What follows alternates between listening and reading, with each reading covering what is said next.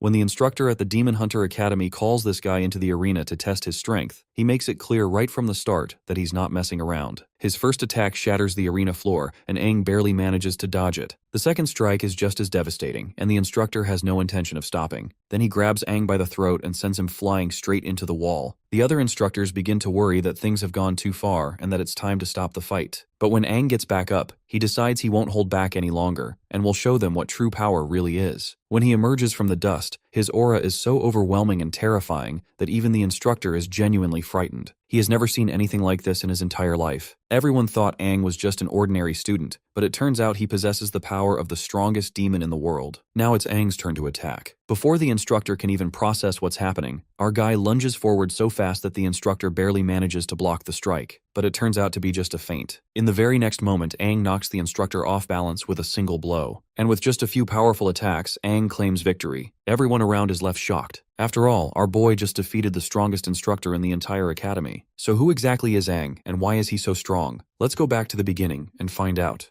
The guy who failed every single test in Demon Slayer's academy is now standing in front of the sync machine. This sync machine measures how well a person's body can connect with a demon core, the energy source humans use for their transplanted armor. The higher your sync rate, the more demon power you can control. The top cadet of the class, Situ Liu, just scored 39%, the highest in the entire group, and everyone calls her a prodigy. But nobody expects much from Aang. Yet the moment the test starts, the numbers shoot up like crazy. 20%, 40%, then more and more until finally it reaches 80%. The instructors freak out, thinking the machine's broken, but it's not. Our dude's the real deal. Because what no one here knows is that this loser used to be humanity's strongest warrior. 60 years ago, he led an army of heroes against the demons that nearly destroyed the world. He fought the Crimson Demon King himself, and died taking his last breath in that final battle. But instead of dying for good, he woke up in a weak body, decades in the future. As he looks around, he realizes he is in some kind of boot camp, trapped in another body. He feels he might be dreaming, examining his hands and seeing that it feels too real to be a dream. He touches his face and realizes that it's a different face,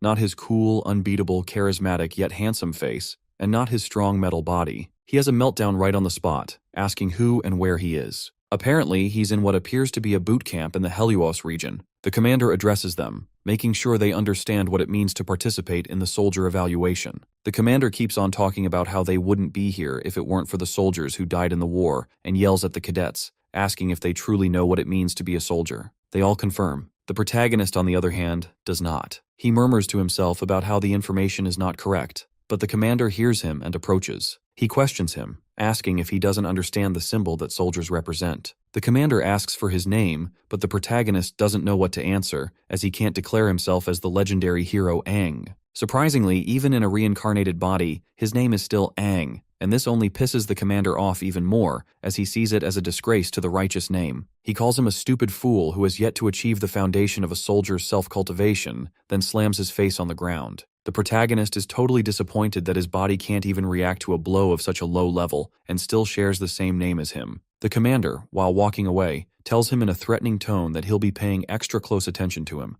then goes back to addressing the whole crowd. He tells everyone to move to the evaluation field, as next up is the physical evaluation. One of the soldiers helps Aang up and asks if he's okay. He introduces himself as Lan Sinuo, and notes how our boy has a name to feel pride about. Just as he's saying this, a white-haired girl in front interrupts, mocking Aang for sharing the same name with the legendary hero. One thing for sure, she got a strong hate boner for our boy and his name. Her name is Situ Liu, by the way, and she walks away calling him childish, which pisses our boy off badly. He complains to Lan that the girl has a cocky attitude. Hearing this, his freshly made friend is honestly surprised he doesn't know her. He identifies her as the most anticipated evaluation soldier of their batch, a young lady with the nickname Cold-Blooded Demon, and the daughter of the most esteemed martial family of the Helios region, the Situ noble family. Aang finds the name Situ very familiar and tries to recall where he has heard it before. His new friend picks him up from the floor, and some girl takes a picture of them from behind, calling it a truly enchanting bromance. They turn toward her, and she tells them they can ignore her and continue. While the protagonist tries to keep a serious face to ask her who she is, Lan asks if she just took a picture of them, which Aang argues isn't the main point right now. She introduces herself as Suiju Yuhui and says it's nice to meet them. Apparently, she saw the boys' interaction as some weird bromance scene, which for some reason caught her attention. Aang finds it unfortunate that she is not the sharpest tool in the shed. At the fitness test venue, Aang gets fired up, reminding himself that despite having a body that is weak, he is still ultimately the strongest warrior. He intends to stun everybody by obtaining monstrous grades. The test begins with the long-distance endurance round. Ung sets off quickly, aiming to secure the top rank and set a new record while he is at it. In the end, he does break a record, but for the longest time taken in a long-distance endurance test, ultimately coming last and getting laughed at by everyone. The second fitness test is the explosive arm strength test, where Aang also comes last and even sprains his wrist. He does horribly again in the third test, the explosive leg strength test, ending up last once more. Liu mocks him for having the worst results in the Academy's history. Lan tries to cheer him up, while Suiju is disappointed that this might be the last time she can take pictures of both of them together. Meanwhile, Ji Yaotang and the officiator discuss his performance. Ji tells the captain that Aang's results are so poor that he should be eliminated immediately, as there is no need to proceed to the second round of assessments. The captain agrees there might not be much hope for him, but he still has the right to participate in the second round of tests, which might even be his last chance. He orders for the second round to begin immediately. For this test, they gather inside a building and are assessed on their synchronization with their special equipment. For Aang, this is his chance to shine. He remembers keeping an average sync rate over 96% in the past. Even though he is not in the best shape now, he knows it comes down to determination, and he is ready to prove the doubters wrong. Checking out the grafting gear, which looks like it is from 60 years in the future and is super light, he feels pumped. Liu, who trains with a martial arts family, gets a sync rate of 39%, the highest of anyone there. This makes her the center of attention, and someone even wants to date her because she is so impressive. When she finds out her score in the lounge, she is over the moon, even though she tries to keep her cool. Ung is amazed upon seeing this girl doing 39% on her first try. His new friend talks about how Liu seems to have a fiery strength hidden in her, and Aang can feel it too. Lan then suddenly notes that his friend does not look worried about the test, and our boy confirms that he isn't. After all, he is used to this kind of thing.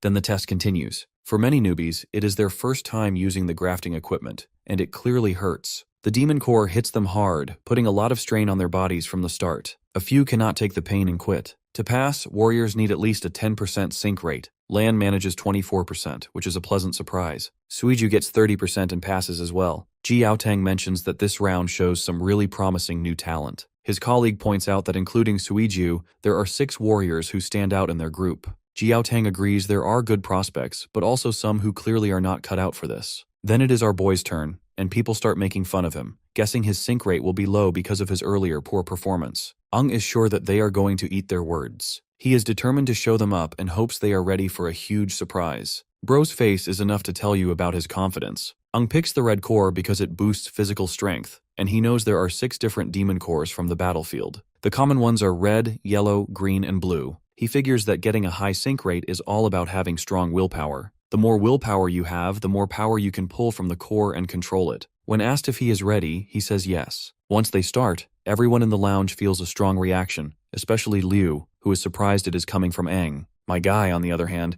is determined to show them the power of a top warrior. By now, Lan has started to suspect that our boy is hiding his true strength. Everyone is amazed when his sync rate hits 40%. Ung feels sure he can push it to 96%, so he increases his effort. The warriors watch as his rate climbs to 60%. Ji Yaotang cannot believe it and wonders if the equipment is broken. A girl reports that it is still rising, now at 80%. Some start to think Aang is cheating, or that the gear is faulty. But we all know that our boy just wants to prove he is the best and show them a real difference in power. Then he feels a strange shift and becomes extremely tired. He says he cannot go on. Someone asks if he is joking, and it turns out the equipment has glitched. In the end, his sync rate is only 10%. The assistant explains to Ji Yaotang that the core has broken and is probably faulty, which caused the strange readings. But of course, the commander is not sure if it is just a mere glitch. Ung still passes with 10%, though others think the core is bad. After all, there is no way in hell that such a weak body could achieve such a high rate. Meanwhile, our boy's friend rushes to check on him, while Liu feels jealous, thinks someone is stealing her spotlight, and is not happy about it. Lan rescues our boy out of the test room, while our poor fella is just feeling grateful that he at least passed with this pathetic score. Suiju, meanwhile, is out here busy taking pictures of Lan rescuing his friend. Later, as Aang sits back, he ponders the strange loss of strength, as if something had drained it away in an instant, something he has never felt before. Despite his willpower getting him to 80%, a low-quality core should not have broken like that. Ji Yaotang comes by to congratulate them for reaching the final test, which will be a real fight against demons. He hopes they will all make it through safely. Then they are told to head to the next test site. Ung, feeling sick, walks off with a bad feeling, talking about the possibility of dying. As he leaves, the commander still hasn't gotten over the fact that Aang's crimson core got shattered, which makes him intrigued about his potential. He is eager to see how this mysterious newbie will handle the next challenge in the hunt beyond the wall in the thick fog. At the third assessment area, the cadets gather in front of the gate, which is about to open. Ung thinks about how it is his first time stepping outside, and also about how people have lived in separate communities for years. Beyond the wall, thick fog always covers the area, so they are told not to waste time, move quietly, and double-check their gear before talking, or they might get killed. This begs the question if the new core he received is good enough. Though he does not think the core is the problem, his strength suddenly disappears, as if something inside him rejected it. He wonders if this is a side effect of time travel. As he moves forward, he senses some demons nearby. Shock waves come from him and reach a nearby cave where a demon is sitting. The demon, sensing a stronger presence, is startled. Aang thinks these might be the demons he felt, as something inside him starts to resonate for no clear reason. Just as he is thinking about this, Liu pushes him to move forward. He apologizes for the delay, and Lan comes over to ask if there is an issue. Ung starts to respond, but before he can finish, the three of them are commanded to form a team. Since everyone else is ready, there is no need to wait, and they should catch up with the group ahead. Suiju wonders if teaming up with them was part of our boy's plan, but we all know that Aang never thought about it. Meanwhile, Liu was intentionally worried earlier that no one would team up with her. Looks like even she knows how arrogant she can be. Before heading further, Suiju takes a photo of the group, a proof that solidifies their team. The Dispelling Stellae is a black structure made from tough minerals. One of its minerals can clear the fog within a certain range. The examiner explains they will take the test as a team of 4. He assumes they all know the test is a fog hunt. Each team member gets a combat knife and a small fog-clearing device made from the same material as the stelae. Their mission is simple. The fog hunt is the last challenge every new recruit faces in the fog-covered world. A warrior must watch out for dangers hidden in the fog.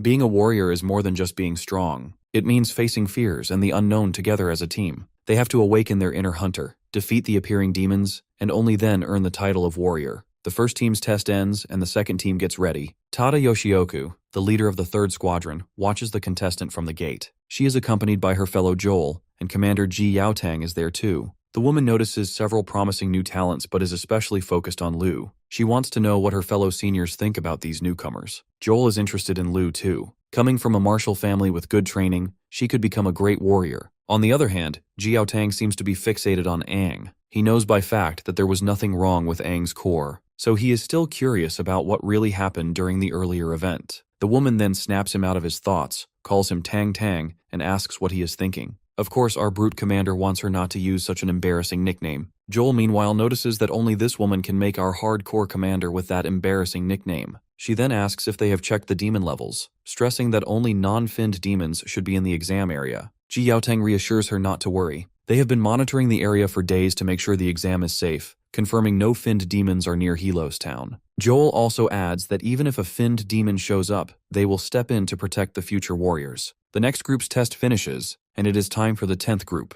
Liu, who is in this group with Aang, gets ready to start. As our boy picks up the small container, Liu grabs it from him and makes a run for it, excited to show off her skills. Aang wonders why someone would be so eager to impress, and everyone quickly follows Liu, jumping to put the container in its spot. Tada Yoshioku can tell that Liu's recovery core is impressive, pointing out that her dexterity matches the blue agility cores, which shows her martial family background. Soon demons start attacking. Aang suggests his group to fight the demons, and Lan jumps into action, throwing a powerful punch. Ji Yaotang is impressed by Lan's prowess, who is doing a great job and has already mastered his core's strength well. Aang draws his knife and tells everyone to focus on one demon each. They all agree and jump into battle. Suiju slashes at one demon several times, finally killing it. Lan also takes down a demon with a single punch, and Commander Joel points out that Suiju and that brute guy are working perfectly together, with Suiju showing impressive moves and making the most of the agility cores. Ji Yaotang reminds them not to rely too much on anybody. Liu stabs a demon, making it explode.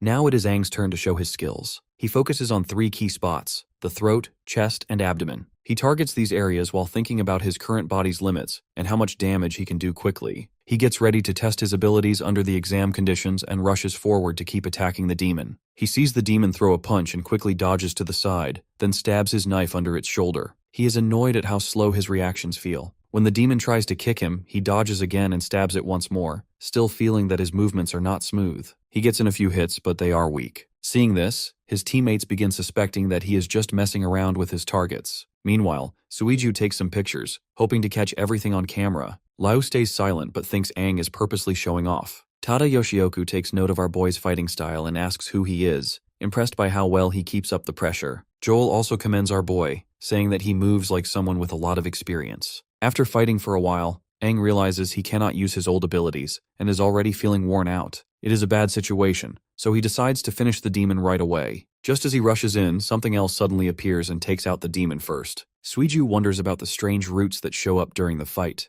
Then, out of nowhere, a one-finned demon appears. Sensing real danger, Ji Yaotang tells everyone to fall back, and they do so quickly. The other two seniors also step up to fight the one-finned demon. Tada Yoshioku tells the hunters not to panic and to stay with our commander, who promises to protect them until they reach the town. The one-finned demon can sense that one of the humans feels like a demon. Aang and his three friends are stuck, confused by what it means. Liu worries that the earlier demons are nothing compared to the one-finned demon, who imposes such a damning threat that they'll be killed for even a single mistake. Aang realizes that in his current body, he cannot handle a one-finned demon. Terror sets in when he thinks about fighting such a powerful enemy as a normal warrior. The demon easily disables all four of them and starts hauling them away. Tada Yoshioku and her fellow chase after it, but the demon dives underground with the four, and Joel yells for everyone to follow. After a while, the trail ends suddenly. Tada Yoshioku wonders how a one-finned demon could show up so unexpectedly, especially since Ji Yaotang had checked this area for days and never missed anything before. This has never happened until now. Ji Yaotang arrives, demanding to know where the four warriors went and why everyone stopped tracking the demon. Joel suggests he relaxes because the enemy vanished. The lady points out that the one-finned demon likely went deeper underground, and they should not rush in since nobody has explored that area yet. Remembering how he lost his brother, Ji Yaotang slams his fist into the ground, blaming himself for putting the four in danger. Joel meanwhile suggests going back to town,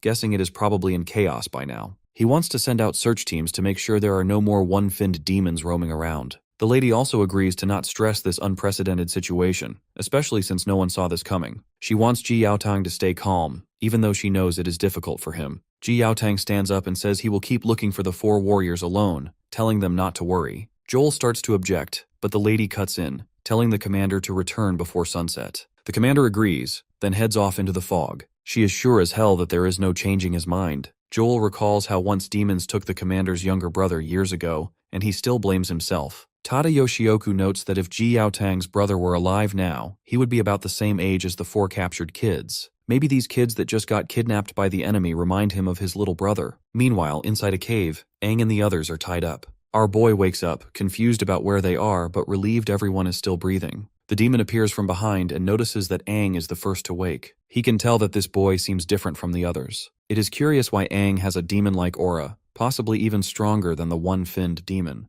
My guy got no clue what this shithead is talking about. Suddenly Aang's body starts to glow red, and he snaps the ropes around him. He rushes at the demon, but the demon dodges. He thinks that in his past life, he would have taken off the demon's head before it even had a chance to move. He knows he needs to save the others. He notices the one-finned demon has a red core that boosts its speed and flexibility, letting it move and strike faster. However, that also leaves its joints unprotected by thick skin, which is both an advantage and a weakness. The demon raises its hand at Aang and says it is pointless to resist. The demon slams its hands into Aang, and he instantly realizes he needs to target its joints, since that is the demon's weak spot. He pushes hard, refusing to be seen as weak. He shouts that he has killed many one-finned demons in the past. In response, the demon delivers a fierce kick that sends the poor guy reeling and leaves him bleeding. Being the wooden-type demon this thing is, it can regenerate itself, and this bastard is very proud of his abilities. Aang always thought only green core demons had that power, and he wonders if demons have changed over the last 50 years. The demon accuses him of underestimating it, then sends out roots that pierce through our boy's body and pull him in. Grabbing Aang by the head, the demon says it still does not understand who he is. Aang can feel the roots stabbing into his organs, making it almost impossible to breathe. He has only just been reborn, yet here he is on the brink of dying again. Worrying for the other three, he feels the same despair as before, and fears everyone might die with him. Aang is filled with regret and sorrow, cursing his own weakness for dragging them into this. Noticing Aang's weakened state, the one-finned demon decides to eat him to evolve. Just as it moves in, a voice inside our boy questions whether the demon really plans to devour him. This inner demon complains that if Aang dies, its own plan will fail, and it is annoyed it has to spend its last bit of energy now. Suddenly, the one-finned demon senses a terrifying power coming from our boy. A demon form starts emerging, and the one-finned demon guesses it might be a 5-fin or 6-fin demon. However, the aura is far stronger, and shockwaves shoot up into the sky. An 8-finned demon bursts in, sending the one-finned demon into a panic. The newcomer announces itself as the strongest red core demon and the king of finned demons. Trembling, the one-finned demon calls it the Crimson Finned King.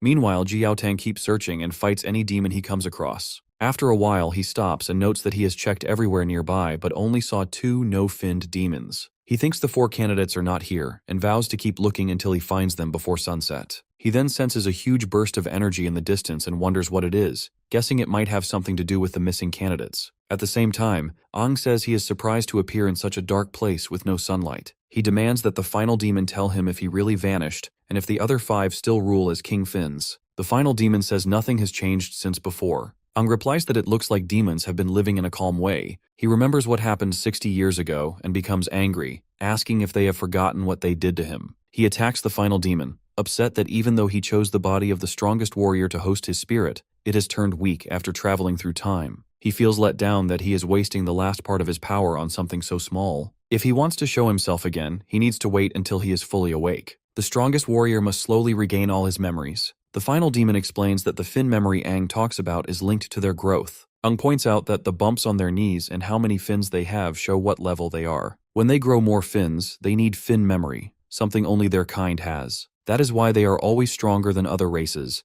and the warrior body Ang is using now is also the same as theirs. However, they can only level up by devouring demons of the same rank. Ang, on the other hand, must consume demons of a higher rank than himself to unlock the hidden memories and evolve. The once cocky bastard now has been rendered a whiny mess, who promises to help the 8-finned demon and do everything for him. The 8-finned demon ends up killing the bastard since he is not worthy, and the only purpose he can currently serve is to act like fodder and help Ang awaken his fin memories. This acts as the first step in Ang's quest to get stronger. This edgelord wants our boy to slowly reach the 8 fins. When that happens, the 8-finned demon will wake up from his deep sleep. Afterwards, the bastard goes back inside our boy, while Ang himself is stuck somewhere in the brutal memories of the past, when he and his fellow were badly hurt. His fellow wished their majesty Ang lived, because that particular female is waiting for him. When the dream suddenly starts to turn into a nightmare, he opens his eyes in the present and wonders if he was dreaming. He realizes these are memories from long ago and feels very scared. Just then, his friends walk in, happy that he is awake, and he is surprised to see them.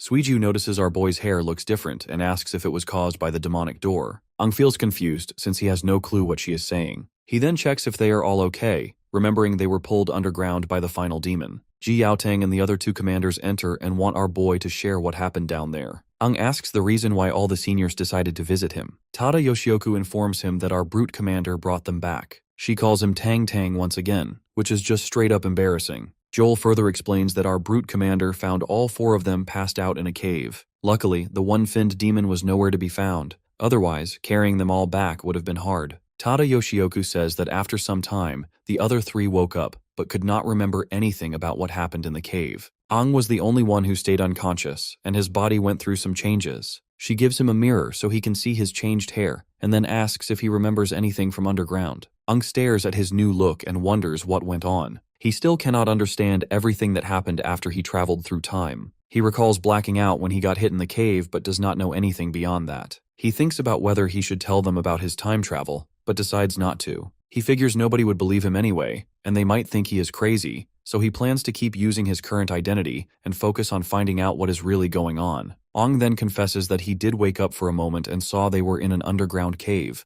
but then he fainted again. This gets Ji Yaotang wondering about the blood splatters he saw there, and who caused them. Joel looks at our boy and recalls that the name Ang is the same as the mightiest warrior. Though our boy's fighting is good, he is still lacking in some ways. He then asks if Ang has ever fought demons before. Our boy says no and explains that he is interested in demon combat and has studied it, but he never had real battle experience. Since Ang is well informed in this subject, the senior woman suggests our brute commander not to give up on training him properly. Moving on, Ang asks what happened with his warrior test. Suiju says they passed and are now on the Stilk team. Lan adds that due to recent events, Ji Yaotang formed them into a group of 4. Liu also chimes in, mentioning that they are behind compared to everyone else. Ji Yaotang explains they need to do missions to earn points, and because Ang was out cold for 3 days, they have no points so far. Ang is shocked he has been unconscious for that long. The next day, the 4 of them stand in the town in their new uniforms. People talk about the new warriors who came in 3 days ago. Ji Yaotang shows up, congratulates them for becoming official warriors, and praises them for surviving a run-in with a one-finned demon.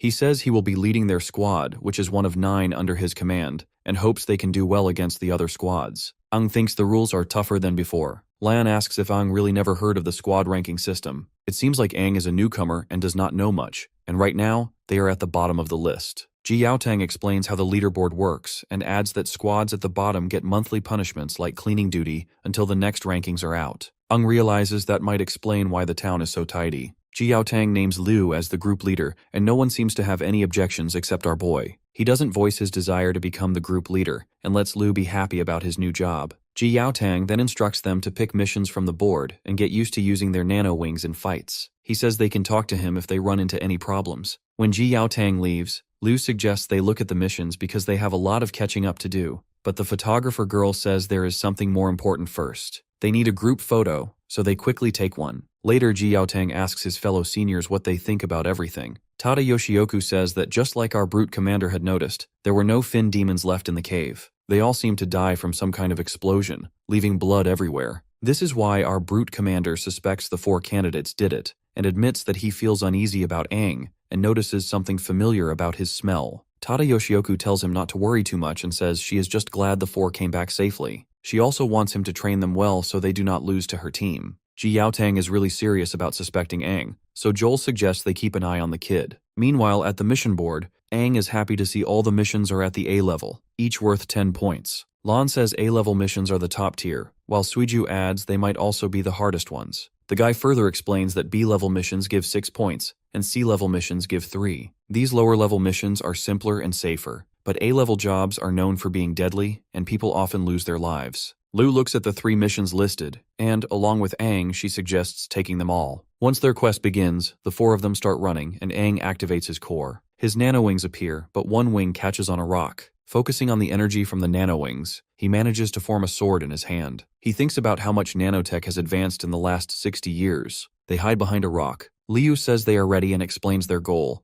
2 no-finned demons, both to be taken down at the same time. She reminds them to stick to the plan and wait for her signal. When the signal comes, they rush in. Liu points out that they have 3 A-level missions, so they cannot waste time. The fight must end quickly. Lan moves in first to disrupt the demons' view, keeping them from spotting the others. Liu repeats the plan. She, Aang, and Suiju will stop the demons from moving. After they attack, Aang wonders how the demons will fight with a cut joint. Meanwhile, the brute in the group punches both demons into the air, and Liu follows with a swift finishing move. The timing feels perfect. Suiju notices the fog is gone and the insertion is steady. Lan is glad that they managed to clear the fog. Dispersing fog here is much harder than in the exams, but that is expected from an A-level mission. Even one mission has taken them a while. The photographer girl finds a red core from the demons and smiles. The tsundere girl is also glad that they finally got the full 10 points. Aang, on the other hand, is surprised to learn that the cores break when a mission is completed. Suiju then explains that the tech is made for demon combat, and a chip in the mission form automatically sends points to the town leaderboard once the job is done. After clearing the fog outside town, she asks Aang if she can check the other 2 cores. She looks them over and sighs. Afterwards, they spent the whole afternoon fighting no-finned demons but only got 3 cores. They still need 7 more. Catching demons alive is much harder.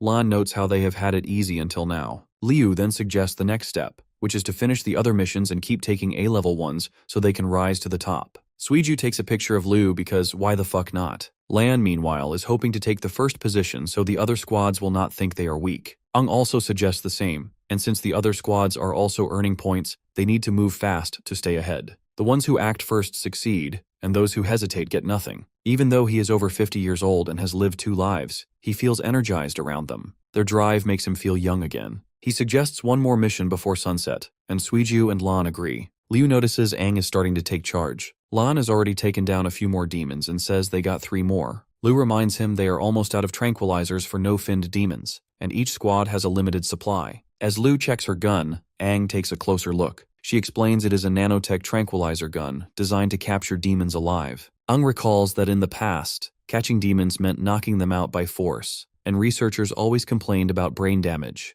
Lan says they are lucky to have caught these ones, especially since they used up all their tranquilizers. They ended the mission after defeating a whole group to capture 3 alive, more than 10 demons in total. Suiju stretches and reminds them that warriors must be back before sunset or face punishment, recommending that they head back. Aang wonders if he even has a place to return to in this era. Liu says she needs to hurry home too. All that is left is to set the GPS so researchers can find the spot. Once they collect the demons, the mission will be complete. Just then, Aang asks if anyone else feels the strong killing intent. In that instance, red beams shoot out from behind, hitting the demons and killing them instantly. A masked boy steps out and says he will not let them finish their mission. He claims his squad is supposed to handle all A-level missions and demands to know who allowed Lu's squad to take them. Aang wonders who these new people are. They look like bad news, and the leader of the guild reveals that they belong to the Black Gun Squad, seniors in their group. He asks a girl on his team how many squads joined this mission, and she responds that there are 3. The leader scolds Aang and his team for not greeting their seniors. The 4 members of the Black Gun Squad land nearby and accuse Lu's team of taking A-level missions without their permission.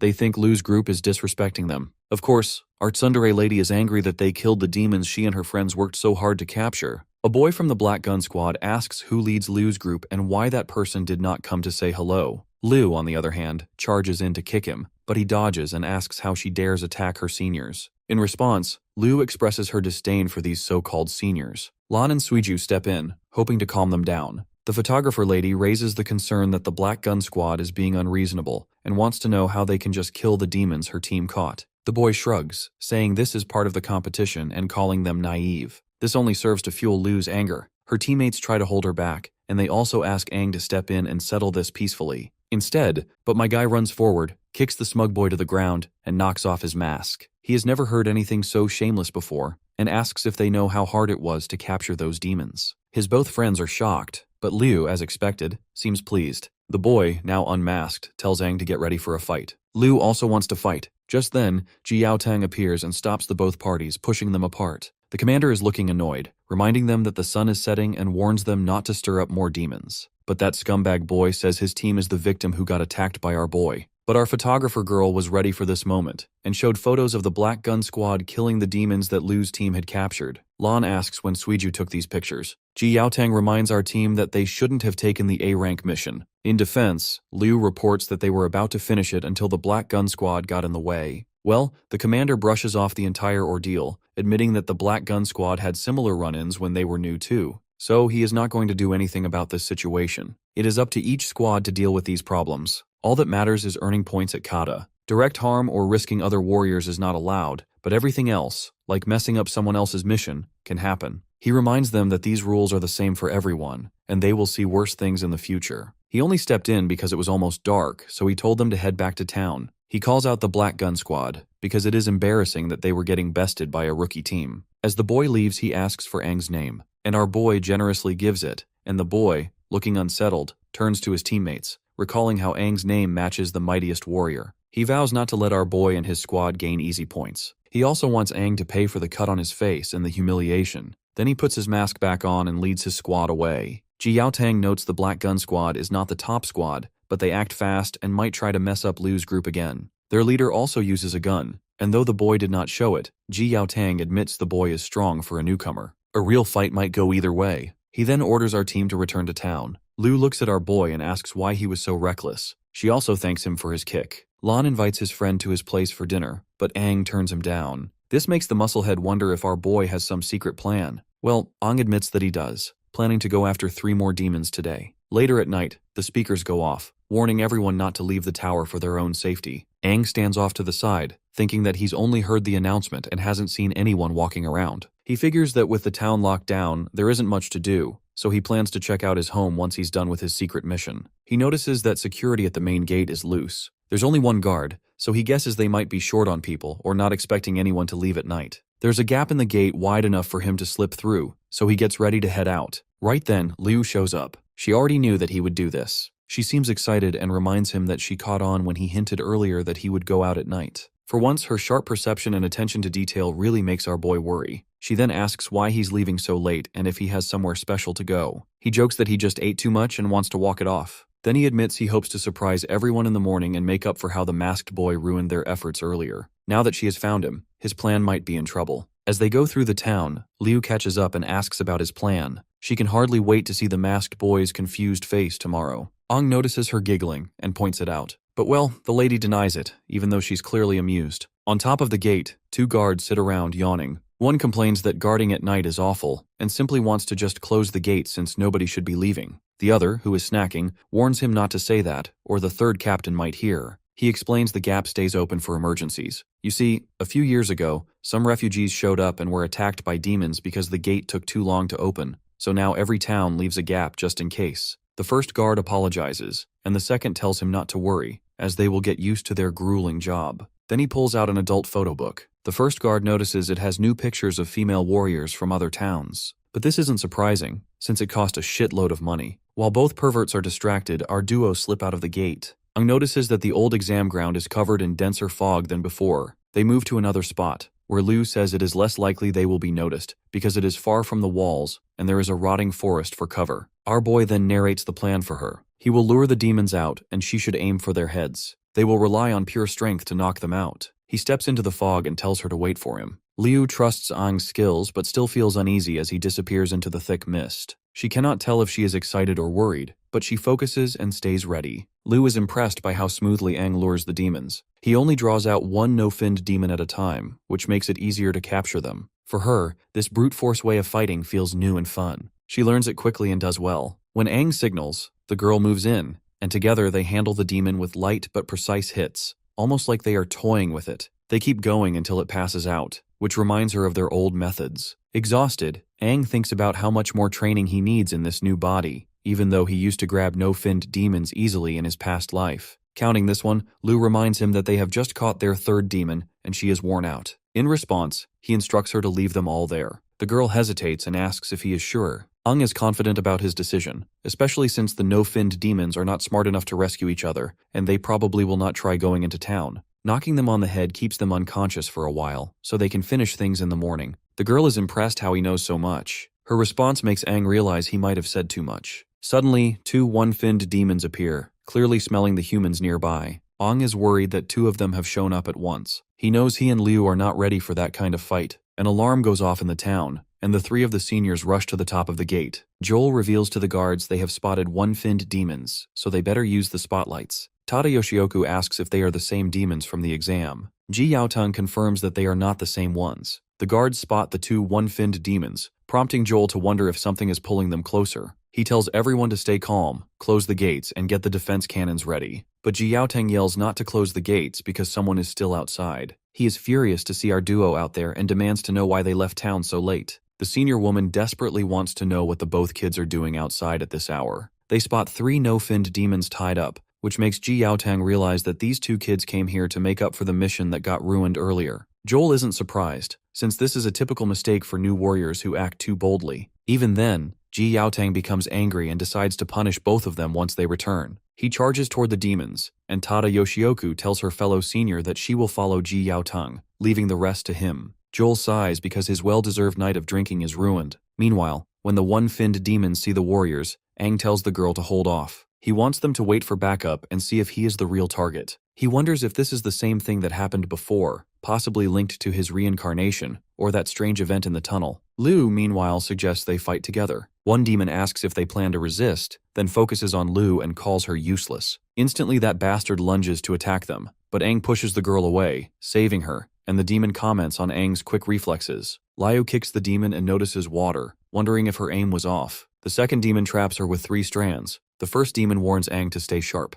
Suddenly, Ji Yaotang arrives and delivers a punch to one demon. He vows not to let them hurt the kids and tells everyone to stay calm. Tada Yoshioku sees that one demon is a blue core, a water type, and the other is a red core, an earth type, so she decides to focus on rescuing Liu. The earth demon is grateful to the gods that he managed to block the hit, or else he would have lost his ugly head. Joel thinks they are at a standoff and tells them to pause the cannon fire. A girl comes over and reports that a large number of no-finned demons is on the way. Joel asks how many, and she reports an entire horde. With so many demons closing in, Joel orders the alarm to ring and tells all warriors to get to their stations. As the alarm blares, everyone scrambles onto the wall. Seeing the entire horde, Ji Yaotang can tell that these bastards came prepared. Ang notices the demons are heading straight for the town, and Tada Yoshioku says the 2 one-finned demons must have called them. Meanwhile, Liu shouts not to worry about her and to protect the town. She blames herself for being careless and feels like she is a bad leader. Suddenly, a demon covers her mouth so she cannot speak. Ji Yaotang and the others pull back, and the second demon attacks them. The brute commander warns Tada Yoshioku to watch out, and she manages to break some spikes being thrown at them. Ang notices the demons are not really targeting him. As he moves past one of the one-finned demons, it tells him to keep going. Ji Yaotang sees the demon let Aang pass and wonders why. Then the demon lunges at them again, warning that if they are not careful, they will die. Meanwhile, another demon drags Liu away. Aang suspects it is a trick to split him from the captains. He tries to stay calm, knowing he is not strong enough to rush in blindly. The two seniors shout at Aang not to chase Liu, saying he does not stand a chance against a one-finned demon. But Aang cannot forget how familiar her eyes look, and he cannot just leave her. Ignoring their warnings, he runs off to save her. The demon places Liu on the ground and talks about how interesting humans are. It has heard that humans often scream when they feel hopeless, and it demands that she beg for mercy to satisfy its curiosity. Noticing Liu's mouth is covered, the demon figures out why she isn't screaming. It removes the cover and tells her to beg, but Liu refuses. After all, a lowly one-finned demon does not deserve her pleas. The demon questions why she thinks it is not worthy, and Liu answers that she comes from a martial family. She will not kneel to an enemy because showing weakness is shameful. She demands either death or a fair fight. Upset by her words, the demon hits her and gives her an ultimatum that she will die. Just then, Aang shows up and tells the demon to let Liu go. The girl is surprised to see him alone and asks why he is by himself. The demon, on the other hand, is happy that its plan worked and that our boy, the real target, has arrived. Hearing this, the girl begins to wonder why Aang is the target. Our boy asks if she is okay, to which she responds positively, but asks why he is here alone. She warns him he cannot keep up with a one-finned demon and should run away. The demon hits Liu again, telling her to stay quiet. Aang pleads with it not to harm her and says it can take him instead if it leaves her alone. The demon ignores him and attacks, saying they will all die anyway. Aang tries to strike back, but the demon dodges and counters. He notices his body cannot react fast enough. The demon notices that Aang smells like a demon and wonders why. Aang is surprised to realize that this demon might be water type,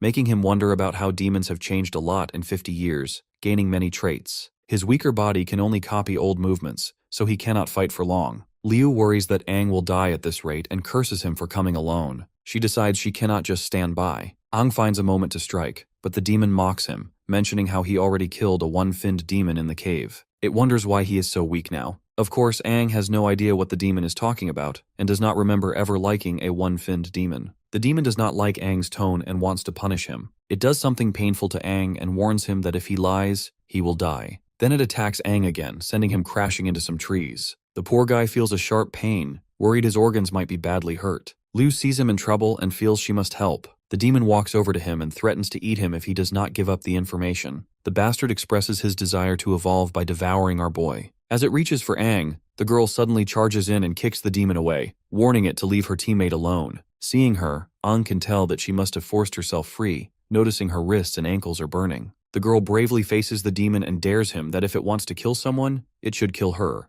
Being the leader of the group she is gonna defend her fellow teammates until death. The demon agrees and tells her not to dodge. It then sends attacks at our boy from different angles, and that gigachat of a lady stands still, blocking each one. Aang shouts at her to move, but the girl refuses to comply since she doesn't want him to get hurt. She tells him to keep quiet and let her concentrate. Suddenly, spikes shoot up from the ground and pierce her feet. The demon grabs her and says it will not kill her right away. Instead, it will humiliate her and finally make her scream. Aang lies on the ground, trying to rescue his friend but feeling hopeless. He thinks it is unfair that even after reincarnating, he has to watch a teammate die again. He hates that he is the one who needs saving and wonders how he can protect anyone if he cannot protect himself. Why he must go through losing his teammates again and why he feels so weak. Suddenly, he releases a huge aura, breaking Liu free from the demon's grip. Seeing our boy move so quickly, the demon is surprised. Aang, meanwhile, is feeling proud of Liu as she did well as a first-time squad leader. From this point onward, he will handle things. He then gently sets her down. Suddenly, the demon picks up a familiar smell from Aang and thinks there is a secret behind him. Aang himself feels a strong power rising in his chest, like it is about to explode. In a burst of rage, his core shines with blinding light. The demon wonders if it is a kingfin core. Liu sees rays coming from our boy and faintly notices him going up against that monster. Seems like our boy has awakened his own one fin. Meanwhile, the seniors are fighting another demon. That demon senses a strong aura like its own, and Ji Yaotang punches it, then Tada Yoshioku kicks it, leaving a big hole in its body. Angry, the demon starts glowing, ready to self-destruct in the air. The woman senses that it is about to self-destruct and asks Ji Yaotang what he plans to do. The demon shouts that all humans will die, but right then, a spear-like blast from the defense artillery shoots it far away. Thankfully, it was defense artillery that took down the monster before it exploded. Joel, fighting off countless no-finned demons, sees the horde closing in and warns other two seniors about the approaching threat. Tada Yoshioku tells our brute commander they must get back to town. Ji Yaotang worries about our boy and Liu. but Tada Yoshioku doesn't want to abandon the battlefield, reminding him they have duties as warriors, not just as captains. So after making this harsh decision, they hurry back to protect the city. Elsewhere, the one-finned demon asks why Aang seems so much like them, yet also looks human. It is confused by our boy's human fins, which should be impossible. Aang wonders if his reincarnation gave him demon powers. Then he uses a healing power on Lu. Seeing our boy effortlessly healing the girl, the demon is shocked and asks him if he is wood type. Well, this healing power is likely because he absorbed a one-fin wood-type demon. If he defeats and absorbs a one-fin water-type demon, he might gain water powers too. The demon is stunned by Aang's strength, which it has never seen before. Aang makes roots appear behind him and says he wants to take the demon's power for himself. The demon panics when it realizes Aang has absorbed a wood-type demon. Seeing this shithead panicking, my guy takes great pleasure since he never saw a demon act afraid in his past life. He steps closer and tells the demon to use its full strength, wanting to measure its power.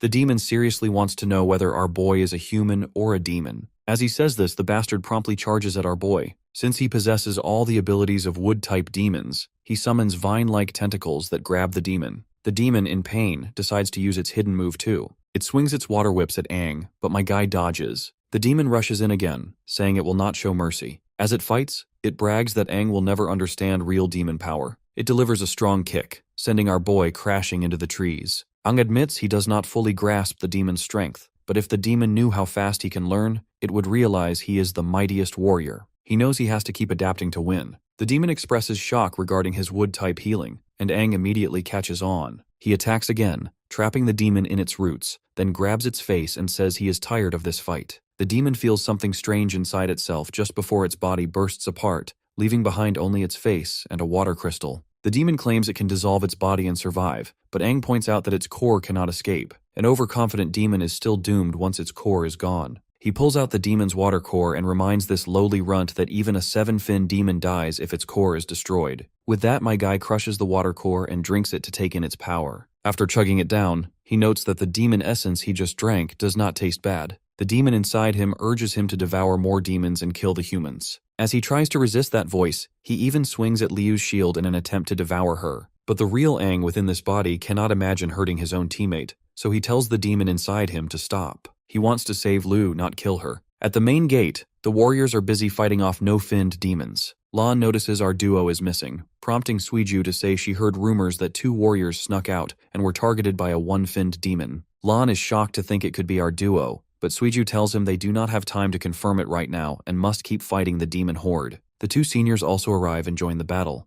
Joel asks about their cores, and the captain says they are still fine. Mid-fight, Joel feels glad to report that since they already took down one-finned demon, the regular demons are less coordinated, acting like a group of panicked creatures. So he wants to use that opportunity to scare them off and buy time. The other 2 seniors agree. They leap from a high spot and release a huge blast with their cores. Tada Yoshioku recalls this is the second time they have pushed their cores so far, and Ji Yaotang wishes his fire core had more stamina so he could maintain this level of power. Joel comments on how dangerous the explosive red core can be, then dives in, slicing through demons. From above, Suiju watches, amazed by how strong a captain's attack can be. Lan thinks this must be the power of the one-fin core and dreams of reaching that kind of strength himself. After a while, Joel checks on the other 2 seniors, and they say they are holding up fine. Their plan is working, and the demons are being pushed back. Suddenly, Joel senses something unusual and points to a figure approaching. It is Aang, carrying the team leader in his arms. Tada Yoshioku wonders where the one-finned demon went. Joel looks at and feels concerned. Even though they have broken the no-finned demon's morale, Aang should not act so casually around them, since they can eat him alive in an instant. With the speak of the devil, the demons try to attack Aang, so the 3 captains jump in to help. My guy notices them and gives them a terrorizing glare, causing them to tumble back. The demons then start running away, and the warriors cheer as the horde retreats. Some ask why the demons suddenly ran, guessing they might be scared of the captains. Others agree, saying the demons likely panicked after seeing such a huge display of power. Everyone praises their captains for being brave and strong, though Ji Yaotang wonders if it was really his and his fellow seniors. He is forced to consider that our boy likely played a part. As Aang returns to normal, he notices the captains heading toward him. In his mind, he dreams of the 8-finned demon, who can't help but brag how Aang had been relying on his powers. When the boy asks who it is, the demon says they have met before, though it was over 50 years ago, so Aang may not remember. Our boy realizes this demon is one of the 8-finned demons and asks how many exist. In response, the demon assures him that his questions will be answered in time. The creature then suddenly appears before Aang and introduces himself as the Crimson King Finn, the strongest of their kind. He can tell that our boy is not afraid of him, which makes sense for the mightiest warrior, and praises the boy's will for resisting his mind control. The Crimson King then promises not to hurt him. When our boy asks why the demon chose his body and what happened to his old one, another 8-finned demon steps out from behind Aang and touches his face, saying he will understand later. He explains that Aang's body is now bound to the power of Crimson, and for both their sakes, the boy must work and level up. With time, they will both get closer to perfection. Aang becomes angry, as he doesn't like how these demons consider humans lowly runts. Standing up, he punches the demon. In reality, Aang suddenly snaps out of the dream and lunges forward, grabbing Lu by her shirt as though he is about to punch her. He then comes to his senses when he lays his eyes on the mighty white milkers of hers. Of course, Lu slaps him, and the others pin him down, asking why he behaved that way. At that moment, Liu's father Zhongong arrives and tells everyone not to treat their savior like an enemy. The others greet him as master, while Liu calls him father. For context, Joel explains to our boy that Sun Gong is the head of the Situ martial family. He is surprised that Aang does not recognize him even though he is from Heluos too. It all starts to make sense to our boy. Since he is the father of his team leader, then this man must be taking care of him for saving his daughter. So he apologizes to Sun Gong for causing trouble. The big cheese thanks our boy instead for saving his daughter, speaking on behalf of the Situ family. He then tells the 3 captains they can stay in the training area for a while, and mentions there will be a celebration that night for the victory over the demon horde. The 3 captains apologize for any inconvenience, but Sun Gong laughs, saying he has watched them grow up, and they can treat this place like home. He notes that Lu is naturally stubborn, so they should keep her in check if needed, without showing mercy. The captain agrees to handle everything and sends everyone else away except for Aang and the 3 captains. Once alone, Jiao Tang suspects our boy and wants him to spill everything he knows about the one-finned demon that appeared during the exam and the demon horde just recently. The other seniors also seek the same answers. Even though Aang doesn't belong to his squad of students, he still cannot afford any doubt and wants the junior to spill it. Of course, Aang asks if they are being serious, reminding them that he and Lu barely got away from the one-finned demon. Joel points out that the other 2 seniors teamed up just to defeat one demon, so how in the hell this kid managed to beat the demon all by himself? He then demands to know how Aang managed to escape. Joel keeps suggesting that the kid might be working with the demons, which would explain why the demons let him slip away every time. Internally, Aang wonders if he must reveal his secret and risk them killing him on the spot. He fears they will not believe he is human and will see him as a threat because of the demon power inside him. Joel's serious look shows he wants the truth and will not be satisfied otherwise. He is even ready to confront our boy. Seeing this, Aang begins to think he might have to fight them after all. But Tada Yoshioku breaks in and silences her fellow captain. She notes that only a 4-fin demon can take human form, and it seems unlikely Aang is one of them. Besides, there is no reason such a demon would come to a small sea-level town like theirs. Furthermore, the brute captain adds that demons are basically selfish and would not rescue anyone. Since Aang has saved Liu, Ji Yaotang is sure this kid cannot be a demon. Joel then pats the junior on the back and tries to brush off his early aggression as teasing. He recognizes that Aang and Liu nearly died and must be worn out. In her report, Liu recalls passing out after battling the one-finned demon with no memory afterward, so the senior is curious how Aang got her out. The woman is also curious if Aang really defeated the one-finned demon by himself. In his mind, our boy remembers that he did beat that demon and never thought of how he was going to mask this. He simply says he is a genius with one-of-a-kind ability. He explains he can instantly boost and enlarge his core's strength for a short time, letting him go beyond his normal power. That is his hidden trump card. Tada Yoshioku notes that Aang's description sounds like the method they use to channel their core's explosive force. My guy plays along, though he is not sure if they will believe the rest of his story. Joel, meanwhile, wonders if he is telling the truth. Ji Yaotang follows up by reminding the incident that took place inside the cave, wondering if Aang suggests he used the same trick to beat the cave demon too. My guy confirms it, saying he invented the technique when he first met his one-finned demon. Because his body absorbs the core's strength immediately, he managed to blow that demon to bits while it let its guard down. But it was his first time using the skill, so he passed out afterward. He tried the same thing again to rescue Liu, but blacked out once more because his body could not handle the strain. Surprisingly, the brute commander considers Aang's story. Kid's story also explains why his chest core got damaged both times. The power went past his limit. Tada Yoshioku agrees that if everything Aang says is true, it makes sense that he finds it too hard to manage. She points out their own technique is similar, but they have trained to lessen the toll when using explosive power. Since Aang cannot control it like they do, the woman warns him not to try again until he learns how to handle it. Ji Yaotang also shares the same thoughts. Though he is itching to have a spar with our boy, just so he can gauge his student's potential. Eventually, they move to an open space and Aang readies himself to face his commander. He can tell that his captain still doesn't trust him. Ji Yao Tang, all set and ready, gives Aang a chance to strike first. The boy braces himself, wondering how to fight someone like Ji Yao Tang. You see, our boy's current power is basic compared to his past abilities. His body cannot handle an all-out fight, and he debates whether to use the demon power inside him. Suddenly, Ji Yao Tang speeds forward and attacks, but my guy dodges instantly, though the impact destroys part of the area. Tada Yoshioku shouts at the brute commander to tone it down. The man in question is busy admiring his student's reaction time, which is not bad at all. Aang realizes he is relying on old life experience and is already near his limit. Ji Yao Tang attacks again, forcing our boy to evade. Once again, Ji Yao Tang wrecks large sections of the training ground as if it were his backyard. The captain then swiftly grabs Aang by the neck and questions if that is everything he has. Aang feels he cannot break free and is slammed into a side wall. Joel watches and doesn't like how the captain is going too far, suggesting they stop him. But Tada Yoshioku is sure that our brute commander would not hurt someone for no reason. The big brute keeps mocking his student and questions if he really deserves to be called a genius. Aang cannot stand being looked down upon. He remembers being called a king by warriors and thinks if Ji Yao Tang knew who he really is, he might treat him differently. Having claimed to be a genius, Aang feels he must prove it. He decides to stop holding back and uses the demon's strength. He releases his aura, startling Tada Yoshioku.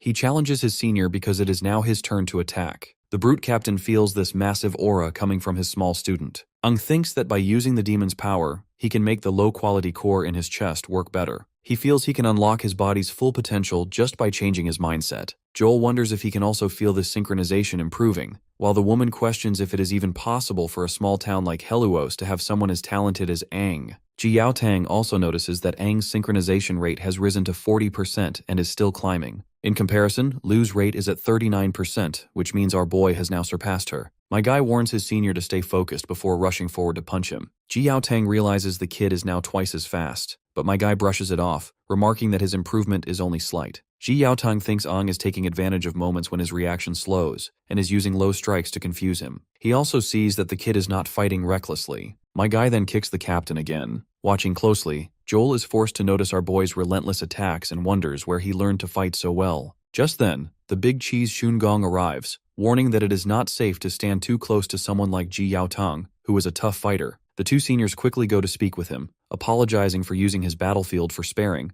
and further apologize for the inconvenience they have caused. The big cheese looks at the broken floor and is forced to question if the damage done to the arena could be simply called inconvenience. Of course, both seniors promise that they will fix it. Shungong says it is fine and becomes curious about Aang, who shares the name of the mightiest warrior. He wonders how the kid will handle his captain's attacks. Meanwhile, in the battle, the brute captain grabs our boy by leg to checkmate him. Shungong, meanwhile, narrates how Ji Yao Tang has always acted this way, taking any chance to counter with precision. Years of fighting demons have made his judgment sharp, but just when they thought Aang is the one about to take the L, Aang flips the script with his sharp maneuvers and smashes the captain's head with his own, landing a solid hit. The captain got no clue what just happened, so Aang explains his strategy. While the human skull is strong, the area between the eyes is softer. He attacks again even while taking hits, and Ji Yao Tang remains standing strong. And as for the onlookers, they are in shock. Aang releases a powerful blast that shatters the ground, demonstrating an all-in-one attack and defense technique. He decides to push the demon's power further with stronger force. He attacks again, forcing Ji Yao Tang to back away in fear. The brute disappears for a moment and reappears behind him. Tada Yoshioku is stunned as Aang uses the dust to slip into the captain's blind spot and turns his opponent's own move against him. Watching all this, the big cheese comments that this kid is very vengeful and learns quickly. The brute is angry after having his own move being used on him, and warns his little opponent not to forget that this was his move, and that he knows it better than anyone. Shungong can tell that the captain is losing his edge against his student. Meanwhile, Aang throws a punch but deliberately misses, much to the brute's shock. He wonders why he missed. In response, my guy pointed out his senior's tendency of restraining his opponent, rather than fighting head-on. Aang used this to his advantage and headbutted the captain, causing his vision to get blurry and lose his sight. This gave our boy the perfect opportunity to land the final blow, which he didn't, and missed deliberately since he was just here to prove his skills and strength. By now, Shungong is truly curious about Aang's true abilities. The gate opens, and Suiju enters her friends. She is here to remind them that the dinner is almost ready, and that Liu's family has prepared a large meal in the big room. When she looks ahead, she is shocked at the destruction around them. Aang quickly puts all the blame on the captain. Meanwhile, Joel teases the brute captain for losing pathetically. The big cheese then cuts through the chatter, reminding them that the sparring is over, and invites them to dinner. Ang is hungry too and thanks Xun for the invitation. Xun reflects on Aang's determination, power, control, and battle experience, concluding that this kid has great potential. As our boy walks off, the father teases his doting daughter, embarrassing her by shipping the both together. Later, everyone gathers for dinner. Xun raises his drink and speaks for the town. He thanks them for protecting everyone and honors the warriors who fought hard. He especially praises Aang for saving his daughter. My guy stands up and says there is no need to thank him, though he gets hit by his commander as he is about to take a sip of alcohol, reminding him he is not old enough to drink. But our boy argues he is 18 and asks, and this is exactly why he was eligible to join the warrior's exam. As the atmosphere is lively, the big cheese smiles at her daughter, still shipping our boy with her. We then shift to the last conversation the both father and daughter had. He thinks Liu is very skilled and that Aang's talent is just as good as hers. So if the boy is that capable, a strong girl like Liu might like him. The girl thinks about this and decides Aang is a bit silly. She stops thinking and starts eating as Suiju begins speaking. She talks about how great the food is and says it feels luxurious. Let's not forget Lan is also here. He asks our boy how he defeated the one-finned demon. Jiotong explains that Aang pulled a lot of power from his core, making him stronger for a short time. Tada Yoshioku adds that it is like how captains use their core, but Aang took a big risk to get that power to escape death. It was very dangerous without training and hurt his body a lot, and using it again could damage him permanently. Furthermore, letting Aang and Ji Yaotang spar was eye-opening. The kid's power is surprising, but he needs more training or his body might break. Internally, our boy knows that if he told them he absorbed cores from 2 one-finned demons and has wood-type healing powers to recover quickly, it might be too much information. He decides to play along and keep the real info all to himself. He confirms the captains were right, which is why he passed out. It is clear he needs to train his body more. Lan is surprised at Aang's abilities and says how incredible he is, hoping they will not fall behind. Liu also is amazed by his skills and now understands how he was able to save her. The Brute Commander then reveals that they meant to punish Aang and Liu for messing up the mission earlier, but since they beat a one-finned demon, they let it go. He warns them not to act like that again. Joel also reminds them that there is no time to relax because the squad competition is still on. Speaking of which, Tada Yoshioku points out that Liu's squad is in last place and needs to try hard from the next day. Well, my guy is sure that his squad will be at the top. A month later, the squad competition is in its final intense phase. To get more points, squads go for A-level missions, which are tough. Liu talks with her squad and decides they will target a fattened sheep for high points and challenge other groups. The leader of the Black Gun Squad mocks our tsundere girl for making such bold decisions of challenging them, reminding her of the kick she got last time. Liu doesn't take the guy's crap and challenges the bastard for the 10-point duel. The bastards are more than willing to accept the challenge. They are ready to settle the score with our squad for what happened before. The scene moves to the town sparring arena where everyone hears about the duel and talks about it. The Black Gun Squad leader reminds our party that the audience is growing, and it is not too late to back out. He warns that if the Black Gun Squad looks like they are bullying Liu's team, it will look bad on them. Well, my guy believes that the outcome is still unclear and they better settle it with fists instead of empty talk. Luckily, the opponent's team's vice leader is a girl who can handle our squad along with Liu, or at least that's what these scumbags think. My guy tells his opponents not to underestimate Liu just because she is a girl since she is far from average. As usual, the photographer lady begins taking pictures, making sure she catches every badass fighting sequence Liu is about to show. Liu tells her female opponent to finish the fight quickly to get the 10 points fast. It looks like the vice leader already knows Liu is from the Situ family, so she hopes she shows something interesting. Liu charges to attack, but the girl blocks her strike. The girl wonders how Liu, a green core recovery type, can move as fast as a blue core agility type. Liu disarms the girl and says that while veteran teams have more experience and use team tactics, their individual skills often are not enough. Fighting as a team works, but personal skills matter too.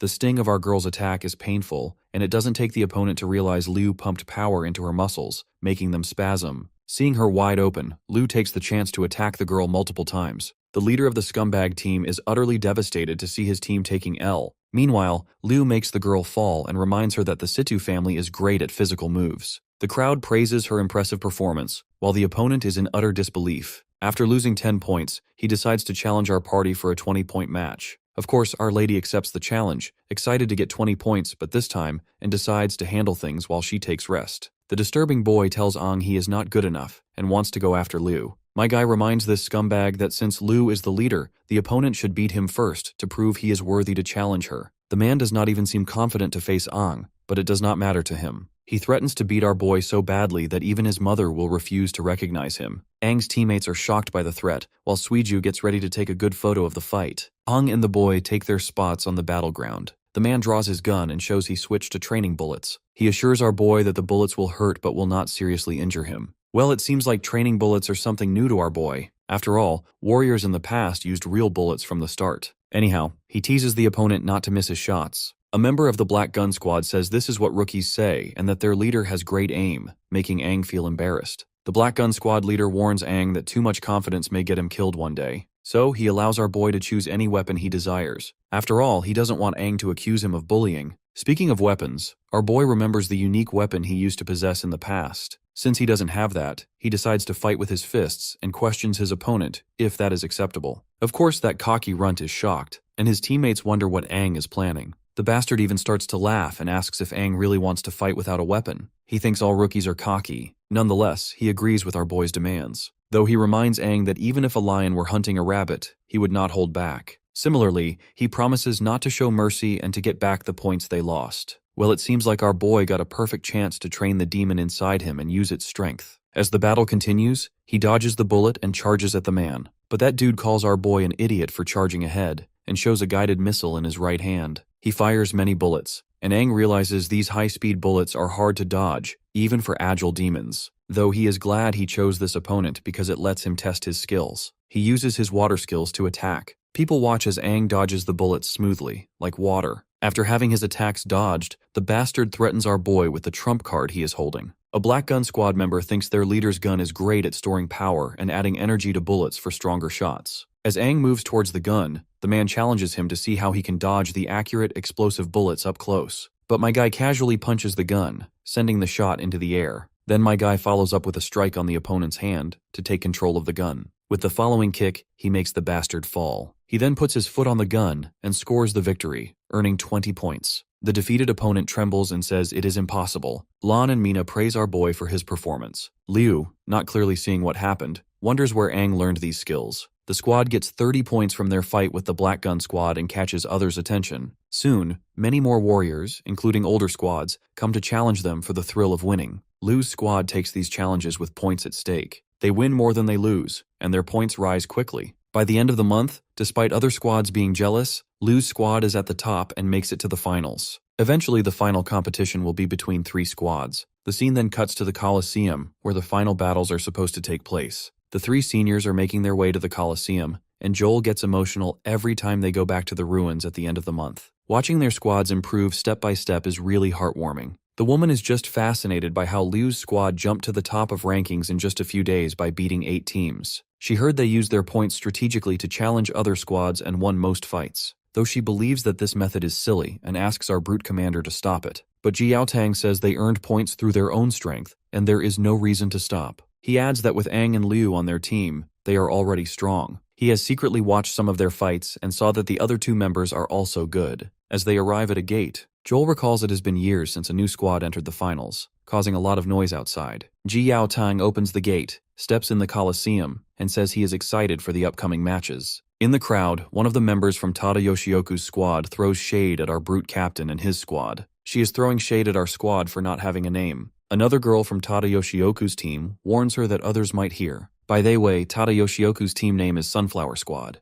And as for Joel's team, they are called the Luminous Squad. They all believe that Ji Yaotang's side is full of rookies and the hype is just rumors. Meanwhile, our squad stretches, and Suiju notes their opponent looks intimidating. Lan says the Starflower and Luminous squads are the strongest under Tada Yoshioku and Joel and well known in Heluos. He adds that the next 3 captains to replace the current 3 captains will come from these top squads. Aang says it is fine and tells his squad to give their all. Even though his body still lacks his secret power, he will not lose to anyone who possesses strength similar to one-finned demon. He feels winning should be easy and is curious about the prize. Meanwhile, Tada Yoshioku asks her squad to gather. When they come together, the squad leader tells her captain that they are ready and asks for something special if they win, such as a shopping trip with their beloved captain in a B-level town. Just in time, the Luminous Squad also arrives and doesn't hesitate before throwing some shade at the Sunflower Squad. While other squads wish to achieve something bigger, Sunflower Squad can't think of something else better than mere shopping. A girl from the Starflower Squad is annoyed and says the boy would not understand how important clothes shopping is for girls. By now, she is sure why the Sunflower Squad would never get along with Luminous. The captains of all teams finally arrive there. Once the seniors are done with their banter, Ji Yaotang then orders our squad to gather too. Once all 3 squads unite at one place,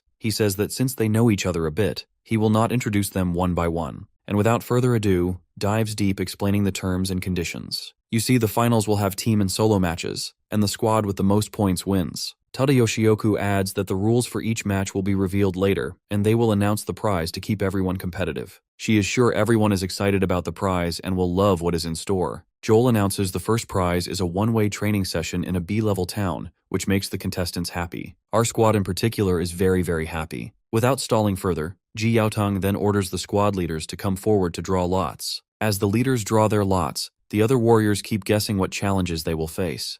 Thinks about many changes he is seeing as compared to his previous life. Town classifications were not clear in his time. Towns were independent, and each town had to rely on themselves. He remembers Lan saying this town is C-level, the lowest rank. B and A-level towns are above it, and A-level towns have strong warriors. The only level settlement is Grand City, the strongest with 5 or 6 finned warriors and the top 7 finned warriors. Wonders how it compares to his old town, and if his old town still exists after the big battle. He thinks about his old teammates. Suddenly Lan calls him, noticing he is daydreaming. Suiju suggests that they get ready as they are first to compete. Ji Yaotang announces all weapons have been swapped for training weapons, and the first match is between Liu's squad and the Luminous squad. Suddenly the photographer girl realizes that they still do not have a squad name and wonders if they will come up with one. Lan agrees, saying they need a good name for when they become famous.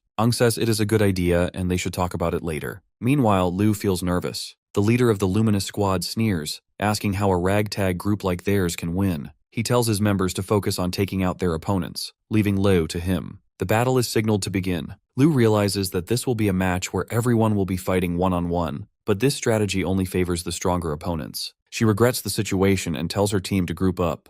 Sees that Liu has seen through their tactics. Our squad's best move would be to eliminate their leader. He notes that the biggest flaw in the Luminous squad's strategy is if they lose their leader, the whole team falls apart. Liu's judgment is good and Aang thinks it is great. But the opponent also orders his team to regroup and change tactics, and they all latch on our girl Liu. Liu also tells her team to support her by covering her moves. Her teammates quickly block the other 3 Luminous squad members with precise strikes. The Luminous squad leader sees Liu moving directly toward him and warns her not to underestimate him. And he too rushes forward to fight Liu. The boy attacks with a small red Rasengan. The girl quickly instructs her team to close their eyes to stay safe. She thinks the boy used energy in his hand to make a flashbang that even hit his own teammates. Watching this scummy technique, Ji Yaotong is annoyed at Joel for not teaching the Luminous squad leader how to fight without cheap tactics. While the flash might work in one-on-one fights, it is bad in team battles because it affects teammates too. Joel replies he told the boy many times, but he did not listen, and sometimes habits need a hard lesson. In the battle, that cocky guy thinks rookies should not act arrogant. As he gets ready to attack again, Aang steps in, hitting his hands and asking if he ever thought about his teammates' safety. My guy then wears a water battle visor and kicks the boy back. The boy is shocked and wants to know since when Aang got the visor. My guy throws a jab before explaining the lenses are made of water, thick, and able to bend light, which stops most of the flash by using water. He made these lenses with water from absorbing it, reducing the light. It works, and the light fades. Liu sees the opposing team's leader is hurt after taking Major L from our boy. It is then she lunges forward to finish the bastard off. Meanwhile, that bastard suddenly realizes that he can't move his hand. Seems like Aang dislocated his arm. The girl goes full ballistic and hits the bastard hard. Meanwhile, Aang is calmly helping his other teammates, so the fights go smoothly. After the battle, Liu grabs the enemy team's attention by telling them that their leader has fallen and asks if they want to keep fighting. Of course, they choose to surrender. Joel says this was expected. Worse yet, our boy has not even used his power yet. The Sunflower Squad's leader questions the Luminous Squad's leader, asking if their loss was really because they lost strength. The boy says they were just caught off guard and warns the Sunflower Squad will be next. As the Sunflower Squad comes down, their leader thinks the Luminous Squad's comments are annoying. Anyhow, as the team gets into the arena, Tada Yoshioku tells them all weapons are now in training mode, which marks the start of the battle. The Sunflower Squad charges at Liu's team. Their leader tells them not to get upset by the Luminous Squad's tactics and to stick to their training and keep their formation. Meanwhile, our brute Lan decides to put all his power into one punch. When he hits the ground, he creates a shockwave that cracks the earth. Aang thinks about using his power since there is chaos out there. He makes roots shoot from the ground to trap all the opponents. They are shocked and wonder where this power came from. Aang, on the other hand, is glad that it's working well and sees many uses for the elements he got from demons. He wonders how many elements there are. Liu then gestures to Lan to keep attacking, and the boy charges, but the opponents dodge his attack. The leader of the Sunflower Squad orders her team to move and regroup. She thinks their formation was broken. But instantly, Liu and Suiju attack the leader, who tries to block and asks her fellows to help her out. But she sees her teammates are already fighting our boys. The girl sees Aang handling 2 teammates alone, and remembers the Luminous Squad's warning about Aang being the strongest in Liu's squad and able to change the battle. Meanwhile, our photographer girl over here warns this girl to better focus on the fight. But the girl feels that she is invincible since she is an agility type. But this cocky girl gets the reality check when Suiju uses her speed to attack her, leading to our win. Tada Yoshioku says it is over, with Liu's squad winning all the team battles. Now it is time for solo duels. Since the warriors can choose their opponents, both the leaders of the Sunflower and Luminous squads want to battle Aang. Ji Yaotang explains the solo duels are one-on-one, so they better make up their minds who is going to fight our boy. But being the Chad he is, my guy Aang wants to face them both together. As the solo duels get closer, Aang knows this will be the final fight, so he better take it seriously. His opponent is sure that Aang is underestimating them. They promise he will regret not taking them seriously. Tada Yoshioku explains that the rules are the same as before, and the duel ends when one side gives up or cannot continue. And with that settled, they are ready to rumble. The boy and girl charge at Aang together. The boy attacks first, once again warning him not to underestimate them. He uses his flash attack again, causing his teammate to get shocked, and that he is using this trick so early. You see, a while ago, they both had a dialogue before the duel started. She recalls the boy saying that since they are fighting Aang together, they cannot afford to lose. The chance of moving to a B-level town might still be possible. He has a good plan and gives her a special battle visor, saying it will block most of the flash attacks. When he blinds Aang, she needs to take the chance to strike. The girl is amazed by the visor's value. The boy stresses they cannot underestimate Aang and need to work together to move to the B-level town. He further reminds her that the flash will be the signal, so she must not miss her chance. As the boy gets ready to attack, he lets our boy know that there is no way to escape because his attack is 5 times stronger than before. Tada Yoshioku and the others struggle to see through the bright light. The girl notices the boy put a lot of energy into a powerful flash, even stronger than the last finals. Joel fears that using so much energy means the core cannot handle it for long, so they need to finish quickly. The Sunflower Squad's leader thinks Aang will only be blinded for a short time, and in order to utilize this opportunity, she decides to use her speed to strike him fast. She finds him and gets ready to attack. But my guy was already on her, and looked at her with satisfaction over his face. The girl is shocked by his intense look, feeling as if something scary is pulling her down into a cold ocean. Aang uses water to trap her, making her scream in pain. As her teammate is busy producing blinding light, he asks why she is the one shouting, to which she says it is because Aang attacked her and the visor fell off, leaving her blind. Aang apologizes for rendering their plan a total flop. He then uses different elements to attack both of them, making them fall. Ji Yaotang watches the flashes and dust, hoping the warriors know how to control their power to avoid hurting anyone. Feeling concerned, he jumps into the arena in order to check and feels an ominous aura. But after that giant explosion of energy, the dust begins to settle, revealing our boy as the one man standing. His friends come rushing to him. Lan is the first to praise him and asks how he stopped their attacks in the bright light and beat 2 opponents at the same time. He is curious because no one was able to see anything after that explosion of light. To which Aang reveals that he grabbed their visor, making them blind too. But of course Liu internally feels that there is something more than that, though she doesn't voice her suspicions. Ji Yaotang comes to their squad, telling them they won the tournament and congratulating them. He is surprised by our boy, especially how he counters and attacks the 2 squad leaders. Aang humbly says his senior is just flattering him. Internally, Aang thinks he is the mightiest warrior and that no tough opponent could make him lose. He feels he could have won just with his battle experience, though using his powers made it easier. Ji Yaotang then assures them they will be rewarded. The next day, they will go to the underground tunnel to the nearest B-level city for a week of training. Everyone is happy about this news. The senior further tells them to get ready and meet in the morning as they leave. Lan says he heard there are 3 top warriors in those cities and looks forward to meeting them. As our squad walks away with smiles on their faces, Joel notes how Aang is so strong that even they might not be able to beat him if he uses all his power. Our brute commander also agrees, believing that the kid will reach the pinnacle of his career at one point. Anyhow, Joel adds that going through the underground tunnel is safer than traveling above ground. The woman also warns the commander to stay alert, mentioning that some no-finned demons appear there sometimes. Of course, Ji Yaotang isn't concerned, believing that no amount of no-finned demons can threaten them. He is confident the 4 of them will be fine even without his help. The underground tunnel, once a busy travel hub, is now ruined and mainly used as a passage between cities. Meanwhile, in one of those tunnels, a scared warrior runs away but gets killed by a 2-finned demon. The demon says that humans are weak and boring. He is apparently lost here, having no clue how to get out. The next day, Ji Yaotang and his juniors arrive at the underground passage. Suiju is thrilled to see it and takes pictures. She says the place looks really old and asks when it was built. The senior reveals that it is older than he is. The girl can tell that it looks deserted and wonders if people ever used it. Ji Yaotang explains that after the Battle of Dawn, many great warriors died, and the number of elites dropped a lot, making it impossible to expand territories or do missions. They also ran out of power crystals, which they needed. The once great underground network was slowly abandoned because they lacked power crystals. He says the network was built during the time of the greatest warrior Aang. Suiju is surprised it was built in such a famous time. What's more fascinating is that the name of the hero our boy inherited also lived at that time. My guy feels smug about himself, causing Ji Yaotang to get annoyed. After all, he believes that the kid just shares the name of the great warrior and has no connection to him. He orders Aang not to joke about the mightiest warrior. After a little back and forth,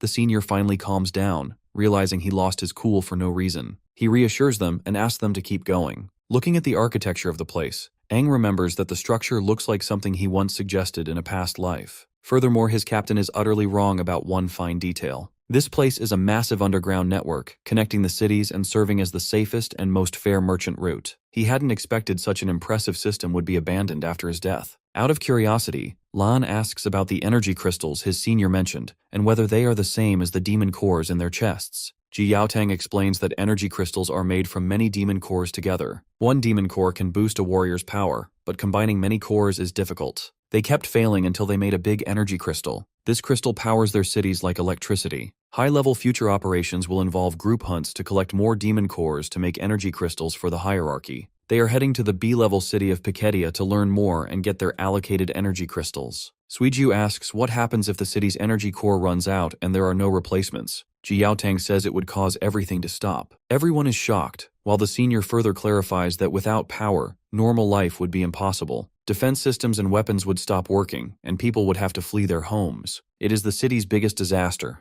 But there is no need to worry because their town, Heluos, is not very big. Their energy crystal can last another 3 months. They usually travel to Pikedia every month, so this is just a precaution, and there is no immediate danger. Ji Yaotang warns them to be mentally prepared. A B-level city like Pikedia has not only 2 5-finned warriors but also 3, including one with a synchronization rate of 69%. Everyone except Aang is shocked to hear this. My guy is feeling smug about how he is a 7-finned warrior with a synchronization rate of 96%. Suiju notices a button on the wall and reaches to press it. She asks what it is. Aang quickly sees what she is doing and stops her. Ji Yaotang also scolds her for trying to touch anything and is glad Aang stepped in. The girl points out that the button seems like it wants to be pressed, so her hand reaches for it naturally. Ji Yaotang explains that the button is for an emergency seal. In the worst case, it would completely close off that part of the tunnel. He points to a circle above them and says, pressing the button will make thick metal slabs appear from above and below, sealing off the area instantly. This is only to cut off access to other cities and ensure safety. Aang thinks the most important part of the tunnel is still working, but he senses a killing intent getting closer. He gets ready for battle and moves forward a bit.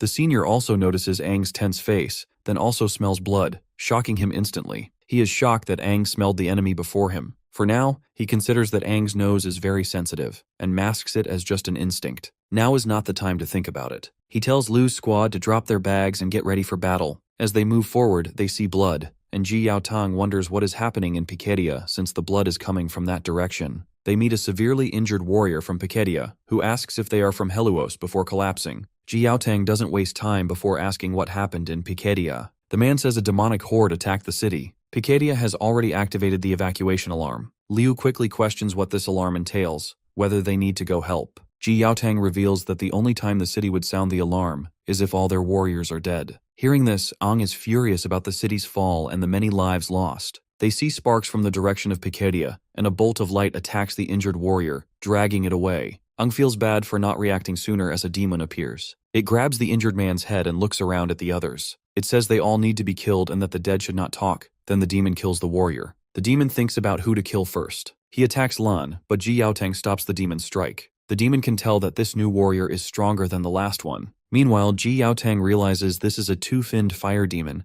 and that it is really powerful. He knows he cannot take another hit and needs to protect the 4 of them. He does not have the energy to think too much, so he grabs everyone and leads them to run away. The demon keeps chasing them hard. Ji Yaotang reaches a button on the side wall, but the demon is getting closer and threatening to kill them. Aang presses the button, pushing Ji Yaotang and the others to safety. He stays behind with the demon and the injured warrior from Pikedia. Liu tries to protest against this idea, but the gate finally closes, leaving her concerned about him. Ji Yaotang suddenly remembers how Ong insisted him to save the three of them, so he puts little faith in our boy and asks the kids to stay calm. Ong gave them a chance to survive, which they should not waste. It is not safe to stay there, so he tells them to hurry and leave. Lan notes that the demon is a two-finned and that even Aang would find it tough. Suiju agrees, saying they cannot just leave him behind like this. Liu also insists they break the door to save him. Ji Yaotang explains that the door is made from special material mixed with extra alloys that can handle attacks from three-finned demons. It is not easy to break, and the ceiling is so strong they cannot hear anything from the other side. There is nothing they can do. The three of them ask if there is another way to save Aang. Ji Yaotang admits that even with help from the other two captains, there is no guarantee, but he finds a possible solution. He tells them to follow him to the side tunnels. One tunnel leads to another city where they can get help. Eventually, they keep running along the path Ji Yaotang showed them. One of them thinks choosing this route means ignoring what is happening on the other side of the door, but they all hope that our boy will survive. Meanwhile, the man in question is fighting the demon and shows his true power. Since there is no one around, he no longer needs to hide his power. Watching this, the two-finned demon asks if Aang is a demon or a human.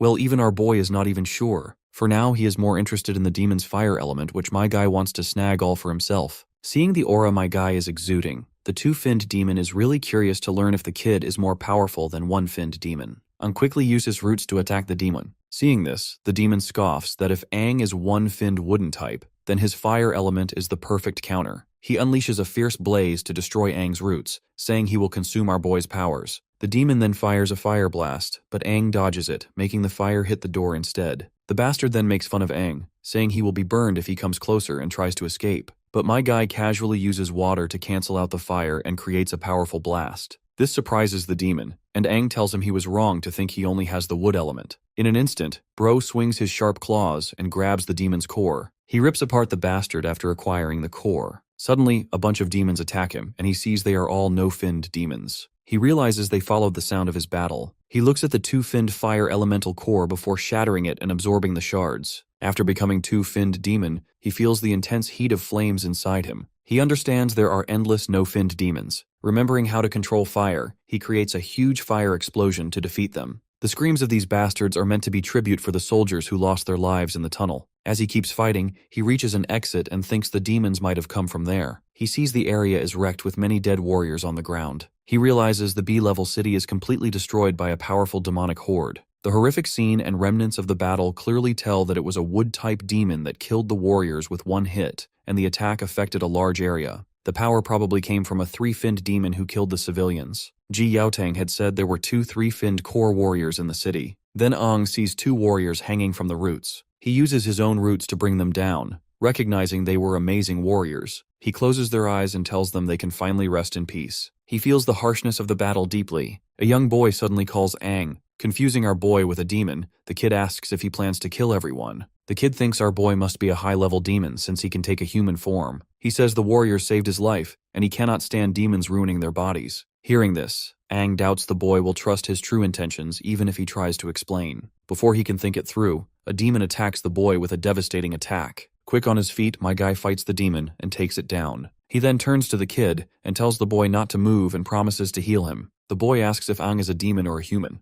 And with that last question, the kid pushes up daisies before getting an answer. This causes our boy to wonder about his own nature but decides that no matter what he is, his mission stays the same, to kill all demons. And so, he begins the massacre. He hits them with several devastating attacks using his new firepower. Once he is done, he explains that if he focuses the flames on his back, he can move faster and spread the fire like phosphorus powder to create explosions. Though it's a pity that he can't fly. But then he also wonders what would happen if he injected the flames directly into their bodies. When he throws a demon to the ground, it causes a huge explosion. He thinks that if he squeezes the flames and injects them, the demons could turn into bombs. He realizes that elemental abilities have many uses and decides to think about it more later. Just then, he sees the demons running away. He uses his fire magic to chase and kill them all. Afterward, he remembers the others waiting for him and that Ji Yaotang was supposed to bring back an energy crystal. Aang does not know if they are all safe. The town's own energy crystal can only last 3 more months, but the road to Picadia City is blocked. The town would be in big trouble if they do not get a new energy crystal soon. He needs to reach the city's crystal storage and get the energy crystal. Not sure where to go, he has to think carefully about his resources. Using his wood-type abilities, he thinks the energy crystal, being a condensed form of cores, must give off energy. He can scan the whole city for energy changes to find it. He spreads his roots throughout the city to search for the crystal. Eventually he finds it and runs toward the source, realizing it is underground. He feels weak energy changes, meaning it is well protected. He finds an entry point and goes down, discovering the underground area is more complex than it looked. In the chamber, he sees a machine and realizes it must be part of the energy distribution network for a B-level city, which is impressive. He assumes the energy crystal would be even more amazing. Just then, he hears an automatic broadcast telling all warriors to protect the crystal with their lives. He heads to the storage area and wonders how many warriors are there. Ung uses his powers to check and find some dead warriors. The demons also damaged the crystals. He thinks the fallen warriors probably fought to protect the crystals until they died. The demons did a targeted attack to destroy the crystals and seem smarter than before, like someone with a plan directed them. Realizing he needs to find equipment and other things above ground to help his search, Aang knows he has to get an energy crystal. If Ji Yaotang and the others are in trouble,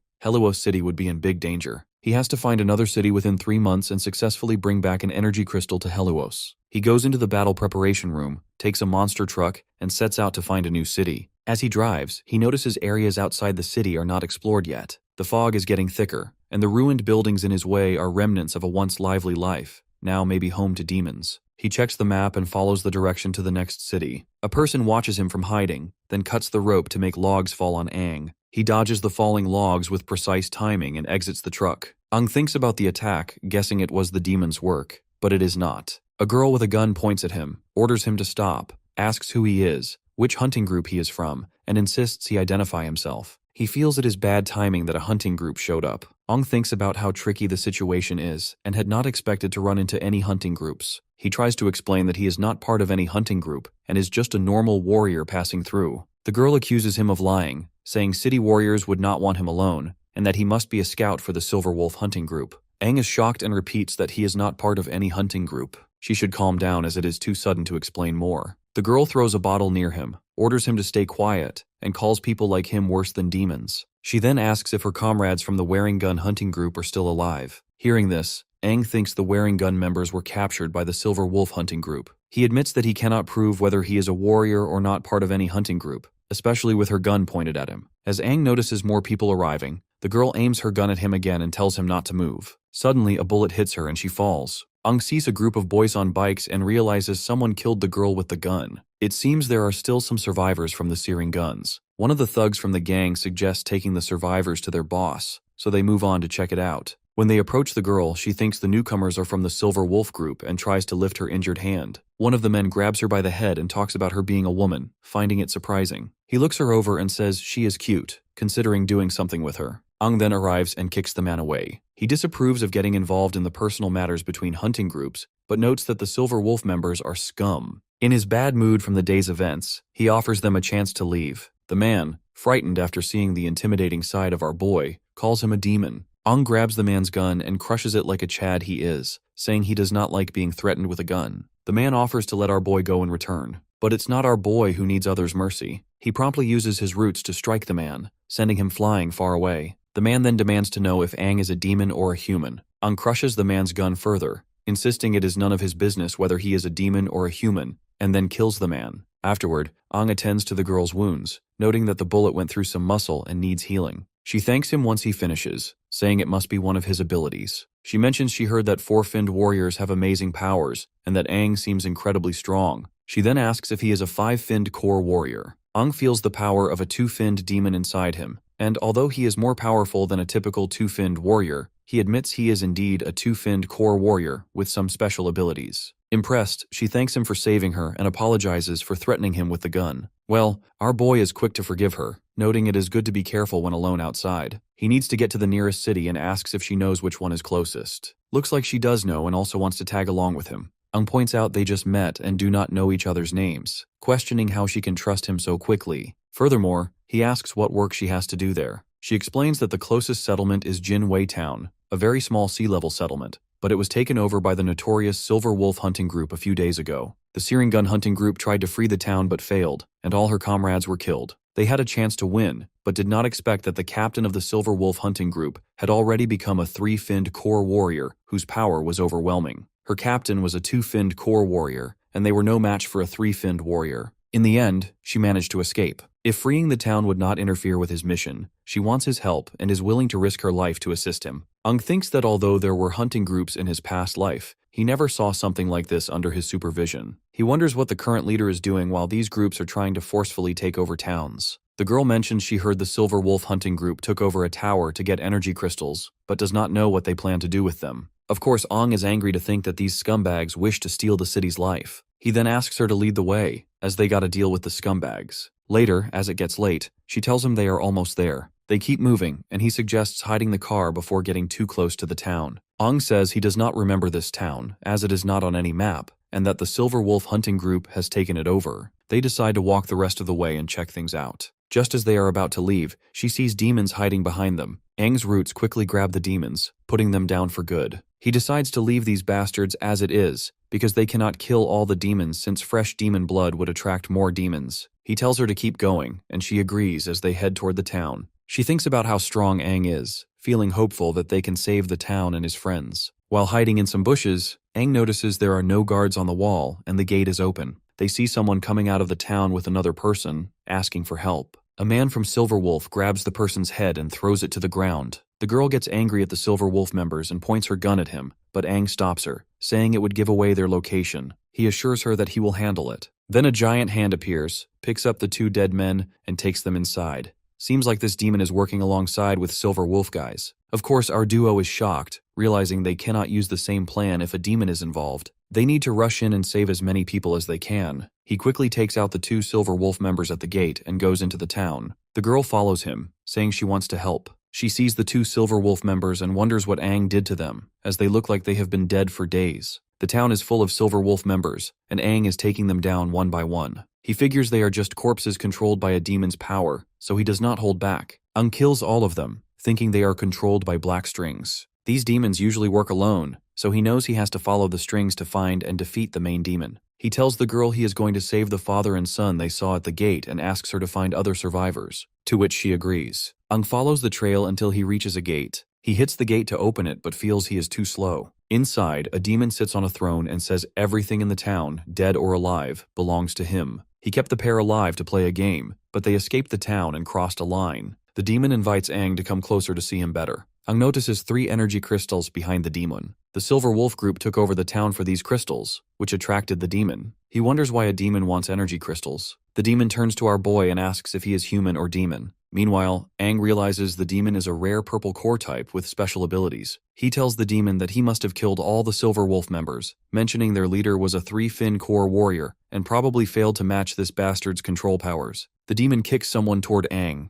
Actually, not someone, but the same man we had been talking about just now. Aang blocks the zombified warrior's attack. Suddenly, many ghouls appear to greet Aang. He sees that not only the Silver Wolf members, but also the town's original warriors have been turned into ghouls. There are a lot of them, and the demon welcomes Aang to his group in a rather friendly manner. Aang thinks about the 3-finned demon while he's in his 2-finned form. It would have been a problem if it was a normal 3-finned demon, but this one is a purple core demon that's weak in fighting and uses psychic powers to control the battle. My guy balls up his fiery fist and defeats them in an instant. The demon is actually impressed, believing that he's not a normal human. The demon then commands his army to fight, but Aang says it's useless because he burned their cores. The demon is annoyed because he worked hard to collect them. Aang is glad to finally set the poor warriors free of this bastard's control. Now there are no more cores for the demon to control, reducing its fighting power. My guy lunges and strikes the bastard. After a barrage of punches, he gets ready for the final strike to the demon's core. Just then, the demon puts that child from earlier in the way as our boy is about to punch him. This leaves him wide open, and he ends up taking a direct blow in his belly. The demon reveals that he not only controls cores but also possesses sharp gold elements too. Aang thinks about the metal element, realizes its depth, and decides to hurry to treat his wounds. He then uses recovery magic on himself. The demon says the fight might be harder than he thought, and gets ready to use something he's worked hard to get. He tells a man to bring an item. He is regretting that he is about to use his precious father-son duo so early. The man brings a green liquid, which the demon drinks. Aang wonders what it is and instinctively senses danger, realizing he has no time to recover. He charges at the demon despite the pain in his abdomen,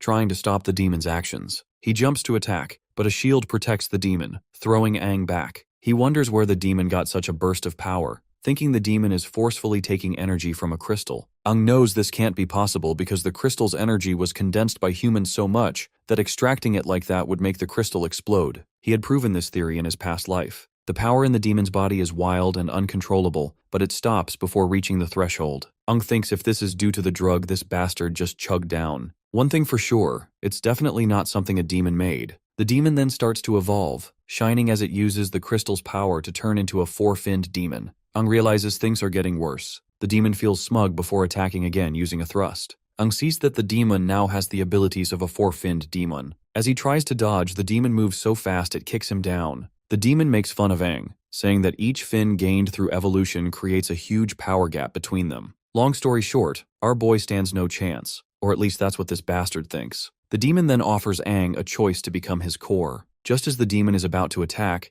it stops when a bunch of purple circles summon themselves. A creepy lady comes out of the circles, grabs the demon's head, and tells it not to interfere with her plan. Before that cocky demon can register what's going on, the woman compresses the demon to absorb it. After doing so, she herself turns into a four-finned demon too. Ang starts to sense the pressure of this eight-finned demon, a kind of pressure he has experienced before. Actually, the demon inside him exudes the same pressure. This is why he knows about this feeling. The demon mocks him for delaying the awakening of the great Crimson King. She finds humans annoying, especially how weak they are. This is the very reason Ang is progressing at such a low rate. The demon uses her power to make Ang fly, and then uses a stone to force him to evolve into a four-finned form by inserting a crystal into him. Ang knows that shit is about to go south, because directly jumping to a four-finned demon is going to make his chest explode. He starts to feel terrible pain, realizing his body cannot handle the four-finned core. The demon asks if he is so weak that he cannot absorb the energy of a four-finned demon. Lights start shining from Ang as he struggles, telling the demon he is about to explode and needs help. The demon activates an 8-panel space lock around him and tells him to hold on. It is then the Crimson Demon speaks through Ang, revealing that she disturbed Crimson's slumber. The girl demon recognizes the voice and knows who's talking. Ang's demon asks if she forgot what he told her. He shatters the crystal barrier and takes over Ang's body. He criticizes her for interfering with Ang's evolution path. Realizing it is Crimson, she hugs him, happy he is finally there. He says it has been a long time since they saw each other. She says she has been watching humans from the shadows and noticed he could not beat the new four-finned demon. She worries that if he dies, their combined strength would weaken and they would need a lot of training. Crimson explains that humans are different from demons, weak but mysterious. Although Ang recently absorbed a two-finned demon's power, she forced him to skip the three-finned stage and injected the four-finned core into him, which his body cannot handle. The energy that leaked out of Ang's body allowed him to wake up temporarily. He tells her not to interfere with his evolution because Ang needs to evolve slowly to become the perfect vessel. She agrees and tells Crimson that during his absence, when he faked his death, the other four kings were just arguing and did not reunite, keeping a power balance as Crimson predicted. Crimson then recalls how the other kings were scared of his strength and united together to eliminate him. Even without him, they kept fighting among themselves instead of working on themselves. They likely have forgotten their original mission. He then asks her if they consider her suspicious, to which she replies that even if they suspected her, they do not have the energy to investigate what happened that day, so she is safe. She is actually more worried about him. Her only concern is to welcome him in his strongest form. Crimson assures her it is just a matter of time. She forcefully evolved his weak body into the four-finned form, but Ang needs to adjust and stabilize his new power. He advises that it is best if she does not contact Ang because any unwanted attention could ruin their plans. The lady admits she misses him and wants to see him, even if only through his vessel. The girl who was with Ang arrives, noticing the eight-finned demon and wondering what it is doing there. The demon realizes she forgot to clear the area first. Promptly, Crimson attacks the girl, trying to kill her. Right at the moment, the dormant consciousness of Ang begins to surface when he hears that girl calling him a demon. When he returns to his normal state, he sees the girl has been killed by Crimson and is filled with rage. Ang blasts a red beam into the sky and transforms into his four-finned form. The memories of that begin to surface, and he remembers his talk with the girl who dreamed of going to Dawn City to become a florist because she loved flowers. He eventually gives her well-deserving cremation and burns the entire town along with it. He feels sad about how cruel and cold the world has become. He believes more beautiful flowers could bring back some warmth. Ang struggles to forgive himself, feeling the incident happened because he could not control the demonic power inside him. He hopes the fire protects her body from demons and wishes her to rest in peace. He then decides he does not want to rely on his four-fin powers and needs to clear his mind since so much is happening. He is confused about the relationship between the eight-finned demon and Crimson, especially why she made him skip the 3-fin stage and go straight to the 4-fin stage. He wonders what their ultimate goal is and how a 3-fin could become a 4-fin on its own. This is not something a demon can do alone, so he thinks about who might have given or created this power. Such advanced engineering could only be done by a major city or a top organization. Ung suspects it might have been developed in Dawn City and realizes he needs to find a big city quickly. He decides to contact Ji Yaotang to let him know he is safe. He also wonders how everyone else is doing. After this, he starts driving the monster truck, hoping his friends escape the tunnels and reach the city safely. There is an A-level city called Piketia in his direction, so he plans to send a message from there. Meanwhile, in Bryan City, Ji Yaotang and the other 3 arrive safely and meet with the 5-fin warrior and battle commander Koda. After hearing their reports, Koda apologizes for not being able to send a rescue team. He simply can't risk his rescue team just to rescue one guy Aang they are talking about. After all, they have just learned that B-level Pet City was destroyed by a high-level demonic horde, so there is no way in hell that the kid is still alive. Ji Yaotang argues that Aang has special talents and might have survived against the odds. Koda says that although Bryan City has many young warriors with special talents, none could survive such a powerful demonic horde. However, he emphasizes they should not abandon any human lives during the apocalypse. Even if they cannot send a rescue team, they can send some warriors to scout the situation. Ji Yaotang thanks him for the help. The big cheese then stands up and ends the meeting since he has some matters to attend. As he walks out, he wonders if the high-level demonic horde at Piketia City will affect the Grand Demon Hunt tournament in Dawn City. He mentions he has heard about the tournament and notes that Heluos is a sea-level settlement. Before leaving, he assures Ji Yaotang everything will be fine and invites them to stay a few more days to learn more about the situation. He explains that the tournament is held by the only S-level city and requires participating cities to be at least B-level. Although Heluos does not qualify yet, Ji Yaotang and his companions might. Koda suggests it would help them learn about the tournament and offers them a chance to explore the office and the city. They all thank him sincerely. After Koda leaves, Suiju asks the captain about the Grand Demon Hunt tournament. Ji Yaotang explains it is an event held only in Dawn City, where participants hunt demons of different levels to select new powerful warriors.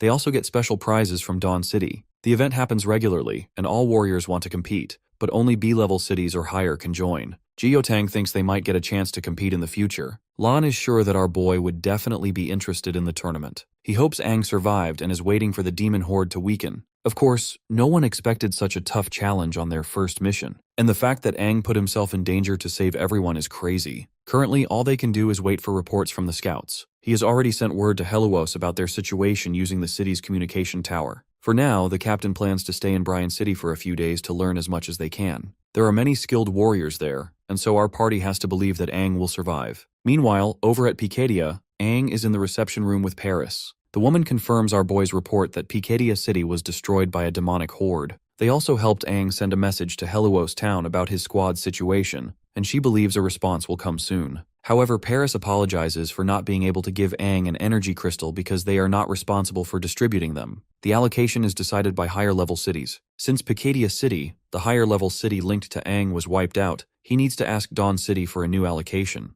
Of course, Aang did not expect the distribution of energy crystals to be so troublesome. Since he is already in the area, he might as well check out the city and investigate the demon's items. However, his current identity might make it hard to enter the city. He thanks Paris and asks if he can get into Dawn City on behalf of Heluos. Paris declines, explaining that he needs to be a captain to officially represent Heluos. Otherwise, he will not have the necessary access. She also cannot appoint anyone else as the representative either. Aang thinks about going back to Heluos to get an official appointment, but he finds it troublesome. Paris talks about another way to enter Dawn City, which is having a high-level city official vouch for him, someone like herself. When Aang asks if she is offering to vouch for him, she agrees but says she does not have to. She tells him that if he joins the Grand Demon Hunt tournament as an external recruit, she wants him to join her squad and acts as a vanguard to gather information during the competition. However, she cannot promise him that he will survive. Aang remembers what the vanguard role involves. Due to the dangerous nature of the job, none of her participants seem willing to take on that responsibility. After thinking it over, he agrees to the role. He feels that the Grand Demon Hunt tournament is something he had started on his own back in the day. Paris takes him to the nano equipment storage and tells him she made him the vanguard because they were desperate. Right now, no city wants to send their important members as vanguards since many have died in the past few years. She had warned him before that she would do her best to get him the equipment he needed, then let him choose anything from the storage. He agrees and starts looking around. Internally, Paris is puzzled about Aang's true potential. Since his core level insignia is broken, she can't detect his current power level. Given that he's from a sea-level town, he's probably only a 2-fin core warrior. but Aang seems confident and might have a trick up his sleeve. Meanwhile, he picks a nano wing that can turn into a great sword. He thinks his old combat knife was good for moving around but didn't do enough damage. Paris asks him to wait because this kind of item is only meant for a 3-fin warrior. It would be unstable if he tried to use it with his current strength, and he might hurt himself. But my guy proceeds to equip himself anyway, and demonstrates how easily he can rotate the sword, saying it feels solid. Of course, the woman is shocked, wondering how he can pilot it so easily, and thinks maybe he understands nano wings really well. She's heard of warriors with special talents who can handle high-level nano wings without problems. Aang then proceeds to ask about the availability of a live combat arena there. Eventually, they go to the main entrance where Paris promises to get him all the equipment he needs. She asks why he wants to go to the live combat arena,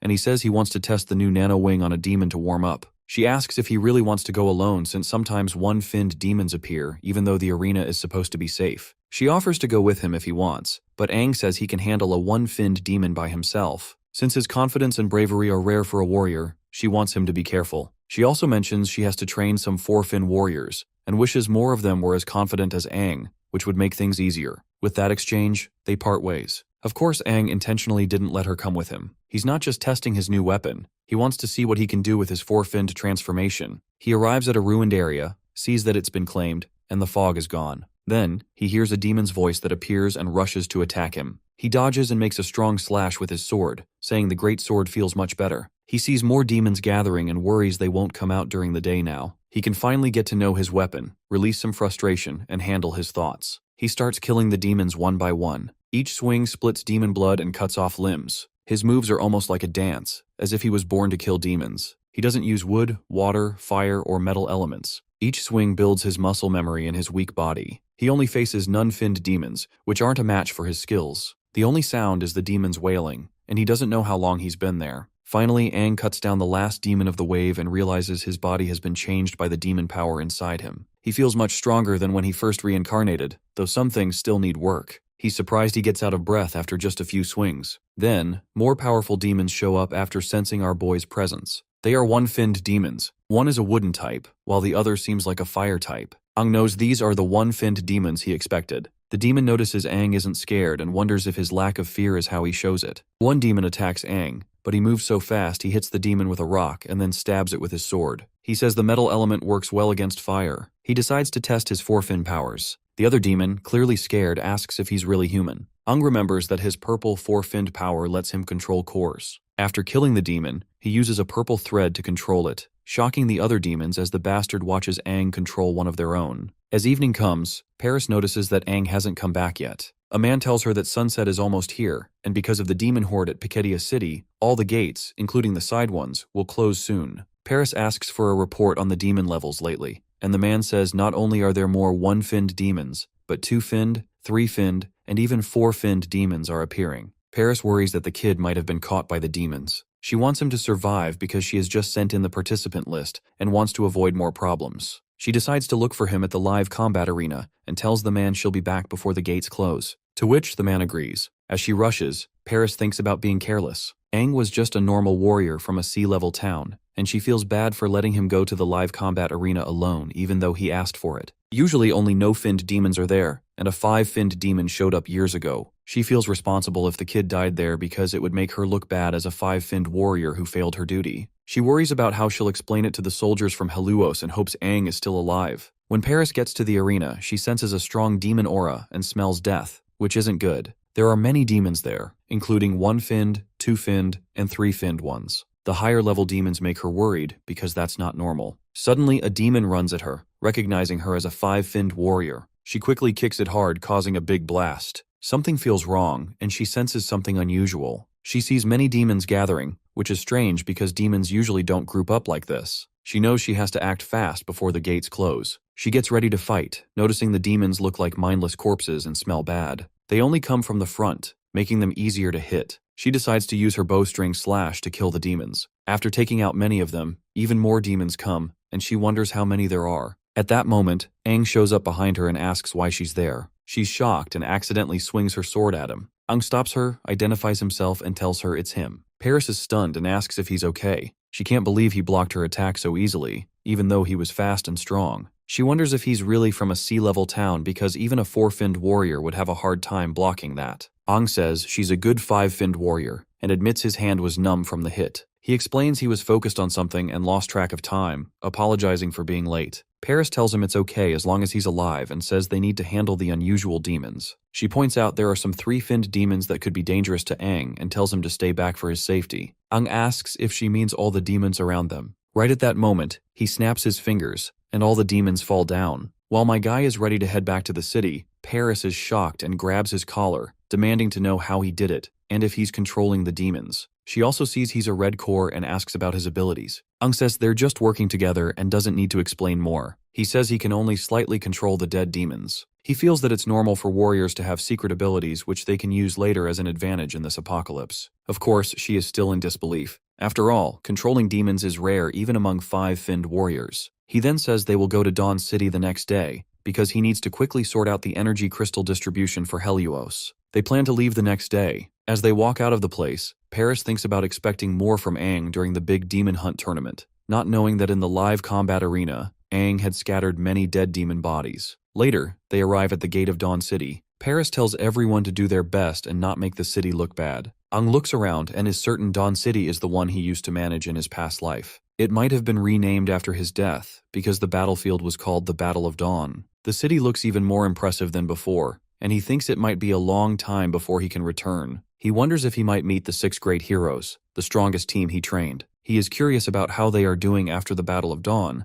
and if they would believe his story. Paris comes up to him and asks if he is scared of his first time visiting Dawn City. She says it is too early to be shocked since they have not even entered the city yet. Dawn City is humanity's only S-level city and the center of their strength. Not everyone is lucky enough to see it, and some people never do in their lifetime. Aang thinks Paris, being a 5-finned warrior, might know something important. He asks if she knows what happened to the 6 great heroes after the Battle of Dawn. She pauses, finding the question strange, and asks if he means the old 6 heroes. Aang is confused and explains that the 6 great heroes are the 6 people he is talking about, the strongest team led by the king, known as the mightiest warriors who share his name. Paris is surprised and asks if he really did not know. She says everyone knows the new 6 heroes do not like talking about the old 6 heroes, and warns him not to bring it up inside the city. She explains that the king changed, the dynasty changed, and the current mightiest warrior is the new king. The king Aang is talking about is now called the Old King. She warns him again not to speak about these things in the city. Aang wonders what happened to the old 6 heroes. Paris raises her voice, asking if he was not listening. People nearby start looking at them. She says she never knew why he chose to be called Aang,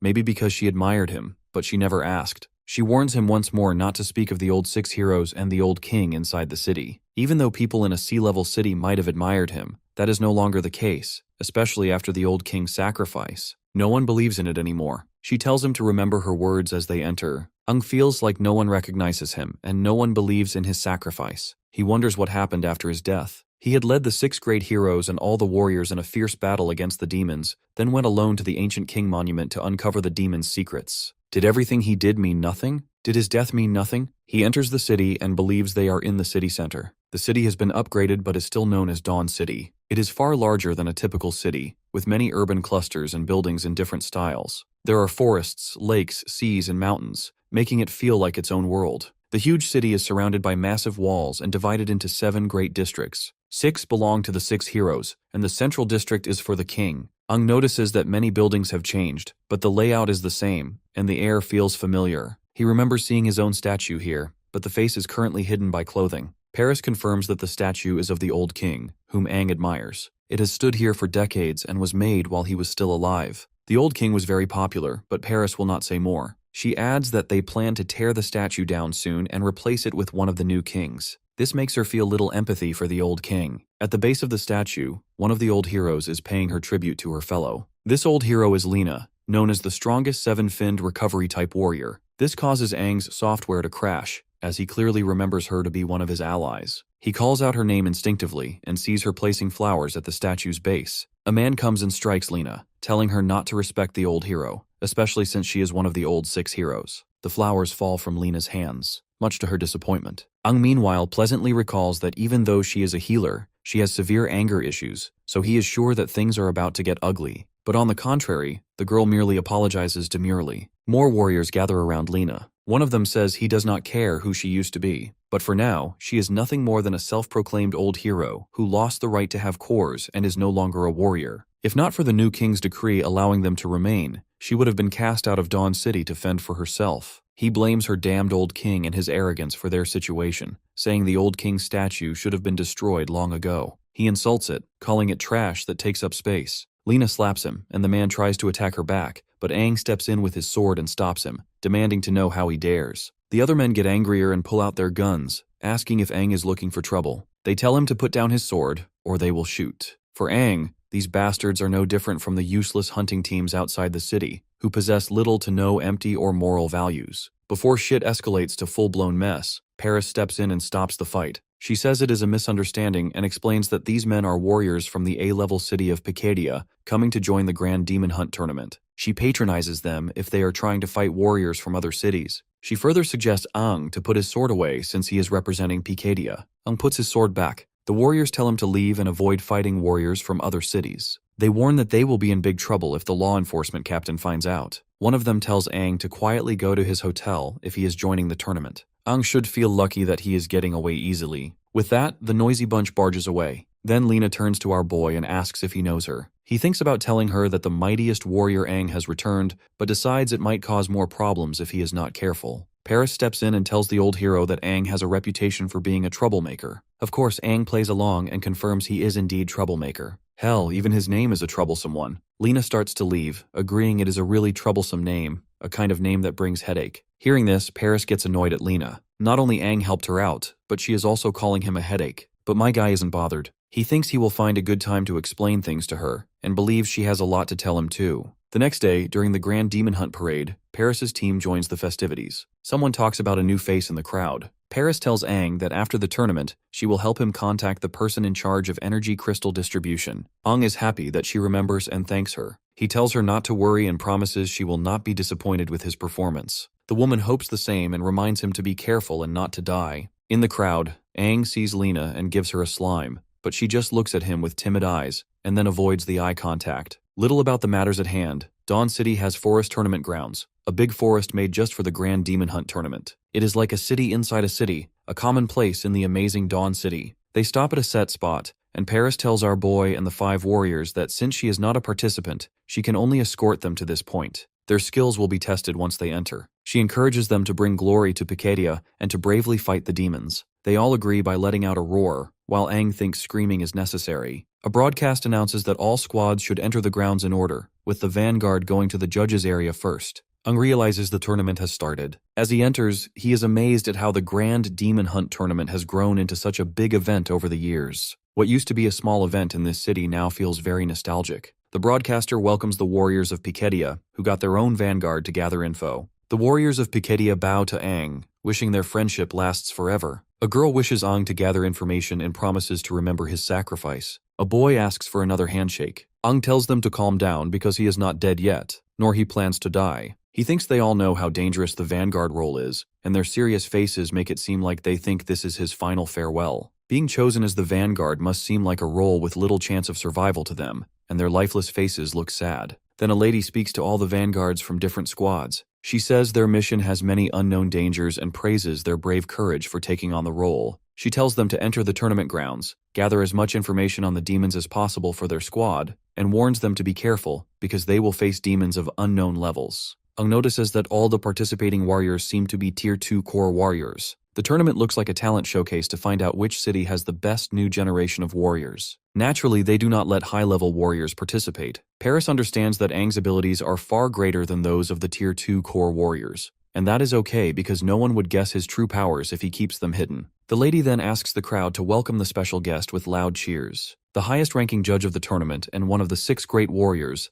Dylan, the strongest recovery-type warrior, comes out, and the audience cheer loudly for Dylan Fan. Aang sees that Dylan has a dual-core setup, something he had only imagined before. This shit can grant you double the power. If the synchronization rate is high enough, the power could be incredible. A warrior's strength comes from the power the core provides, and a high sync rate lets them use more of the core's potential. However, a high sync rate also means the body has to handle the demonic power or get overwhelmed. That is why some warriors with low core compatibility or weak bodies have lower sync rates. In his past life, humans could only make single-core grafting equipment, but now it looks like the new 6 heroes have dual-core grafting equipment and are much more powerful. Except for Aang, everyone bows to Dylan, and the Horned Warriors thanks him for his presence. Aang feels uneasy seeing what happened to the old 6 heroes. His presence makes things worse, and he feels uneasy about Dylan. The Big Cheese then addresses the crowd, acknowledging the warriors' bravery despite the risks. He praises their courage and gives each of them a Tier 3 core as a memento. He also prays for their safe return. The warriors thank Dylan a lot as they keep bowing. One of the warriors tells Aang to stop being rude and bow. Aang apologizes in return, saying his back hurts, so he cannot really bow well enough as it might hurt more. Dylan smiles at Aang, which makes our boy feel creepy and wonder why this dude is smiling like that. The girl announces that Dylan, one of the new 6 heroes, will demonstrate hunting a Tier 4 demon. She wishes everyone the best for the Grand Demon Hunt tournament and welcomes Dylan.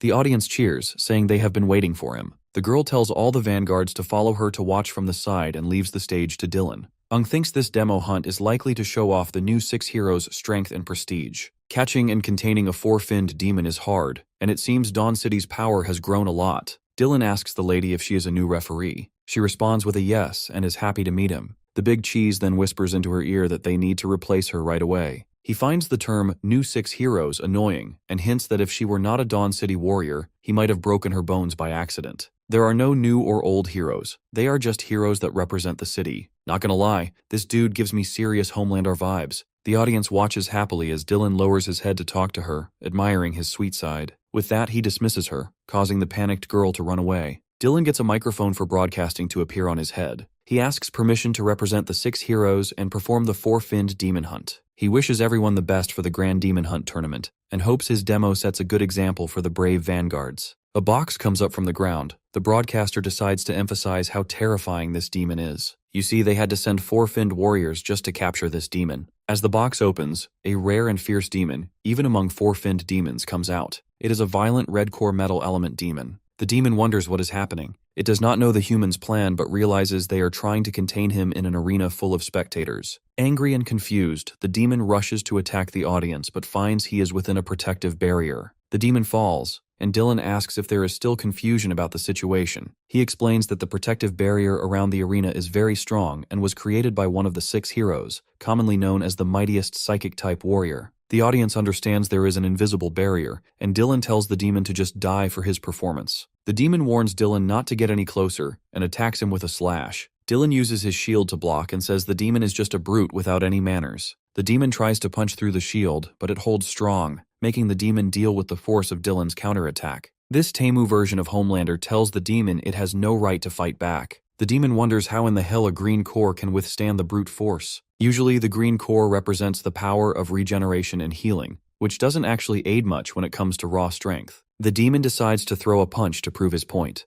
but Dylan uses green ropes to capture the demon and says it's his job to fix the demon's misunderstanding. He introduces himself as a green core warrior who possesses dual cores. The demon tries to drop some juicy info about this mysterious power, but Dylan tells it to be quiet. He then hits the demon, making it explode and spill its blood. Homelander stands behind his shield and says this is the start of the Grand Demon Hunt tournament, telling everyone to begin. Aang is amazed by Dylan's strength and power. He realizes that having dual cores doesn't just double the power of a single core, their combined strength makes them even stronger. The 6 new heroes are more impressive than he thought, and he wonders how powerful the new king is. Even though he admires the new heroes, he's still upset about how they treated Lena. The broadcaster thanks Dylan and invites the vanguards back on stage. It goes without saying that Dylan is popular, and the vanguards bow respectfully other than our boy, of course. This prompts Dylan to ask the kid if he doesn't like him and harbors hostility. Aang says there might have been a misunderstanding, explaining that he usually acts hostile before going on stage to focus better. He knows being a vanguard is tough. Dylan decides to watch Aang closely because he finds him interesting and wants the kid not to let him down. Speaking of which, our boy finds it hilarious that back in the past, when he was busy yanking demons' guts out, this dude wasn't even born. Anyhow, the broadcaster tells the vanguards to gather and listen to the rules. The first task is to enter the fray and scout the woods. Their main goal is to find the best route based on their squad's strength. Each squad has to defeat demons within a set time to earn points. The tournament has not just no-finned demons but also 1-finned, 2-finned, and 3-finned demons spread out in the woods. The area is huge, so the vanguards need to carefully find the best paths. The broadcaster says this isn't their home area and tells the vanguards to be very careful. They have to work alone to avoid attracting demons. One vanguard wonders if this reminder is really needed, and asks who would risk their life just to provoke a demon. Another agrees, saying that even though no-finned and one-finned demons aren't very strong, there's still some danger. The third vanguard says fighting might attract more demons. The fourth vanguard reminds everyone to take care of themselves and not forget that the survival chances for vanguards in this tournament are below 36%. Ung thinks that these two-finned core warriors have low survival chances as they're not very strong. He thinks about synchronization rates and how important self-confidence is. The warriors are young and don't have the responsibilities of a captain, so they seem immature compared to the one-finned warriors like those in Ji Yao Tang's group. The warriors from a town with few resources have improved their skills and experience through life-or-death battles to protect their home, and these pussies have already started to panic. The broadcaster then announces that, like every year, there's a special part of the tournament involving a level 4 demon. There's a 4-finned demon locked in a container in the tournament area. If a squad is strong enough, they might try to hunt it. If they succeed in hunting the 4-finned demon, the tournament will end, and their squad will be the winner. Ung notices that this part of the tournament is the same as in previous years. A man says that even though everyone knows the 4-finned demon gives the most points, no one dares to take the risk. When the tournament starts, all the other vanguards leave except for Aang. He rushes off to find the 4-finned demon, saying that's his goal after all. As Aang rushes inside, he sees that most of the vanguards are sticking together. It looks like the other teams don't plan to go after the 4-finned demon, even though defeating it would mean winning. The young warriors are still scared of the risks. Dylan, who is watching the vanguards, asks a lady for information. In response, she asks which warrior he wants to know about. Dylan describes a warrior with a patch of white hair who is currently taking a relaxed walk. The lady finds the info and tells Dylan that the warrior is registered in Pikedia as a 3-finned core warrior. Dylan notes that the tournament allows warriors up to 3 fins to join, but very few 3-finned core warriors actually participate because of the high risks and rewards. This means our boy is at least one level higher than the other participants, which might explain his arrogance.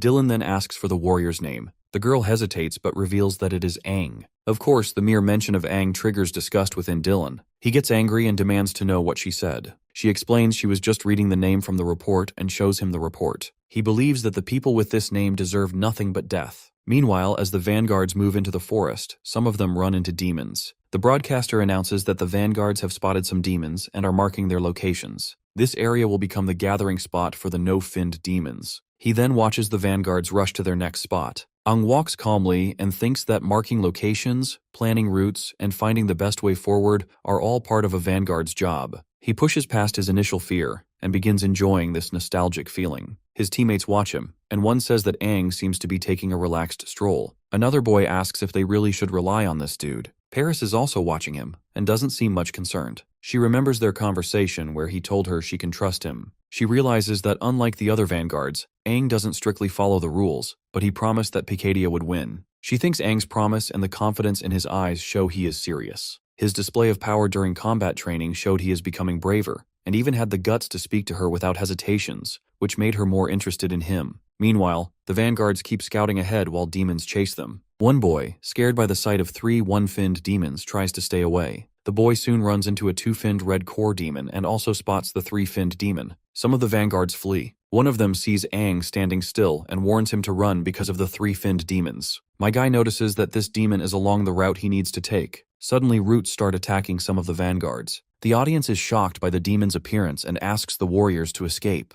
The demon declares that humans have trapped demons there for too long and that they deserve to die. As the demon attacks Aang, he realizes that the demons inside the tournament grounds are much more violent than those outside. He quickly dodges the attack and thinks that having so many spectators is a hassle since he wants to lay low. In order to avoid standing out, he decides to eliminate the threat quickly. Aang approaches the 3-finned demon closely, clearly focusing on its core. Since the 4-finned demon is still waiting for him, he does not have time to deal with this 3-finned demon. With determined precision, he attacks the core with great force. The audience is stunned as they watch him single-handedly defeat the 3-finned demon. Aang uses a metal element sword and infuses it with the metal element to make it sharper and more damaging. After defeating the demon, he retrieves the 3-finned agility core and starts searching for the 4-finned demon. He considers if the terrain layout has changed. The highest-ranking spectators are placed to have the best view of the tournament, so the 4-finned demon is probably in the most elevated and prominent part of the area. As Dylan watches Aang's movements, he can sense that the kid is clearly searching for the 4-finned demon.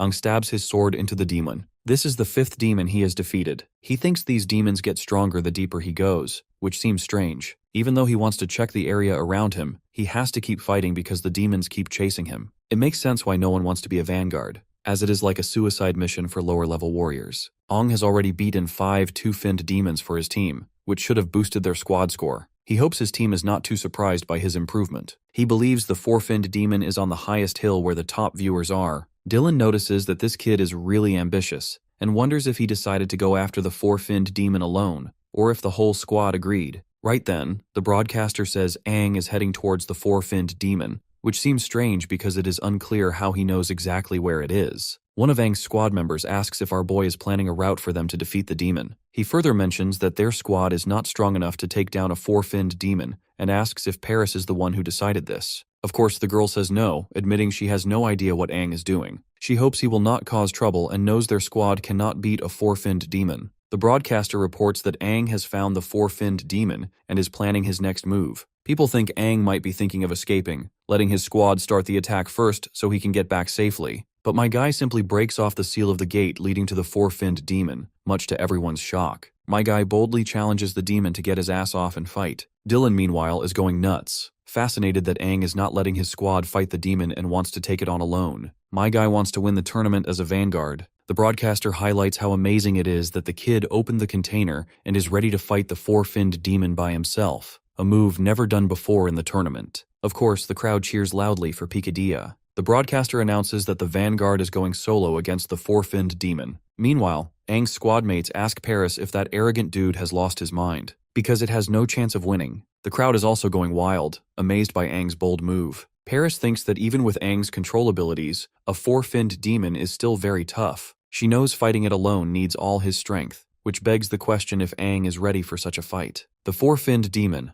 a blue core water element demon, breaks free and sees Aang standing alone. It immediately attacks with an exploding drill. Aang swings his sword to create an earth wall, but the drill keeps going. The earth wall is weak against the 4-finned demon, and Aang looks like he is in serious trouble. The demon makes fun of him, asking how he dares to fight alone and saying he will tear him apart. In response, my guy summons a demon to help him fight the 4-finned demon, and defiantly asks who said he was alone. Dylan realizes that the second demon helping Aang is one of the 2-finned demons he defeated earlier. The battle continues, and the 4-finned demon starts sensing something strange. It soon sees that Aang is controlling the cores of the demons. My guy feels smug for having a skill that was exclusive to demons, only as no human likely possesses it. Paris watches Aang using his special control ability, and the broadcaster is amazed by what they see. The 3 demons helping Aang were the ones he had already defeated. The audience is shocked. Aang tells the controlled demons to charge at the 4-finned demon. The bastard laughs in response, thinking that 2-finned demons cannot challenge him, and prepares to use his extreme water gun. But before all that happens, Dylan jumps in, strikes the 4-finned demon, and slams him into the ground.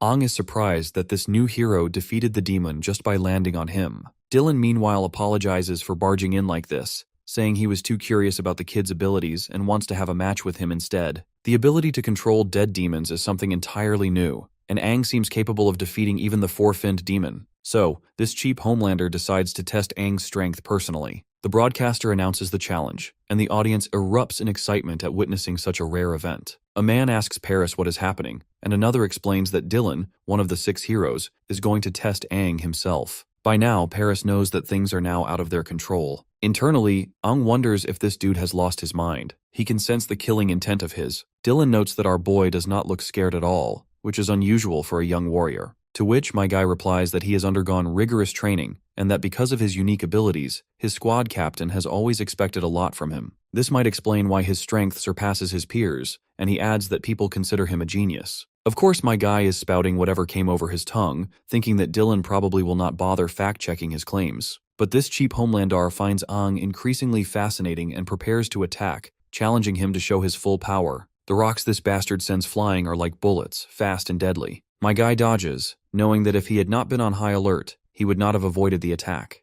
Dylan talks about his opponent's agility, saying it explains his ability to dodge so effectively, and states that he now expects even more from him. Aang questions this dude's hostility, wondering why he is being so aggressive. The big shot maneuvers behind our boy and explains that part of his hostility comes from disliking his attitude, as well as his name. He attacks again, but Aang dodges. The bastard keeps circling behind him and feels that our boy reeks of a demon. Aang realizes he cannot hide the demonic energy inside him completely, making evading suspicion impossible. Despite using less than half his full strength, Dylan puts immense pressure on Aang, which reminds the boy of his past encounter with an 8-finned demon. Dylan then reveals another reason for his aggression. He despises Aang's name. By now, our boy guesses this hatred is tied to the old king who sacrificed himself for humanity and lost many comrades in the process. Dylan then lets his rage take control. He launches a fierce attack, forcing Aang to transform into his demonic form to fight back. Their clash causes a massive explosion, though the audience is shielded by a protective barrier. The broadcaster reports that Aang has landed a hit on the new hero despite the insane power gap. Dylan uses healing magic on himself, but even the broadcaster notes how surprising it is that Aang has managed to injure him, if only briefly. Determined to end the fight, Dylan resolves to kill Aang and points out the strong demonic scent he carries. The broadcaster announces that Dylan is about to unleash devastating abilities, including high-speed spinning energy gears capable of destroying everything in their path. They hope Dylan will hold back slightly and ask the audience to enjoy his performance. As Dylan charges with so much overwhelming power, Aang realizes he cannot keep hiding his abilities. If he does, this son of a gun will kill him without hesitation. So being much weaker right now, Aang has no choice but to reveal his full strength. Just as the two are about to clash, a protective barrier appears, stopping Dylan's attack. The new hero quickly recognizes the barrier and realizes who is behind this. He asks her why she is interfering, and Lena replies that while Dylan claims to hate this kid, she feels differently because she actually likes him. The woman is totally decked out in this battle stance head to toe. Aang also notices the woman and wonders if she used the green core to restore herself to her prime condition. Dylan questions her, reminding her that she's not allowed to wear battle gear and asking if she plans to defy the king's orders. Lena calmly tries to correct the misunderstanding. She's only forbidden from participating in demon-killing activities. No one said anything about wearing battle gear, and she asks if Dylan expected her to walk around unarmed. Aang can tell that the girl is still as sharp and lively as she was in the past. In his previous life, he had always stood in front of her during battles, but now she's the one standing in front of him. The broadcaster announces Lena's arrival, calling it a surprising and unexpected event. Dylan acknowledges her reputation as a great warrior, warning that he won't go easy on her and advising her to choose her words carefully. Lena scrutinizes him for causing such a public commotion on an important day. She then introduces Aang as the son of her friend, and she thinks that Dylan has tested the boy enough already. Dylan laughs, calling them detestable and activating his ability, Serpent Decree. A wave of dense energy fans out, making it nearly impossible to dodge. He launches the attack at Lena, but my guy steps in with his sword, blocking the first wave. The broadcaster warns that the follow-up attacks are relentless and impossible for the kid to block entirely. Lena then suggests him to fall back as her shield protects them,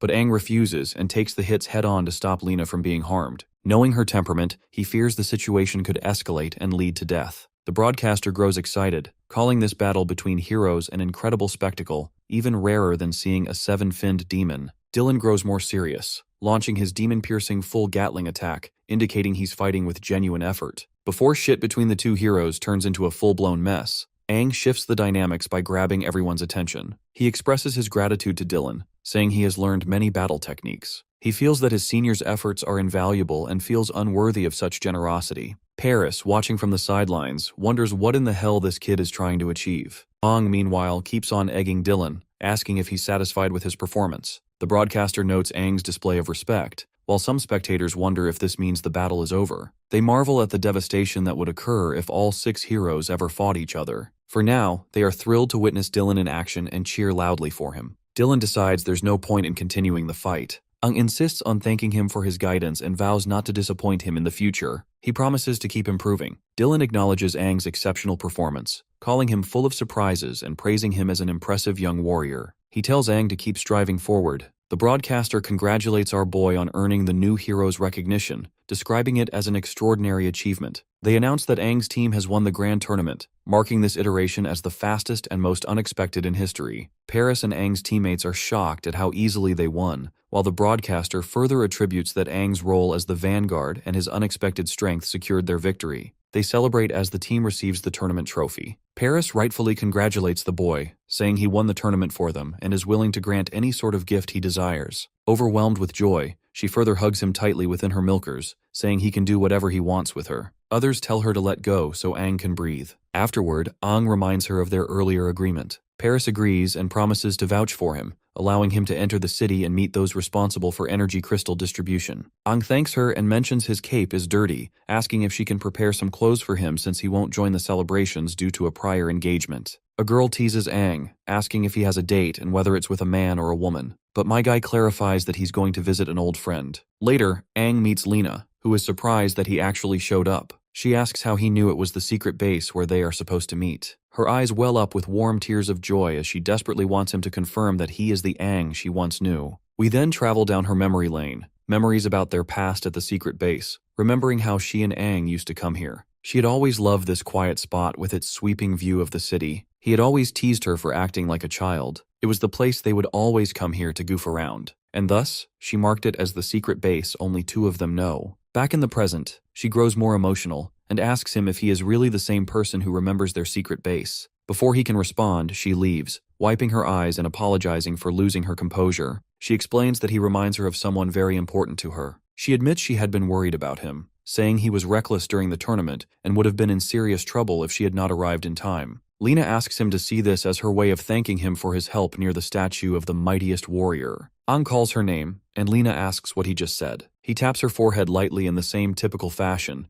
teasing her for still worrying about their secret base after all these years. Lena begins to cry when she realizes what's going on, and Aang reassures her, saying it is wonderful to see her alive and well. He confirms that he is the same Aang and has returned to their secret base. Lena hugs him tightly, expressing her relief and asking why it took him so long to come back. Aang tells her everything, including his time travel and the existence of an 8-finned demon in the ancient king monument. Lena is stunned after hearing all this, questioning if 7-finned demons were not the highest. Aang admits he does not fully understand it himself but explains he should have died 50 years ago. Somehow he traveled to the present, and something sinister is inside him. Lena is overjoyed that he is alive and welcomes him back warmly. Aang then asks why people in the city and the present-day population harbor so much hatred toward him and the old 6 heroes. To which Lena explains that the hostility stems from his actions during the Battle of Dawn. Aang had led a group of warriors to the ancient king monument despite widespread opposition. Many had warned him not to go, fearing the consequences. However, Aang disregarded their concerns, instructing everyone to wait for his return,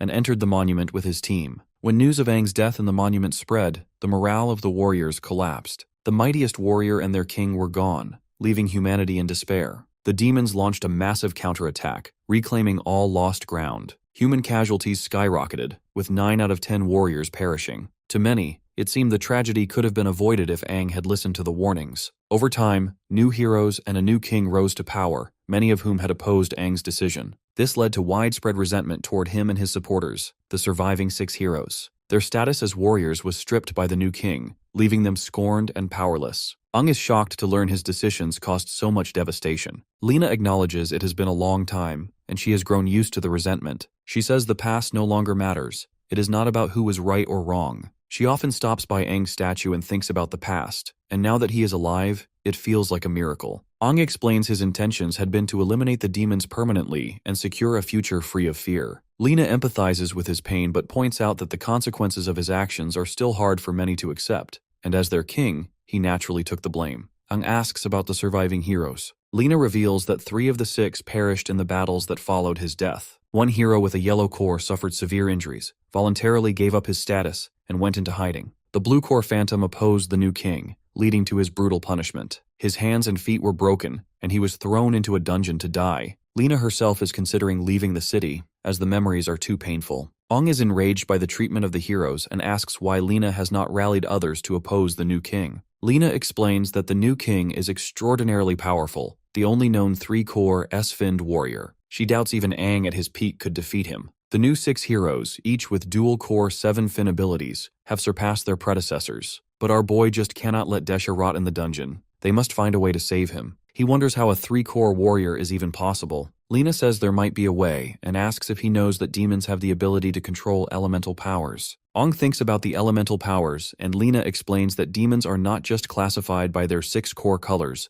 but have also evolved into 5 elemental types: metal, wood, water, fire, and earth. This evolution makes demons much harder to defeat. Aang realizes the earth element is the only one which he currently lacks. Lena further reveals how the elemental powers can fuse with the warriors and give them immense strength. Aang compares that with his own elemental control. Since he isn't exactly sure what it is, he wants her to elaborate. The woman then narrates the gap between 4-finned and 5-finned warriors is huge. The strongest of the 5-finned warriors also look for fusion cores. Lena names one such place where warriors look for fusion cores as Dracula's Boneyard Castle, and Aang remembers leading a fierce battle there with more than 1,000,000 warriors. The aftermath of that battle gave the place its name. Lena adds that beneath the Boneyard Castle lie the cores of countless warriors and demons. Later, a new breed of demon is found. Even the weakest demons are five-finned. These demons have fusion cores in their chests, crystals that allow warriors to fuse with elemental powers. Not everyone can use them, though. Only warriors at the five-finned level with great physical resistance can fuse successfully. Aang looks surprised and asks if she can use all 5 elements with one fusion core. Lena replies that fusion only allows control over one element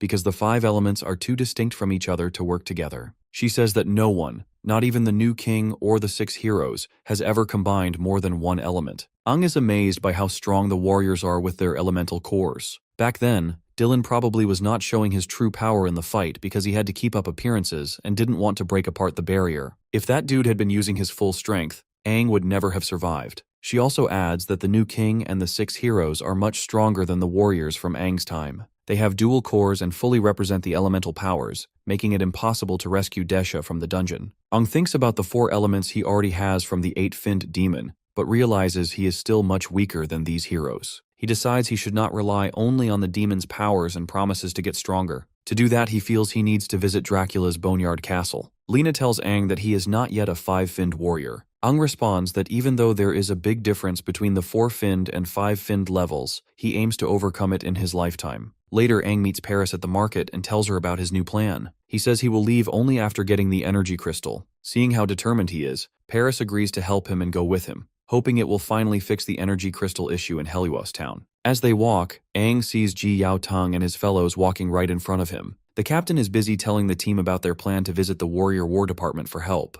Meanwhile, Paris questions the kid why he has stopped, and as soon as my guy greets his fellows, they all quickly latch on him to hug him, feeling emotional to see him alive and stronger. Ji Yao Tang can sense that Aang has grown a lot, while Lan notes that he is also taller now. Now that they mention it, Aang realizes that this might be because of the Demon Core. Lan mentions that they had followed the commander from Bryan City just to watch the tournament. Thankfully, Liu manages to get some information about his whereabouts. But turns out, the information proved to be incorrect, so they had to go back to Dawn City where Ji Yao Tang manages to strike up a deal and acquire some energy crystals. The next thing they wanted to do was to find him, not expecting him to already be in Dawn City. Aang is happy that the energy crystal problem is solved and offers to represent them from then on. Paris watches the group for a while longer before leaving them to reunite. Before she takes off, Ji Yao Tang thanks her for looking after Aang. But the woman believes that our boy is the one who has been helping Picadia City. Moving on, Lan suggests Aang to talk with Liu because she has not been eating well since they separated. The photographer maniac also shows pictures of Liu who looks sad and distant.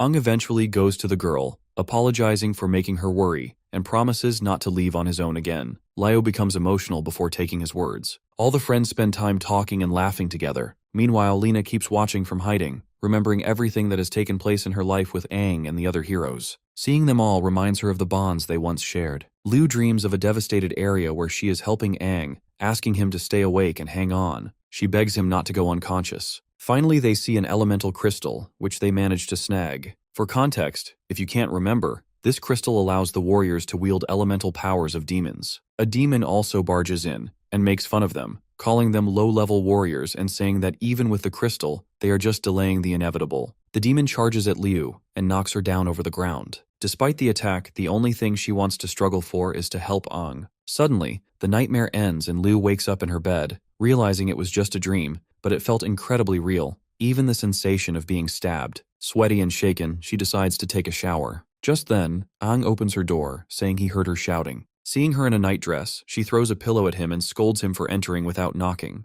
Aang explains that he came because he was worried, but the girl only yells at him to leave. Later, Aang waits outside the hotel for Liu. When she joins him, she decides it is time to go. Aang asks if she cleaned up, and she tells him to call her squad leader. He agrees and asks if she rested well, reminding her of the long journey ahead. Liu assures him she is fine, but admits the nightmare scared her. She wonders how he can stay so calm even though the place they are about to visit is nerve-wracking. Turns out they are traveling through a sea-level area on their way to Dracula's Boneyard Castle, and if they hurry, they will arrive by evening. He adds they will need to pass a test of strength to enter the castle, otherwise they will be treated as trespassers. The girl recalls that Ji Yao Tang mentioned the castle as an important site where promising 5-finned warriors go to obtain elemental crystals. A city has grown around the castle, complete with military grounds and high-level warriors. The area is heavily guarded, not only to prevent unauthorized entry, but also to keep creatures inside the castle from escaping. Ang asks if she is afraid to accompany him there, especially since only 5-finned warriors usually dare to go. Well, not only her,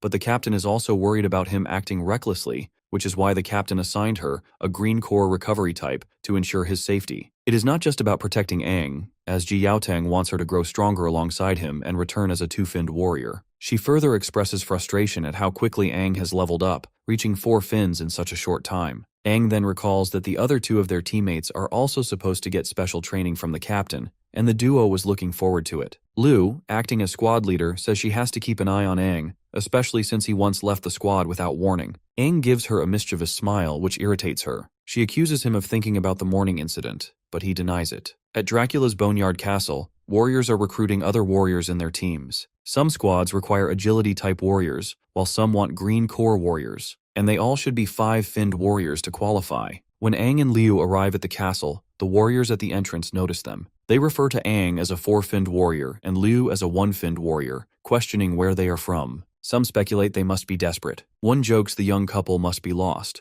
while another claims they will not be allowed to enter since they clearly will not pass the test. Seems like these guys underestimate our duo. A group of warriors arrives, and one of them mocks Ang, thinking that he brought his girlfriend along, but our duo ignores them, determined to enter Dracula's Boneyard Castle. Our girl grows mildly annoyed by the constant mockery, but Ang tells her not to waste energy on their stupid insults. Turns out, the one who mocked them is Uther, the young master of the Mir family from Eula City. The warriors don't expect Uther to come to the castle in search of an elemental crystal with a 6-finned warrior. This 6-finned warrior is said to be one of the top fighters hired by the Mir family. Someone nearby mentions seeing his information on the hiring board, noting both his impressive strength and his connection to the Mirs. They also say the warrior already possesses an elemental crystal and has gained significant elemental power, so they believe Uther will succeed this time. Uther introduces himself as the young master of the Mir family from Eula, an A-level city. He boasts that everyone knows his family, the largest warrior guild in the city. He further suggests to Liu she doesn't belong there since she is a green core and offers her a chance to be his personal healer,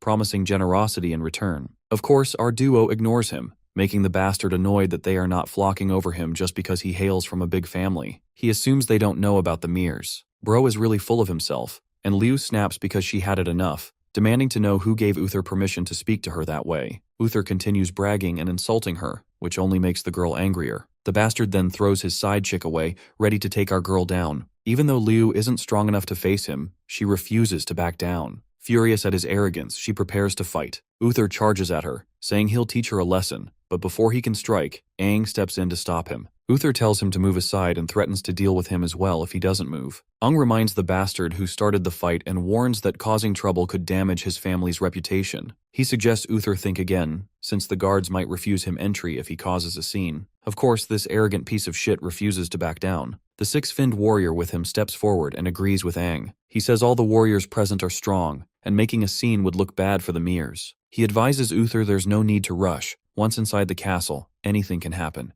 Well, we can tell what these bastards are planning. Uther reluctantly backs off, saying he won't waste time on weak opponents, then moves forward. The 6-finned warrior follows, using his earth elemental power to throw small stones at Ang, which my guy catches easily in midair. Sensing something unusual, the girl asks if something is wrong. Ang replies it's just a minor annoyance, like dealing with mosquitoes, and suggests they continue with the test. The 6-finned warrior is surprised at how easily this kid blocked his hidden attack. Even though it was fast, it should have hurt Ang's hands. The warrior tells Uther they should reconsider their top contenders for the elemental crystal, as Ang looks far stronger than a typical 4-finned warrior. He admits he can't fully gauge the kid's strength. They should avoid direct confirmation and find a way to eliminate both Ang and Liu first. During the synchronization rate test, Ang scores 54% and Liu scores 42%. Liu asks if they pass, since there is no minimum requirement. Ang remembers Liu's rate had been 39% before, and now she has not only become a 1-finned warrior, but also improved to 42%, a notable increase. The woman conducting the test observes that one of them is a 4-finned warrior and the other a 1-finned warrior, then asks why they want to enter the Boneyard Castle for an elemental crystal when the demons inside are at least 3-finned in strength. Ang confirms their decision, explaining that Liu is their squad's medic, and he is a highly agile warrior, so they can defend themselves. Of course, Liu frowns at being called just a medic. The woman explains that no warrior below 5-finned has ever dared enter the castle, making them the lowest level entrance on record. She reminds them that the elemental crystal can only be found on a special demon, and usually only one appears at a time. Once it is hunted, another takes a while to appear. She also warns they will face not only demons but also stronger warriors, and their lives will be at risk. She asks if they still want to proceed. Ang agrees, saying their goal is more than just survival, and thanks her for the warning. She lets them enter. Lo remembers rumors that 9 out of 10 who entered the castle never came out. She admits she is scared, but feels a surprising calm and confidence with Aang beside her. And with that, they step into Dracula's Boneyard Castle. They enter Dracula's Boneyard Castle and hide from the demons. Lu sees the place is full of demons. Aang explains that it used to be a big city like Dawn City, but after the demon invasion,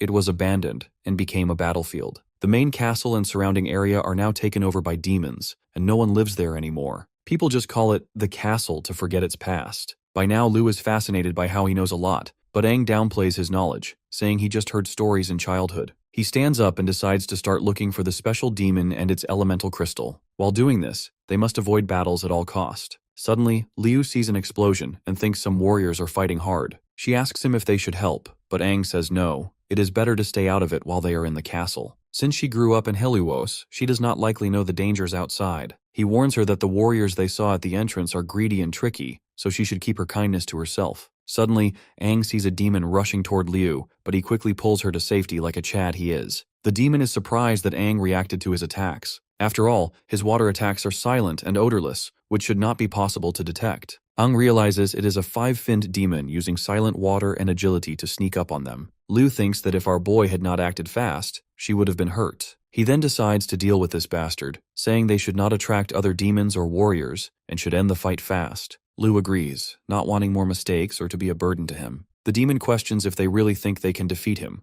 noting they are a 4-finned and 1-finned warrior, and wonders how they underestimated him. Then he disappears and jumps down, launching a rain of spikes at them. Aang sees it as an area attack and tells Liu to get closer. He creates a protective barrier that stops the spikes. As he can act cocky once again, he notices a mix of wood and metal surrounding our duo. This makes him wonder if it is elemental power. He is confused about how this kid can control more than 2 elements since human warriors can only have elemental power if they are 5-finned or higher. Aang attacks the demon, and the demon warns he will pierce Aang. The demon uses spikes from the ground to attack. Aang uses his water element to get close and asks if the demon was surprised. The demon smirks, saying it was just a joke, and that even though Aang used water, he is still no match for the demon's agility and water combo. But my guy doesn't share the same thoughts. He quickly signals Liu, who is behind the demon. She kicks the demon, and Aang drives his sword into it. Together, they defeat the demon. Aang is feeling proud of their teamwork, which earned them the water core. Liu takes the core and, as a 1-finned warrior, claims the 4-finned blue core. Aang pulls his sword out of the demon's chest and praises Liu for her quick moves. She goes on with her normal catchphrase about how her family is all about martial arts and that her moves were just basic techniques. Aang puts the sword on his shoulder and tells her they need to move fast because their fight probably attracted more demons and warriors nearby. As Aang starts walking, Liu notices a small cut on his cheek. She points it out and suggests they find a safe place so she can heal it.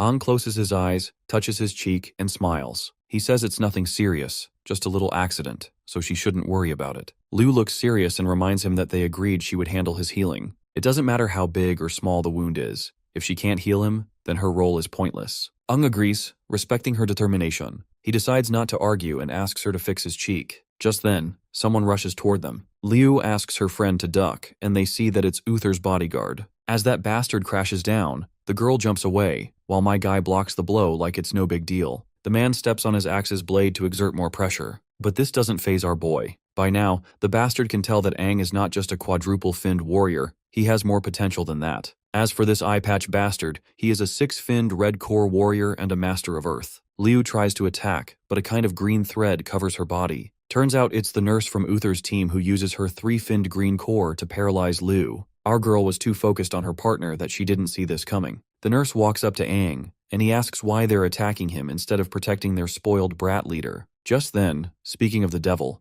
Uther shows up, making fun of the protagonist for keeping the tough guy act so he wouldn't look weak in front of his woman. Being called our boy's side chick shocks Liu, making her blush as well as get angry. Uther walks up and spanks the nurse's butt, telling her that he'll reward her once they're back in the city. He gently holds Liu's chin and smiles, saying he'd play with her after she watches her man die. Liu can't do anything even though her switch has been flipped. She has been paralyzed and can't move. The bastard then makes fun of the protagonist, calling him a 4-finned trash and threatening to hurt Liu. Aang's body starts to glow with a purple aura as he is done taking crap. Threatening to hurt Liu is the last straw. He gets angry and jumps toward Uther. His bodyguard jumps in to defend him, but Aang blocks the axe and sends him flying back with a swipe of his sword. The bodyguard has a lot of questions as Aang is controlling the fire element like a pro, and surprisingly he also manipulates wood. Sharp branches come out of the smoke, aiming straight for him. He tilts his neck to dodge, but still ends up getting a small wound on his neck. He is impressed by Aang's ability to handle two elements and demands to know how he could control them.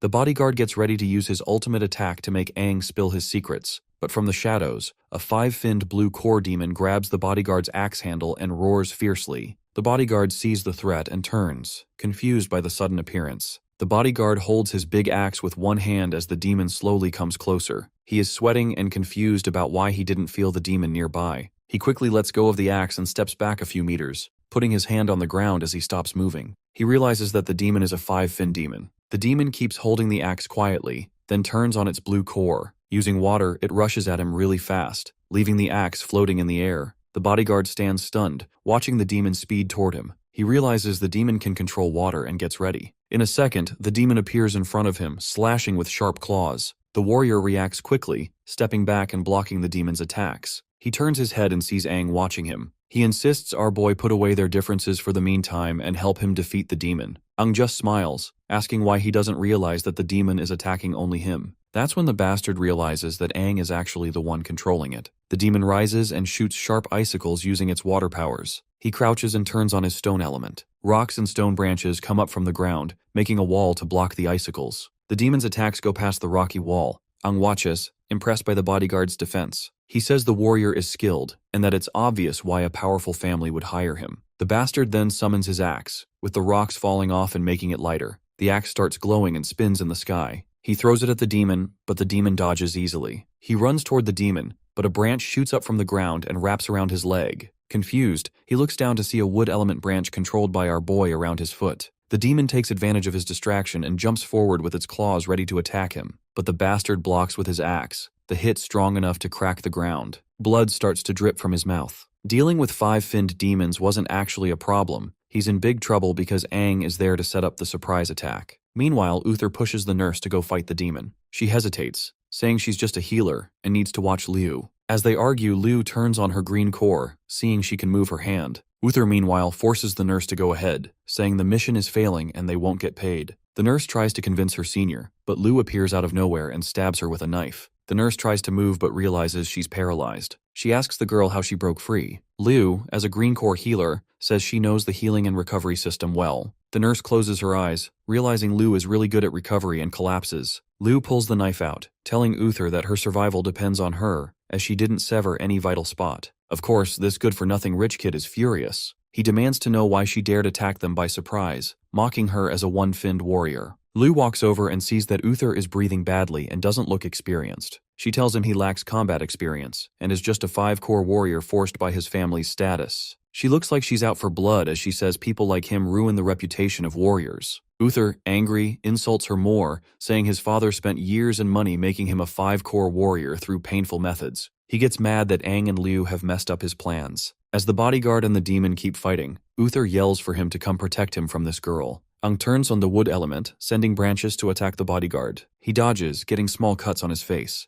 Bleeding, Uther tells the bodyguard to take care of Liu as he's losing patience. The bodyguard responds, calling him trash and telling him to give up. He calls Uther a waste, saying he can't even fight a finless demon. Uther's expression changes as he points and trembles, angry that trash like the warrior insults someone important. Lao steps in, telling him to stop talking nonsense and mocking his reliance on family reputation and money. At first confused, Uther gets mad and turns on his blue core, confronting Liu aggressively. He pulls a knife, but Liu turns on her green core and appears behind him quickly, stabbing him in the side. Uther turns to attack, but Liu quickly dodges, leaving him screaming as he charges up his energy. This is then Liu looks into his eyes, realizing he never learned to control his energy, and if he tried to release all that energy, the consequences would be heavy. Remembering the professor's warning about warriors losing control of their cores, Liu smiles, thinking it's the perfect end for someone like Uther. She gathers her strength and charges toward him, ready to end the fight. She turns on her green core, and her body is surrounded by a strong energy bubble. She moves quickly toward Uther, who is starting to lose control of his body. He looks angrily at Liu and then smiles, saying she shouldn't have come here to start a fight. Suddenly reaches Uther.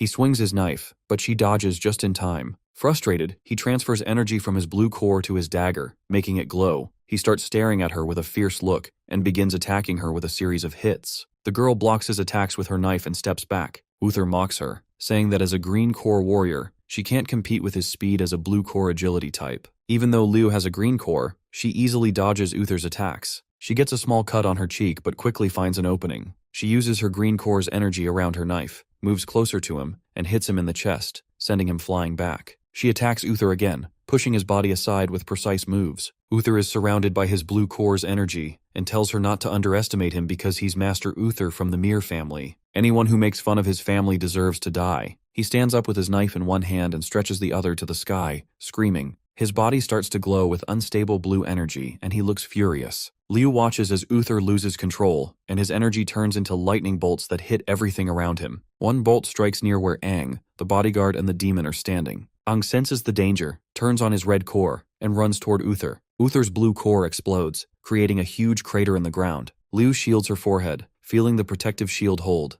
but after the smoke settles, she hears someone praise her for breaking through a 5-core warrior's defense. She opens her eyes and sees Aang standing in front of her, holding a wood element shield. He smiles and congratulates her on a good job. Liu sits up and tells Aang that Uther wasn't strong enough for a 5-finned warrior, and that he was weak. Uther couldn't match her skills because he had no combat experience. He notices her injuries and tells her to recover quickly. Liu is surprised and checks her small cuts, which she hadn't noticed. Aang continues to praise her for her bravery and decision-making. The girl looks up at him and blushes. She wants him to stop talking about her. She then asks if he finished fighting the bodyguard. When Liu stands up, they both look toward where the bodyguard is. Aang tells her that the demon he was controlling has been destroyed by the explosion. It is then the bodyguard starts approaching them out of the dust. He says his young master is dead, and that if he leaves the Mir family, he will be hunted by warrior killers who are hired assassins. He explains that these killers are part of a secret group led by greed and that one of them is a 7-core warrior. He puts his axe on his shoulder and looks at Aang and Liu, calling them strong but having lower-level cores for some reason.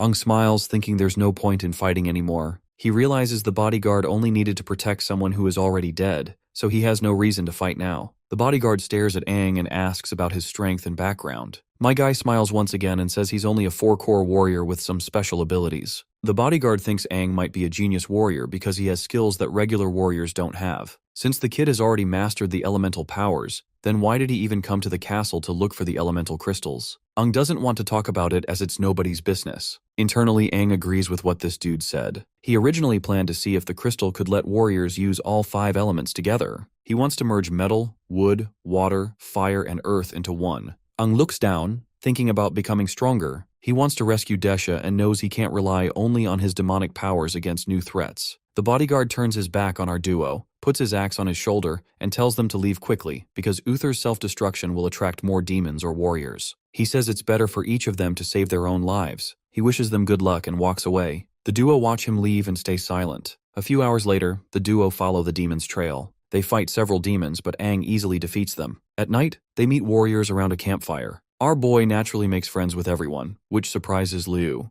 Later, they settle at a bridge to rest. Liu gets into a sleeping bag while Aang sits by the wall. She notices how calm he is and asks about his experience. Aang tells her that he just knows how to handle things. Liu, feeling sleepy and confused, teases him, saying he acts like an uncle. Aang smiles and says it could be possible, then says goodnight. The next morning, they wake up because of the noise of a fight. Aang looks toward a new hole in the wall, and Liu says it sounds like a battle. They get ready to move, sensing chaotic energy from the elemental demon. They jump off the bridge, activate their cores, and descend quickly. Liu asks why he looks so excited. Well, of course he is excited. After all, the elemental demon is the kind of species he has never seen before. Even though he fought many demons in his past life, the elemental demon interests him a lot. He charges toward the castle, ready to beat it before anyone else can. They both run toward where the demon is hiding. On the way, Aang tells Liu that the demon has slowed down after hiding and says they should use this time to follow it. Liu asks if he is sure where the demon is, saying the area is big and finding the hidden demon will be hard. Aang replies and assures her not to worry because he could feel the demon's energy earlier to its exact location, like it is part of him. He closes his eyes, focuses on the energy around them, and realizes the demon is moving underground. As they keep running, Liu sees other fighters also looking for the demon. She points them out, confused. Aang stops focusing and sees the fighters getting their powers ready and rushing to where the demon is. He thinks the quick team must have sensed the demon fight earlier, but he is sure that it might take time for this group to find the demon.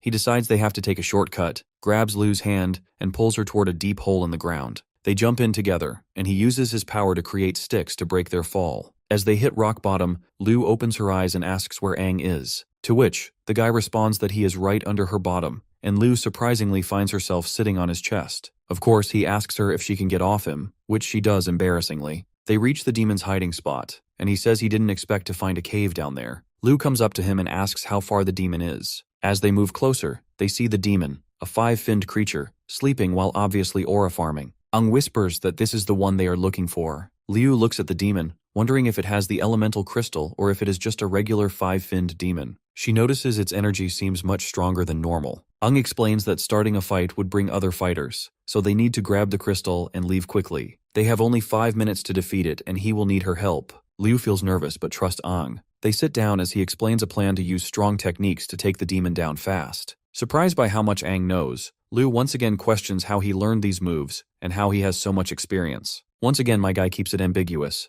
Aang steps closer to the sleeping demon, getting ready to attack. As he gets closer, the demon feels his aura and wakes up, ready to throw down. My guy uses his demonic energy, causing his horns to appear as his red power becomes unstable. He faces the demon, ready to fight. The demon stands and makes fireballs and water balls in both hands, asking if Aang is a demon because their energy feels similar. Seeing the demon utilizing 2 elements at once, our boy realizes that his hunch was right all along. He uses fire and water together too, holding a fireball in one hand and a water ball in the other. The attacks hit the demon, filling the room with thick smoke. Liu turns on her green power shield and covers herself to safeguard herself from collateral damage. Aang and the demon fight hard in an epic showdown. The demon pauses as it's hurt and starts healing its foot using wood, growing small branches to close the wound. It asks how Aang can control both fire and water. My guy is busy quickly moving behind the demon, ready to strike again. The demon dodges using water, but Aang predicts the move. He sees the demon trying to heal with wood again, and stops it by enforcing the ground with metal. He traps the demon with his wood release and extends a sharp blade from his arm. The demon stays quiet, watching him closely. Aang, knowing his plan is working, signals Liu to attack. The girl steps forward with a spear charged by her green power's energy. Taking a deep breath, she remembers Aang's instructions to focus her power into a weapon, and she aims the spear at the demon and charges. In another flashback from a few minutes earlier, Aang showed Liu how to use her core energy. She asked if she would be the one to finish the demon. Liu reminded Aang that this demon has 5 fins and was smarter than others, so if its defenses are too strong, they can't beat it quickly. Aang told her that he would make the demon use all its power in one attack. Once the demon is tired, its defenses would get weaker, giving them a chance to strike quietly. Back to the present, Liu throws her spear with all her strength using her green core. The demon looks back, surprised by the surprise attack. It sees that they have planned the attack and tries to react, but it is too late. Liu's spear goes through its chest, breaking some ribs and revealing the crystal inside. The technique Aang taught her lets her gather enough power to break through the demon's defenses. She can't believe she has damaged its body with her special energy. The demon, now tired from defending itself, lowers its head in shock. It tries to heal using the wood element, but the energy from the spear stops its healing. Aang praises her and then runs at the demon faster. The demon panics and tries to defend itself, but my guy grabs the crystal quickly. Holding the crystal, he steps back, and within seconds, the demon falls to its knees and can't heal anymore. Its firepower starts to fade as it shakes, finally asking why it can't heal. Aang then reveals how the girl's attack uses regenerative energy, which stops any healing that doesn't come from the attacker's own body. The demon's fire dies out and it collapses. Liu rushes to help Aang, worried about him. He tells her that he is fine, and thanks her because they have the core. He calls her a genius for that final attack. Liu blushes and says it isn't a big deal. Aang sees some small cuts on Liu's body and asks if she has used a lot of energy. She says no, that she can still move easily. Just then, they hear the sound of warriors approaching. Liu looks toward the door and realizes they are in danger. As far as Aang knows, some warriors can sense battle energy waves. He says they have to escape quickly. They turn on their cores and run toward the exit. As they are running, he feels a sharp pain in his mouth and falls to his knees, bleeding. The girl hurries to help him as he drops the crystal. The protagonist realizes his body can't handle using his demonic energy too much. With his last bit of strength, he grabs the crystal and tells Liu to leave with it. He knows the warriors are almost here, so he tells her to leave first. The stubborn girl doesn't listen to him and manages to drag him out of the place. As expected, they soon find themselves surrounded by these bastards who popped out of nowhere. Liu is utterly devastated when she realizes that these people are 6-finned warriors. When the bastards notice the crystal in her hand, they all get excited. The leader of their group wants to get that crystal first before disposing of these two. The girl feels utterly helpless against the 6 strong warriors. As Aang stands up, another warrior gives them a choice to give up the crystal for a quicker death or fight them. Aang, feeling his energy fading, knows this battle will be long and hard. The warriors rush to attack Aang, who takes a defensive position. It is then Liu remembers that bad dream she had before coming here, and this gives her a really bad feeling. All the warriors run toward Aang. The Red Core warrior smiles and tells them to kill both Aang and Liu and take the crystal. One of the triplets takes out his dagger and apologizes to Aang in advance. He tells Aang that their team already has someone ready to buy the crystal. Even if they don't use it themselves, selling it will make a lot of money, and sharing the money means better gear for the 3 of them. Aang looks down, shaking. He has about only a minute to take out the warriors. If he uses his demonic power again, his body will only last another minute. He feels very angry because why is his body failing him now? Liu holds the crystal close to her chest, looking worried. Seeing her scared, Aang decides he needs to keep her and the crystal safe. He puts his sword on his shoulder and faces the warriors who are getting closer with their weapons ready, trying to grab the crystal. Blood drips from Aang's mouth as he slowly turns to face them, and in seconds, he turns into a demon. One of the triplets is shocked by Aang's change. The Red Core warriors are shocked and confused if this kid is turning into a demon. As the warriors get closer, Aang grips his sword and hits the ground with his other hand, releasing the fire element. Immediately, Aang disappears, and the warriors try to use their abilities to find him. Suddenly, Aang appears behind them, ready to strike. He has 58 seconds left and counting. Before one of the triplets could attack, Aang uses his speed to stab him in the chest, causing a lot of pain. Aang looks into Triplet 3's eyes, smiling badly, and starts an attack. Now there are 55 seconds left. Seeing their brother dead, the remaining triplets, well now twins, are shocked and confused. The Red Core warrior and others stop moving toward Aang. Meanwhile, the new twins charge forward, wanting to avenge their brother. Aang has only 54 seconds left, and before they could do anything, Aang pulls his sword and cuts them into pieces. He goes ahead to use the gold and earth elements to shoot gold branches from the ground, breaking parts of the triplets and piercing their bodies. The 3 warriors move back a few meters, watching the protagonist in amazement at his speed and skills. With the triplets stuck on the gold branches, Aang looks at the remaining warriors and walks slowly toward them. The Red Core warrior asks the others to work together, use all their power, and fight Aang till the end. He can't believe they can't defeat a single demon. The green-haired and blue-haired warriors agree without hesitation. Suddenly, Aang feels something wrong and starts spitting blood. He feels like his insides are about to burst. Definitely bad news for the protagonist. The warriors watch, confused. Liu realizes that her teammate's body can't hold on anymore. The Red Core warrior smiles, remembering seeing Aang badly injured even before they arrived, and planning to take advantage of that. Taking the crystal from Liu is easy for him, but dealing with Aang is important. The 3 warriors move quickly towards Aang. The Red Core dude commands for them to go in for the kill. Aang, seeing they want to attack him together, smiles and teases them to try him. He grabs his sword with both hands and slams it into the ground, creating a shield of red energy around him. The warriors get confused and move towards Aang, attacking the shield directly and using all their abilities to break it. They attack for several minutes, but nothing happens. The blue-haired warrior keeps hitting the shield, while the Red Core warrior realizes the shield is shrinking. He figures out it's a trap and orders them to stop attacking,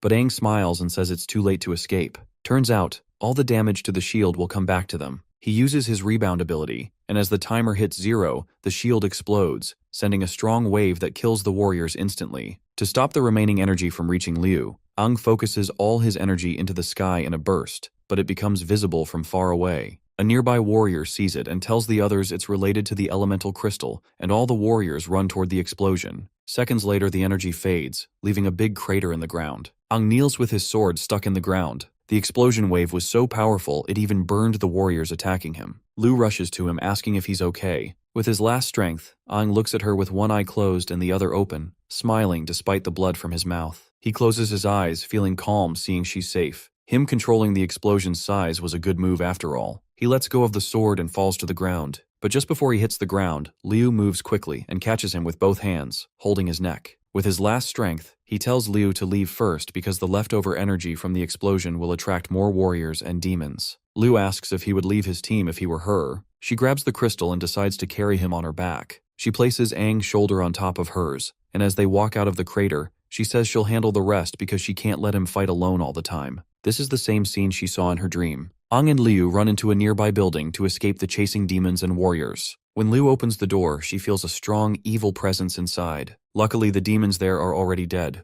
After making sure the room is clear, Liu puts him back on her shoulder, and they start running down the hallway. Carrying Aang is tiring, but Liu encourages him to hold on a little longer. Even though she is really tired, Liu keeps going. She tells Aang to stay awake because they are almost safe, but after a few moments, Aang goes unconscious, and Lu panics and calls his name, reminding him that they can't rest now. She holds on tightly, begging him to wake up. They have been through so much together, making this moment even harder. Slowly, Aang begins to wake up. He opens his hand and drops the elemental crystal to the ground. The crystal rolls away, and Lu quickly picks it up. As she stands up, everything around her looks very familiar. Liu can't remember when these visions started, but her dreams have prepared her for this moment. She starts to sweat and turns her head, only to see two powerful demons above them, just like she saw in her dreams. One is a green core wood-type demon sitting on a sharp branch, staring at her. The other is a blue core water demon flying above. Holding the crystal tightly, Liu knows they are in big trouble. She activates her green core and uses her last bit of strength to try to escape. She knows she can't fight both demons alone since she is just a single-fin green core warrior. The green core demon quickly moves above her and turns its hand into a sharp sword made of wood.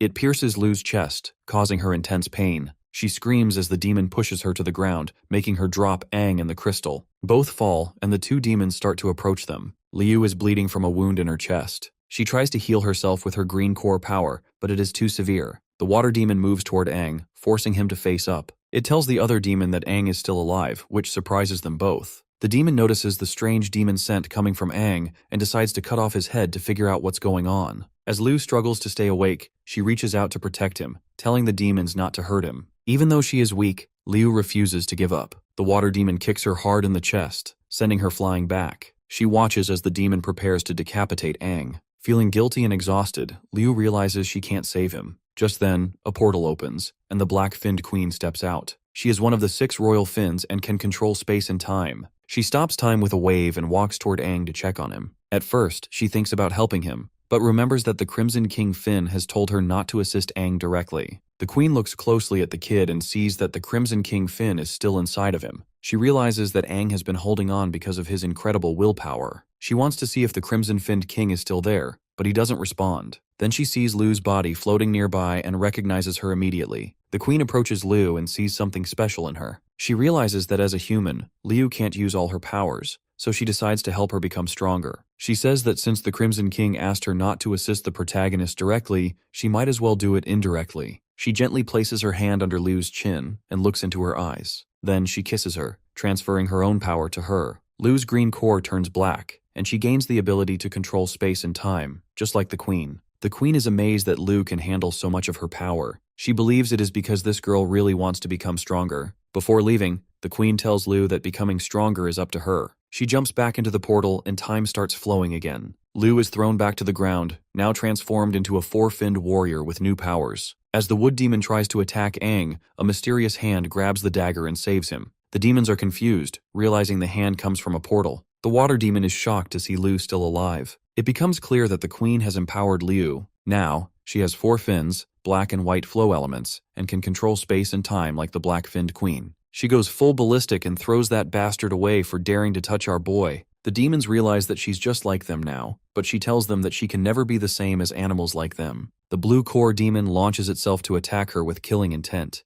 but she easily counters with some kind of matter cube which she drops on him like an anvil. The demon is surprised that she's able to use space manipulation but tells her not to look down on it, as one single construct isn't enough to kill it. Liu responds by asking who said it was only one construct. Immediately, she forms many constructs above the demon and drops them all on it, creating a massive deep sinkhole from the impact. No way he's surviving that one. His demon friend wonders how she did that, saying the other demon was squashed to smithereens. Liu says it's his turn, and it slowly starts to back away, remarking that despite looking like a weak and tender human, her aura is quite intimidating. It gets confused and demands to know what they both are, saying they have to be demons to have powers like that. It adds that it's extremely rare to have spatial manipulation power, and her comrade has terrifying powers as well, so what in the world could they be? Liu gives him an answer, telling him that they're human warriors. The demon laughs it off, asking if she even believes the words she just said, as it makes no sense how she went from a mere single-finned warrior to a 4-finned warrior who can easily obliterate a 5-finned demon. Liu replies by ripping him apart, telling him that he's too noisy. She bends down and puts her hand on Aang's face, telling him that he's been the one protecting her ever since, so from now on, he should leave it all to her. She uses telekinesis to pick up the core, and with that, she picks him up and they leave together. Over at the gate, the warriors sense humans on their way out, so they open the gates to see an injured Liu and an unconscious Aang walk through. They immediately call for medical help. They soon notice a horrifying scene. All the demons have been compressed inside these cubes with the help of spatial manipulation. Meanwhile, as Luz is drifting inside her consciousness, the black-finned queen tells her that she was right to think she would be a perfect vessel for her power. She can tell that there's a special power Liu has yet to unlock and is looking to transfer it to her. With that, Liu immediately wakes up on a hospital bed. She recognizes the place as an infirmary in the city's outskirts. She wonders what and who she just dreamed about, and how her wounds have miraculously healed too. She tries to remember what happened in the castle, but it's difficult because her memories are very hazy. She immediately hears Aang telling her that she rescued him from the castle as she persevered till the end. He praises her for such determination. She asks him where the core is, and he shows it to her, saying he found it in his clothes when he woke up. She then gets up and decides to leave immediately. As she exits the room, Aang notices an aura surrounding her similar to his own. He got a lot of questions about what happened back when he was unconscious. Later, he and his lady ride away in a car. They're looking for somewhere they can cultivate the integration core so that they'll be able to fuse with it smoothly. Since the integration core demon was able to use all the abilities, Aang should be able to get the last element that he needs, the earth element. He wonders what would happen if he combines them all at once. Liu then recalls her dad telling her that rank B cities have empty spaces for cultivation. It's usually utilized by warriors for their practices, so it might fit his criteria. Aang finds it a coincidence since they're already on their way to a B rank city. They arrive at Salamanca City Rank B, built with ancient architectural plans and a popular trade hub. They see the city as quite popular, which is why they see a lot of foreigners from other continents. Liu spots a hunting team, and Aang is surprised that she knows about them. She tells him that it's general knowledge as hunters are just warriors that live outside cities and don't have a particular base. Despite having firearms,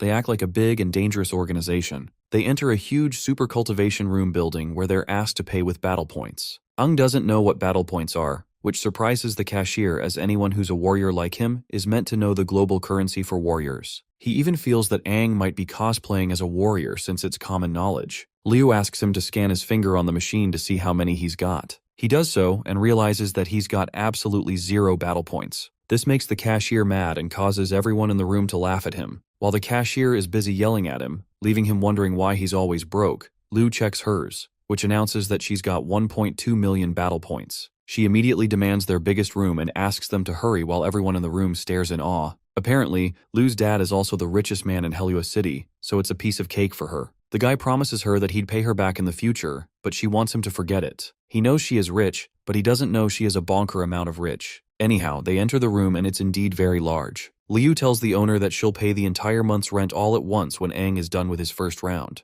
As he heads inside, she wants to take a look around the city, so she leaves him, and he begins immediately, still very determined in rescuing Desha and taking out the new king and 6 talents. Meanwhile, Liu takes a walk outside and begins to remember what happened last night. She wonders what exactly this power is capable of doing. Immediately, she spots a battle arena for warriors and decides this is the best opportunity to test out her new powers. She decides that she has to be incognito, so she buys a few disguises registered under the name the Rakshasa Cat. The organizer welcomes Rakshasa Cat to the arena and asks if she would be joining today or some other time. She replies, telling him that she wants to fight right now. He is pleased with this, as there haven't been many female warriors in the arena for a while now, so he immediately calls one of his servants and asks the kid to lead her to the registration counter. As they walk in, the kid explains the rules of the arena to her. He tells her that the highest participating warrior in that city is a 5-core warrior, but he adds that she doesn't need to worry, as that's for the men's arena. Apparently, men and women fight on different stages, and the highest participating female is at the same strength as her. Rakshasa Cat asks the kid why men and women fight in different arenas, to which he explains that few of the female warriors would ever choose to join an arena competition like this,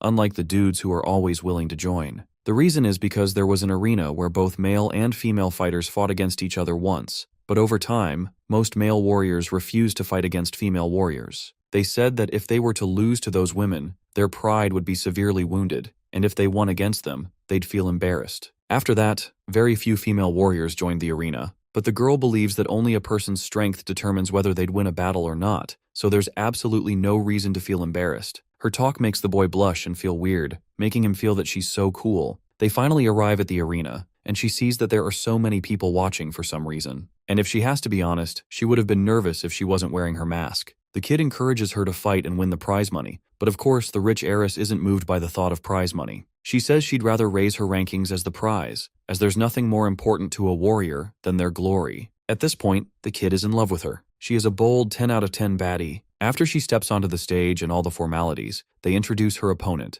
the only female warrior left, the gorgeous Ling Hua. She walks in and throws air kisses to everyone, which makes them all respond inappropriately. Rakshasa Cat finally understands why many female warriors don't participate here, and why there are so many people watching the females' event. It's because the crowd is really there for the dirty appeal. Her opponent walks in and greets her, telling her that she's curious about who she really is, and makes a bet with her that if she wins, she'd take off her mask. The fight begins, and Ling Hua uses her special move, which is like the equivalent of a love potion spread in the air for the audience. Rakshasa Cat gets disgusted by the way her opponent feeds on the appeal and ends the fight very quickly with a career-ending slap. She goes on to tell her opponent that she's not worthy of calling herself a warrior, since all she does is give in to fan appeal. Everyone watching is left with their eyes bulging out in shock. They can't fucking believe that their goddess has been rendered useless. The crowd begins to discuss how amazing Rakshasa Cat actually is. And soon enough, the entire cult-like audience changes their religion and begins worshipping their new goddess. My Girl, meanwhile, demands to be moved to the men's arena, which ultimately shocks everyone. Over at Salamanca City Marketplace, people are wondering why there's this weird dude wandering about in nothing but a bathrobe. He's carrying a little girl on his shoulders, and they're all curious whether she's his daughter or little sister. They appear to be demons in disguise,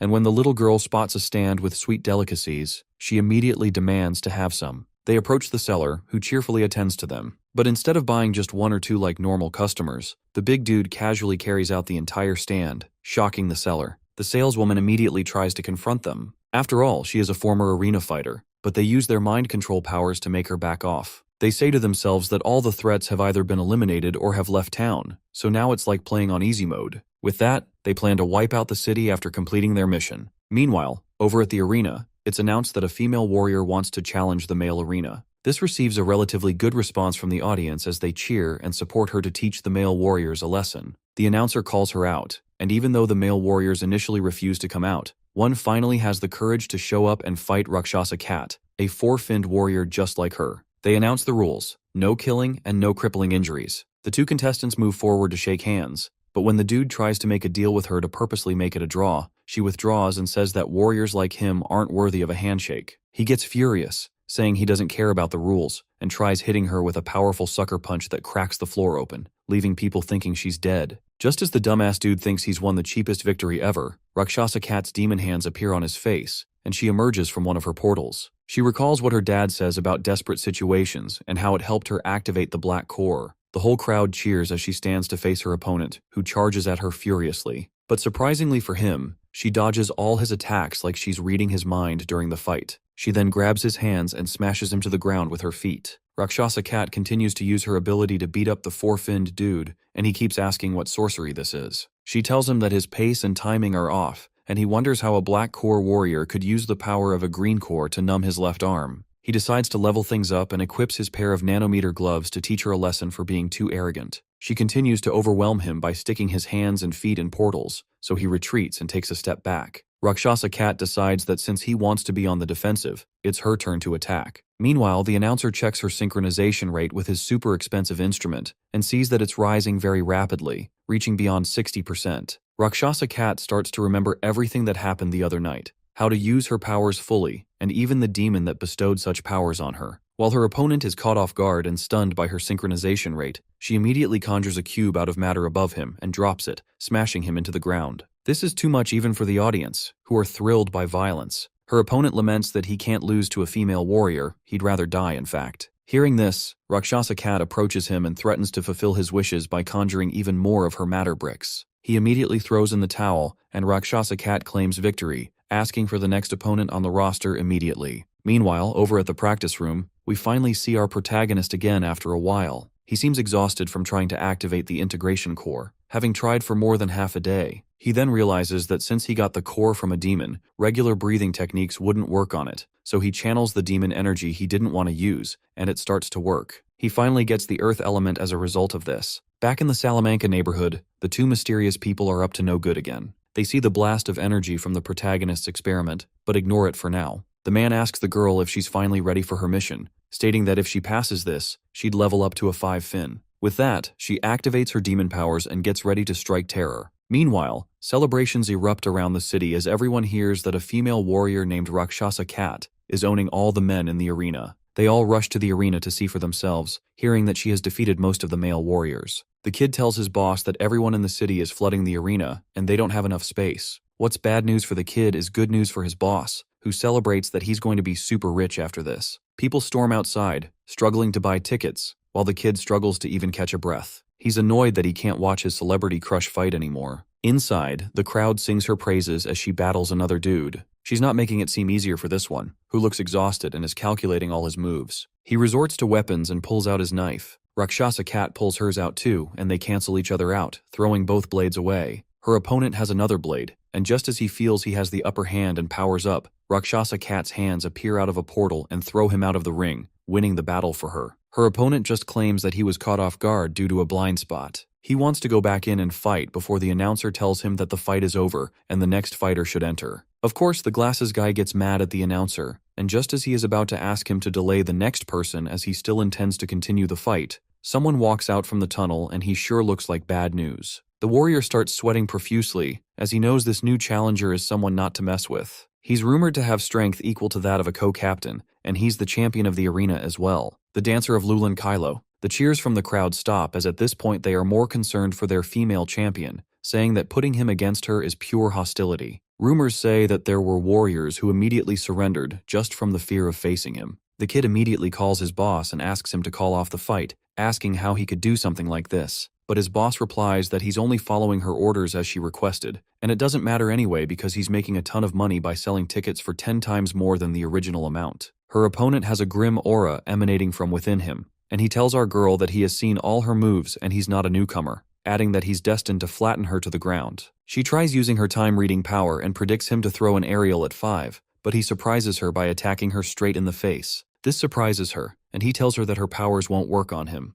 Rakshasa Cat gets her mask broken, and she wonders if she made a mistake somewhere. She is clearly confused, asking how her opponent acted differently from what she saw in her prediction. She wonders if her prediction was wrong, and her opponent tells her that if that's all she can do, then winning against her won't be that thrilling. Everyone would say he's bullying a young girl who can't defend herself, and that would make him upset. She gets frustrated and tells him that she was originally impressed by what he did, but now he's pissed her off. She calms down and looks at his footwork carefully. He gets furious from her words and charges at her, saying that he happens to like girls like her who act all tough. She predicts that he would attack from the left, but he fools her again and hits her in the face from the right, threatening to break both her mask and her skull together. The whole crowd can't look as they know how brutal and sadistic Kylo can be, and they think she's dead already. But fortunately, there is not a crack on her face as she manages to block his attack at the last second. He's so fast that she only managed to block it as a last resort, and that she can't continue being careless now as he's a red core user. He has immense strength and speed. She realizes that her precognition skill isn't wrong.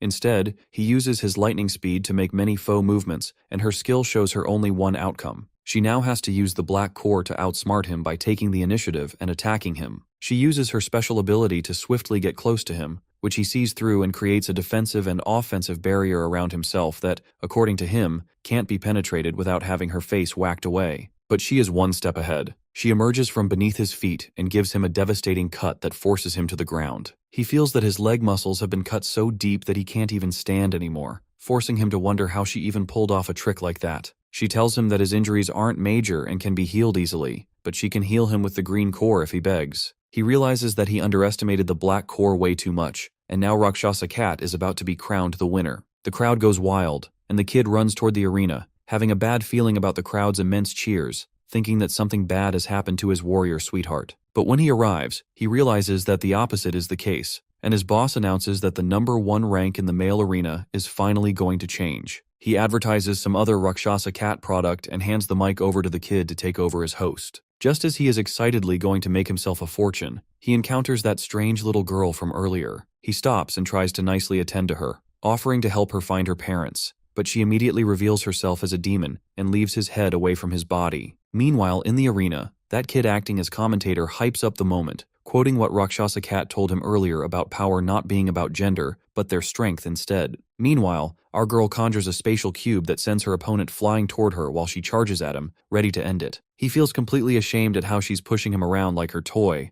so he tries to show that he's still got some fight left. As they're about to clash, Rakshasa Cat feels a sudden interference in her head and gets a vision of that demon girl. She stops for a moment and wonders what it is. Her opponent sees that as an opening and tries to attack her. She immediately evades his attack and casually steps on his head like she's actually toying with him. After putting little distance between her opponent, she questions herself why a demon would appear in a rank B city like that, but she can't be mistaken. She's sure of the aura she felt must be of demons. Kylo gets furious at her for embarrassing him like that and promises to kill her there. The crowd makes fun of him for being pushed around the arena like a pinball. The commentator kid starts to wonder what she could possibly be looking for at a time like this, and the crowd soon starts complaining as well. Kylo gets even more furious at her for getting distracted while fighting him, seeing it all as her just making fun of him. She tells him that she doesn't think he'd believe her, but she sensed a demon just now and that they should put their battle on hold for the meantime. He laughs and says there's absolutely no way a demon would appear in a B-rank city like that, then charges at her because he thinks she's just wasting his time. Just as he makes his move, a sharp tentacle stabs him in the back. They both soon realize that it's that of a demon, and the demon girl slices his body in half. She reveals herself,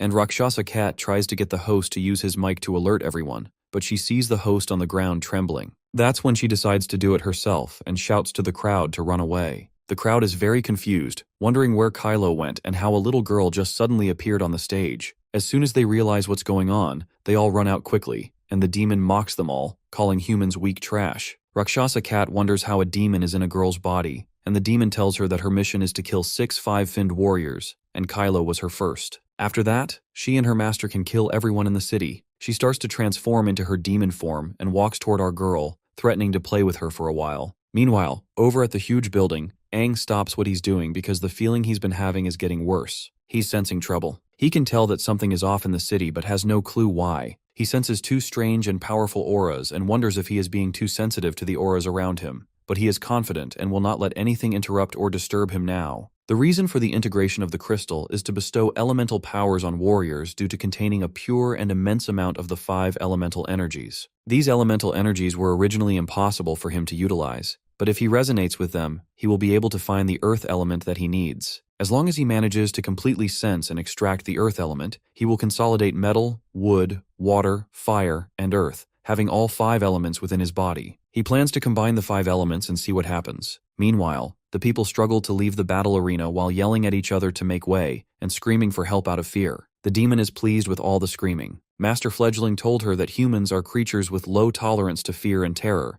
and fear is a negative emotion that makes an individual lose their calm and rationality. She goes on to say that demons are not controlled by emotions as they are beings of higher existence. Rakshasa Cat thinks for a little bit and agrees with the demon. She is not going to let herself be fazed or misled by its childlike appearance. She is an incredibly high-ranking demon. The demon talks and thinks differently compared to regular demons. Rakshasa Cat asks the demon who the little fledgling is and how many of her kind have infiltrated the city. The demon reminds her that she only has 1 minute as she launches an attack, appearing right behind our girl and attacking her with tentacles. But of course, Liu avoids the hit. The kid soon realizes that Rakshasa Cat has a spatial ability. She can also tell that the powers our girl is using has been given to her by the Supreme Being. The aura is really familiar to the Supreme Being she knows, so she is interested to learn who gave Liu these powers. Meanwhile, our girl is also amazed at this kid's superb agility, which is a clear sign that she is truly a high-ranking demon. She tells the demon that her powers were given to her by the same Supreme Being she just mentioned, which indicates that they are on the same side. She asks for her reason for infiltrating the city, to which the demon says it is to complete the mission of evolution. Rakshasa Cat thinks demons rely on consuming other demons on the same level or higher levels to increase their levels. She asks what evolution is all about, and the demon responds that only lower-ranked demons use the method of consuming each other to evolve. There are other ways to evolve as well. Rakshasa Cat worries about other warriors not knowing about these methods this girl is talking about, so she decides to keep obtaining information from her, especially about the Supreme Being. The demon realizes that Rakshasa Cat lied about being on the same side with her and gets pissed. After all, if they had been on the same side, Rakshasa would have known about these methods. She is totally pissed and starts messing with Liu for lying. That little girl packs a big punch. She unleashes beams so devastating that it literally rips the ground away, which our girl barely managed to avoid. She is thankful that she was able to familiarize herself with her abilities during her battles in the arena. That crazy kid decides to go all out once again with flame ignition beams, but Liu quickly outmaneuvers her using her spatial abilities.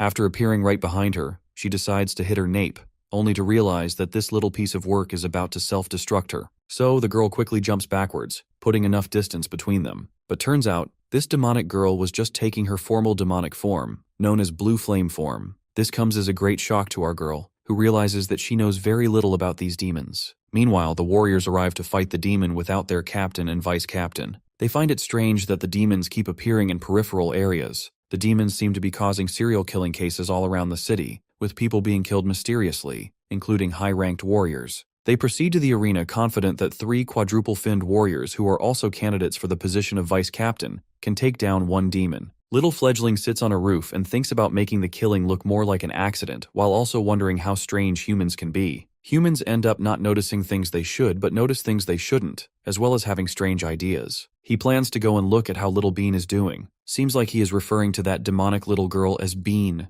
Meanwhile, Rakshasa Cat and Little Bean's battle is still ongoing. Our girl doesn't let the blue flames touch her, although she feels the heat from the flames despite being far away. The demon realizes that she is avoiding being hit. She considers Rakshasa Cat as her big sister, a comment that makes our girl disgusted. After diminishing the distance between them, she creates a portal and pushes the demon into it, which leads to a free fall from the sky and successfully pushes her through. The demon is shocked as to how it worked on her and wonders how high of a level that spatial ability is. She has only seen this kind of spatial power given to veteran demons. It's impossible for humans to research spatial ability to this level with such depth. Rakshasa Cat is burnt severely from just a little touch, but realizes her ability to tolerate the pain because of the demonic energy. She needs to take advantage of the demon as it is unable to use its speed-type core in the air. This move utilizes the advantage that both bodies are in the air to throw and wrestle the opponent to the ground. Rakshasa Cat decides to utilize her spatial ability to raise this move to a fatal level. She finally pulls it off by crashing down like a goddamn meteor from the sky,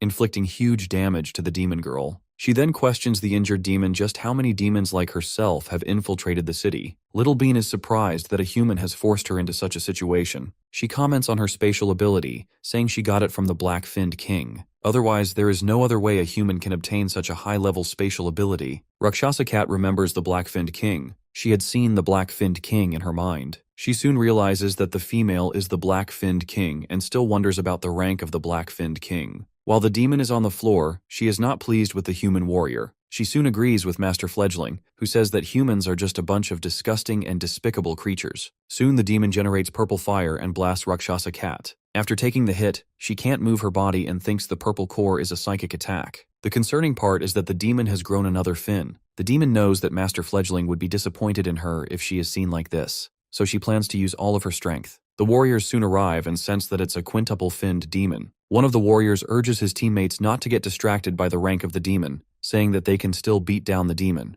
They all launch toward the demon to attack, but the demon is too powerful. She says that the warriors are not even worthy enough to become her mission targets or prey. She freezes them with her hypnotic voice and makes them slay each other. After dealing with the worthless trash, she turns to our girl, complimenting her that she is different and worthy of being her prey. She further tells Rakshasa Cat that she is worthy of becoming her target, the target of her exam mission. Upper-ranked demons can obtain the qualifications to evolve after passing their exam missions. Her exam mission is to kill quintuple-finned warriors and examine an entire city. Master has helped by attracting the attention of the mere troublesome captain and baiting them outside the city, since having them around would have been troublesome. There are more quintuple-finned warriors in the city, which she finds sufficient enough. The demon admires the strength of Rakshasa Cat, although she is just a quadruple-finned core warrior. Rakshasa Cat has already been given all the qualifications to be considered her target. Our girl is in a tough spot, and the only thing that springs up in his mind is Aang in this perilous situation. The demon decides to put an end to Rakshasa Cat and blasts her with her purple beams. Inside her mind, she hears the voice of that demon queen telling her that she can't keep interfering and saving her all the time.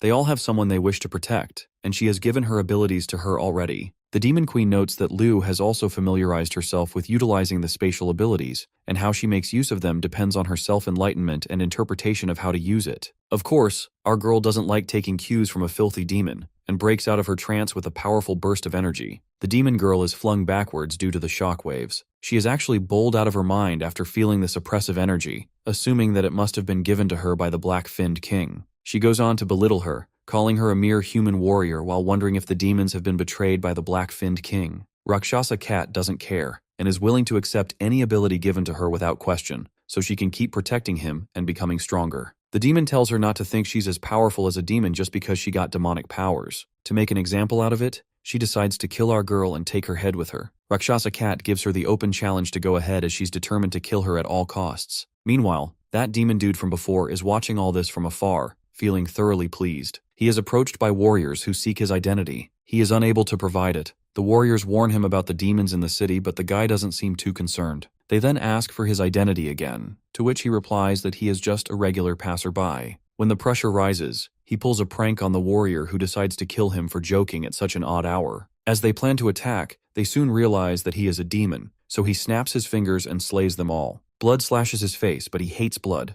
They wouldn't have been killed if they hadn't attacked the demon. He sees a cultivation practice room and realizes the reason he has been sensing the energy. He then decides to go take a peep. Over there, Aang is meditating. He is finally about to obtain the earth elemental energy. He has to ensure that the earth elemental energy stabilizes within his body, and with that, he will have gathered all the elements. Afterward, he attempted to combine them, but he didn't realize how taxing it would be on his mental strength. If he breaks his concentration even for a second, he will lose all the elemental energy he has gathered. He is determined to focus and can't afford to be distracted. Outside the room, people wonder why Aang is using a huge cultivation room all alone. They hear on the news about demons infiltrating the city and urge everyone to stay home until the situation is properly handled. Soon that same demon walks in. They ask him questions and point out that he doesn't look like a warrior. So, they insist him to leave as the facility is closed temporarily. But the dude proceeds to the cultivation room, and they ask him not to go in since it is for warrior use only. He goes on to slay them all as he keeps going further. He wonders how the aura he sensed is from a human warrior. He is not sure of the room in particular, so he walks into all of them and kills the people inside if they don't match his target. Meanwhile, Aang has exhausted his willpower and mental energy, but still decides to continue.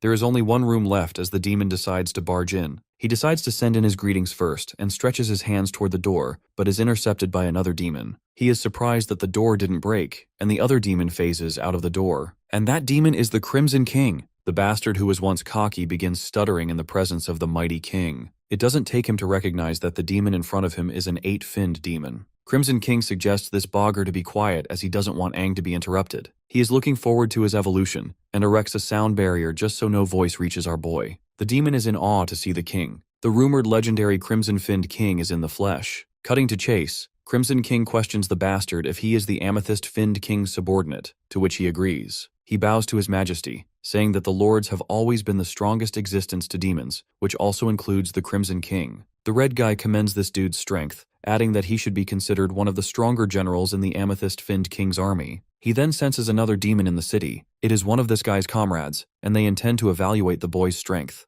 The higher-ups have given that boy a chance to prove himself. If he passes, he will be bestowed the power to evolve. The king understands this, especially since he had set the rule to kill warriors and exterminate the city, but he currently does not want the boy to be disturbed by anyone. He tries to warn him that the boy is not just a mere warrior. Aang is his little secret, and he cannot let this dude go back and expose Aang's existence to the amethyst-finned king and their allies. Of course, the demon promised not to tell anyone about this, but this edgy king doesn't want any risks and simply exterminates the poor guy, making his head explode. Turning back to our boy, he then commends Aang's amazing growth. He is able to conjure up the image of various elemental energies in his consciousness, even though he is just a regular human with a regular body constitution, yet he wishes to forcibly integrate all 5 different elements within his body. He believes this is greedy, but he likes it. He imagines him to be in pain as he is unable to sense his presence despite being right in front of him. The ability to completely enter one's consciousness is already an amazing feat for a regular human. He knows that Aang is the strongest human warrior in the history of humanity, which makes him the right vessel for a king like him. He is to return to Aang's body now, since he only came out in order not to disturb him, which wasted a lot of psychic energy. But it's all worth it. Aang's constitution will end up enhanced, which will be beneficial to him in the long run.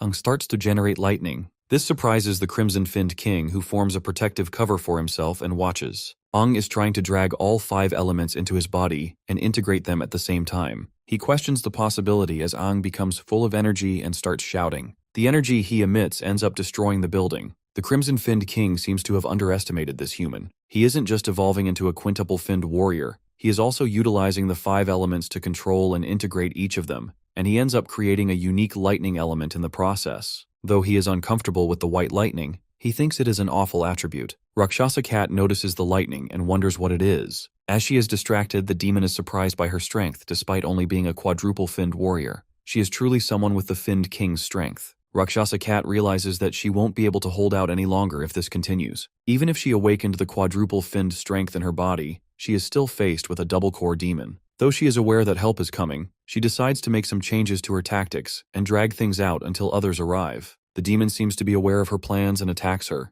Rakshasa Cat remembers instructions given to her when she was younger. She is to widen the space between her and her opponent and search for weaknesses. The demon makes fun of her spatial energy and uses a hypnotic voice to freeze her and pierce through her leg. Rakshasa Cat will not be able to heal in such a short time. This city has caught the eyes of the demons and is destined to become one of the dead cities. Even if she fails, her master Little Bird will turn the city into ruins. She asks Rakshasa Cat to give up, blasting her with a beam of energy which is intercepted by lightning. At first, she has no clue what happened, but soon realizes it is Aang. Yes, she has been saved by Aang, who is now a quintuple-finned thunder god form. The demon is not very happy to see Aang and asks who he is. Our girl is equally shocked and wants him to confirm if it's him. Aang responds to her saying it's him. She then warns him about the demon. It's a dual-core demon and she isn't like other demons. But our boy assures her not to worry, confident that he can take down the demon since taking down high-ranking demons is his specialty. The demon over there can sense that their auras are like those of demons. Aang warns her not to compare them with creatures like her. He is being trained to kill demons. Seeing the lightning crackling over our boy's hand, the demon girl is sure that she is screwed. After all, demons hate lightning the most. She blasts Aang with blue flames.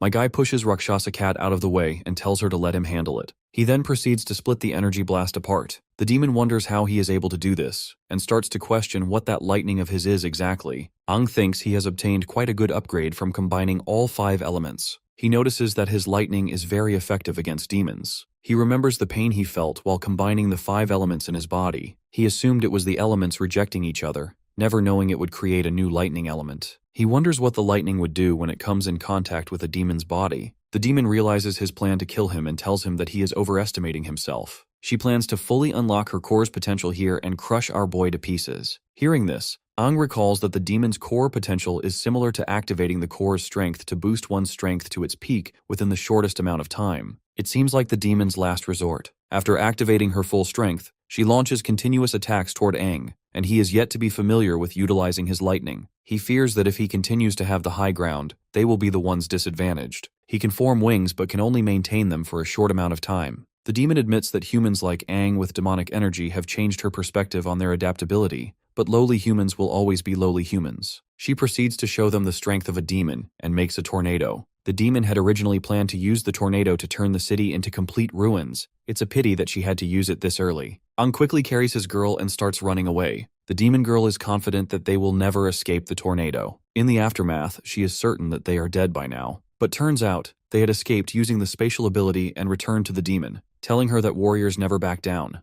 After getting right overhead, Aang zaps the demon to the ground with lightning. Battered and bruised, the demon wonders why it is so powerful, as her entire body has gone numb. Aang tells her that lightning causes paralysis, which will slow down her movement. He warns the demon that tonight will be his last. The demon is not happy as Aang tries to kill her, warning that her master will seek revenge if he dies. Her master is immensely strong and immortal. Aang has no idea who this master is, but is ready to kill the demon repeatedly until she finally dies. Of course, the demon isn't very happy with Aang as he looks down on her master. They have no idea how powerful he is. Well, my guy believes everything will be alright as long as he is stronger. Liu wishes to help Aang, believing that it will give him a stronger propulsive force, and Aang agrees. Together, with Liu's spatial ability and Aang's lightning, they blast the demon. As she dies slowly, she calls on his master and also remembers her past. She feels she has disappointed her master and feels sad. The demon is finally dead. Liu points out that it was a high-ranked demon, even though it was still in its growing phase. That is why she is proud of Liu,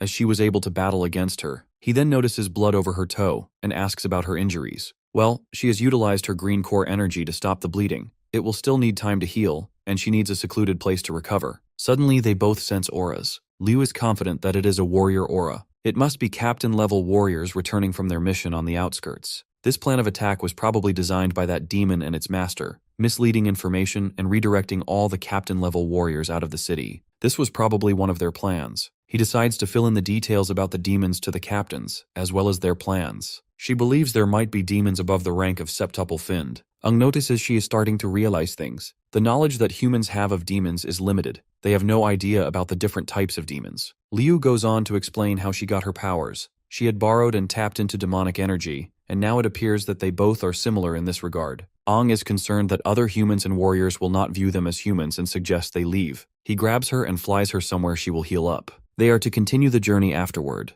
At the cultivation room, the bastard Crimson King killed regenerates, and he is thankful for his revival ability. By now he is certain that the Crimson King is far too terrifying. He needs to pass this information to the Purple-Finned King. He also needs to stop the evolution mission and get back home with Little Bean, but he can't feel her aura anymore. Seems like Little Bean is gone, and he is right about that. She is already pushing up Daisies. Meanwhile, the rest of the captains have all spread out to find the remaining clues. They present the remnants of the broken core pieces they have managed to gather to the head captain. They believe the pieces are from a quintuple-finned demon, but they are completely devoid of power and energy. The head captain thinks they are useless, and asks them to send the pieces to the analysis team to see what information can be gathered from them. The head captain believes there is something wrong with the attacks. He feels there was a plan to ensure the deaths of high-ranked warriors. He still senses a strong demonic presence and energy in the battle arena. This is definitely not an average quintuple-finned demon. He wonders who fought against this demon and who killed it. He feels there is more than one demon. Others suggest it could be a battle to the death among demons, but the head captain doesn't agree. The guy with the analysis team thinks this is his time to shine. His chance comes whenever there is an issue or an accident, and he feels the captain pays more attention to his abilities. He sees a chance to get promoted in the near future. Meanwhile, that same demon guy in the shadows summons the site worker with a hypnotic voice. The warriors have no idea that he is being controlled. The demon questions him about the details of what happened in the arena. He explains to the best of his knowledge. Upon soaking up all the juicy enough, the demon believes that Little Bean is dead. He wonders if the Crimson-Finned King could be behind this, but realizes the entire city would have been wiped out if it were. The demon asks him to open the case containing the collected remnants of the demon's broken cores. He tries to see who killed Little Bean. He activates his soul-seeking ability, which allows him to control consciousness and use energy to invade the core and see the last scene the core's owner saw before death. The more complete the core, the more information about the surroundings can be gathered. He sees Aang and Liu and becomes enraged. He kills the guy with the analysis team and threatens to kill some other bystanders. Meanwhile, Aang is trying to heal his girl. Turns out, she is unable to heal because the battle has used too much of her energy. His wood element is as good as her green core regeneration. Liu is thankful. She had never let anyone touch her foot before. She then wants to know where they will go next. They had originally come out with the goal of finding the integration crystal that could combine all the elements in his body, and now that it is complete, they are to move on and finally gather some information. Liu wonders what sort of information. No one else knows about Aang's reincarnation except Lena. Liu is unaware of his plans to rescue Desha, who has been captured. Doing such things openly goes against the new king and the new 6 heroes. He wonders if Liu and the rest of his team will stand by him if they find out about this. He finally responds to Liu, thinking it will be better if he continues his journey alone. As Liu's strength is almost comparable to that of a quadruple-finned warrior, Aang encourages her to tell Captain Ji Yaotang that she has completed her mission. Liu wants to know if he is setting off alone. Aang says he will return with her first as he needs to speak with Captain Ji Yaotang himself. As they chat, he has completely healed her and suggests she not do any intense exercise as it will still be painful because he has just regenerated her muscles. With that, they are ready to leave. 3 days later, in Helios City, Rank C, the warriors wonder when Liu and Aang will be back. Everything is boring without them. One of the warriors thinks they are probably working on leveling up themselves and suggests they do the same. She is still bored without them, and also wants to go out and go through some trials. It is really slow for her to keep leveling up in Helios City, but it is then they catch a familiar voice teasing them. It's their team leader Liu. They are happy to see her and ask about Aang. Turns out, he has gone to look for Captain Ji Yaotang to revoke his status as a warrior. They are shocked to hear this. The captain is unhappy with the news that Aang wants to revoke his status as a warrior of Hela City. Everyone demands to know why. Aang had left the city to train for a while and now seems to look down on associating with the city. They misunderstand him, thinking he is being ungrateful, but Aang insists he wouldn't do something so disrespectful. He explains that he doesn't want to implicate the other warriors in his future matters, which might end up affecting Helios City as well. The warriors demand a better explanation, reminding him that revoking his warrior license isn't a small matter. Aang struggles to explain himself. He thinks revealing too much might implicate himself, and he gets a headache. He can't just tell them that he is Aang who reincarnated, or share his plans to overthrow the current king and the new 6 heroes. He says it's something he cannot talk about or explain, and pleads with them to trust that he has his reasons, hoping to avoid dragging anyone else into danger. The female captain isn't happy with his refusal to explain and encourages our brute captain to scold him too. She worries that Aang is planning something dangerous. The captain, concerned for Aang, proposes a challenge. If Aang can defeat all 3 of them, they will agree to his plan. Aang is confident and sees this as an opportunity to demonstrate the results of their outdoor training. The captain asks him to choose his first opponent, but to ease their worries, Aang decides to take all 3 at once. Meanwhile, in the warrior training room, Aang's friends are still worried about Aang's decision. They believe he wants to cut himself off completely from the rest of the warriors. They want to understand why, but Liu doesn't know the details of his reasons. On their way back in the past, Aang confesses to Liu that he plans to do something that could be considered treasonous. He wants their past experiences to remain memories only. The people he plans to challenge are far above them in power. He wishes to rescue an old friend and needs to revoke his warrior identity to avoid dragging others down with him. Liu asks why this sudden decision, and she even considers revoking her own status to help out. Aang refuses her offer, insisting this is his fight alone. This is all Liu remembers. The photographer girl feels that Aang sees them as burdens, but Lan sees him as someone who deeply cares for his comrades. They refuse to give up on their team of 4 and decide to do something about it. At the warrior mock battlefield, Aang, the captain, and others gather. They remind the kid that he is up against the protectors of the city. But my guy isn't fazed and goes on to ask about the winning condition. The captain explains the side that fully subdues the other wins. If Aang is truly determined to revoke his warrior license, he should treat this as a serious test. The captain acknowledges Aang's growth and talent after his training, but thinks challenging all 3 at once is arrogant. Aang is willing to accept the lesson. The warriors believe Aang is overestimating himself and plan to teach him a hard lesson. They launch their attack with no mercy, simulating a real fight. The captain jumps off the ground to land the first blow but is immediately stopped by Aang. The captain wonders how this is possible. The captain has been nerfed so hard that my guy suggests they all attack him together. The rest of the warriors watch in awe as Aang blocks Jiao Tang's strike with his bare hands, stunned at just how much stronger he has become. Realizing they must combine their efforts, they channel the explosive energies from their cores and launch a coordinated attack. Aang carefully avoids hitting them directly, using his wood element to pin them against the wall instead. Captain Jiao Tang narrows his eyes, noticing a strange expression on Aang's face, even calling him a demon.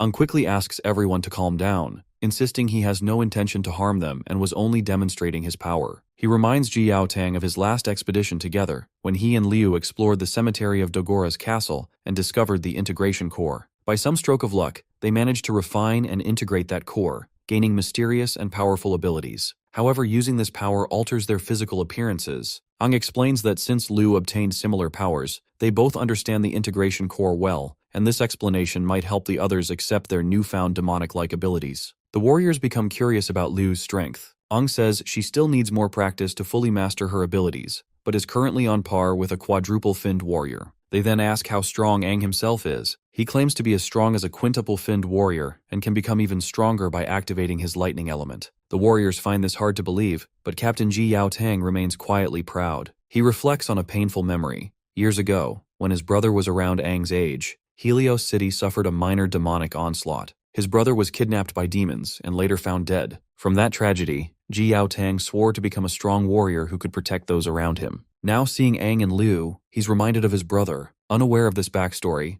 Aang listens as Jiao Tang advises him not to misuse his strength and to accept the stress and responsibility that come with it. The captain is deeply proud of them both. The rest of the warriors are left uncertain about the deeper meaning behind Jiao Tang's words. Finally, Captain Jiao Tang approves our boy's request to terminate his warrior status, trusting that Aang knows what he's doing and choosing not to press further. He remarks that young people always have their own paths and futures to face. My guy is overjoyed to hear this, and thanks his senior respectfully. One of the captains fondly recalls how weak Aang once was during his early tests, and wonders how far he will progress now that he's leaving the warrior ranks. They also realize Aang shares a name with a legendary figure from the past. Jiao Tang believes Aang's future accomplishments might even surpass those of that great man. As my guy departs on his journey, he contemplates raising his strength to the level of a sextuple-finned warrior, feeling it would be safer to do so before attempting to rescue Desha. Nearby, he notices a demonic rift and decides to seek out more cores to level up faster. However, he soon discovers a box, and to his surprise, it contains Liu and his teammates, who had been in his truck all along. Of course, the boy is clearly not pleased with the unexpected discovery. He is not happy with Liu and the other warriors tagging along. They had already discussed this, but Liu does not want the team to split up like this. Lan and Suiju had been stuck in the city, suffocating while Aang and Liu were taking a trip.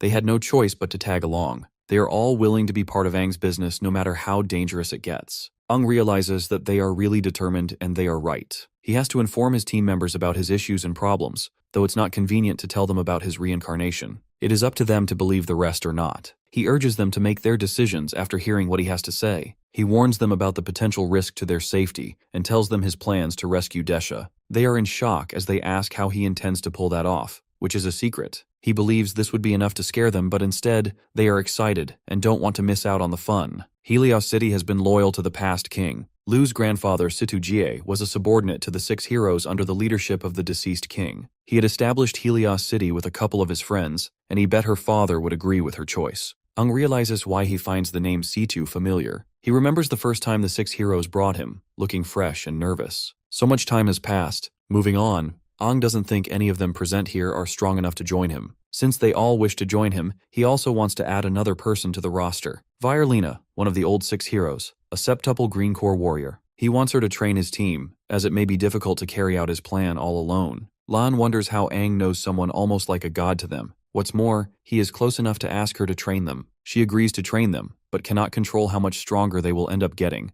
as it all depends on their own skills and abilities. She still wants to know if Aang is seriously bringing all 3 of them, but Aang has no other choice. Well, it's expected of our boy. More and more people will stand by him, and he's someone who would never leave anybody behind. She also hears that Aang is able to invent the lightning element. She is impressed with this new body of his, but this much is expected of him. After all, he is Aang, a guy who can accomplish anything. The rest of the team, while watching Aang and Lena, are unable to hear what they are saying. They wonder why Lena has not aged. Liu thinks the Green Corps is responsible for that. She has regenerated her body and keeps maintaining it at its peak. This is an ability only someone as strong as her can pull off. Ung announces to everyone that he wants to be a septuple finned warrior and wants the rest of the team to become at least quintuple core. He is going to level up all by himself. In his journey to get stronger, he also needs to find a method that would help his friends raise their strengths even further. Meanwhile, Lena is up to the challenge of training these newbies to quintuple cores. She starts by telling the rest of the team that raising their strengths within a short period will be very tiring and painful,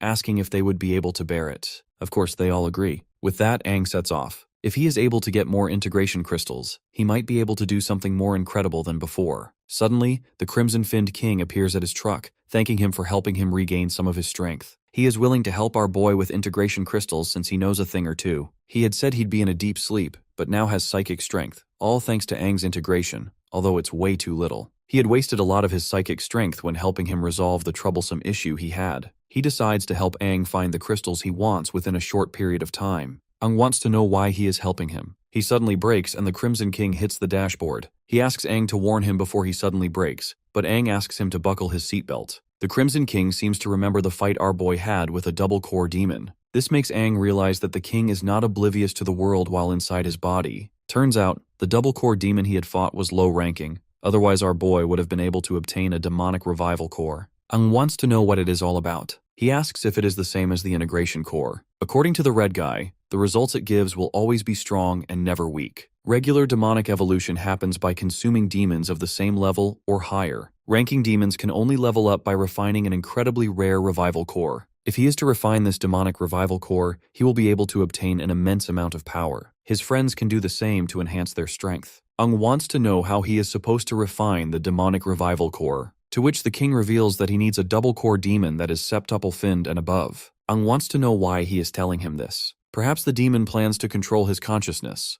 Otherwise, why would he betray his own kind? He does this because the demons are chaotic except the higher finned demon kings. He is sure that Aang would not understand the situation the dark species are currently in. So it's basically a waste of time even if he tried to explain it. And as for why he is helping this kid evolve, they both share evolution, and if Aang gets stronger, so does the demon. To emphasize how powerful he is despite his weak state, he immobilizes our boy without breaking a sweat. Aang wants to know where he can find core sextupled demons. He believes they are hard to find. The demon wonders why humans are so impatient. Reaching his goals depends on him. Now that Aang thinks about it, he recalls a place where he can find high-level demons. Though he thinks going there is already dangerous, if what the king said about revival cores is true, then it's worth giving it a shot. They set off to the city of Dawn. They get there until night, and Aang suggests they chill there since it is in the city's blind spot. The king then reveals that he will not be appearing again unless he obtains a revival core. After all, appearing again and again costs a lot of energy. He then suggests Aang should not let his friends forcibly refine it, or try to get enlightenment from it.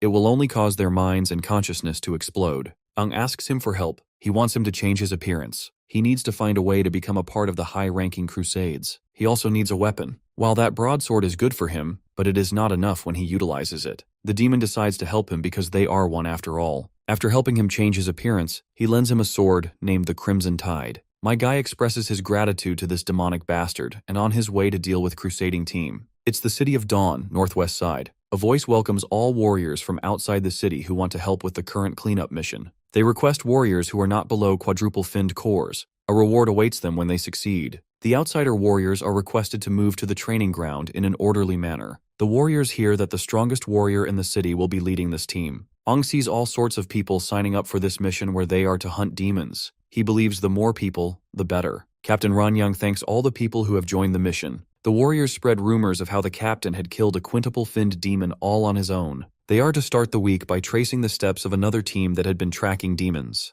The demon traces had disappeared 3 kilometers to the north of the city of Dawn, within a rotten forest, and the 6-person team that had been sent out had all been eliminated. A quintuple blue-core warrior who happens to be a friend of the captain led the team. It wasn't a weak team at all. The last bit of information they have, sent by the tracking item, indicates that it's most likely they fought an extremely strong demon, probably a quintuple-finned demon, a double-core-finned demon, or a high-ranking demon as well. They view this as a threat to the City of Dawn's transportation and its surroundings. This is why they need external warriors. Ung realizes there is a possibility that there is also a double-core sextuple-finned demon, which is perfect for him. The warriors set off after the captain's explanation. All the while, the people cheer them on as they leave. The road is 3 to 4 kilometers long, and there are a few demons on the road as well. All warriors are instructed to be careful and follow the team closely while maintaining silence. If not careful, a warrior can get lost and attacked by demons. Ung thinks they are already attracting the attention of demons after leaving the city gate. A team member asks the captain not to treat them like rookies who do not know any better. They believe the team is made up of capable warriors. He gets attacked soon before the captain is able to warn him about raising his voice. It's a sand-type demon.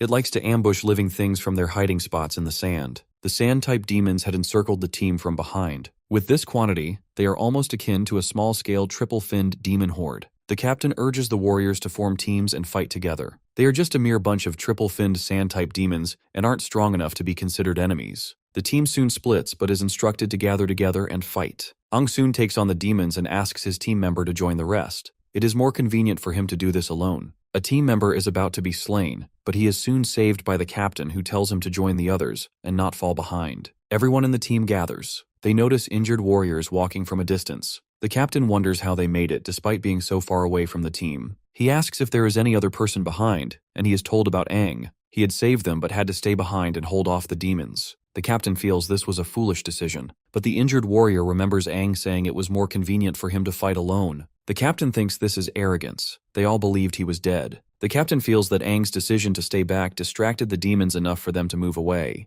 They decide to go back and find him, whether dead or alive, as he is a comrade and warrior. The captain warns them to be prepared for a fight as there may still be demons left. They find the place and head toward the spot. The captain encourages everyone to be vigilant as they look for Aang, and they finally find him. My guy wants to know why everyone is there. He thought they should be moving forward as he was preparing to chase after them. The captain notices his strange aura and wonders if it's because he is covered in demon blood. All the teammates only get further shocked when they realize that Aang has killed over 10 sand-type demons. The team struggles to believe this. They think there is something special about Aang. He explains that he is as powerful as a quintuple-finned core warrior, although my guy knows his powers surpass that. Even if he were to fight a sextuple-finned core warrior, he would be able to survive. Despite his explanations, the captain still thinks it's difficult to fight against 10 sand-type clan demons alone. Ong explains his made-up strategy. He had thought of this a long time ago. He further sold them the narrative that his specialties were prolonged battles and escaping. This is a more reasonable explanation to the captain, who commends him and tells him that his actions gave the team enough time to regroup.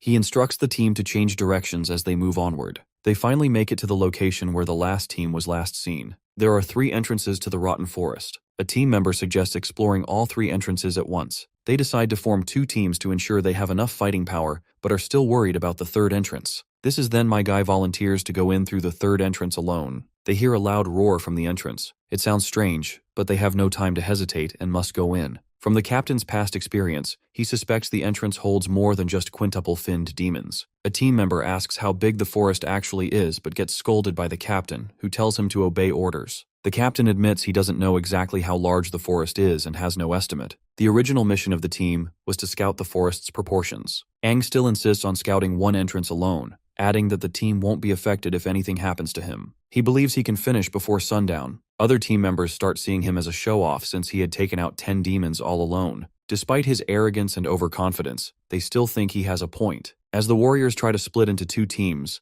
Violence erupts because everyone has conflicting opinions. These outsider warriors always act violently in tense situations, which is something Aang despises the most about them. The captain yells aggressively for everyone to calm down, telling them to follow orders. He intends to be the opponent of anyone who still wants to fight, but the whole team stays silent. The captain has seen how poorly disciplined the outsider warriors are. They need to finish this quickly before more problems arise. Before Aang sets off alone, the captain reminds him that there won't be any help if he's in danger. Aang understands this and states he might finish right on time before others arrive. This statement makes him look even more arrogant as they split up. As the captain is barking orders and telling the teams to prioritize rescuing rather than engaging in fights, Aang is walking alone on his path when he suddenly gets attacked by a demon, which he quickly kills. He had come into the forest alone to use his powers without hesitation and plans to kill them all until the strongest demon appeared. Cutting to somewhere else, we learn that it is always dark in a forest as dense as the rotten forest, and very silent. So, one of the team members warns the entire team to be careful and not let their guard down.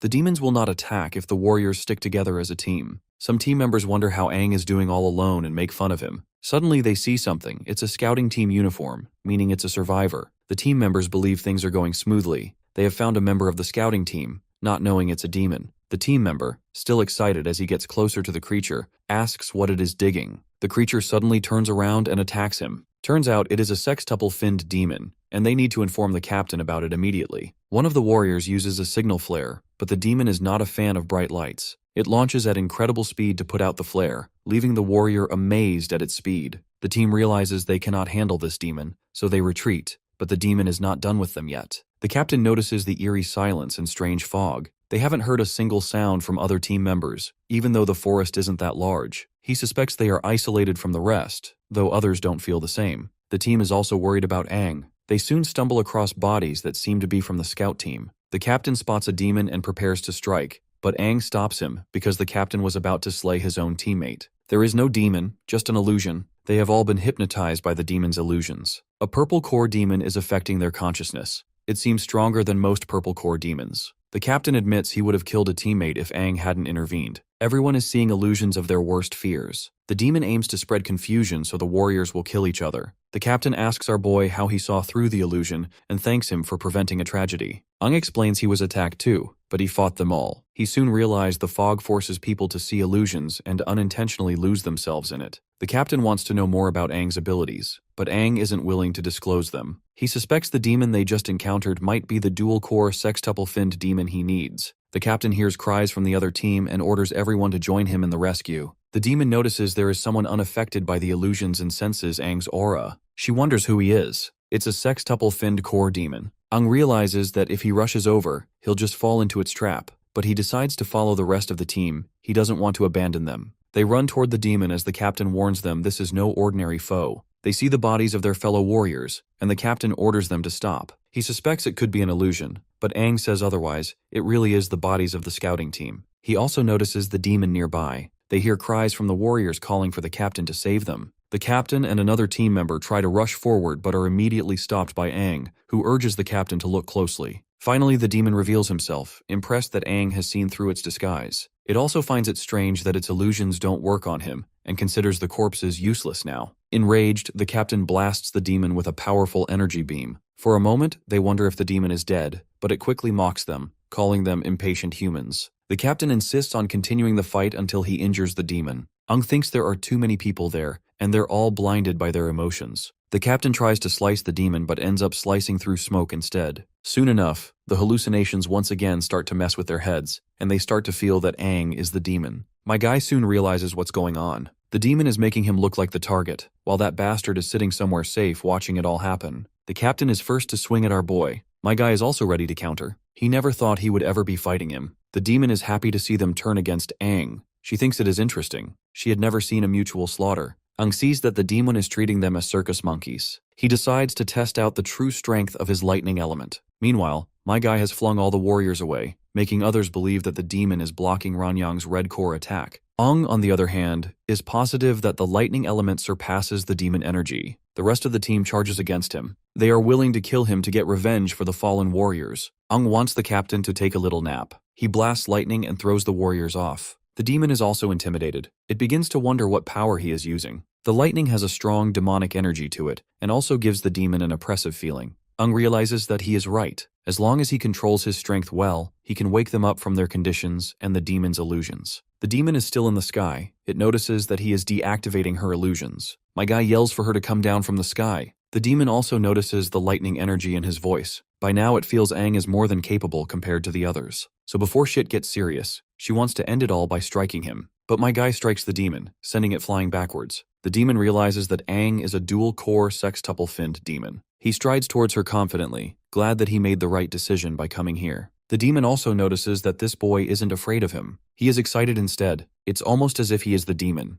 Aang launches himself and strikes, shattering the ground while the lady manages to dodge. She then creates clones of herself. My guy tries to strike them all down, but the demon keeps dodging Aang's attacks with its cloned bodies. It is then Aang decides to identify the real body of the demon through his lightning eyes. Eventually he spots her and closes in the gap between them, but the lady retreats right away, frustrated by his lightning trait. She then dances around him, but still ends up located by our guy. Before splitting her apart, he insists she hand over the revival core to him. The scene then cuts to the City of Dawn. From the cliff, Lu can see my guy's aura clearly. Meanwhile, the photographer girl is taking L's in her training. Lan and her notice Lo looking at the lightning ahead and inquire about it. Lu fills them in that Aang must be right in that spot, though they aren't sure. Lan says it could be a storm over there. Right then, Lena shows up behind them and asks why they are spacing out. If they are not powerful when Aang returns, they will be nothing but a burden to him. Aang had asked her to work on their physique. He had pleaded with her, and Lena agreed to do whatever he asked of her. So, she asks them to prepare for battle. They are to last 10 seconds against her in a battle as she will be attacking them. Suiju is shocked because lasting 5 seconds against Lena the last time was a very tough challenge. Back to our boy, he is about to stab the demon with his sword.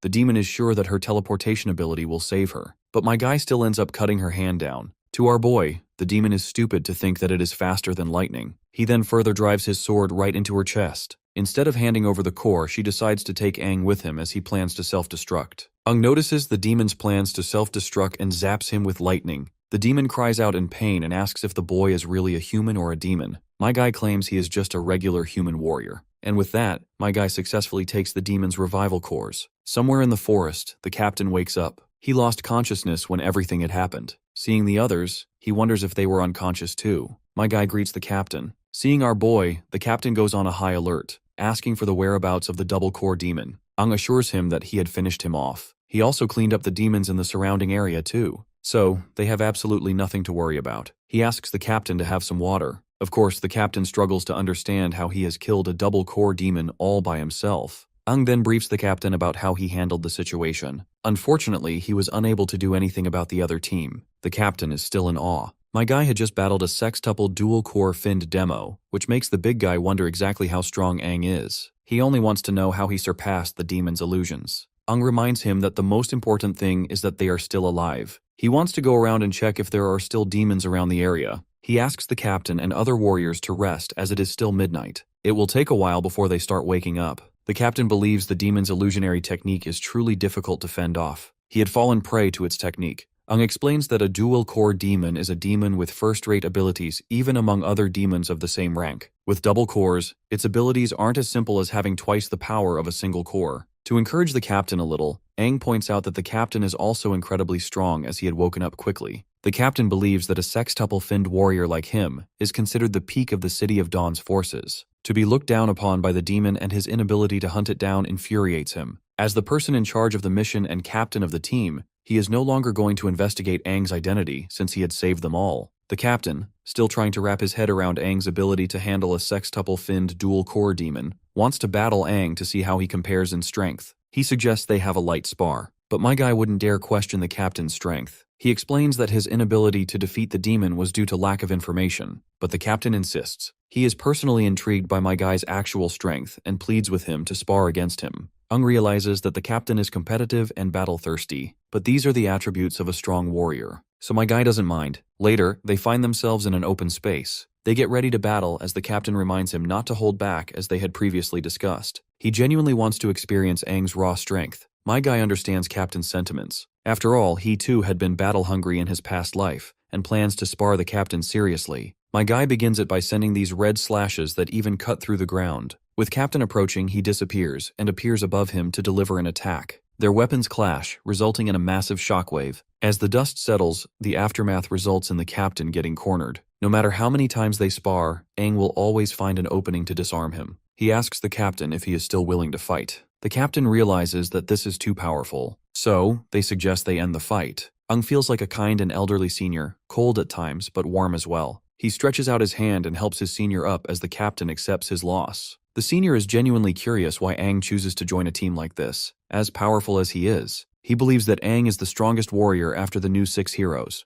But my guy doesn't agree with him. He believes he is still weaker than them. The captain narrates that being a septuple-finned warrior means you have reached humanity's peak. The strength difference between a sextuple and septuple-finned warrior is greater than the difference between a single-finned warrior and a sextuple-finned warrior. The new 6 heroes' powers are not something a regular sextuple-finned warrior like the captain can achieve. He believes their strength has reached levels none of them have seen before. There are rumors that one of them solo cleared an ancient king's plague tomb himself and managed to return safely as well. It's a feat none of them can pull this off. This shocks our boy, because he too has first-hand experience with King's Plague Tomb. This makes him really suspicious of the new heroes, and wonders what exactly they are hiding. It is daybreak. The captain believes the other warriors will be awake soon. He asks if Aang will return with them. The boy responds positively as there are things he needs to settle there. He wants to see the revival core's effect on him. Back at the city, the captain reports to Wu Kongyao concerning their mission to the Rotten Forest. He had heard about how Aang had battled a sextuple-finned dual-core demon and how he had played a crucial role in the mission.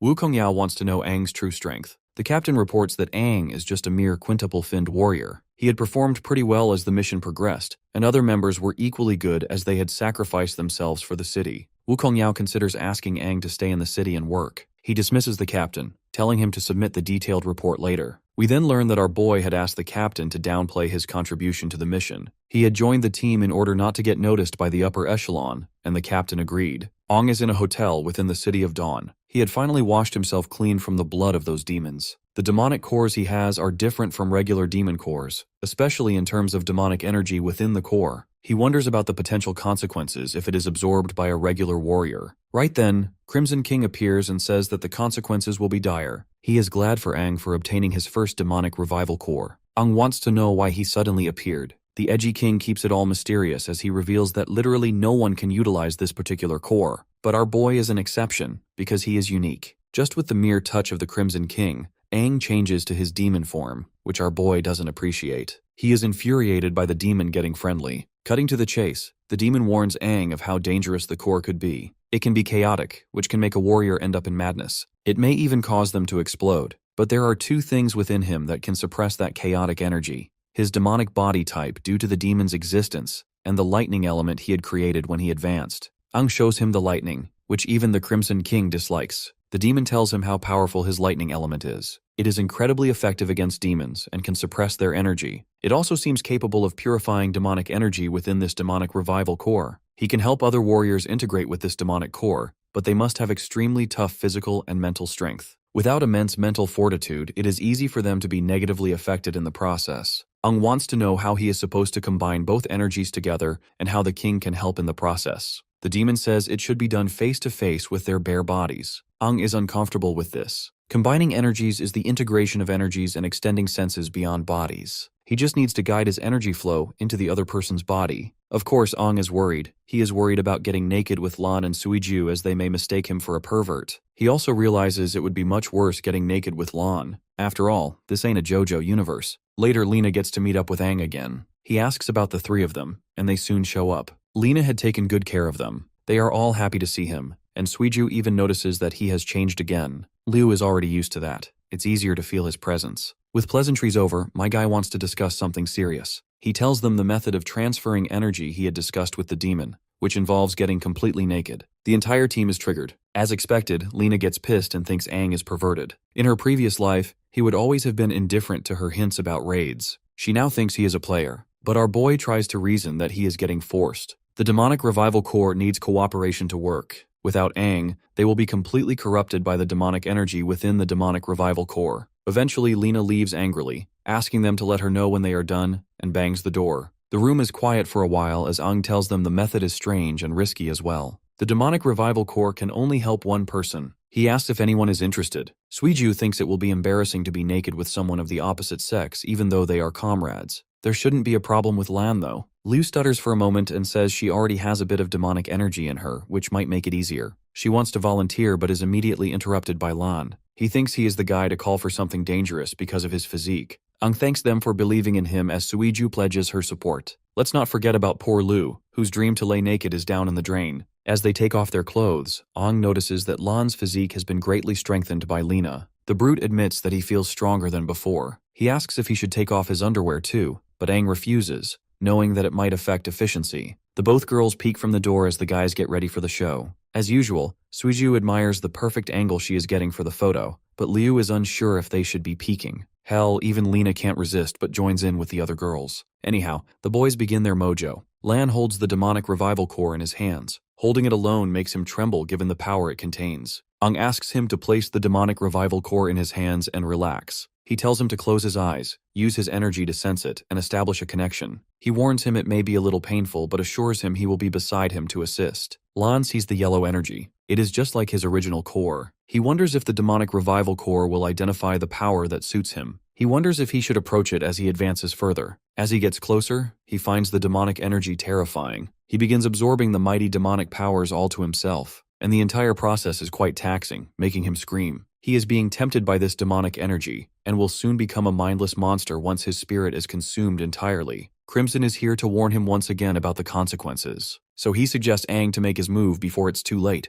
The primordial demon consuming Lan's spirit didn't expect to see the crimson-finned king there. Aang asks if this demon is conscious as he had thought it was an illusion. The yellow primordial demon can be seen as the source of demonic power. The crimson-finned king is considered the purest existence closest to this primordial power. The king cannot make a move against this primordial power. If Aang wants to save his friend, he has to act quickly. Without further ado, Aang launches off the demon's hands and dives straight towards him. The primordial being senses something very unpleasant. It is Aang's aura. He thinks it should be completely eradicated, and promptly blasts our boy away. This new yellow demon is a six-finned primordial demon. He is mad that others are here. Crimson King reveals that Aang has to deal with the illusion demon of this core first before he is able to save his friend. He then sits down in order to watch everything like a king he is. The battle begins, and they start throwing hands. Aang tries to take a look at the demon's powers, only to notice that the power has increased because both cores have now transformed into yellow cores. To push this bastard away, he delivers a lightning kick, but the demon is still intact. By now, he is sure that using feet and fists might take some effort. I guess this much is expected. The yellow core is known for defense after all. The monster then conjures a demonic shield which is both offensive and defensive. But my guy is sure that this is no match for him. He puts his lightning and demonic energy into use, and kicks the bastard hard. Turns out he used an upgraded lightning move he picked up while fighting a demon previously. After taking down that primordial demon, he directly strikes that ball of energy to help his friend's consciousness escape. I don't really know what in the hell is going on, but in a nutshell, my guy manages to absorb the excess power of the revival core into himself, which not only allows him to evolve, but he also manages to save his friend in the process. Even the Crimson King thinks it is impressive as he absorbed part of the energy from the core. It is enough for Lan to awaken his demon powers. In the real world, Liu has already dozed off, while the photographer girl is busy doing her thing. Even Lena is tired of waiting. Suddenly she notices his eyes, which look demonic. Right then, he gives off an explosive energy burst and begins to evolve. After the transition, he has 4 arms. His evolution has also been completed, making him a 4-fin demon. Lena refuses to believe what she is seeing. Through the core, the demon power has truly fused with Lan. Aang tells them not to be surprised as they have important things to worry about. The energy burst from Lan's evolution process is too intense. He believes it will definitely be noticed by Dawn City, so they need to hurry. Liu rushes to guard the entrance, but Lan stops her as he has a solution. They all grab him by his arms and he takes off like a goddamn meteor. Seriously though, what in the Omnitrix malfunction is this? Suiju meanwhile can't help but admire how amazing the dude has become. In his takeoff, Bro had left a huge hole in the roof of the hotel. People gather around the hotel premises as the authorities investigate. They are told to leave as it was just an accident. Investigators have no other clue except the hole in the roof and the fallen sign. The captain of the Dawn Warrior Guard is sure that there was a demon, but it makes no sense how the demon vanished in just a few minutes. Suddenly, they notice someone landing from the sky. It's Van Dillen, the cheap copy of Homelandar. They both kneel in the presence of this douchebag. Van Dillen is the strongest dual-core medic warrior, so it makes no sense why he would come here to attend such an insignificant event. Meanwhile, Aang and his team finally find a perfect spot to lay low. After getting down, they ask Snow how he feels. In response, he reveals that he feels like he is filled with the power of demons. He quickly switches to his human form,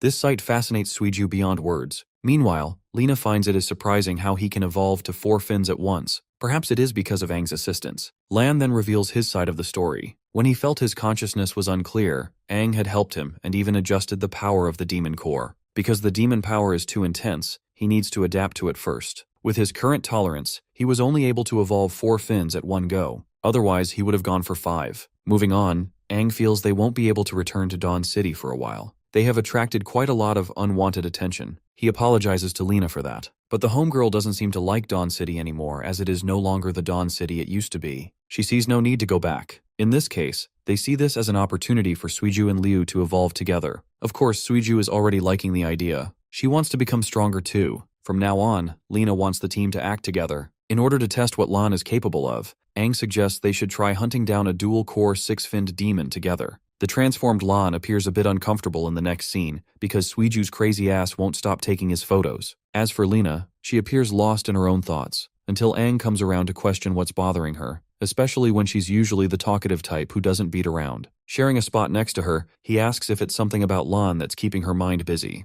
A worried Lena shares her concerns, expressing her discomfort at the idea of a human warrior merging with demonic powers, especially when she comes from a time where this kind of suggestion would be unacceptable. Though Lena perfectly understands that the current Aang also shares demonic power in his body, at this point she doesn't know how everything will wrap up. If humans and demons are together, then where does the future lead? Our boy understands her situation completely, recalling his own previous experience, how he found himself repulsed by the sheer idea of using his demonic power. Despite hating it back then, he ultimately had to come to terms with the realization that this power is necessary for them to grow as warriors. It's similar to the concept of absorbing cores, and if they refuse to use this kind of power, Aang thinks they won't be able to tackle absurdly powerful demons to come. Right now, the demons aren't even their only concern anymore. When you think about it, the new king is terrifying in his own right, as well as his battalion of the new 6 heroes. Even Lena expresses her sheer shock, going as far as to say that the new king is terrifyingly powerful. She remembers the weight of death pulling her when she met the king. That kind of power is unfathomably strong, to the point that Lena thinks it's impossible for a normal human warrior to even possess it. Though she's ashamed to admit, Lena shares that she was genuinely afraid to be in the king's presence, and that's saying a lot because she's one of the 6 heroes herself. Pulling her back to reality, Aang smacks her head, assuring her that everything is going to be okay now that he's here to protect her. Their conversation is interrupted by the rest of the gang, who has rested well and prefers relocating to a different town. Our boy gets up, preparing himself to hunt the dual-core demon and extracting the remaining 2 demonic cores. He thinks they'll have an even greater chance of succeeding, now that they've got the legendary warrior Lena by their side. The scene cuts off to a desolate land, where one particular demon is chewing down on its food. Our gang observes closely, questioning what the demon is doing. Lena reveals that it's common for 2 fin demons to be here and there, and it seems like they've stumbled upon some kind of demonic nest. Without wasting a breath, our boy chucks a long sword at one of the demons, killing it instantly, while the other 2 draw away from the enemy invasion. Donning his 6th finned form, Aang hopes to discover dual-core demons in this wretched mess. His mere demonic aura terrifies the lower-level demons, who fail to comprehend how a human is even capable of wearing their power. The demons are so busy fixating on our boy that they completely forget about Lan, who emerges from the shadows and smashes both their heads together, killing them instantly. I can't lie, Lan looks badass with his 4-armed form. Suiju is rather impressed by their teamwork, while our boy reveals that Lan can easily annihilate any 4-finned demon or below at his current power level. However, just within this lair, he senses an immense wave of aura bursting out, implying that a compounded demon core must be inside. Liu urges to participate in the battle, but our boy stops her, arguing that her demonic form must be used later on because they need to preserve their energy. In fact,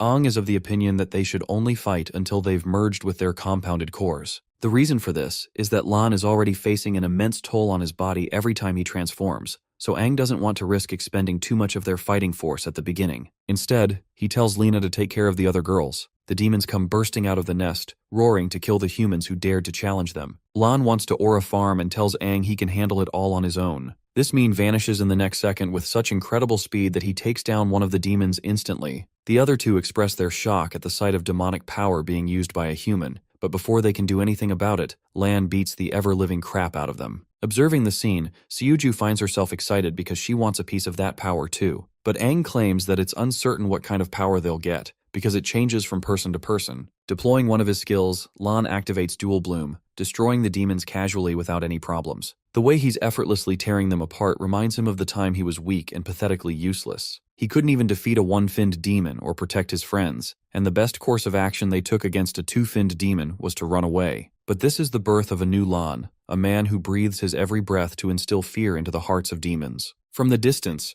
Ong notices a lump of aura concentrating in one place. This means that an entire horde of finned demons is coming their way, emerging out of the nest. This small army of demons is by no means easy to take down, which is why Lena even urges to help them out in case necessary. Thankfully, our boy agrees, expressing that it's best for them to obtain the compounded core as quickly as possible. Preparing herself for combat, the legendary warrior channels a bolt of green energy. Her fighting stance excites Seoju, who is honored to fight in the company of the great hero. Releasing herself like a projectile, Lena unleashes hell on the demons. She's out here cutting them like butter, with a speed so fast that even Liu is impressed by the green core's might. As for Seoju, she couldn't even take a single photo because of Lena's immense speed. Even Lan, who was just a minute ago reveling in his great power, is shocked by the unique ability being used by Lena here. Satisfied, our boy reveals that so far the badass Lena hasn't even used any special skill. All she did was deploy her protective barrier to smash the demons away, allowing them to clear a path. Aang orders them to keep moving forward, while reminding the two girls to conserve their energy. Lena, on the other hand, has forged a path to a wide space ahead, wondering if the demons came from this path. Entering inside, she releases her barrier, staring up at the main culprit above. Sitting comfortably at his throne, the dual-core demon expresses his surprise at the humans making it this far. He's genuinely impressed by Lena's abilities,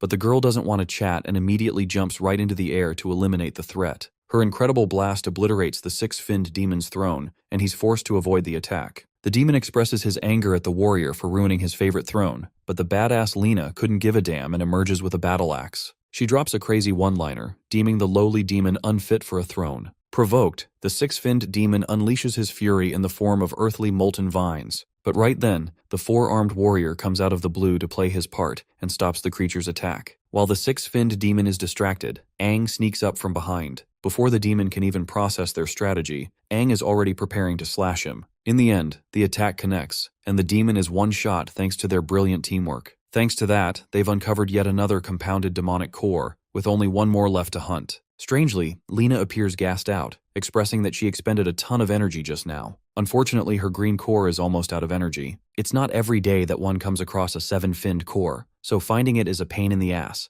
especially when the new 6 heroes were told not to use this kind of power anymore. Lena's prime has already gone past, so she isn't on the same level of the 6 heroes humanity always looked up to. However, what she's most happy about is that Aang is in a league of his own, and will eventually shift the tides for humanity again. Frustrated yet determined, the once strongest warrior of humanity promises her that they'll reclaim all that was taken from them. In the next scene, our gang relocates to another city hotel. It appears that they also managed to obtain the final compounded core off-screen after hunting. Our boy wants to help the girls evolve and requests Lena to guard him until then. The good thing about this town is that it is relatively low-ranked, so there shouldn't be any troubles. Hilariously, Lena teases our boy, wondering if he's going to be fine in a threesome. Flustered, Aang expresses that it's nothing like that. From inside the room, the girls are wondering what's going on. Our boy enters the room and switches on the lights, wondering who's going to be up first. Liu musters the confidence to recommend Seoju first, and with the way these girls look right now, I don't think even a 9-finned demon could hold our boy back. Aang is fine with that, but trust me, our boy is genuinely struggling where to look, and the manhwa artist is making sure to give us all the angles. Seoju butts in and explains that Liu wants to go first, but she's shy and doesn't want to reveal her feelings. Even though she tries to deny it, Aang comforts her and agrees with the suggestion. Seoju decides to give them some alone time and promises not to take any photos, but something tells me this creep won't stop. Now that they're alone, our boy takes off his shirt, revealing his cardboard cutout abs. He wonders what's keeping Liu's eyes busy on his body, and I think it's obvious that this is the average girl's biggest dream. The nervous wreck Liu can barely contain herself now that he's taking his clothes off in front of her. And goddamn, she even recommends taking off her own top if necessary. With the way they're talking, Seoju and Lan are embarrassed and shocked. A couple of quiet moments later, Aang sits in front of her, popping open one of the compounded cores. He hands it to her, while Liu questions if this kind of power is the same one she has inside her body. Even now, she has no clue how she was able to obtain such an ability to begin with. But one thing is for certain, ever since she got that power, she's been awestruck to chase its might. Many times she dreams of a terrifyingly large demon comforting her in her dreams, a kind of indestructible force unlike any other. By the way, it's clear enough that this is the other 8-finned demon, just like the Crimson King. Aang doesn't know it though, and he's hoping to get an answer soon. Instructing her to turn around, he tells Liu to keep the compounded core held tightly in her hand. Now that she's ready, Our boy places his hands on her back, while the girl sinks to a state of meditation. At once, she is tossed into a spatial dimension of her mind. Here, a demon is guarding the core, a six-fin source demon in fact. Slowly walking up to the core, she senses an incredibly dark aura coming from the source. Suddenly, the demon chants, "Open," causing it to release waves of energy. At first, Liu is afraid, but eventually she succumbs to the allure of her new power, drawing her closer and closer. The core is overwhelming her mentally in an effort to turn her into a servant of the demonic race. But right as she's about to lose control, the black-finned demon arrives and snatches her hand. She's the enchanting woman who has been haunting her dreams. The eight-finned demon casually toys with Liu's body, expressing that she has claimed the human for herself, so she isn't going to let go of her. The Black King Fin is one of the 6 great King Fins, known for her ability to manipulate time and space. The primordial source demon is surprised to see her grant a portion of her might to a mere human. The Black King Fin expresses her personal interest in the girl and wants to create a smooth process for her transition. Liu finally speaks her mind, revealing that the demonic power dwelling within her comes from the Black King Fin. It's her first time being in the presence of a demon far superior to the likes of a 7-finned monster. The Queen of Black confirms this, while another voice greets them. Even the Source Demon is shocked to see 2 Kingfin demons interacting with each other. The Crimson King is annoyed that she's tampering with his plans. As for Aang, it's his first time realizing that Liu shares the might of an 8-finned demon too. Funnily enough, both of the hot babes are reduced to little fangirls after seeing Aang and the Crimson King. The Black-Fin demon is out here showing off her curves in front of her crush, pointing out that she was in fact following his instructions by staying away from Aang. However, she required a personal human to spy around on her own. At this point, Aang is out here losing his marbles. 2 of the strongest demons are standing right in front of him, catching up to each other, making him question what they're plotting. The Crimson King lightly smacks her head, emphasizing that her involvement is causing him trouble. In response, she tells him that she's worried something might happen, but the Crimson King is confident in his judgment. Understanding that he doesn't want her to mess around anymore, the Black Fin decides to come up with the outrageous idea of killing Liu right away, believing that she's useless to their cause. But the moment our boy sees her trying to do that,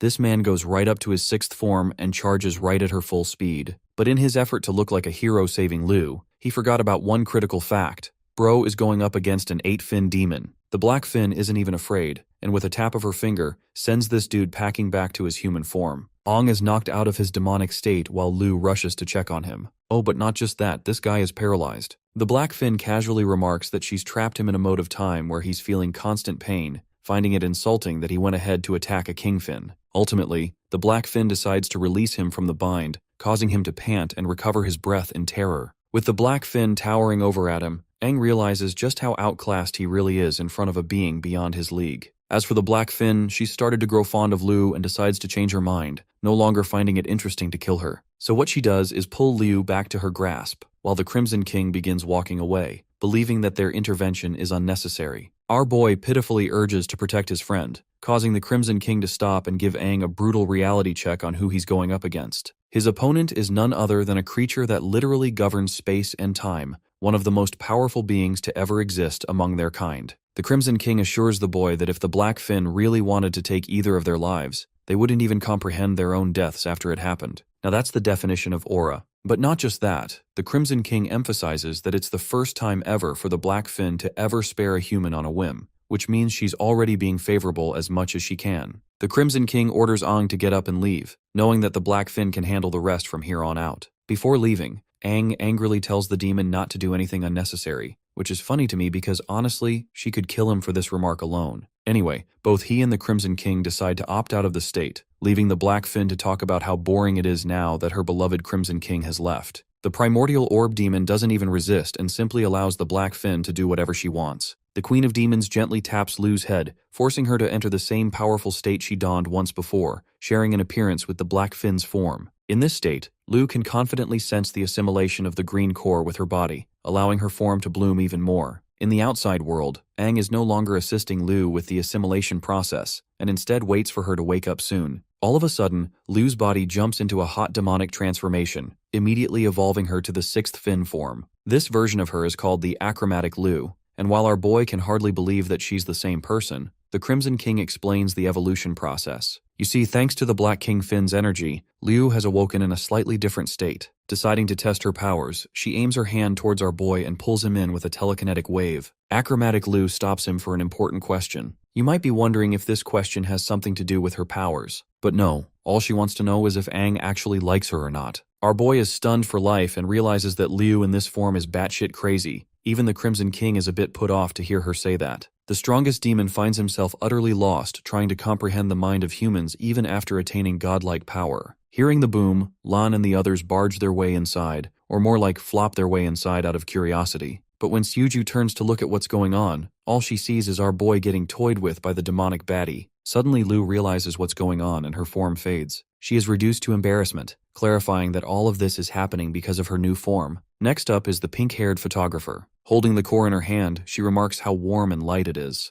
Strangely, Aang thinks she's messing around and points out that she must take this situation seriously, because in the worst possible case, she's going to get devoured by the core. Suju and her Jupiters playfully agree with the remark, while Aang is starting to think she'll never learn. Anyway, he coaches her to calm her mind in order to properly assimilate the compounded core. He also tells her that she's going to meet the Source Demon very soon, and likely endure hellish physical and mental shocks. The same happened to Liu and Lan, for example. However, Aang promises to help her out and consistently reminds her to keep her focus so that the core doesn't consume her body. But their first task is to enter the region of the core in the first place. Surprisingly, while it took Liu and Lan quite a bit of time, this girl instantly enters the space and terrifies Aang with her compatibility with the core. Realizing that he must also enter at once, Aang transforms into his sixth finned state and opens his eyes. The Crimson King is right next to him, commenting on how strange Suju is in particular. Different from the others, she experienced absolutely no pain or any kind of obstacle in her path. Instead, the girl is easily able to absorb the Source Demon's power like a cakewalk. A confident Suju not only engulfs the orb, but also the Source Demon's essence itself, a fact that shocks Aang and impresses the Crimson King. It goes to show just how compatible her body has become with the compounded core. Suju's body is engulfed in a blue, before unleashing a shockwave that begins to transform her. And well, I think we can all agree that these demonic forms do the bare minimum of covering a person's skin because look at her.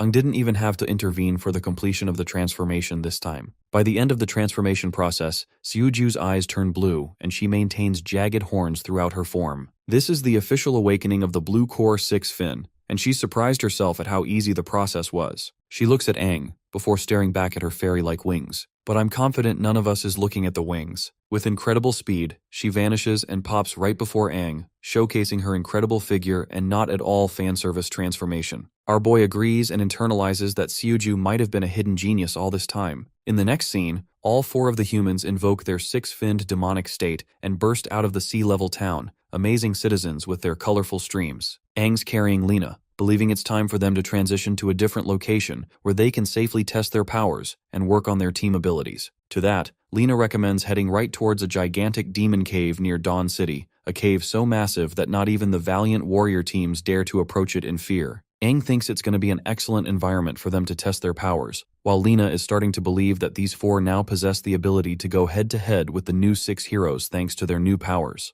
However, in the very next scene, Lena makes a surprising announcement to withdraw from the team. Unsurprisingly, Aang is curious and wants to know if he made her upset in any way, but she clarifies that it's nothing to do with him. It's just that her core is nearing its depletion, meaning she won't be able to fight at full capacity anymore and will only get in the way. Our boy flicks her on the head, quickly reminding her that she's literally one of the 6 strongest heroes of the present era, so there's no way she's going to become a thorn in their path. He's also ready to obtain a brand new 7-finned core for her if it's going to keep her around. Though he's happy to help her out, Lena expresses that she's fine on her own. The thing is, she's feeling doubtful of her own ability, and argues that even with the new core, she won't be able to help out much. The truth is, soon after the death of the strongest warrior, the original Aang, she stopped fighting and barely participated in combat. Soon after, the new king took over everything and basically allowed her to live a normal life, away from the duties of a warrior. In fact, she never would have donned her battle armor back on if not for Aang's re-emergence. Our boy is rightfully concerned about what she means when she says she won't be able to keep up anymore, even with all her experience. Lena cuts him off and shares that age is doing a number on her.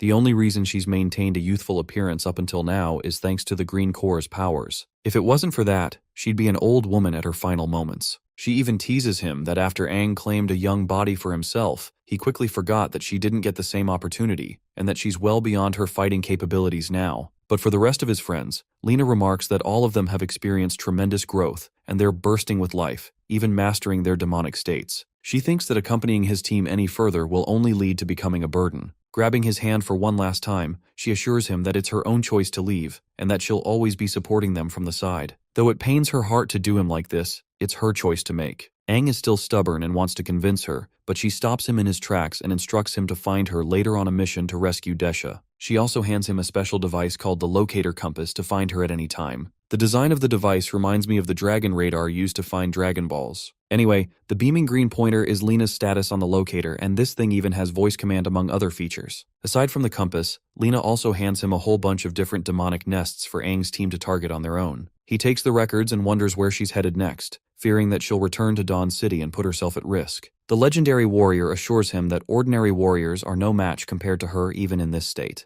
Her goal is to gather her stuff from Dawn City and relocate to another small town, living out her days there in retirement. Aang genuinely feels devastated to hear the word retirement coming from her, and wonders if Lena is ready to say goodbye to his team. Unfortunately, she doesn't want to make the farewell emotional, especially after sharing a life all on her own for decades. Before leaving, she does part with one solid piece of advice for Aang regarding Liu. Her mention of Liu makes him turn to look at her. The flustered chick returns him a warm smile and turns away. Clearly, Lena has taken notice of Liu's feelings for him, so she wants our boy to be responsible for her. She's well aware that he's not the smartest tool in the shed when it comes to emotional affairs for that matter. With everything settled, Lena turns to leave, intending to use the transport system of a nearby small town to return to Dawn City. As she's leaving, Aang roars at her that if he does find a new seven-finned core, she better not refuse it. In her mind, she simply calls our boy an idiot, and hints that she actually loves Aang but is willing to move away from him because he's found Liu by his side. The team quickly catches on after seeing Lena leave, questioning Aang what happened. Our boy merely suggests that she's going to tend to some personal affairs, keeping it simple. Liu feels sad that she couldn't thank the legendary warrior for her incredible guidance. Meanwhile, Lan wonders if they're going to head straight to the demon cave she told them about. To that, Aang confirms, highlighting that it's an excellent opportunity for them to test their new power against the demons. Also, he's fired up with a proper goal this time, the goal of securing a new seven-finned core, so he can help Lena. Fired up, all of his friends transform into their demonic states, ready to rumble. The scene cuts to Dawn City, where Lena is carefully making her way. However, because of Lan's awakening from last time, security has gone up, making it difficult for her to navigate undetected. Luckily, she makes her way to her home through the open window and secures getting inside. Time is of the essence for Lena, because she's aiming to rush and leave with her valuables. While she's rummaging around, Lena completely forgets about the fact that someone is spying on her. The man casually remarks at his surprise, shocked to see her return to the city. Lena's worried eyes dart back to stare at Van Dillen's face, the same man who is known as the strongest dual green core warrior. She roars at him for breaking into her place without a notice,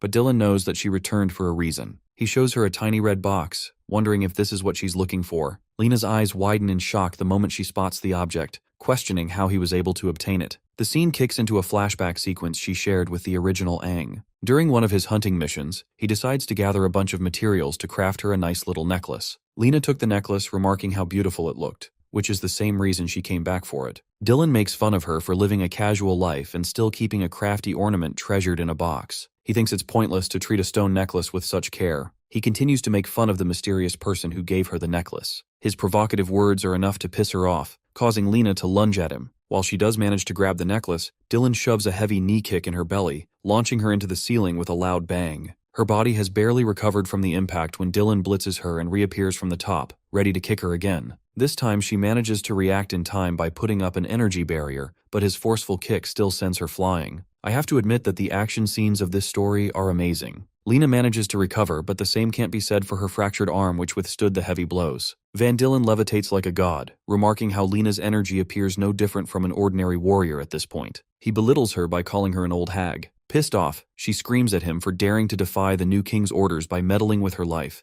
even if she no longer serves the path of a warrior anymore. Dylan agrees with her argument, but he has strong reason to suspect that she's plotting something behind the scenes. Preparing an energy lance, he mocks her for ever believing the idea that the new king would care for a useless hag. Damn, this guy is the king of disrespect. As he's preparing to unleash his attack, Lena suddenly spots a cat on the rooftop, fearing that Dylan's attack is going to kill the innocent creature. Having a heart of gold, the brave warrior jumps to protect the cat the moment Dylan unleashes his spear. The projectile connects and leaves a gigantic blast, but luckily, Lena not only survives the encounter, but also saves the little one, allowing it to run away safely. But that's the problem. While she's distracted, the scumbag dashes past her, mocking her for foolishly withstanding the blow. The strongest warrior pulls her with a ruthless amount of force, dragging her all the way outside the city. Lena's body is ragdolled and thrashed into the forest with a heavy impact, reducing her to a gravely injured state. Dylan goes up to her, highlighting the state of her depleted core. He talks down on her, how the legendary warrior once saved 600 people using her bare hands. The sadistic bastard enjoys the thought of shattering her hands, so her accomplishment is replaced with new memories. Tragically, the scene cuts with Lena's painful screams reaching the sky. Meanwhile, Aang and his team are making crazy progress. With the 4 of their combined efforts, they were able to take down a 7-finned demon. Though our boy thinks they need to work on their teamwork, he's still glad that they managed to uncover a 7-finned core. But suddenly, Aang senses something in the direction of Dawn City, causing his friends to wonder what happened. Deciding to use the compass locator device, Aang checks on Lena's position and learns that she's critically close to death. The voice alert shocks all 4 of them as Liu urges them to return at once. The 4 of them rocket outside with hyperspeed, trailing down Lena's location using the compass. In the distance, they finally spot her. However, Aang senses her fainting aura, even though she's moments away from her. Suddenly, when the group finally reaches her, terror sets in, shocking them all. The legendary warrior's arms have been severed, while she holds the necklace in her mouth, barely breathing.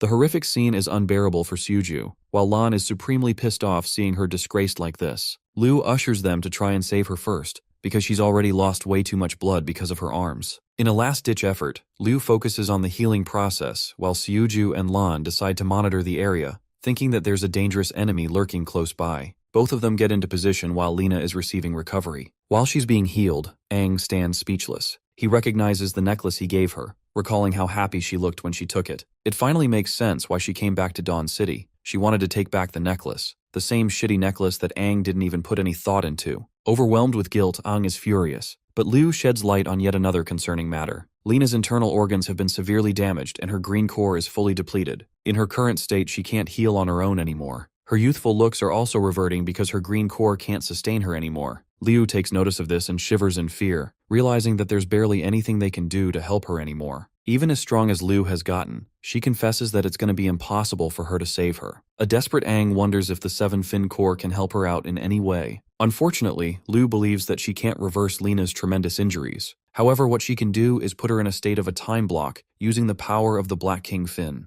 She could freeze her in a dimensional block, delaying Lena's death as slow as possible. However, if this happens, Liu will compromise her own ability to move and will require every last bit of focus to maintain the time block. She thinks it's an unrealistic solution because the moment the sun rises again, Lena will meet her end. What's bothering Suju the most is how on earth could a demon reduce her to such a state, even if the legendary warrior is in a weakened state. To that, Aang simply gets up, instructing Liu to focus on healing and the others to guard her in case any demons show up. He tasks Lan to come along, implying that he has a rough idea of who's responsible for doing this to his friend. Aang reveals the man's name. It's Van Dillen of the 6 Heroes. The name frightens everyone, but Aang can tell with certainty that it's that guy because of his familiar sharp aura. Not just that, he's already faced him once before in battle, and fully understands that Dillen intentionally left Lena in a crippled state. Even though Aang is ready to go, Liu highlights the dangers involved with this strategy. Even though they've all entered the realm of 6-finned demonic strength, the fact of the matter is that the rest of the 6 heroes could pose them severe trouble. However, despite her wise reasoning, even Liu understands that with the face Aang is making right now, it's going to be impossible to stop him from going.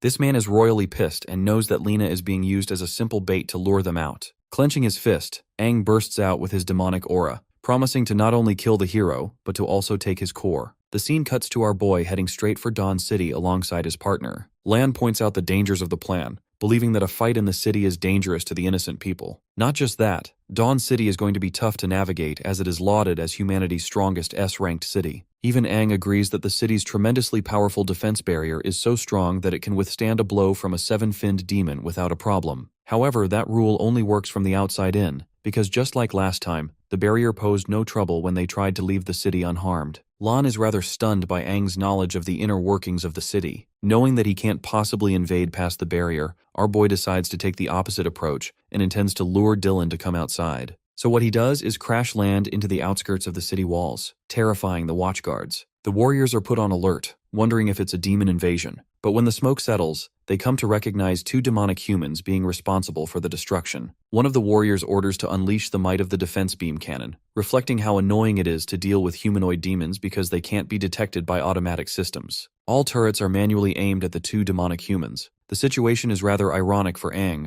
reflecting how it feels strange being targeted with the very same weapons he once ordered the construction of in his prime. It pisses him off that he's being fully handled as a mere demon. Deciding to take things the easy way, our boy roars at the city warriors, demanding that they send Van Dillen outside. He clarifies that they're not here to invade or attack. But this provocative demand puts the warriors on edge, as they take it as a sign of disrespect towards their great hero. They're choosing their own deaths at this point because Aang is out here pissed off for what happened to Lena, and is ready to kill anyone who stands in his way. One of the turrets releases a powerful beam cannon in an effort to destroy the demons. Before the attack could reach Aang, the four-armed muscle brute steps in, blocking it all without even a scratch. His incredibly strong defense shocks the warriors because what he just did isn't just something any demon would be able to do. While they're busy calling for backup, Lan turns to his buddy and suggests our boy to calm down, questioning if he's really out here for a bloodbath. But this version of Aang is one reason away from slaughtering the city. He clenches his sword in uncertainty and a gush of emotion, while the Crimson King urges him to annihilate the ants in his way. Thankfully, our boy's humanity tries to resist the demonic urges as much as he can, deciding not to slaughter the warriors. The same can't be said for his enemies though, because they're actively calling for backup to gather around and stop the demons. Suddenly,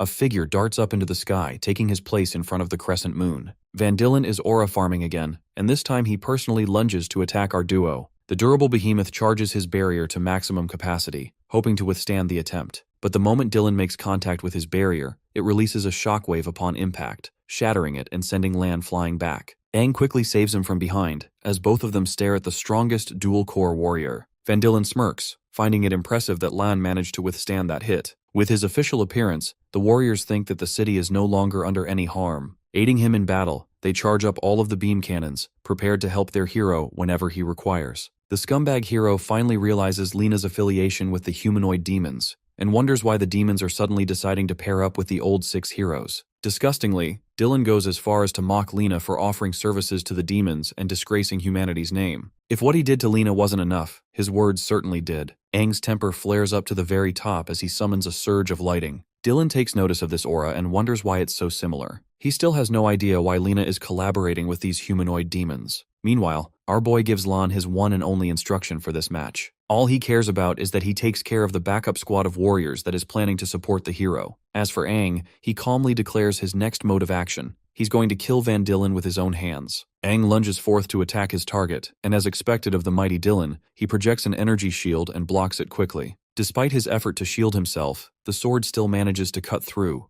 filling up Dillen with an air of familiarity with Aang's aura. The rageful demon lunges yet again for another strike, causing the hero to deploy another protective barrier. From that same energy sphere, he clashes with his opponent using energy waves. One of those attacks successfully hits Aang, pushing him back. But to this guy, it's nothing but a mere setback. He takes the energy strand and proceeds to tug it with all his might, pulling Dillen towards him. Aang lands his first successful kick with a gut-wrenching kick to the belly, showing this guy what pain really feels like. In an effort to counterattack, he grabs Aang's body, using his manifested arm, and launches away up in the sky. The warrior laughs at the demon, wondering if Aang is fighting so ruthlessly because he shares a grudge against him. After saying that, he slings our boy into the ground with a thunderous smash, causing his sword to spin away and plummet close to Lan's battle with the human warriors. However, this battle is quite one-sided, with the four-armed behemoth casually pushing the warriors away with a strong energy wave. This causes the warriors to become confused, as normally the demons would always aim for the kill, and Lan just now had the perfect opportunity to do just that.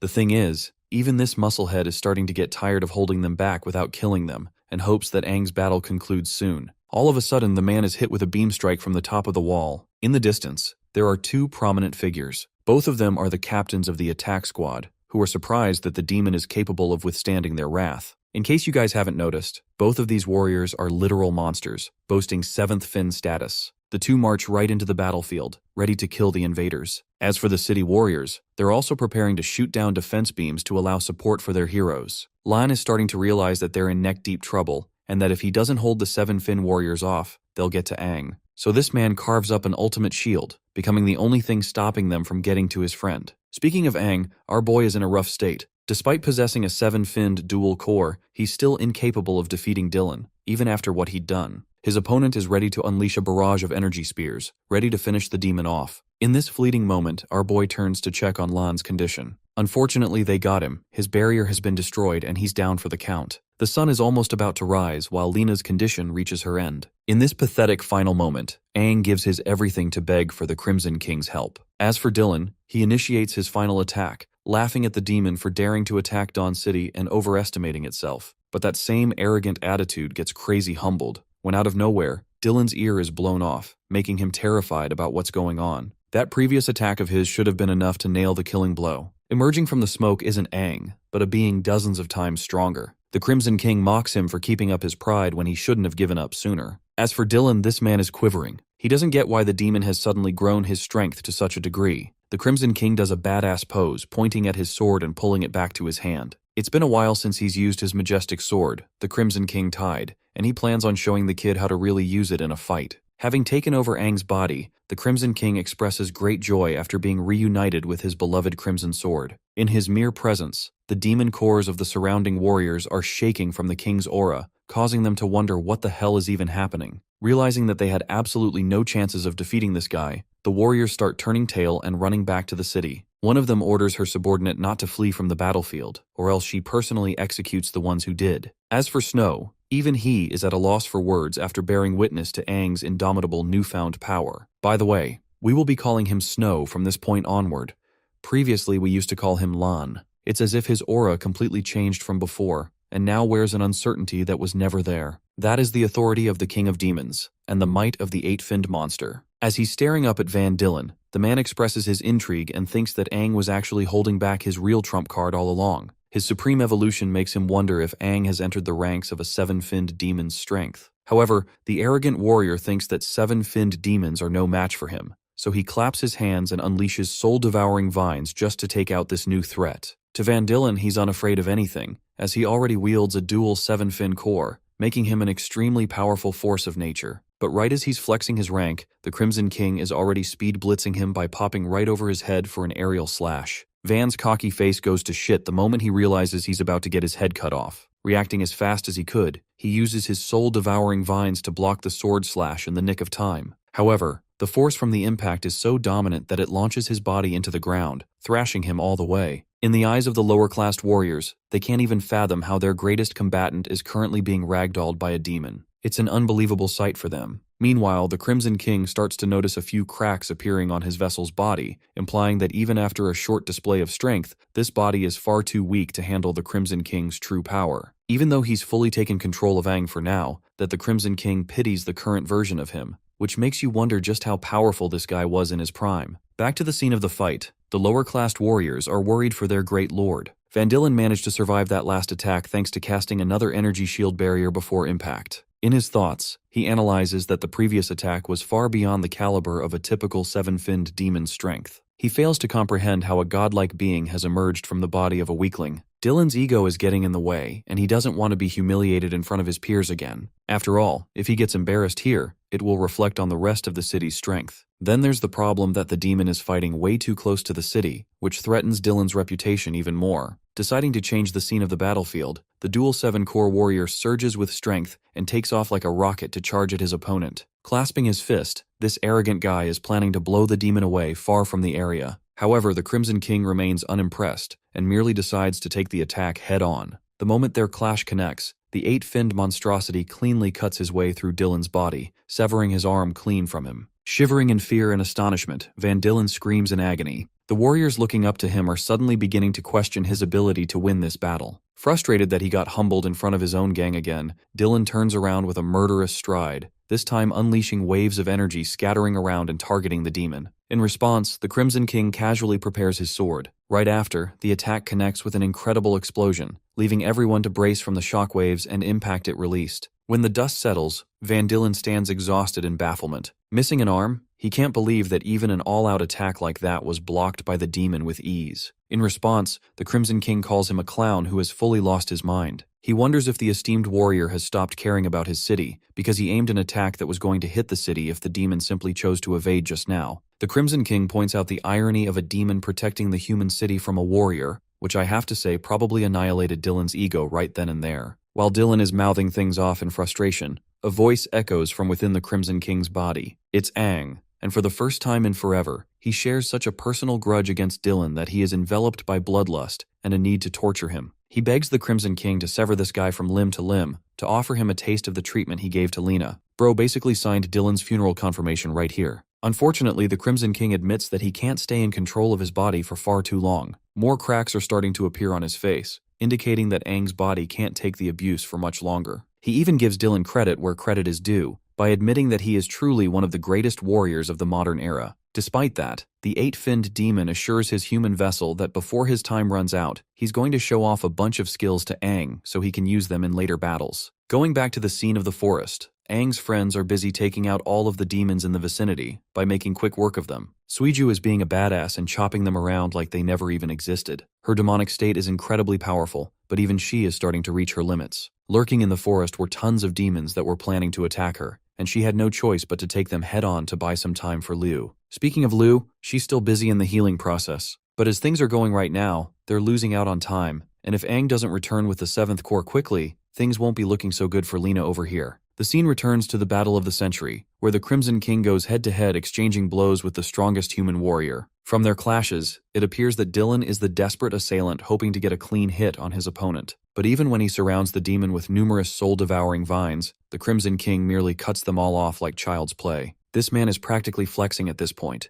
The same soul-devouring vines grow even stronger and jagged with energy when Dylan exudes his maximum output. Even though he causes a mass-scale destruction, none of it matters because the Crimson King's speed blitzes his ass again and appears right behind him, cueing the, "Oh fuck, he's standing right behind me, isn't he?" moment. Before he can even turn around, the eight-finned demon annihilates the human with a piercing stab in his abdomen. Things are looking bad for Dylan, and he knows it. He's well aware now that he's fighting a demon well beyond the ranks of the 7th Fin. By simply engulfing his aura, the Crimson King was able to extend the range of his weapon and connect the earlier blow. Anyway, even the prestigious warriors that were in awe of Lord Dylan's strength are watching helplessly, witnessing how the fight is going in the opposite direction for their hero. In an effort to back him up with support, the warriors are about to take off, when suddenly, Snow grabs both of them despite having been taken down before. This man is the ultimate homeboy and refuses to let any of them interrupt Aang's fight. The hasty warrior stabs him with a beam in an effort to free him from the demonified human's grasp. But despite that, Snow endures the torture and copes with his suffering. He realizes the extent of his own limitations, as he couldn't help but be demolished by a 7-Corps warrior. Still, Snow doesn't want to give up despite the gulf in strength. He too wants to exact justice for Lena's sake, and this time, he intends to use the power that he kept in reserve during his demonization process. Cracks appear on his back, and suddenly a wave of energy erupts from the defeated demon's body, alarming the warriors around him. The higher core warriors can't fathom how one demon is capable of expressing so much willpower. They bear witness to the birth of the 5th Fin demon in his evolved state. Snow's body now glows with traces of gold trails covering him, and he's filled with the resolve to carry out his only objective in this fight. Back to the scene of the battle, or should I say the one-sided massacre,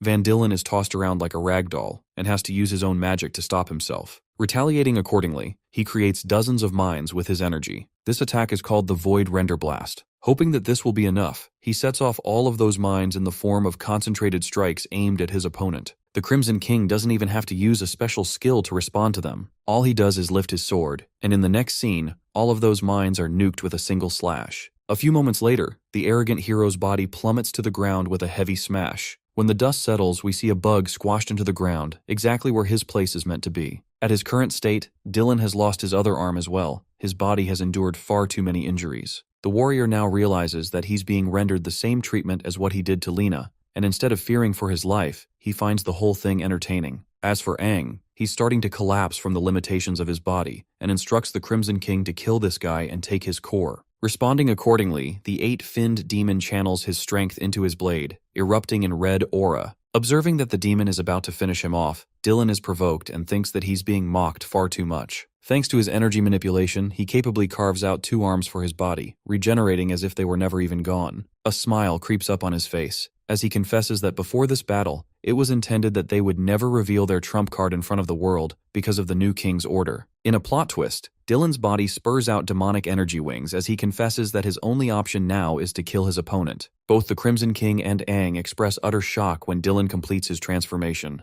The hero reveals his trump card through demonization, and despite his distaste for demons, he seems unbothered using their power for himself. The new and evolved Van Dylen is a 7-fin dual-core warrior supercharged with the strength of demonization. This is astonishing in the eyes of the suppressed Crimson King, who points out Dylan's genius plan. You see, throughout this entire fight, his mission was to lure his opponent away from Dawn City, to avoid anyone witnessing his demonization transformation. Thanks to that, no one will know that their esteemed hero is a demon too. Amused, Lord Dylan offers praise to the clever demon for quickly grasping a hold of things. He also reveals that he's never used this form against an enemy until now, simply because he was far too powerful even without it. Even though he completely despises his demonic state, he had to set aside his ego just to stand a chance against his opponent. Vanishing in thin air, the demonified Dylan pops out of nowhere and calls his form invincible. This time, he actually manages to connect his attack against the 8-finned demon, smashing him into the ground with his abyssal soul-devouring pillar. Refusing to let this fight be finished already, Dylan uses the same spear and nukes the 8-finned demon's body by sending out even more blasts, causing the ground to erupt with explosions.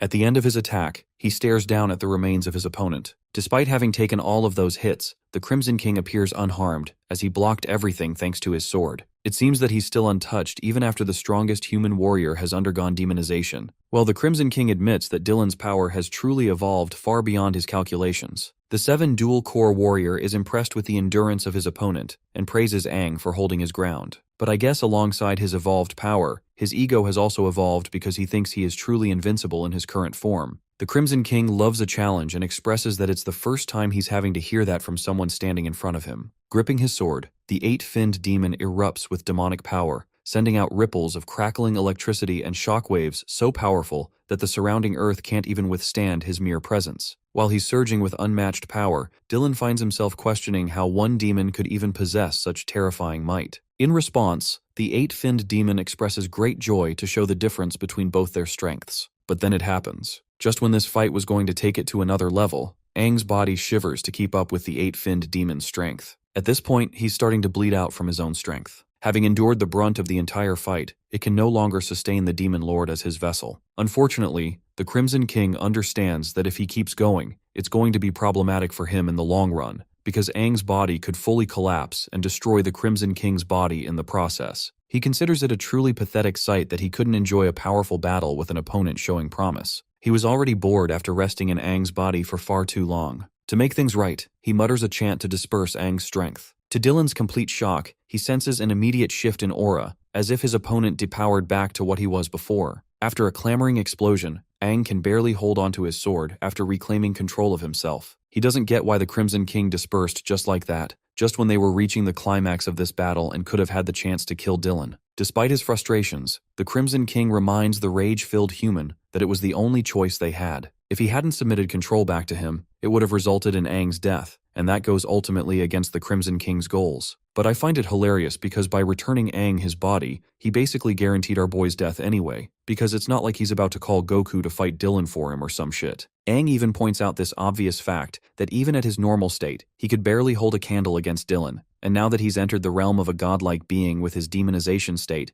things will be even worse. Lena is at the verge of death, and his friends are relying on him to finish the job. The Crimson King offers our boy a way out by highlighting that his weapon and sword, the Crimson Tide, is still a gateway to much of his power. That means, if our boy is capable of harnessing its endless strength, he could stand a chance. He even teaches Aang to allow his spirit to become one with the weapon's soul, and it will instruct him exactly what to do. Baffled, Aang questions if he's really about to have a conversation with a damn sword of all things. Despite his ridicule, the Crimson King laughs, and goes on to explain that this sword is the most reliable companion he's ever had. This thing has been through countless battles well beyond the threat of the current one. All Aang has to do is focus his strength into awakening the sword. The Crimson King forwards that if our boy is incapable of defeating human garbage like Dylan, then maybe he's not so special himself after all, which is funny because bro just said no balls, just to make this guy act. Connecting the dots, the demonized Dylan expresses his understanding of the situation. He now knows that the overpowered version of Aang wasn't him just now, but some other powerful force in his body,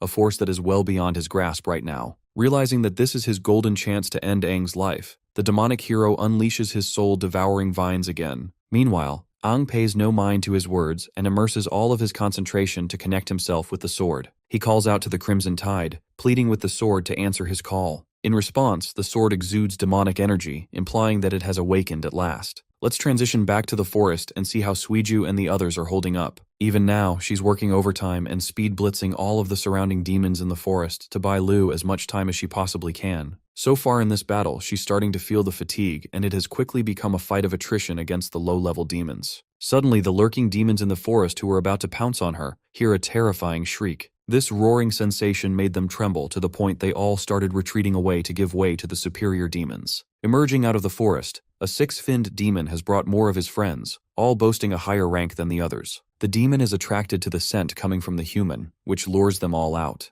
Things are looking bad for the camera lady over here because now she has to face even stronger opponents when she was already struggling against dozens of low-level demons. Liu inquires what's going on because she can't afford to come and take a look herself. In response, Suiju remains quiet. Despite her struggling state, she tells her friend to lock the fudge in and keep on hammering the healing process for Lena, though she admits that her upcoming fight is going to be a lot tougher than all the previous ones she had. One of the higher-level demons expresses his excitement over Suiju being a humanoid demon, and suggests that they keep her alive to enjoy her body later. Even the demons are freaky in this story, but Suiju doesn't care because she's about to head right into overdrive and annihilate them all. Sharing no intention of leaving any of them alive, the incredible warrior tackles one of the higher-level demons with her incredible speed. Her goal is to take one of them out right away to decrease the load later on. However, while she's busy keeping one of them busy, two more are already aiming at her from behind. Both of the demons manage to give her backshots, manage to slash her back. Somehow Suiju uses the momentum from their attacks and pulls out a backflip, surprising the demons with her quick maneuver. She turns and wrists her body upside down, before unleashing a fury of slashes in the surrounding directions. The attack kills another one of the demons, while the last two six-finned demons escape the Tempest Waltz. Having pushed back to such an extent, the demon even praises her for being tactical and forcing them back despite incurring an injury from their attacks.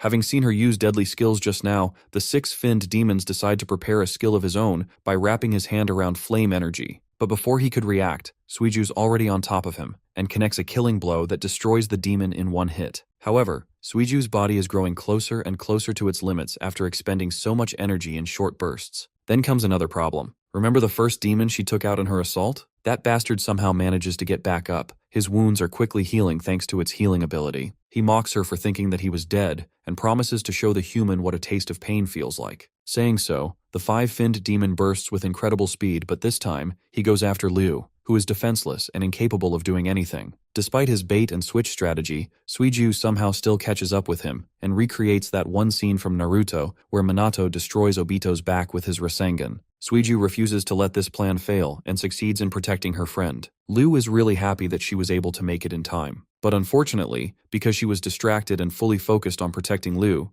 Suiju completely forgot about the other demons, and ended up getting mauled by a powerful attack from behind. Blood shoots out of her body while her friend screams her name in worry. Suiju pants in exhaustion, knowing that her body is incapable of enduring more of this torture. Pissed off, she retaliates accordingly by slaughtering the higher-finned demon with another slicing ability called the Blade Fury. After chopping its head clean off Eren Yeager style, she grips her weapon tightly, knowing that the rest of the lower-level demons are still aiming to attack her. Suiju no longer gives a damn and threatens the demons to come and get a piece of her. But her show of confidence and her ability to slaughter six-finned demons just now has instilled a deep fear into them. Instead of attacking her, the lower-level demons choose to scatter away instead. Filled with happiness, Liu thanks her friend for staying strong until the end and holding her ground. However, even though she's calling out to her, Suiju appears unresponsive. Having endured dozens of wounds and exhausted herself throughout the encounter, Suiju ends up fading to unconsciousness on her feet, which in my opinion is one of the coolest ways for someone to go out. This is the result of her defeating two six-fin demons, one five-fin demon, 6 4-fins, 16 3-fins, 22 fins, and 45 1-fin demons all in one night, while at the same time ensuring Liu's safety. Now let's go back to Aang, who has freshly awakened the Crimson Tide.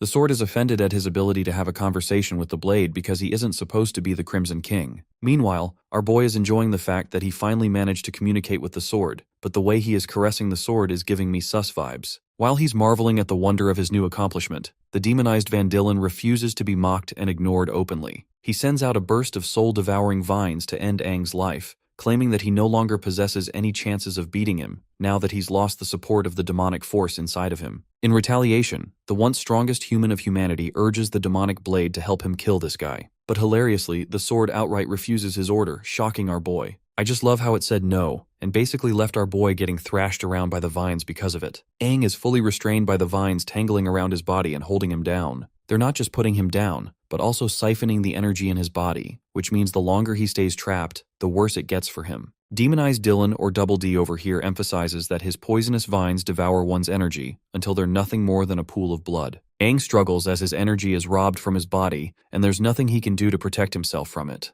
Pleading to the Crimson King Tide again, he questions why the blade refuses to heed his command and fights alongside him. The sword giggles in amusement, expressing that no one besides the Crimson King himself is capable of fighting alongside him and wielding its strength. It calls out to Aang, questioning who he even is. At this point, our boy is getting tangled up by dozens of vines, and it's slowly becoming a cage covering every inch of his body. Van Dillen is observing the scene, until suddenly, red beams of energy flash out of his vines before the cage explodes with crackling red lightning bursting it away. Aang now stands on his own 2 feet, possessing the might of the sword, declaring that he'll die on his feet if it comes down to it. At this point, Van Dillen fails to comprehend how this guy possesses the lightning element, as it's something that Aang has been using since the very beginning. Knowing that he can't afford to let this guy live any longer, Van Dillen intends to put him down for good with his next attack. The demonic sword, observing all of this, suddenly begins to cackle like a madman. The blade has sensed a unique power coming from Aang as a result of the red lightning he produced, and hence it considers him worthy to be his companion. Now that the two are unified together, Aang raises his demonic sword into the heavens and urges the weapon to comply with him. But to his shock, the blade shatters into 100 pieces. And no, this isn't because of that ugly green clown's attack or anything. It's because the sword is capable of manipulating its form based on the user's strength. In our boy's case, the Crimson King's tide reforms itself and materializes on his right arm, allowing Aang to access its full might. With a newly powered weapon becoming a part of his body, our boy smiles, because finally he stands a chance against Dillen. He praises the Crimson King tide for being incredibly powerful. While he's busy glazing his weapon out here, Dillen feels left out and fails to comprehend what the fudge is happening. He's seen so much character development out here that he no longer cares anymore. Demonized Dillen manifests his strongest ability yet, summoning Leviathan-sized serpents out of portals, which is one of the coolest abilities I've ever seen. Dubbed it as the Dimensional Python Array, he sends these gargantuan pythons aiming to kill his opponent. Aang stands face to face with the 3 creatures and prepares himself. Taking off with lightning speed, he's able to dash his way into the pythons. Thanks to his boost in strength he received from the Crimson King tide, Aang nukes his way out of the snakes' bodies, shattering Dillen's strongest skill, a feat considered impossible for anyone to have accomplished.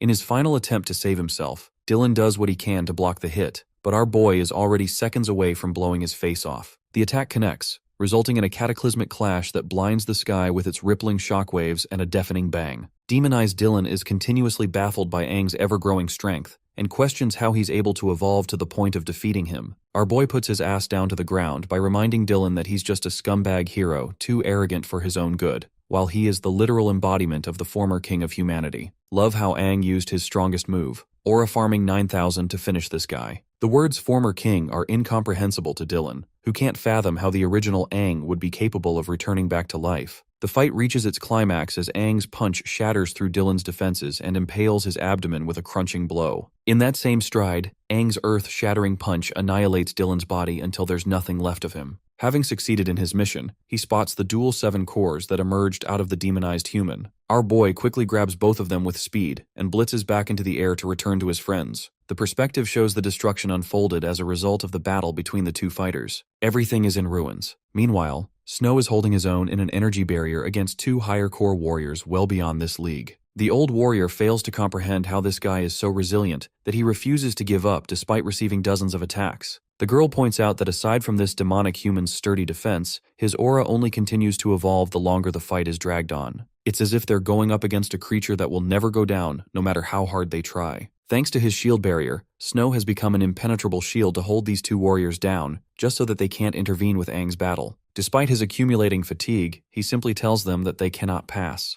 At this rate, both of the warriors decide to plan out a finishing blow, combining the best of their abilities to annihilate him in one move, fearing that this fight will negatively impact their soldiers' morale. Both of them launch into the air in a burst of energy. Their energies combine mid-air, swirling into an explosive strike headed right towards Snow. Even the newly evolved 5-finned demonic human knows that it's going to take his everything to block an attack of this scale. Knowing that he's about to be killed, he wishes the best to Aang and hopes that he's finished his battle. But the devil arrives at the final hour to save his friend, stomping the ground and blocking their attacks. While the warriors are stunned for words, Aang prepares a powerful fist, and with a single thunderflash strike, he knocks the daylights out of both warriors. As their bodies collapse into the ground, Snow finds himself happy to see his friend returning even stronger than ever before. The Crimson King's vessel glances back at him, assuring his friend that he's secured the cores and that it's time to go. In the next scene, they're both hurrying their way back to the forest to find Lena. Even from this distance, Aang is unsettled by a strong scent of blood. Moments later, they find the source of the smell, and it's linked to dozens and dozens of higher-level demonic corpses. Dashing from the forest, Suiju blitzes with impressive speed and tries to punch Aang, thinking that he too was an intruder. Our boy is alarmed to find Suiju in such a state. It appears that she's literally unconscious, and yet her body is still trying to protect her friend. He asks her if she's responsible for taking down all of these demons all by herself. Aang's lips quiver in sadness, knowing that his late arrival has pushed his friend to her absolute limits. Hearing those comforting words, Suiju's body topples at last, breaking into Aang's grasp as he catches her. Lu, who is still busy healing Lena, explains that Suiju went all out protecting them even after she was knocked unconscious. She kept going until she sensed that everything was going to be okay with Aang's presence. After that, Aang hands her the dual 7 cores he retrieved from Dylan. What's even more surprising to Liu is how he was able to demolish one of the new 6 heroes at his current level. Using her powers, she manipulates the cores and fuses them with Lena's body, causing the ground to render shockwaves that are visible from the sky.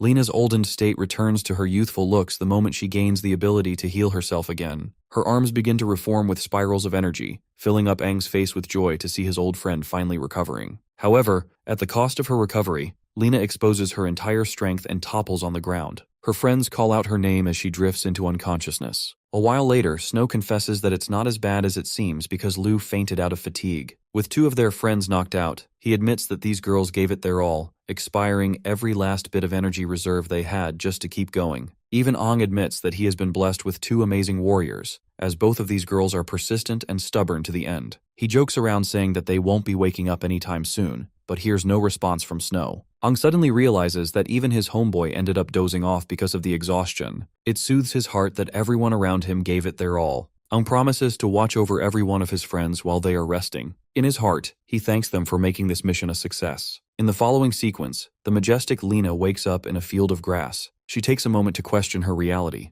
wondering if all of what she experienced is just a result of some dream she had. Then she hears Aang's voice, who teases her for dozing out on them. Surrounded by his fellow warriors, he asks her why she looks confused. Lena reveals that she must have had a really long dream, one in which she lost both of her arms in an effort to fight until the very end. The old king teases her for being exhausted and having weird dreams. Among the warriors came a woman who gently held Lena's hand, comforting her and assuring her to relax. Mist Queen Selene was the strongest purple core of her era and shared a face similar to Lu. The old king shares that the construction of the main city has nearly reached its completion. Dawn City will officially become the first S-rank city to go down in history. The beautiful fort he built with his own hands would go on to become the new city of hope for the rest of humanity. Lena also saw the second strongest red core of the era, the blazing flame Carlos, who is supposed to be a lookalike to Snow. The residents of Dawn City decided to personally carve out a statue of their king, just to show their appreciation, even when Aang refused their offer. The strongest yellow core, Great Earth Ran An, told him that he was the one true king and the one responsible for giving them hope, so he deserved a statue to reflect that. All of the strongest warriors of humanity collectively agreed that Aang deserved every bit of his fame and appreciation.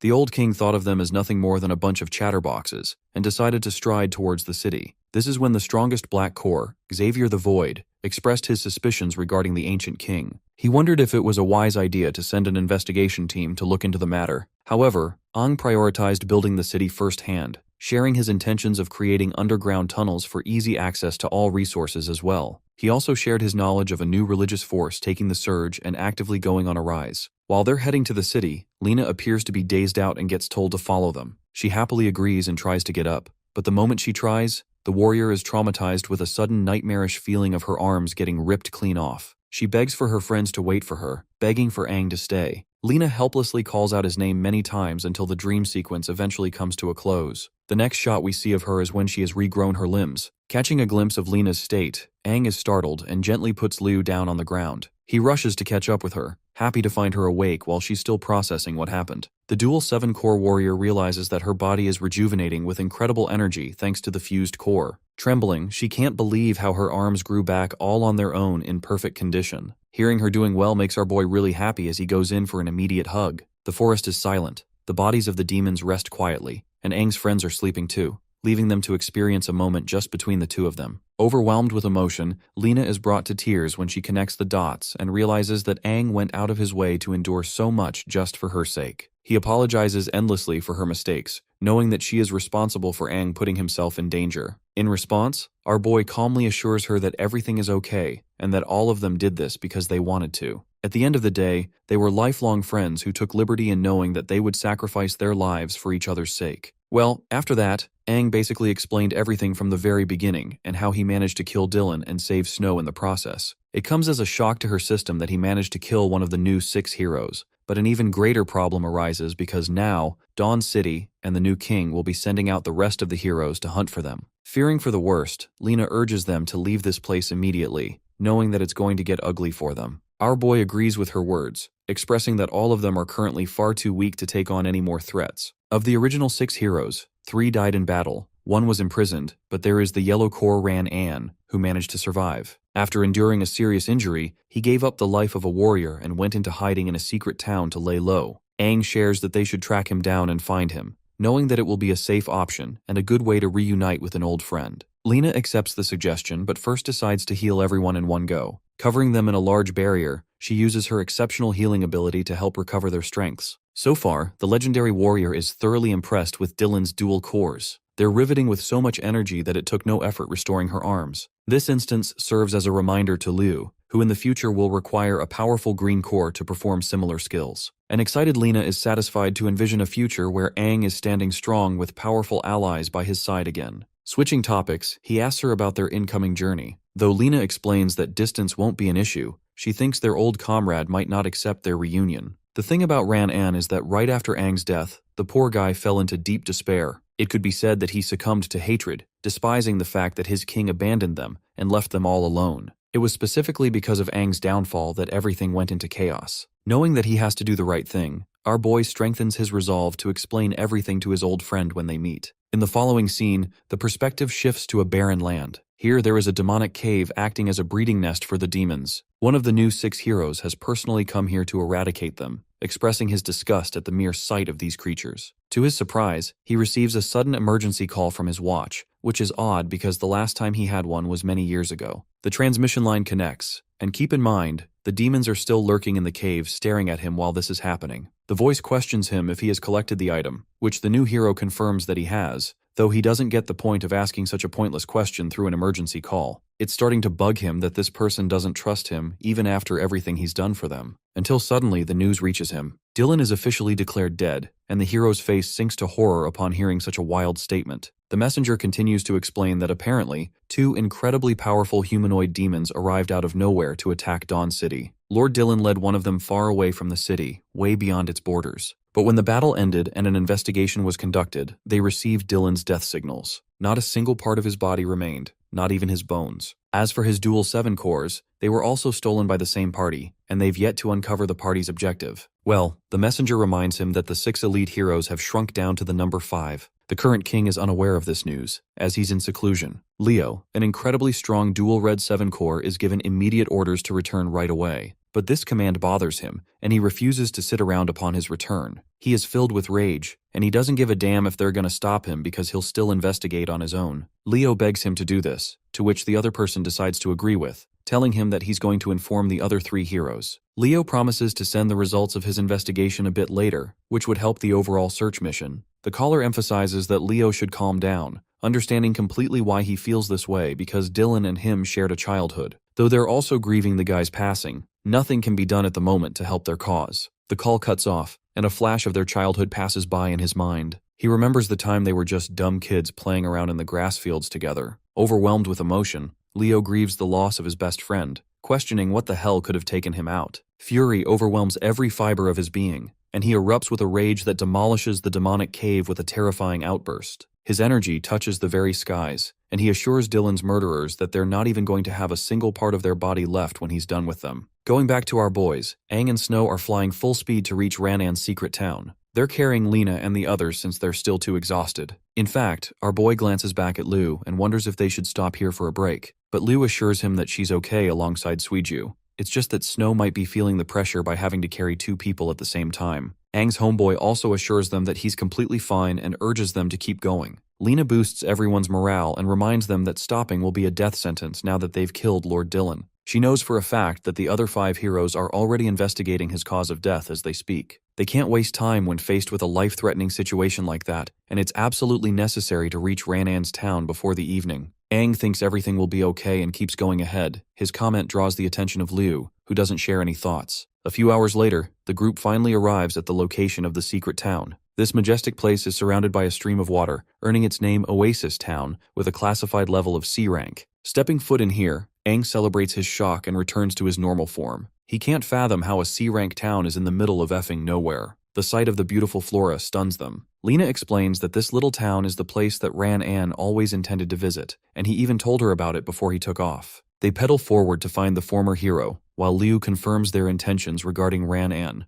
Aang explains that it was Lena's idea to come here, knowing that they were in grave danger at the time and would be surrounded by the other heroes soon. But that part seems to be obvious to Liu. It appears that she's busy focusing on something else. Smiling at her, he wonders what's keeping her mind busy. Liu stops walking for a moment to face Aang directly, questioning his identity, his actual identity. That direct confrontation just now is something that leaves Lena with a sad look on her face, and she knows what's coming. Concealing his identity like always, Aang responds that it's a stupid question because, well, he's Aang. But Liu's not convinced. She knows that he is indeed Aang, the one they know and love. It's just that she's been wondering about his actual identity. She overviews the start of their journey, and from all of the experiences they went through. His unquestionable evolution and strength is a mystifying factor, and then came his association and connection with the legendary hero Lena, one who stood as a historic figure for humanity. It really boggles her mind, making Liu's brain question the obvious. Her mind has been racing for speculation, and at this point, she really wants to know the answer. Aang finally responds, declaring himself to be Aang. But then he gives her the real, authentic answer. He is the King Aang, the once strongest warrior of humanity, and the man who died half a century ago. His words are so paralyzing that they stun Snow into place. Our boy continues to reveal how he got here, stating that he experienced a reincarnation into the present world, having arrived with his current body. Hearing those words, Liu's body trembles, understanding the weight of what he just said. Even Snow is out here quivering in fear, questioning if it's really the truth. Aang confirms that he's just being honest with his friends at this point, since he's got nothing to hide anymore from them. He wants to be open with them regarding what lurks deep inside of his new body. The scene follows up with a detailed explanation of Aang sharing everything, literally everything regarding the timeline and what led to it all. Snow can't fathom the words coming out of his mouth. The idea of time travel and reincarnation seems like an otherworldly concept to him. He can't fathom that his friend is the same man who created Dawn City and led humanity to a path of hope. The once mightiest warrior reveals that he came into this world for unknown reasons again. Only this time, he has also become the vessel of the Crimson King Finn, the strongest King Finns to ever exist. Now this revelation is one that not even Lena knew about, so all three of them are having a reality check right now. Snow's lost for words, while Lena questions how a being even more capable than a 7-fin could exist. Liu understands his words, and Aang forwards by confirming that she too has a similar 8-fin level demon inside her body, with the ability to manipulate space and time. It is directly connected to the Black King Finn, representing the Black Core. Again, it comes as a shock to her system, and though she's already had her suspicions, she didn't think it would be this serious. A curious Lena inquires to know more about the concept of King Finns, and investigates the purpose behind them resting in their bodies. To that, our boy vaguely explains that he doesn't really know for sure, as the Crimson King always keeps his secrets from him, though he does know for sure that he has a good relationship with the Black King Finn. And now comes the most exciting part. His recollection of what actually went down when he as King Aang entered the ancient king's stele all those years ago. That was his first encounter with the 8-fin monsters. These demons were simply way out of his league, reducing him to a bloody pulp at the edge of his life. It doesn't add up why the Crimson King would go on to choose him as a vessel, or why to begin with. But it's clear that the demon has its own goals, and one day it might shift the course of humanity forever. However, Aang doesn't want to be focusing on the bigger picture because he's got other things to worry about. The new king alongside the new heroes are problematic as they are already, and he has to save Desha from confinement too. Finally, his goal is to come face to face with the new king, just to question his vision of the future for the concern of humanity. A worried Liu questions the purpose of the Crimson King and the Black King, and wonders if these demons will live inside their bodies forever. Basically, she's asking about the end of the line for Aang as a person. To that, he simply answers with an, "I don't know," because in truth, he really doesn't know at all. Only us viewers know about the goals of the Crimson King using him to take over his body someday. Well, our boy puts it in the light that he's only powerful because of the King Finn's power, but that very same power comes with a drawback. In every moment he can feel the demon glaring into his soul, observing his every last action, waiting for a chance. With all of that cleared, Aang expresses that he no longer has any secrets to hide anymore. He's opened himself to his companions because he thinks it's necessary for them to know these things. Snow finds himself in a questionable stance, and confesses that those secrets he just revealed are simply frightening to accept. He thinks that if Suiju was awake right now, she would crash the heck out because of her personality. At the same time, Snow expresses that even if a king that led humanity in the past, to him, he's his one true brother, and that Snow will always back him. Now that is a true homie right there. Lu also thanks him for revealing a vulnerable secret and doesn't know where to go from here. Aang shares his gratitude back, expressing that they've been a huge help in his journey and that they've already supported him more than enough. Then he turns to Lena and asks her to continue leading the way, because they've got to find Ran-An and heal themselves properly before making the next move. Of course, though the legendary warrior is experienced and wise for her time, she fully understands the inner conflicts that Snow and Lu must be facing right now. She can see their frowning expressions, as if they're struggling to process everything. It will take time for them to truly adjust to their new reality. Well, the group moves forward until they're confronted by the city guards on top of the wall to back off. The one Fin Green Core warrior roars that outsiders aren't allowed in Oasis Town. In response, Lena clarifies that they're not enemies and simply require a place of refuge and rest, highlighting that her friend is injured and seeks immediate recovery from an old friend in the city. However, the One Fin warrior is suspicious of their intentions and thinks that it's unwise to trust demons wearing the appearance of humans.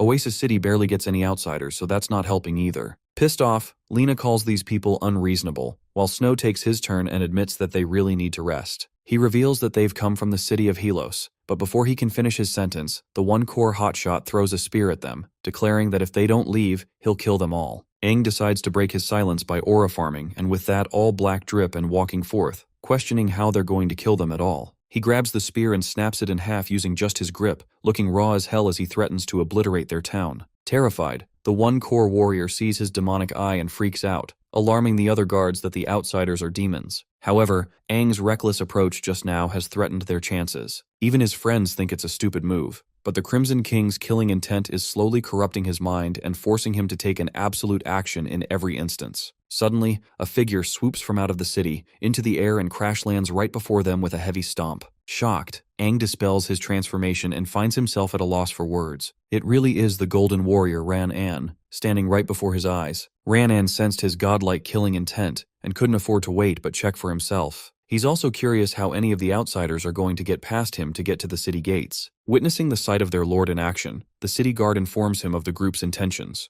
They're happy that he's personally taking care of these scumbag outsiders. But despite everything, Aang simply smiles at his old friend. Lena rushes up to him, revealing her identity and taking him by surprise. In response, he grabs his helmet and takes it right off, showing us a battle-hardened veteran with a face full of scars. A gush of emotions fills up his heart at the sight of his beloved old friend, as he questions what she's doing here. Lena reveals that they've come to rest because her friend is seriously injured and requires attention. In response, the Golden Warrior orders the guards to open the gates. This is a striking development, and the one core warrior even objects to this decision, reminding his lord of the murderous aura from earlier. Ran-An assures him that nothing will happen as he's here in case things go wrong. The gates are ordered to open, welcoming them into the city. The scene transitions to Leo, who returns to Dawn City to regroup with his friends. Among the new 6 heroes is the dazzling dual 7-core purple warrior, Trina. She consoles her friend regarding the death of Dylan, though it's clear that Leo is more upset than anyone else and appears dazed from the news. Ignoring her, he takes his suitcase and reveals the new batch of cores that he retrieved from the nest. Among them are 6 different 7 dual cores. From the batch, he takes the red cores and hastens to leave, requesting for Dylan's combat data right at once.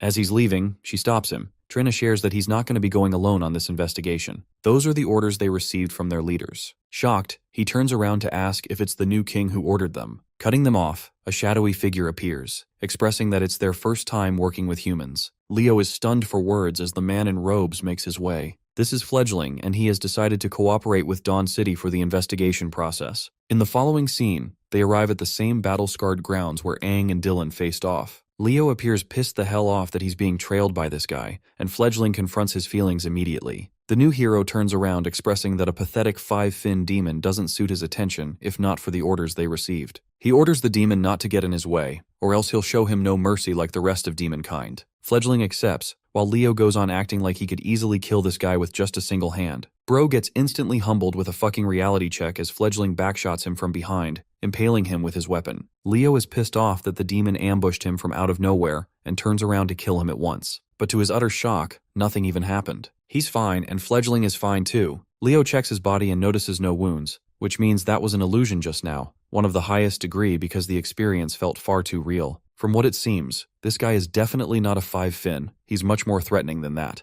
Fledgling emphasizes that his five-fin persona is just an act that he's keeping up with. He turns around to show a true hint of his demonic powers and assures Leo that both of them have an act of vengeance to follow through on this mission. That takes us back to Oasis City's tiny little house, where Suiju wakes up in utter shock and admiration for Aang's true identity. She finds it really cool while devouring all the food, making the best out of her agility core. Well, while they're devouring food, Aang reunites with his friends in the grass field. He's already done the liberty of explaining everything to Ran-An, and Lena even adds that their current mission is to find Desha and rescue him. They've already got a competent team, and with a bit of teamwork, things could change forever. Or so they thought, because the great Earth Warrior walks up to our boy and nukes his damn face with a heavy punch, expressing his sheer anger. Lena didn't expect this turn of events and questions what he's doing. She tries to stop and confront him, but the moment she grabs his shoulder, her hand trembles in fear. Ran-An turns his undivided attention to the former king and absolutely starts demolishing our boy's face. He's pissed the hell off that their old king ventured deep into the ancient king's stele all by himself,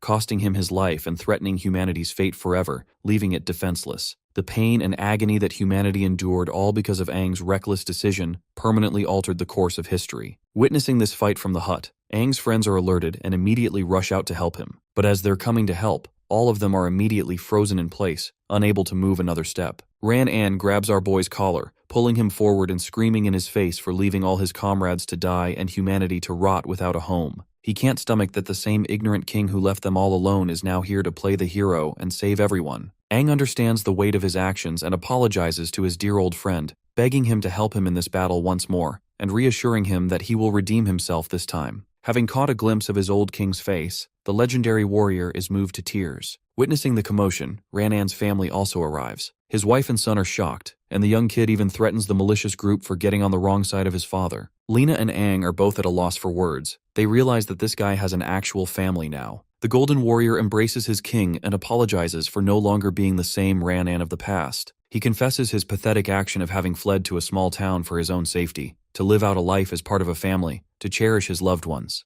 And now that he has become part of a family, he doesn't see a path for him as a warrior. No longer does he possess his old strength either. In fact, he's even missing an arm, which is why Lena's hand shivered earlier. The poor guy just wants to protect his family and his town, and his words are enough to move Aang to tears. Lowering himself before his old king, the pitiful warrior begs him to take his rest and make his leave. Shortly after, they take their stay at Ran's place, where Suiju is teasing the little boy and assuring him that they're not here to cause any trouble. All they care about is taking some rest. Of course, being as pretty as she is, the little bro is turned into an embarrassed boy. Snow grabs him and assures the kid that they harbor good intentions and even specialize in killing demons. Hilariously, Bro doesn't seem to have the same enthusiasm as he did when it came to Suiju just now. The Golden Warrior's golden wife prepares food for her guests, and the girls Liu and Lena are also helping out to speed up the process. It's the first time she's ever had so many guests eating at their place, so it made her nervous if she could even handle it all on her own. Ran-An's wife reveals that this city doesn't really see outsiders at all, which is why they were distrustful and lashed out at them at first. Apologizing for their outburst, she hopes they understand. Liu agrees that it's normal for them to react in this way,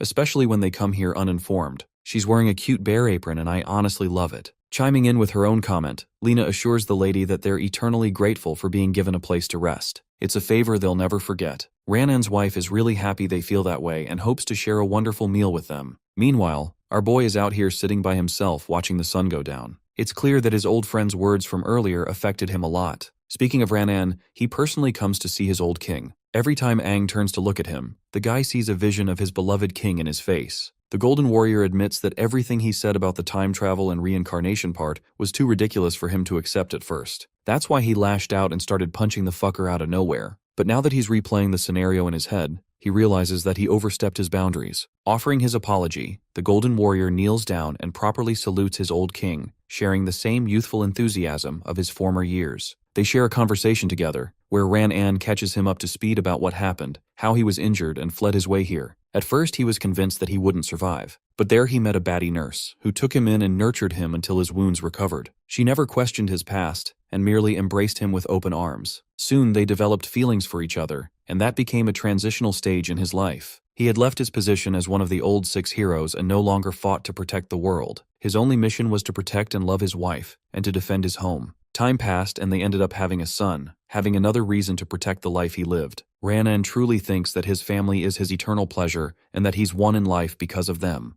Expressing his utmost happiness for his old friend, Aang comforts him for having found a life. To him, this kind of life was never even possible. There was far too much pressure on him as the world's strongest warrior, the king, and the hope of humanity. Even though he had never shared intentions to lead his life in this way, he knew his role, which is why he never stopped pushing forward. At a critical moment, the king disregarded everyone's advice and decided to venture into the ancient king's stele to uncover the truth. He wanted to unsheathe the reality that was hidden from them, the one that fixed permanent disaster upon the world. It was the role he thought he was meant for, which is why he headed right inside. To Aang, reality is simple. He doesn't want to be comforted by the temporary safety of the present, as it's a form of self-deception that can be stolen at any time. He knew that he had to end the tragedy at the heart of the problem, which is why he did what he needed to do. The Golden Warrior argues that despite his intentions, Aang's actions ended up misleading his people and resulting in a war that threatened humanity's existence. He apologizes for being able to understand his king's true intentions back then, but the effects are clear. However,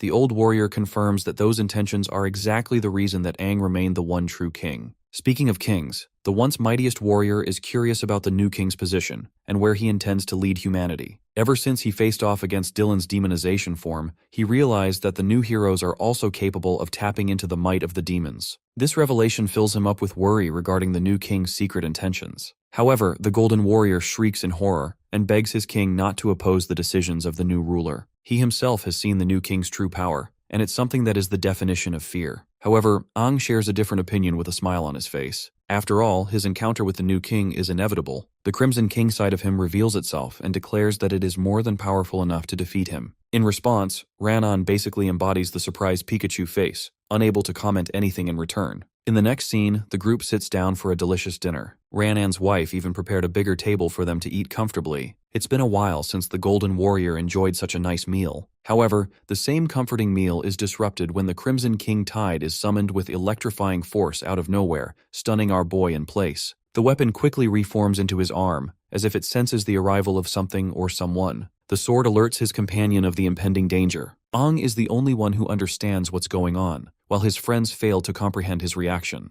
A falcon appears to be flying towards the house, as two sharp forces of destruction annihilate the house in one swing. With the house obliterated, Aang's group manages to escape just in time with everyone intact. Taking a closer peek at the intruders, they come to find Fledgling and Leo, who have located them in Oasis City just like the demon predicted they would. Thanks to Fledgling's search birds, nothing escapes his sight, and he can find anyone through them. Aang stares in confusion, while Leo breaks his silence, harboring intense fury as he questions if he is the one responsible for slaughtering Dylan. Let's go back a few hours and see how these two managed to get here in the first place. Leo expressed his concerns regarding why they came to the site of Dylan's death in the first place, prompting the demon to respond that it's the only way to find the one responsible for killing him. The new hero confronted him directly and questioned what the demon meant by his earlier statement regarding the act of revenge. You see, all of it goes back to what happened to Fledgling's dear old companion. He wants to make things right and search for a powerful being responsible for his demise. Coincidentally, he's found clues that link him all the way here, where Dylan fought the same person he's looking for and left the terrain destroyed. The coincidence is far too convenient for the demon to simply put off, which is why he's choosing to cooperate with humanity. Those are the orders Fledgling personally received from his superiors. Leo thinks it's all a waste of time if he's got no clues on their target, but suddenly finds himself surprised when the demon retrieves one of his birds. The little one has come with some intriguing information and shares all the knowledge. This little thing has actually spotted all 4 of the attackers instead of just 2, demonic humans that are capable of boasting humanity and wielding the demon's powers. Turns out that they were injured and decided to leave. Leo is startled by this information and questions where they went, causing the bird to express that they flew in a certain direction. Following that same direction, both of them took off in the air to follow that same path. And that leads them to the present, where they discovered the Oasis City. The one thing that boggles Leo's mind is why a bunch of human warriors would go on the attack and kill one of the new heroes of humanity. As for Fledgling, he sets his sights on his target too, knowing that there's a dark demonic aura flaunting off of Aang's arm. Though he doesn't understand the source of his powers, he's certainly intrigued by it. Our boy internalizes his concern, inquiring about the strength levels of both of his opponents. The sword takes a second to reveal the haunting reality. It declares Fledgling as someone far more powerful than the likes of Dylan at his full strength. The man in the robes is exuding a haunting aura that feels strange for even the Crimson Sword. Well, anyway, Leo spirals into craziness and goes on the offensive to kill the bastard who slaughtered his best friend. He pummels Aang with the force of a fierce lion charging at him. That single punch of his exudes enough pressure to send the rest of the group bracing from the impact. Meanwhile, our boy appears to be holding his ground and quickly transforms into his demonic state, taking Leo by surprise. He can't believe that Aang was able to block an attack of that scale coming from the mightiest 6 heroes of humanity. Menacingly, our boy glares at him with his demonic eyes. This fills up Leo's face with fury, as he recalls the one responsible for killing Dylan. He pulls a back fist to throw Aang back, who doesn't sustain damage and simply gets pushed back. An enraged Leo channels all of his strength, causing his hair to spike up and lightning bolting on him. Promising Aang a painful death, he sets into motion. Meanwhile, our boy senses a similar demonic aura from this guy like he felt with Dylan, which confirms that he too can demonize and become way more powerful. Liu calls out the big question, inquiring about their attacker's identity. Lena finally reveals that they're dealing with the Red Lion, Leo, one of the new 6 heroes. Meanwhile, the Golden Warrior is busy protecting his family, questioning how the hell they managed to track them down all the way here. Unfortunately, he's so weak that he can't even defeat any of them in his current state. Well, it still doesn't stop our boy's friends from transforming into their demonic states to help him out. All 3 of them are ready to confront the attackers together. Lena also intends to join the fight, but our boy strictly orders her to secure Ranan's family firsthand. Objecting to Aang's order, she reminds him that they're going up against the mighty Red Lion, and that there's nothing stopping his wrath. Adding to her concerns, Aang also reveals that the guy next to him is an incredibly powerful demon, and high-level demons never appear alone. They're almost always surrounded with a swarm following them around. This increases the danger, which is why Lena rushes to transport Ranan and his family to safety. She grabs them all together and bolts away. Meanwhile, the 3 demonic humans confront Leo in an effort to take him down. However, despite their combined assault, Leo faces no difficulty taking them head-on. His reaction speed is off the charts, as noted by Liu, even though he doesn't even possess an agility blue core. Meanwhile, Fledgling is out here enjoying his meal, watching the battle unfold and wondering why Aang isn't teaming up to assist his friends against the all-powerful Red Lion. The thing is, our boy is genuinely threatened by Fledgling's discomforting aura, deeming him a far greater threat than the new hero. The battle between the Red Lion and Aang's comrades continues its course. All 3 of them appear to be ineffective even with their combined attacks. Liu seizes charge of the attack and orders them to surround the hero with crushing blows. She thinks that even if he's one of the finest heroes around, there's just no way he will be able to make it out of all 3 of their attacks. At the least, they can prevent him from reaching Aang. Liu wants to allow Aang the opportunity to face off against Fledgling in the meantime, because the moment they take down even one of them, the battle will turn in their favor. Snow charges with a brutal overhead but misses the attack. He follows up with his dual fists, but Leo faces no difficulty blocking the attack. Even the muscle behemoth Snow has to admit that this guy's strength is way out of their league, while Leo casually glares at him. Suiju makes the best out of this opening and blitzes right in, aiming to attack him from behind. Her sharp strike misses the warrior, only being able to graze his hair. He turns to keep track of her movements, while Suiju's face turns to shock, questioning how the hell he dodged that. Even though they're dealing with a red core warrior, this guy's got the speed of a blue core and a durability of a yellow core, making him well-rounded and extremely formidable to deal with. Liu wonders if this level of strength is what it truly means to become a part of the Elite 6 heroes. Still, they charge again to take him down, but for some reason, she doesn't feel right about any of this. Even as they're hammering him with hundreds of hits, hoping to connect at least one, Leo casually fends off every single one. As for Aang, bro is hilariously waiting for his opponent to make a move and gets so impatient that he decides to take the charge himself. Supercharging with red lightning, this man obliterates the very ground he was standing on as he takes off with riveting speed. He blitzes past Fledgling's body, only to realize that he missed the attack and that it was an afterimage. Fledgling reappears in a different sport, smiling at his opponent and expressing his discomfort at taking on opponents of Aang's caliber. The demon disappears as if he were never there, startling our boy. The only reason Aang even reacts in time is because the Crimson King Tide informed him of the demon's location. Fledgling retrieves from his attack, annoyed that he wasn't able to get a hit in just now. Aang realizes that this has become a battle of speed and prepares himself to meet his opponent in equal force. The Crimson King Tide is more than happy to boost him with its strength. In the very next second, Aang disappears like he was lightning itself and teleports all the way to Fledgling. This technique is called the Multiple Lightning Bind, and it allows him to create multiple copies of him using tremendous speed to confuse his opponent. The attack actually connects and obliterates the ground with every hit Aang connects with Fledgling. But not just that, this dude literally appears right in his face again and claws his wave through Fledgling's body with a perfect strike. The demon quivers in pain, blood gushing out of his body as he grabs Aang's arm and commends him for being astonishingly fast. However, he feels bad for the poor warrior for having killed the wrong target. The real Fledgling is already behind him. In comes the plot twist. Aang didn't just get fooled by a fake copy. In fact, he actually ended up attacking Liu with a powerful hit. While she trembles in his grasp, Aang is filled with emotion, realizing the weight of his actions. But this too is a trick crafted by the demon, as the Crimson King Tide informs Aang that it's an illusion. The illusion suddenly breaks, and no longer can he spot Lu's body within his grasp. Bro is out here facing Itachi's Genjutsu or some shit. Back to Leo's side, the new hero is interestingly overwhelmed and gets sliced apart. But that too is an illusion, as Lu realizes that Leo is already gone.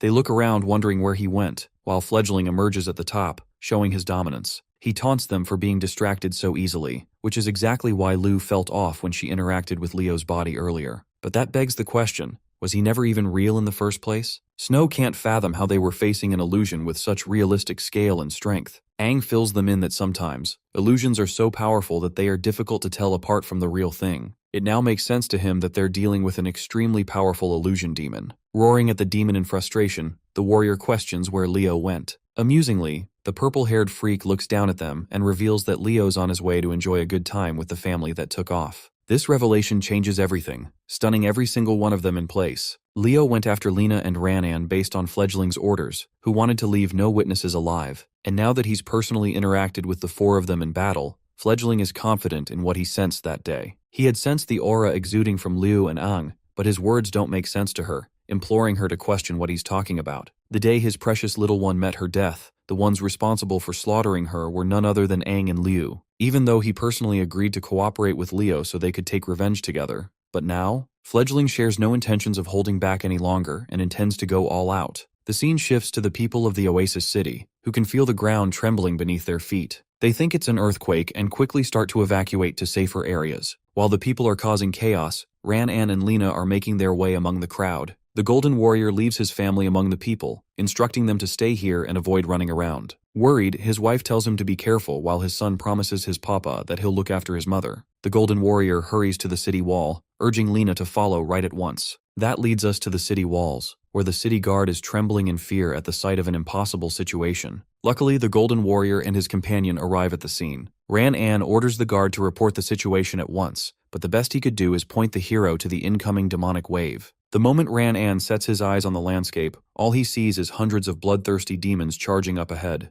The demon wave staggers Lina, and it's not just their numbers, it's their ranks too, as the lowest level among the demonic wave bears the 3 Fin rank. The problem is, Oasis City is off to a remote area separate from the rest of the demonic nests. This means the wave was intentionally called by someone. Lina connects the dots and realizes that those 2 assailants must be the ones responsible for this wave. Speaking of them, Leo bursts out of nowhere and crashes just outside the city walls. Releasing his aura, he shocks both Ranan and Lina with his sudden appearance, because this guy is supposed to be fighting Aang's friends instead. It also turns out that the demons aren't even intending to harm him, as they make their way past the hero without any trouble. Comprehending what's going on, Lina realizes that the new 6 Heroes faction shares an alliance with the demons, which further means the new king is also a questionable figure. Leo looks up at them as if he's innocent of any crimes, and shares that none of them will be able to expose their alliance, hinting at their deaths. The Golden Warrior understands that everything he's been through boils down to this singular moment. This battle will decide the crushing fate of Oasis City itself. Going back to Liu, she senses the alarming arrival of the demon wave and informs the group. Aang urges both Suiju and Lina to go and help Lina and the others from the demon tide. This is an alarming order coming from the guy who's going to be facing the illusion demon all alone. Lu thinks this is a dangerous plan, but our boy intends to solo this guy and expresses his desire to leave. Frustrated, Lu takes her companions to head right towards their side. However, Mr. Freaky Purple Demon over here demands them not to leave. Aang decides to burst at him to shut his mouth for good. He unleashes a clean slash, but once again gets fooled by the hyper-realistic illusion created by the demon. In response, the demon unleashes a void of demonic dark energy, engulfing Aang into a space of pitch black. He's standing in the middle of an illusion space, not knowing what's coming for him next. Suddenly, 3 eyes pop out of the space, startling him. Meanwhile, Lu and the others are also trapped in the same dark environment. Liu tries to call out to our boy, helplessly looking for him. Suiju is the same, wandering in complete confusion, not knowing where she is headed. Finally, there is Snow, who arrives in the barren Earthland, not knowing where he is. Aang witnesses the sight of his friends being helplessly caught in the illusion, and realizes that this illusion space is immensely powerful. With the kind of power he's dealing with, our boy is starting to realize that this guy may be way more powerful than a mere 7-fin demon. Fledgling appears right behind him, walking up to the demonic human, and awaiting the sight of Aang's face filling up with dread when he sees his friends dying before his eyes.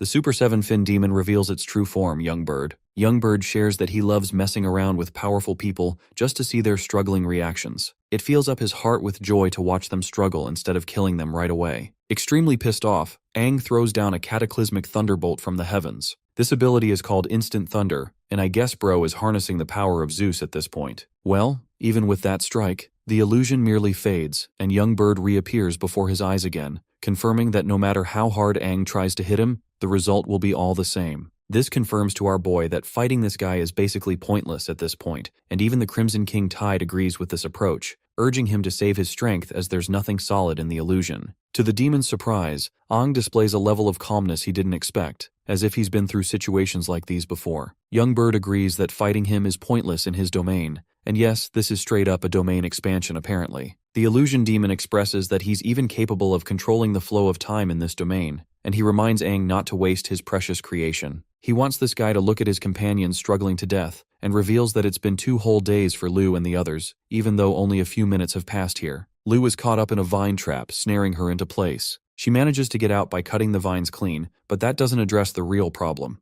How the hell will she escape this place? None of her efforts are working, and she's incurring wounds back to back. Though she can use her regeneration ability to replenish herself, Youngbird pops right in front of her and assures her that the swamp will siphon every last bit of energy she has left. Then we go back to the perspective of Snow, who is enduring tireless heat and exhaustion in this empty space, questioning how he's going to be able to find a way out. Suddenly, flaming sand twisters pop out of nowhere to clobber him down. Snow reacts swiftly and blocks them using his durable skills, but more of them quickly catch up to him, impaling his body with precise strikes. Youngbird admits that his durability is quite something, but it's pointless when this wasteland will devour him whole. Torturing him psychologically, the demon shares that Snow's teammates might already be dead, and that it's time for him to kick the bucket too and die along with them. Finally, Suiju uses her immense speed to cut apart dozens of her own mirages. But despite her best efforts, she's starting to get overwhelmed after cutting them non-stop for 2 days straight. Youngbird pops out here too, sharing that despite her speed, the mirage will best her eventually. He wonders if her incredible speed is fast enough to outrun her own reflection. All 3 of them are struggling, and Aang witnesses the scene, realizing that if he doesn't break this domain soon, his friends will be tortured to death. But the fact of the matter is, his attacks are pointless against the illusion demon. The same is the case for his friends, who are powerless to break free or make an effect. Filled up with frustration, the Crimson King's vessel clenches his fist, admitting that there is no way out of the illusion from the inside. But suddenly an idea comes flying in his head. Though it's true that the illusion can't be broken from the inside, the opposite is the case from the outside. Once again, it's just a domain expansion with a barrier weak to outside attacks. The perspective cuts to the demon tide marching its way. The Golden Warrior urges Lena to prepare herself for combat, even though she's worried about Ranan's missing arm. Even with his lost arm, he fully intends to guard this city with his life. And it's not like they're a bunch of rookies either. They're the original 6 heroes and a force to be reckoned with. Joining forces, both of them burst from the city wall with incredible speed. Their landing alone generates enough of a shockwave that it slaughters the demons in the surrounding area. Lena and Ranan are ready to rumble, which makes Leo gesture to the demons to stop advancing. He addresses both of them as the remnant of the previous 6 heroes, and dubs them as nothing more than a part of ancient history, alongside the old king. Unleashing his true form, Leo goes into demonization and shares an appearance similar to our boy with his white hair and horns. This side of him terrifies Lena, while the demonized Leo orders them to come at him with all their might, because if they lose, the demon wave will quickly sweep in to obliterate the entire city. Youngbird taunts our protagonist by pointing out the suffering of his friends. Ecstatic, the demon manically laughs, beginning the helpless warrior to come and try to attack him, to quell his helpless rage. It brings him great joy that Aang is incapable of protecting his loved ones or even taking down the threat right before his eyes.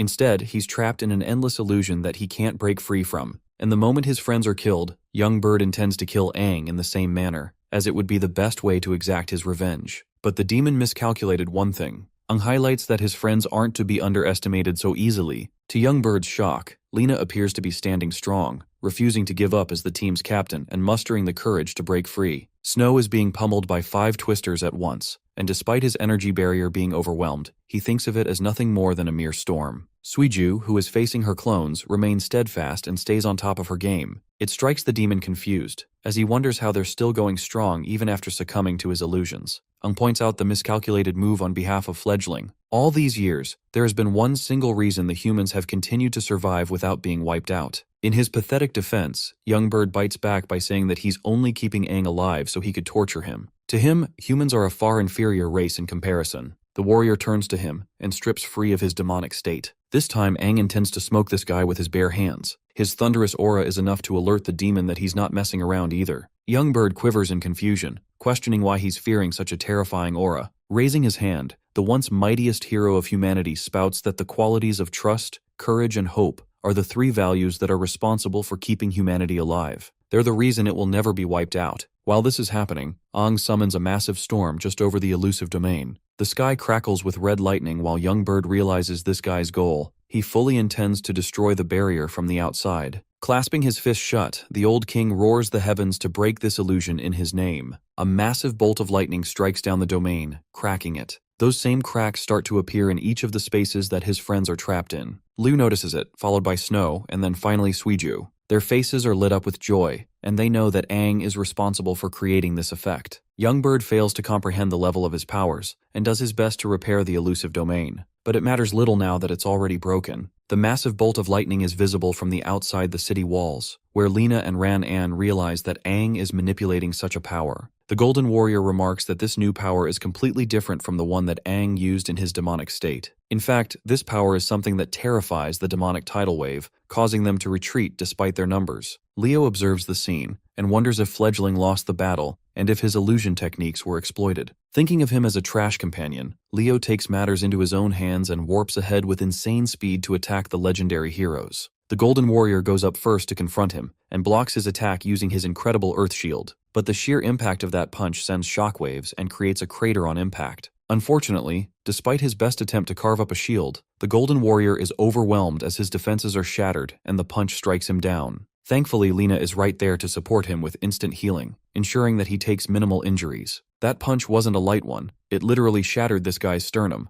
and if not for Lena to heal him just now, it would have put him down for good. Lena analyzes their chances, and realizes that they're dealing with an opponent whose demonization power exceeds that of Lord Dylan. Leo tauntingly calls them the trash of the ancient era, and finds them boring for being unable to take even a single punch from him. Coming back to the illusion barrier, the domain cracks open, exposing the trapped warriors to the outside world again. Liu and the others gain their senses while Aang wonders if they're okay. He warns them to stay on their guard, because they're dealing with a terrifying opponent here. Having experienced the illusion firsthand, Liu remarks that she couldn't even tell with her senses if the illusion was real or not, which shows Young Bird's precise control over his creations. The only reason she survived the domain is because she had utmost trust in her friends to do something, or else her spirit would have been broken sooner. The same goes for Snow, who thought of the experience as torturesome. He kept holding on, knowing Aang would do something about it. Suiju also expresses her faith in Aang, as if he were their strongest weapon, the mightiest warrior of history. If only he hadn't shattered that illusion, they would have been tortured to death. The Super 7 Fin they're dealing with is in a league of its own, and surpasses every other demon they've faced in battle. While they're glazing the villain, the demon is out here wondering the source of Aang's lighting power. It seems like it's a unique ability reserved for him,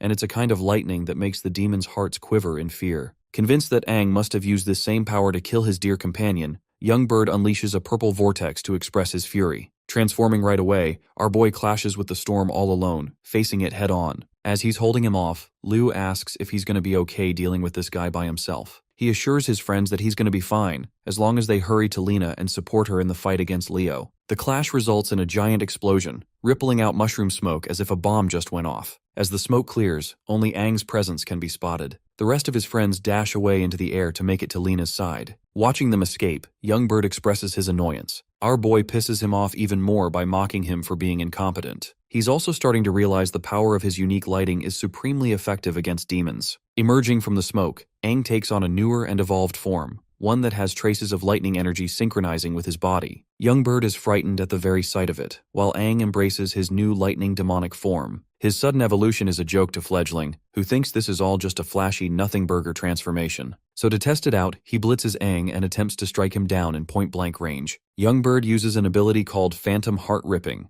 which manifests two large hands to attack his opponent from both sides. In response, our boy cooks up a storm with an ability of his own, the Roar of the Thunder Dragon. He summons a literal lightning dragon to face off against Young Bird's vortex. The clash is overwhelming for the demon, and eventually he is hammered by the majestic thunder dragon snapping its way through. The fight's not over, and young Bird is beginning to despise Aang for spamming his lightning ability. In an effort to catch him with a different skill, young Bird pops out the heartbreaking ghostly shadow technique. This skill sends out multiple manifested phantoms aimed to outnumber his target. In response, our boy convulses his body to charge his thunderous intensity, and then stretches out to release lightning spears from around him, killing all of the phantoms with a single attack. Once again, young Bird is astonished, and those same trails of lightning make their way to target him as well. Luckily for him, he evades just in time and zips up a path to target our boy directly this time. Their epic battle ensues as both sides match the other with equal force, rendering explosions with every hit. It's as if two gods were going head-to-head against each other. In the end,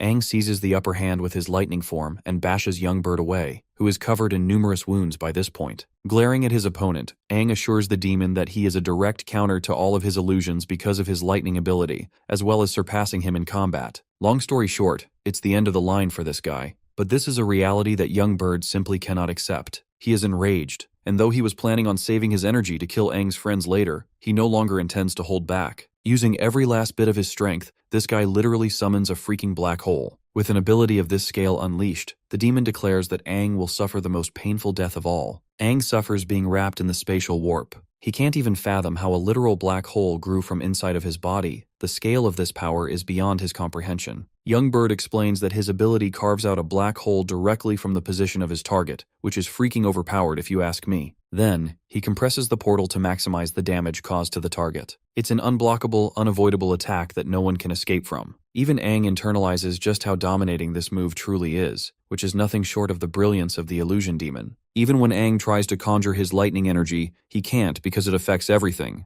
With a satisfied look on his face, Fledgling takes enjoyment in his suffering and hopes for Aang to experience the horrors of his trump card. The portal begins to shrink into a tiny point, reducing to a fraction of its size. This black hole has now become an embodiment of endless suffering, and inside its dimension, torture is boundless until the victim experiences total death. No living being on Earth is capable of emerging out of this ability alive. That's the same case for Aang, who is currently being tortured by the endless pain, screaming his lungs out just to contain his body. His demonic core is overreacting, while hundreds of demonic illusions swim in space just to devour him alive. These illusions devour his energy, sucking the life out of his core and swallowing him whole. Aang's body convulses and his arm is shattering apart. His entire body is rippling in pain while the ghosts torment his energy. The thing about these ghosts is that they're not even physical entities, but they are the very representation of pain given form. Currently, the hero is experiencing the pain of being sliced open with a knife, the agony of being burned alive, the freezing cold pain of ice swallowing him alive. All of it is connected to his deepest fears and regrets in life, his memories. In this void, the warrior's consciousness is reliving a constant cycle of suffering, and he can physically feel his body age faster than ever. His skin becomes wrinkly, and his bones are weaker than ever. His hair is gray, and all of his might is no longer what it used to be. The moment he reaches the end of this cycle, it flips the board and attacks him from the other side. This time, it tortures him from his childhood, and agonizes him with the traumatic memories of what he just endured. He fastens up to being a young man again, continuously experiencing countless lives.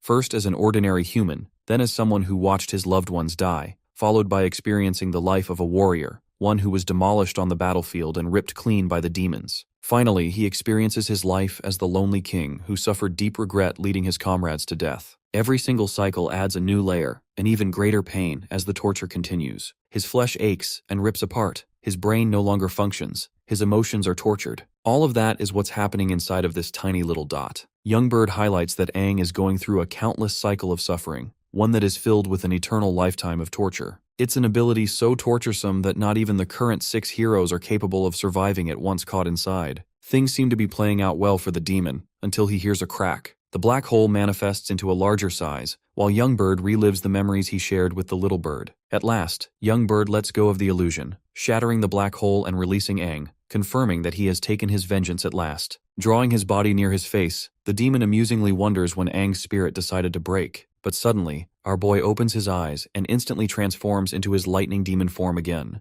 Alarmed, Young Bird finds it inconceivable that someone managed to survive his black hole. But before he can finish his sentence, our boy spears him with a searing stab from behind, calling him a fool for underestimating him again, as he is none other than the living embodiment of the strongest human warrior. 5 years back, a massacre had occurred in the vicinity of Class C Town. Dead bodies toppled everywhere, and walking amongst them so casually was young Bird, who commented about the pathetic state of the town that had been reduced to rubble, meaning they couldn't even hope to build a base here. Even though he'd instructed his forces to be gentle, the demons ended up going overboard and playing rough with the humans, ruining things for him. It was at that time the superior demon realized that his own subordinates had a very slow rate of evolution. They'd yet to become properly civilized. Suddenly, one hand stretched out and grabbed his leg. Young Bird darted his gaze back at the person crushed under the rubble. This boy couldn't even open his eyes, and was at the edge of death. He felt quite confused by this sight, until he began to inspect his body from up close, commenting how the same warrior managed to nearly lose consciousness, and despite his near-death state, still ended up clutching onto young Bird while he was passing by. He considered this feeble act one of instinct. Perhaps that is what creatures do when they're trying to survive. That made him take interest in humans, who always seemed to possess so much determination despite their weak bodies. Though he could have kept this human alive, young Bird decided to offer an even worse fate, assuring this person that they'll forever forget ever being human in the first place. Casting a tiny stone, he ushered it towards the little one, and before long he came up with a name, deciding to call his new subordinate Little Bean. That takes us back to the present, where currently, young Bird has been impaled by Aang at long last, and is bleeding out in shivers. He remembers that faint memory when he rescued the human. Now he finally understands what Little Bean had felt back then, when that kind of rain falls upon you right before your death. With those memories, the superior devil topples to the ground, apologizing for his subordinate as his consciousness fades. But that's not all. The whole body vaporizes into this mist, leaving behind an extremely powerful core. Aang quickly reaches out to grab the core. All he has to do is focus his telekinetic powers to zap the crystal straight into his hands. This is the 7-fin core he needed,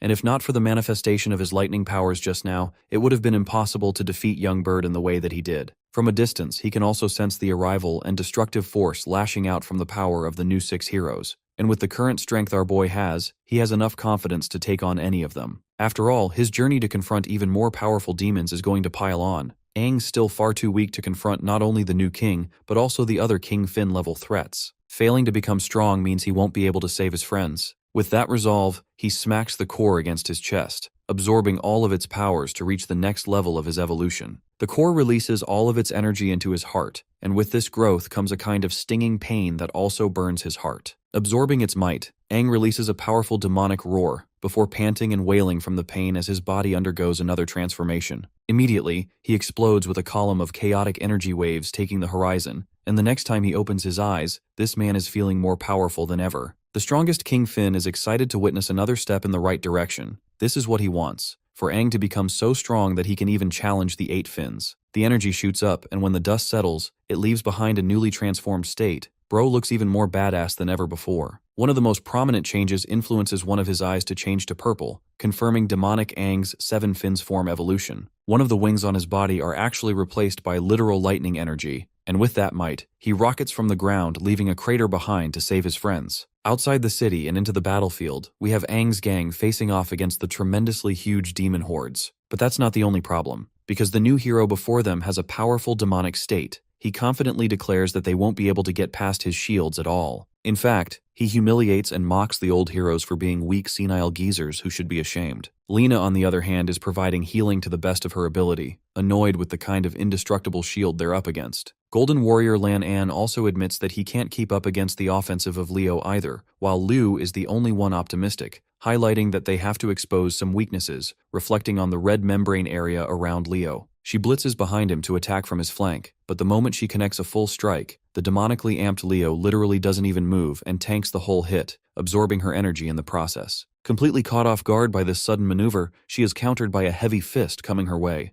The attack nearly devoured her, but luckily she withdrew using her portals to escape the lethal blow. Knowing that they're cornered, Liu finally understands why this fight is becoming an issue for them. It seems that the aura surrounding Leo is actually absorbing all of the attack damage they cast on him, which is why this guy keeps getting stronger and allows him more endurance in the process. With this new skill identified, the other 2 friends of Aang propel at brute capacities. Snow intends to block the frontal hit so that they can use this opportunity to create an opening. But before Bro could theorize his strategy, the 2 of them get speed blitz. Mainly Snow takes the brunt of the blow while Yu Hui darts away using her evasive bee-sting maneuver. Now that he's open for a strike, she returns a counterblow. But right as she's about to make contact with his body, Yu Hui realizes that it's pointless for her to attack Leo's aura shield, as it will only allow him to absorb the whole attack and become even stronger than before. The demonic hero darts back at her, swinging a ferocious backhanded bitch slap that sends her ass crashing into the ground several feet away. Watching her get knocked away like that, Snow roars his concerns, unable to do anything. The others are scattered in their support. Liu quickly comes up to check on her condition. Apparently the attack didn't fully connect, which means there isn't any lethal damage. Well, Leo is such a great guy that he wants to change that, so he jumps the two women to hit them again, frustrated that they keep evading him like a bunch of annoying prey. Bro uses his Susanoo or some shit and is moments away from killing the two women until Snow collides against him, tackling his body using one of his own skills. Of course, the force of the impact is automatically absorbed by the membrane yet again, allowing Leo to pummel this guy into the ground with a single hit. Lena shouts in concern before casting an immediate wide healing barrier that nurtures any of the injured back to health, especially the homeboy who basically knocked the fudge out. Though she's happy that she managed to treat his wounds just in time, the problem is Leo's continuously evolving strength, and because Lena's healing everyone, her own mobility is limited. That means if this fucker targets anyone on the rear, she's cooked. And he literally does because Bro devilishly glares at her that very second, before pouncing on her like the boogeyman. Thanks to the shields, their formation is wrecked, and she can't even move right now despite being the critical support here. To her aid, a mysterious warrior torpedoes ahead, and much to Leo's surprise, this man connects a powerful hit, sending this guy crashing in a plot twist. When the dust settles, demonic Leo is seen amongst his demon waves. His red membrane disperses and withers away. Bro is stunned because this isn't even supposed to happen, but somehow the enemy's attack managed to pierce his unbreakable shield. He gazes up to look towards the man responsible, and when the dust settles, we find Aang in his majestic seven-finned form gracing the battlefield. He talks down on Leo for pretending to have a perfect shield, and his arrival fuels the hopes of all of his friends, as now, the odds are finally in their favor. Our boy happily glances at them, confirming that he's here, and that from here on out, he'll handle everything. Leo watches his opponent approaching him, but then, this man literally teleports from his spot and pops up right in his face, grabbing the hero's skull and smashing it into the ground with raw humiliation. Aang's only just getting started because he lunges forward from that spot, thrashing and ripping open the earth with Leo's body. While getting his absolute shit tossed,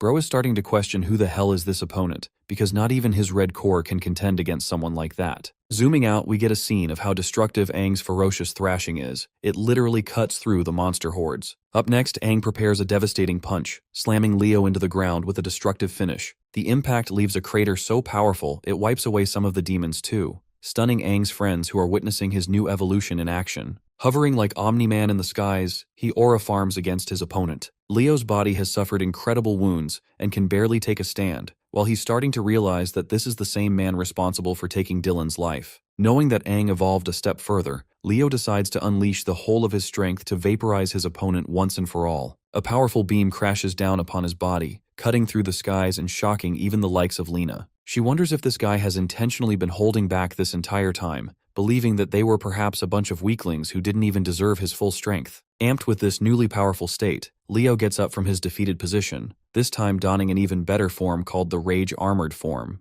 Aang looks down with rather disinterest, not really impressed or anything. His opponent propels up with full ferocity, thinking he's gonna do shit this time around. Our boy waits before charging his fist with lightning energy, releasing his lightning dragon against Leo's raging lion. Both avatars of destruction clash against each other, sending ripples of shockwaves that shake the very ground. Their fierce encounter so far remains equal in might. Aang reflects that this guy is indeed strong for possessing a red dual core alongside an enhanced demonized state. Knowing that he should take things to the next level, Bro decides to activate his newest ability. Remember that purple eye that he gained from Youngbird? Bro taps into his Rinnegan and pops the usage of the purple core illusion ability, covering his opponent in a mini-domain expansion. This enraptured space actually becomes a haunting gallery for Leo, who is force-fed traumatic memories of Dylan's humiliating death. It only goes to anger him further beyond, so much that his rage armored form zaps out so much energy that it breaks open the domain like an eggshell. Utilizing this opportunity, Aang sends a powerful lightning strike that nearly takes his head off. Unfortunately, that attack was a near miss. But not to worry, as our boy instantly goes for another counter, slamming a powerful kick in this guy's abdomen and once again thrashing him amongst the various monster waves. Bro's taking so many L's at this point, he probably gained a body count kissing the ground that much. Emerging from the debris, Leo fails to understand what he's dealing with. His opponent is supposed to possess a red core only, yet he somehow also has the abilities of a purple core. The haunting man in the skies reminds him of little Dylan's image.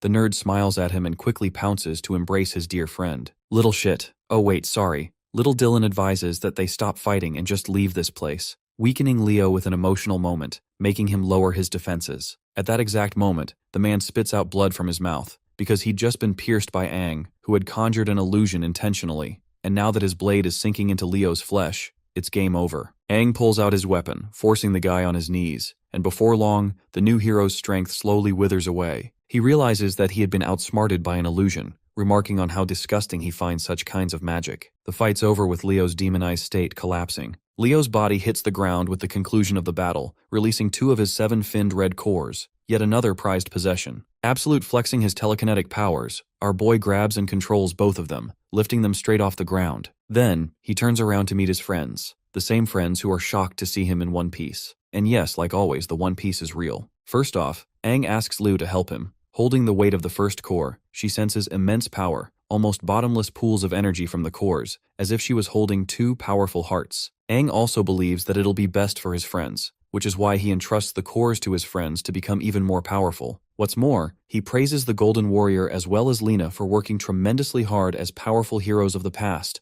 and with their contribution, he has pure confidence in their victory. The legendary warrior Lina argues that the fight's still not over, with the demonic tides waiting for them, even after having lost the control of their main leader. Aang stares at the waves of creatures, while she expresses that these monsters appear to be confused at first, not knowing if their strategy should be to attack or retreat. Our boy steps up to the front with the intention of soloing the whole tide. All 3 of his friends shout their concerns, roaring that this kind of number is suicidal for even them to handle. Aang refuses to listen to any of them, even refusing to make a plan. He merely glances at them, before going up to the front full Jon Snow style to take an entire army. Planting his foot on the ground, Aang starts to control his very surroundings, raising pebbles until both of his purplish-red energy tides swirl up to create a magnificent storm. This surge of energy is so monstrous that it draws lightning from the heavens, terrifying even the demons staring up at it. They're all lost and confused, not knowing what awaits their fate. And then, boom, thunderous crash knocks away some of them. The bulk of the lightning mutates with Aang, forming him his draconic avatar creature. Having unleashed his ultimate state once more, our boy stares at his victims with an unquestionable primal fear,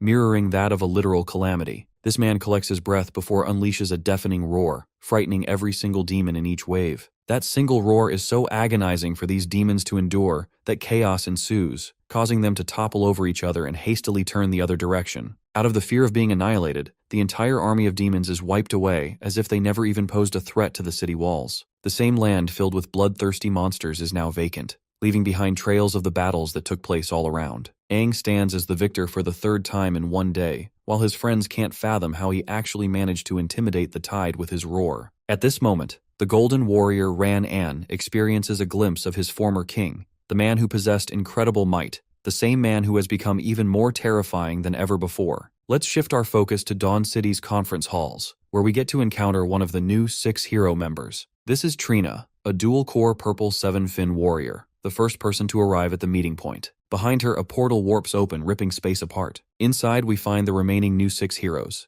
The group has reunited itself to get an uptake on the current situation. Ahead of them is Lu Xan, the strongest shield and a dual 7-fin yellow core warrior who is furious to ask why Leo ended up dying. One of them is this weirdo edgy dude with a mask. He's Barus, a dual 7-fin blue core. And finally, we have this dude shrouded in black because we can't even see his face. This guy is Kokoxi, possessing dual 7-fin black cores to his side. Trina looks the most majestic out of all of them, and is of the opinion that all 4 of them should take on this mission together. In the next scene, Ran-An offers his concerns and asks the group to stay for a while longer, believing that they came for a while. Aang argues that staying will cause them real pain because they'll attract more attention and jeopardize the whole town, but he's happy for their help in providing the vehicle. Next, he asks Lina for Dexia's location, who shares that she doesn't have proper coordinates because of the new king sealing information about the old heroes. At the same time, our boy has some rough idea of where Dexia could be. You see, they have this little Dragon Ball radar thing that will react near Dexia's containment. The place he's locked down is called the Sunset Tower, a name that stuns the likes of Liu herself. Based on Lina's report, she heard about some powerful and unknown being guarding the vicinity of the tower. Because of that same creature's influence, the nearest lands up to hundreds of miles are complete dead zones that not even the demonic tides would dare to approach. The concept of an existence so powerful that it terrifies even the demons is unheard of and stuns the group, while Lina internalizes that this might be the same reason the tower is capable of holding down someone as strong as Dexia in the first place. Because if there's an entity capable of instilling fear in demons, then it's not just for sure, making her question what other entities they'll have to deal with along the way. Aang returns the compass to her. Lena promises to hold on to it for the time being, while also adding that the dual-core new heroes are even more powerful than she suspected with their demonized state. That's why she's going to be extensively looking up the data on Van Dillen and Leo along their journey, which would further help them face off against the other heroes. To her shock, Aang literally tells her to stay behind. It's a chilling order that drags the attention of the whole group. Our boy clarifies that he wants her to be the protector of this town. Ran-An will help her defend the city, because with her presence, they'll all be safer. The decision is heavy, and it's clear that it weighs on Lena to not join the front lines, but in the end, despite her feelings, she chooses to obey his order and chalks up a fake smile,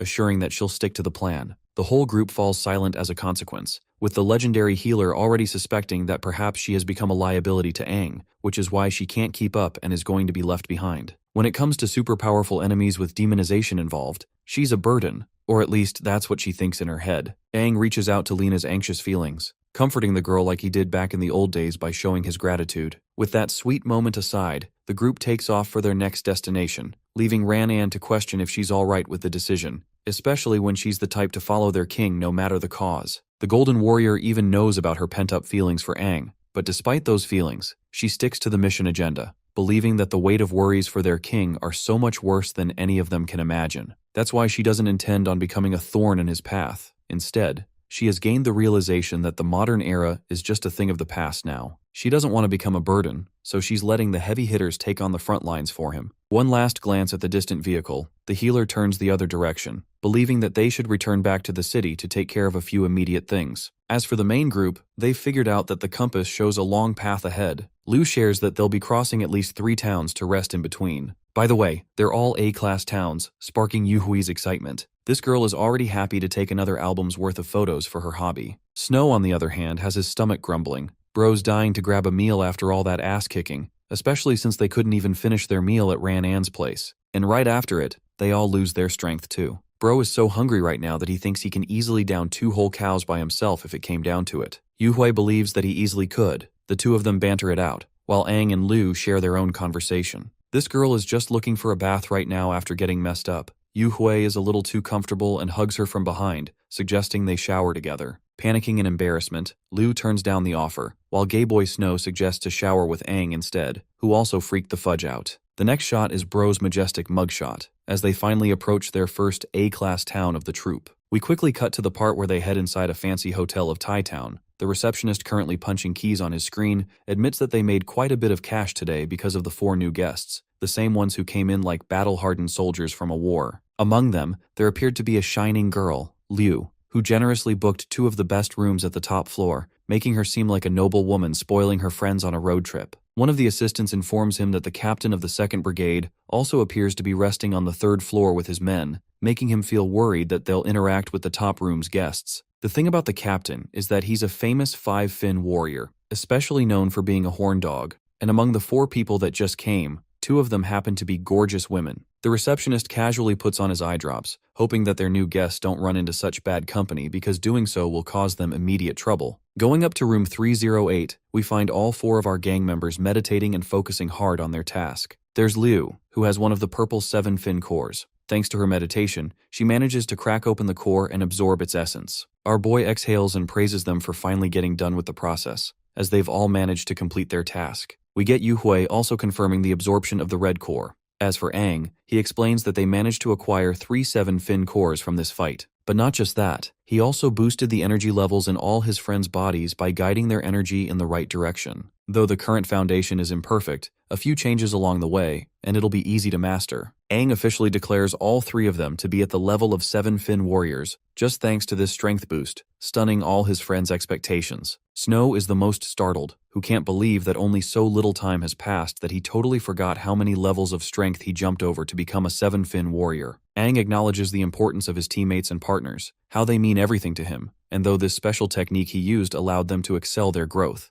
but he knows for a fact that there are countless agonies waiting for them in the future. His worried expression shows his concern, with Aang confessing that he wanted to make sure that they were all okay. Watching him sulk in sorrow, Liu reassures him that they're warriors who are supposed to fight for the sake of protecting humanity. And not just that, if it wasn't for someone like him, They could never have dreamed of reaching such an insane level of strength by themselves. Snow also comments that he's immensely grateful to his buddy, as even during his time in Helios City, Bro thought he was never surpassing the ranks of 2 Fincore warriors. Yu Hui, on the other hand, decides to change and uplift the mood by introducing her camera, hoping to make some new memories by confirming their newly powerful 7-fin status. For this picture, Liu appears pretty flustered from the looks of things, but ends up being bold and leans in towards Aang anyway. The picture is really cute with the 4 of them sitting close to each other. When they're finished, we go up to the girl's bedroom. Yu Hui appears to be having some real trouble with her clothes being wet and sticky, if you know what I mean. Then there's Liu, who takes a quick sniff of her body and realizes how she's missed a bath because of continuous fighting. The good thing is that she's heard about an amazing spring bath reserved for warriors at this hotel.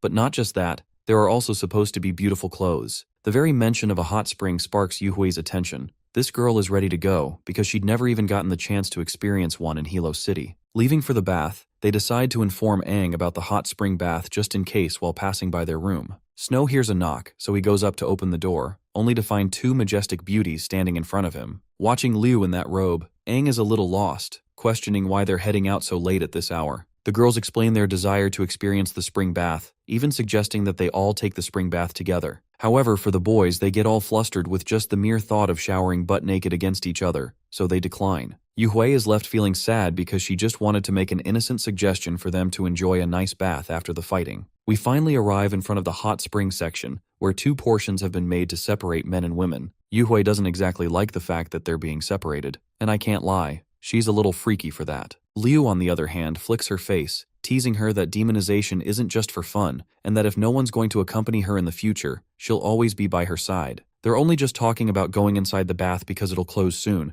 when suddenly a certain man pops out of the other side and quickly steals a glance towards his left. Bro is completely startled looking at the luscious women standing dolled up in front of him. Like the horndog captain that he is, this bastard immediately has the urge to experience both of them, believing he has found his prey. The captain firstly expresses his astonishment, because he's never seen such beautiful women in this city before. Harassing them, the group of men comes up to the girls. Liu is turned off right away and coldly asks what they want. Even Yu Hui thinks that perhaps these men have mistaken them for some other group, but the captain chimes in and assures the ladies that they haven't mistaken them at all. Introducing himself as Buck the Beta Cuck and captain of the second squad, Bro tries to impress them with his 5-fin status. He directly offers a chance to drink with them, and Bro secretly thinks that there's no woman in this world that he can't get his hands around. After all, women flock themselves at his feet the moment he brags about his status and strength, and no resistance is ever felt. Bro has gained so much confidence from hoes that he thinks all women are easy and predictable, only for Liu to slam and question his 5-fin status, as if to say that it's irrelevant. If anything, she's reminded of one other bastard they met along the way. Yu Hui chimes in and requests that these men stop blocking their way if this is all they want from them,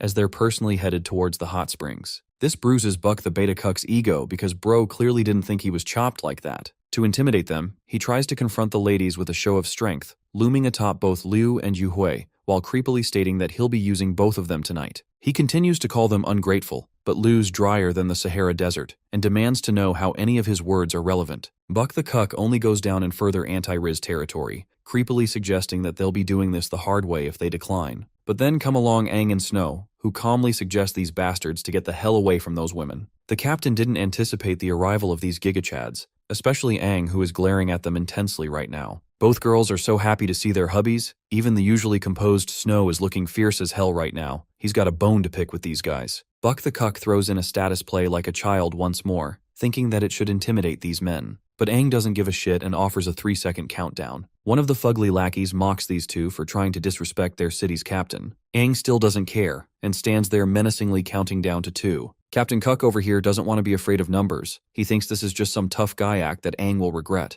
But before he could even use the first attack, our boy disappears from his very spot, leaving behind a flashy trail. And before this imbecile could even process what the hell happened, a punch greets him on the nose, bulldozing this man into the next continent. The look on our boy's expression is all you need to know about how pissed off this man is. As for the lackeys, they quickly scatter like a bunch of pussies to go and help their sorry-ass captain. Buck just got fucked, spitting out blood with now a face that not even a mother could love. Bro can't believe that he's dealing with a powerful warrior, questioning how Aang was able to do so much despite not wearing a suit. You see, the average warrior is supposed to wear a tactical combat suit at all times. This suit is always armed with a conversion device to help convert energy and channel the power of a demon without it wreaking havoc. The more synchronized this compatibility is, the more power a warrior can extract from the core of the demon. Or at least that's what is the basic knowledge of this era. However, for these four, who are raw-dogging strength levels right now, the game is different. They've evolved to such a degree that external devices like combat suits are practically unneeded to them. Captain Buck peers his eyes open at the incredible waves of energy shooting out from this insanely cracked group,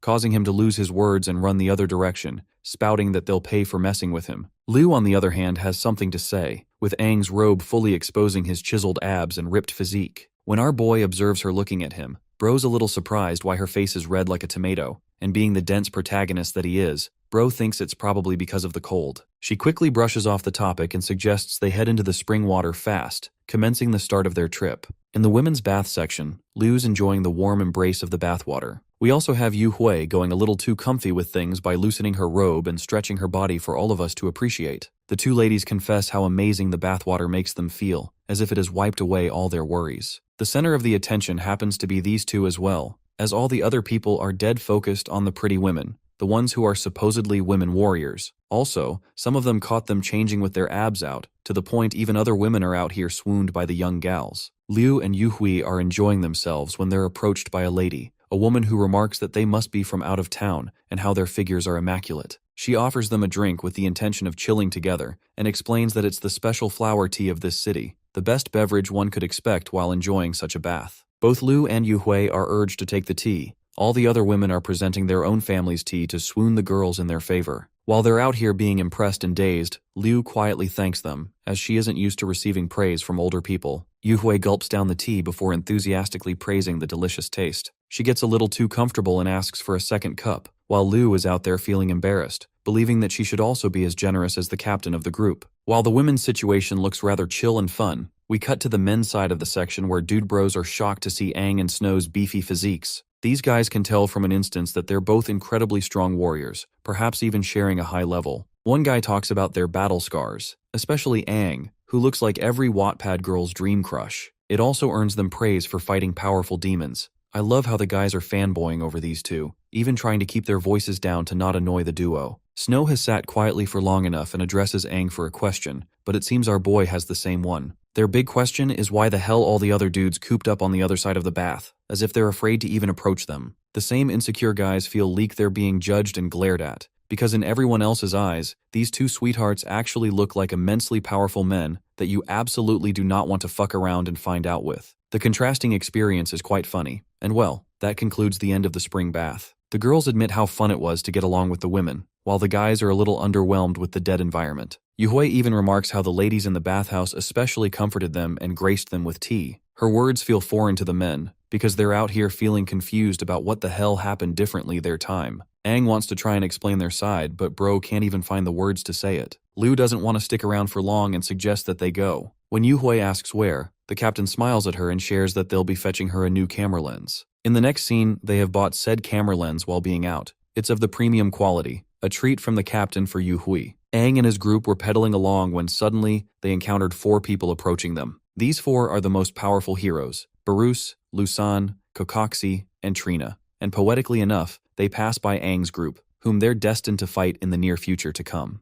At once, our boy stops dead in his tracks, sensing that something is different. Trina is the same, quickly getting a grasp of the situation. The scene is tense, with Yu Hui questioning why Aang stopped here, and at that point, both of the girls sense the kind of aura these guys are releasing. The 4 heroes turn around to meet their gaze, creating a standoff moment between the 8 of them. The silence is long. Snow matches Lusan's gaze as the yellow core, Yu Hui locks eyes with Barus as the blue core, Liu faces Kokoxi as the black core. These hooded aura farmers are looking crazy with that drip. Just their aura is enough to draw the group's attention. Aang is silently staring at Trina, who also remains silent before giving him a nice warm smile. Their purple eyes actually seem to match each other, with our boy being confused with her sudden warm smile. Trina tallies her group to focus ahead, continuing onwards, while Liu begins to question if Aang knows these people by any chance. After all, the woman among them seemed to pass a gentle smile. Interestingly, even our boy doesn't share any memory of running into them before, making him question why his left eye suddenly reacted to the woman's glare. Snow only has one thing to say, and it's how powerful these guys are. Each of their auras are in a different league. Just the presence they give off while standing shoulder to shoulder against each other is a cause for concern.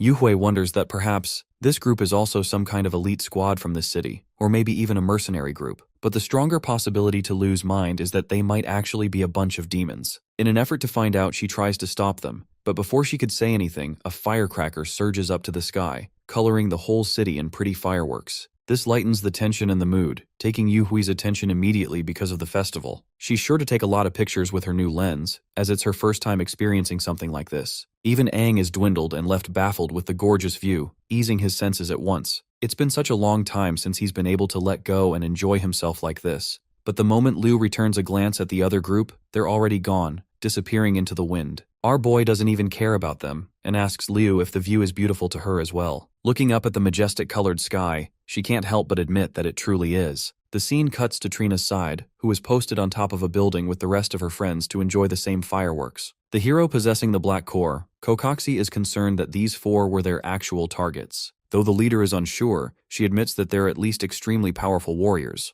The one that stole her attention the most is the man at the front. The handsome dude genuinely stole her attention. Bears seems to be a little annoyed and argues that it's a better idea to take them out then, believing it's best to leave no loose ends behind. Trina scoffs at the impatience of men, reminding them that they followed a trail based on information they received, and even though it suggests that Dylan and Leo's killers are passing by this town, it still doesn't mean anything. Trina can't just expect to slaughter the civilians with citywide destruction for being unsure with their guesses. The worst part is that they're supposed to be the new 6 heroes, the greatest warriors of humanity, and not a bunch of mindless demons on the hunt. Kokoxi repents and questions if the situation calls for the usage of her death puppet art technique. Cropping a smile, she confirms this very thought, vowing to steal the handsome man she saw tonight and turn him into her puppet. After that's concluded, she'll know if this is truly the group they're looking for, and then they can simply pick apart the whole party one by one. As calm as Trina seemed, this woman is batshit crazy because she finds actual joy in picking them apart like this. Even Lusan thinks that her puppet art ability is creepily powerful because it invades the target's mind, stealing their consciousness. This way, it discovers every single secret and repressed desire. But not just that, the controller can also wipe out the puppet's will at an instant. They're nothing more than husks left without a shell, forming them into a proper death puppet. But not just that, Trina has already formed an entire army of 6-finned warriors, collecting them as death puppets to use at her leisure. The same puppet army unleashed an insane amount of destruction against one of the demon tides in the past. They fight mindlessly with the resolve of succeeding in the mission, to the point even 7-finned warriors would face difficulty against such a group. Berus finds the ability convenient and fitting for the situation. They're all glazing the crap out of her, and Trina knows that. One thing she knows for certain is that they'll avenge the deaths of both their lost comrades. As for this freaky, creepy woman, she's dying to take control of the handsome man, hoping to discover every little secret about him. The Silver Moon Festival continues with the night. Yuhui comments on how lively everyone is in the surrounding space. This is the exact environment that the ladies at the spring bath told them about, adding to the grandeur of the A-class city. Catching a wind of something, Yuhui drags Snow along to play the ring toss game, which leaves both Aang and Liu behind. Right now, bro doesn't know that a bad bitch is eyeing him down, even though she can tell that these guys share a pretty close bond, and it's so endearing that she wants to sadistically shatter it with her own hands. Now, from her personal observation, the white-haired beauty is Liu, the leader of the group. But in truth, the real strength lingers within Aang, the young man she's interested in. It also excites her that he shares the same name as the previous king, and without holding herself back any longer, Trina believes it's time for her to start playing. She's there 1 second and boom, gone the next. Meanwhile, Snow is collecting a ton of prizes from the ring toss game. Yuhui loved enjoying it. Apparently bro didn't think she'd be so good at this thing. Suddenly, Aang senses a cunning sensation coming from in front. It's the woman he ran into before with an ominous aura, Trina, who is sitting there like a queen on her throne, showing off those spicy legs. She's only got her eyes set for him, while the rest of Aang's group is confused to find him stopping dead in his tracks. Right now, his purple eye has been activated once more. He remembers having encountered Trina earlier, but this time her powers appear completely different. He even shares Trina's location, which alerts the three of them to quickly look towards the tree. But to everyone's surprise, there's just no one sitting around, making our boy wonder if he perhaps imagined the whole thing somehow. Just when he lets his guard down, a hand reaches out to him from behind. Trina makes contact with his hand, causing him to instantly zap his gaze behind, while she teasingly shares that she's already got him now. At once, she activates the usage of her death puppet art ritual, forming this sacred circle just underneath the group. The circle isolates Aang and forms shackles all around him, chaining his consciousness down. Trina giggles while assuring him that he'll momentarily feel like he spaced out, but in truth, Bro's already in her control. She's in her dark spiritual world spell, with the two of them all by themselves. At this moment, she assures him that he can't hide any secrets from her, and a part of her is really curious to find the kind of man he truly is. After all, never before in her life has she seen such a massive key for the usage of her ability. Clasping on it, she throws the projectile with full velocity, roaring at him to become her slave. The same technique has never failed Trina before, because she's already concluded the step of locking his senses shut. With this, Trina can occupy the person's heart and mind, having complete psychological control over their body. Her expectations are a little thwarted because right as the key is inches away from the lock, the Crimson King's demonic hand pulses out of our boy's body, catching it just in time. This is an event that leaves Trina dazed. She can't even fathom what the hell she's currently looking at. Popping out of Aang's body is this huge, monstrous devil, and something tells her that it's not happy at all. The Crimson King hisses at her for picking a fight against the wrong opponent, even mocking her for being a mere insect in comparison. This chick is terrified right now, quivering in her every step, questioning if this is supposed to be some kind of counteracting defense mechanism. But not even someone as powerful as her has ever heard of such a technique. Her body refuses to believe that something like this can be conjured by the likes of a human. At first she underestimated him, but now Trina is fully invested in knowing who Aang really is. While she's dazed, the Crimson King laughs at her for even thinking that she could try to gaze into Aang's heart. The so-called death puppet technique that she got glazed for is dubbed as a pathetic little trick from the king's eyes. With a single swipe of his hand, Bro annihilates her dark spiritual world, shattering it to ripples and allowing Aang to return to the proper dimension once more. The rest of his friends are confused why Bro is standing still like that, while our boy glares at Trina, who seems to have already disappeared.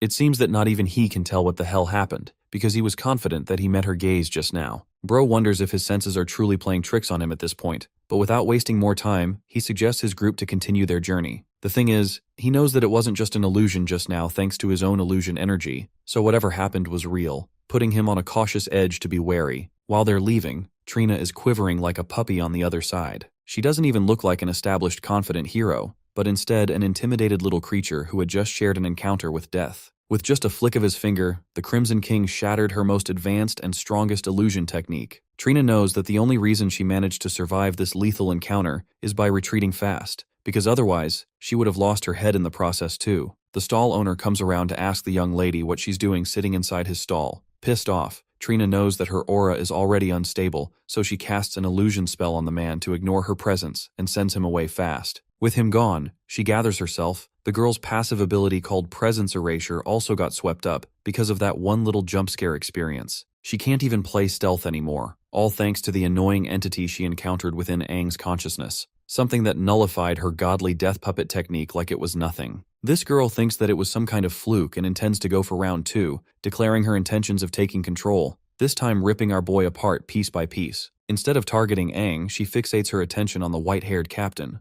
And something tells me this is going to be hilarious because of Liu's own 8-fin connection. Anyway, back to the goofiness of the group. We have Yuhui wearing a clown mask, enjoying the situation like usual. Liu seems to be laughing among the company of the group, while Trina catches sight of her and actually uses one of her abilities, this time playing it safe at a distance. She doesn't dare intend to interact with our boy again, which is why she's sniping Liu's consciousness from a distance, which will come at the cost of consuming a ton of her energy. The spell is cast and immediately, the captain is shackled in the dark spiritual world no differently than Aang. Trina has full confidence that she can still use the captain to know about the rest of the group and rip it to shreds, and though the key on her is much smaller than Aang, it's still unusually big. With the projectile in hand, she slams the key to create a connection with her new puppet, refusing to fail this time. Interestingly, it successfully goes in, matching the lock and interacting with the lock. Trina expresses her joy because her technique finally worked. The girl is already glazing her ranks as one of the 6 heroes who is supposed to be this powerful. Except, her celebration is pretty short-lived, because Liu's body suddenly casts a domain expansion, engulfing the dark spiritual world. Casually making her entrance, the black 8-fin calamity makes her presence known,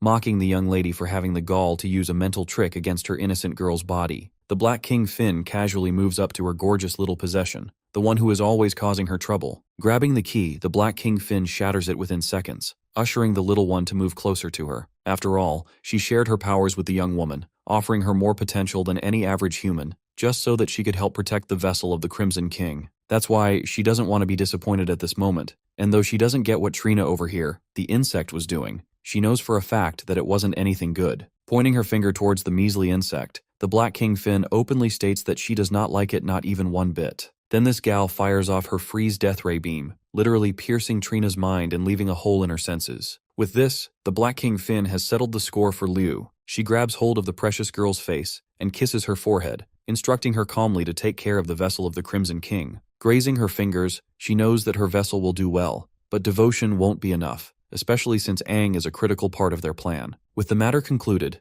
the Queen of Black decides to fade away once more, urging Liu not to let her mind drift off so easily next time around. With her fading, the black spiritual world shatters once more, annihilating the spell and freeing Liu from the control of Trina. With her senses returning to her, Aang questions what's up, but all she can say in return is how weird it all feels. Snow counters that they shouldn't just stop now, urging the whole group to hurry up. Even Yuhui asserts that they're missing out on the fun. Aang invites the captain to carry on with him. Liu continues enjoying the night like nothing even happened. While their world seems to be alright, Trina is literally freaking stuck in her spot. It's thanks to her stealth ability that no one seems to notice her. But in truth, the chick's mind is completely shattered. The stealth ability wears off, so the lingering crowd gathers around her, questioning what happened to this woman. They all think that perhaps she's some kind of posing specialist, but then the jarring effects start to collapse on her. Trina's ears bleed, she coughs blood, and loses all the physical strength to stand. With her bleeding like that, the people are all terrified and drifting away. They're panicking while this woman is bleeding from every orifice,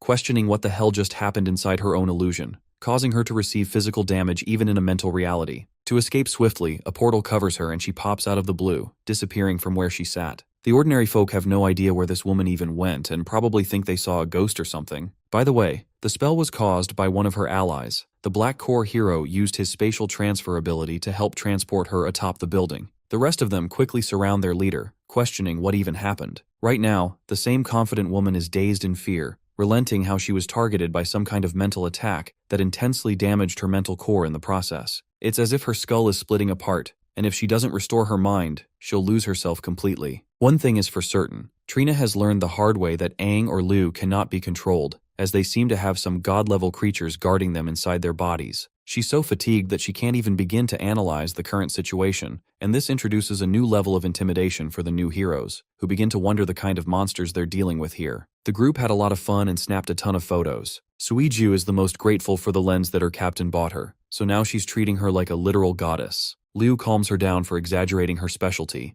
They're almost at the hotel, and the experience is a little embarrassing for her. From a top view, we can see that they're about to reach the Travel's Dream Hotel, except there's a rowdy group still making trouble here. Captain Buck the Cuck has prepared an entire team of human warriors to deal with the ones who dared to deny his wishes. Bro is coping so hard he thinks that his core malfunctioned in their previous fight, allowing the opponents to get a lucky hit. However, this time is different because now he's all prepared up in his fancy battle armor with a new core to sneak up on the same guys. The people around them are finding it weird that Captain Buck is weirdly pissed off at this late hour, making them wonder what poor girl is going to suffer at his hands this time. One of the receptionists is quick to ask what brings Buck over to him, even questioning what ended up displeasing the man. Buck refuses to entertain any of their useless crap and demands to meet the ones who crossed him, because if they don't, Bro is threatening to annihilate the whole hotel with his powers. The receptionist is terrified and urges the captain to just calm down, revealing that the guests actually went out to watch the fireworks festival. Bull cut from earlier whispers to Buck, sharing that the group is actually returning back. The captain suddenly catches a whiff of the four, all of whom are casually enjoying their return home. Without delaying another moment, he pedals up to them, surrounding the whole group with his men. Aang stares at this dude and his gigantic core. They think they're intimidating his ass while he's chilling in his robe. The captain shouts at the clowns for daring to mess with a powerful 5-fin core warrior, the same man who is the city's 2nd Division leader. The captain is here to exact his revenge against the scumbags who dared to attack him even without their combat suits on. He demands an immediate apology, but our boy remains silent, before confusingly asking who these people even are. It comes across as an insulting remark, and makes the spectator want to chuckle because clearly the captain isn't even being taken seriously at all. Right when Buck's about to explode, the hotel manager quickly comes out and insists not to react harshly, believing that these youngsters didn't know any better. He even offers to bring this man the finest wine they have, because only just last time, this loudmouth destroyed an entire building just because someone defied his will. Buck is furious just because he thinks people are messing with him on purpose. He berates the people for acting tough, causing all 3 of Aang's friends to become high on alert. Our boy, on the other hand, plays it chilly and expresses that he thought the figure was someone important, but he's starting to understand that this guy isn't awfully all that important at all. He's just the clown at the pairing entrance area, the same idiot who behaved rudely against his squad. Adopting a more serious tone, Aang calls them a bunch of animals. His words provoke the crap out of this guy's already bruised ego, and he immediately hastens to kill the man in front of him. His hasty maneuver makes the receptionist hold his head in concern. The worst has happened, except Aang doesn't even move from his spot. Instead, a single pointed line blasts from his position to the right of the wall. You see, in that fraction of a second, he sent Buckboy over here straight into the water. Bro's laid out. His already bruised face is now missing a few more teeth, while Aang admits that this guy's face screams wanting to be punched. Though he apologizes for using too much force, he still pins the blame of the damages on Buck's lackeys. And here's the funny part. Even though they just saw their leader get packed up like that, they still have the confidence to come charging at him. Even with their collective slashes, nothing works in their favor with Aang uppercutting all of them in a badass pose, clocking them all together. The whole group is packed much to the shock of the spectators. Aang returns back, with the 6 idiots hitting the water right after. With the entire team squashed, Aang goes up to the receptionist and asks about the fine wine he was talking about earlier. Ecstatic to serve them, the man offers delicious food too, showing them the way inside. By the following morning, they've wrapped up their hotel adventures and are on the move again. As they're leaving, the manager welcomes them with a grand gesture. Every single assistant bows down just to greet them all. The receptionist or the manager comes up holding a bag, before serving the finest wine they've got to the young man and his companions. Our boy is a little surprised with this kind of generosity, but the man is deeply indebted and wants to return the favor. You see, back then, he'd taken care of a nuisance that had given this hotel quite a bit of trouble. In other words, this man is finally feeling free that Captain Buck won't be terrorizing his hotel ever again. The piece Aang gave them is invaluable compared to the expensive wine, while Liu suggests he just accept the gift because declining will cause them embarrassment. Even though she can understand that Aang is so dense, Bro can't even figure out why he's being treated with this kind of kindness. Then again, Liu also thinks it's just part of his personality. In the end, she accepts the gift on his behalf, suggesting that they head out for their next stop right away. The scene cuts off to the armored warrior vehicle bolting away.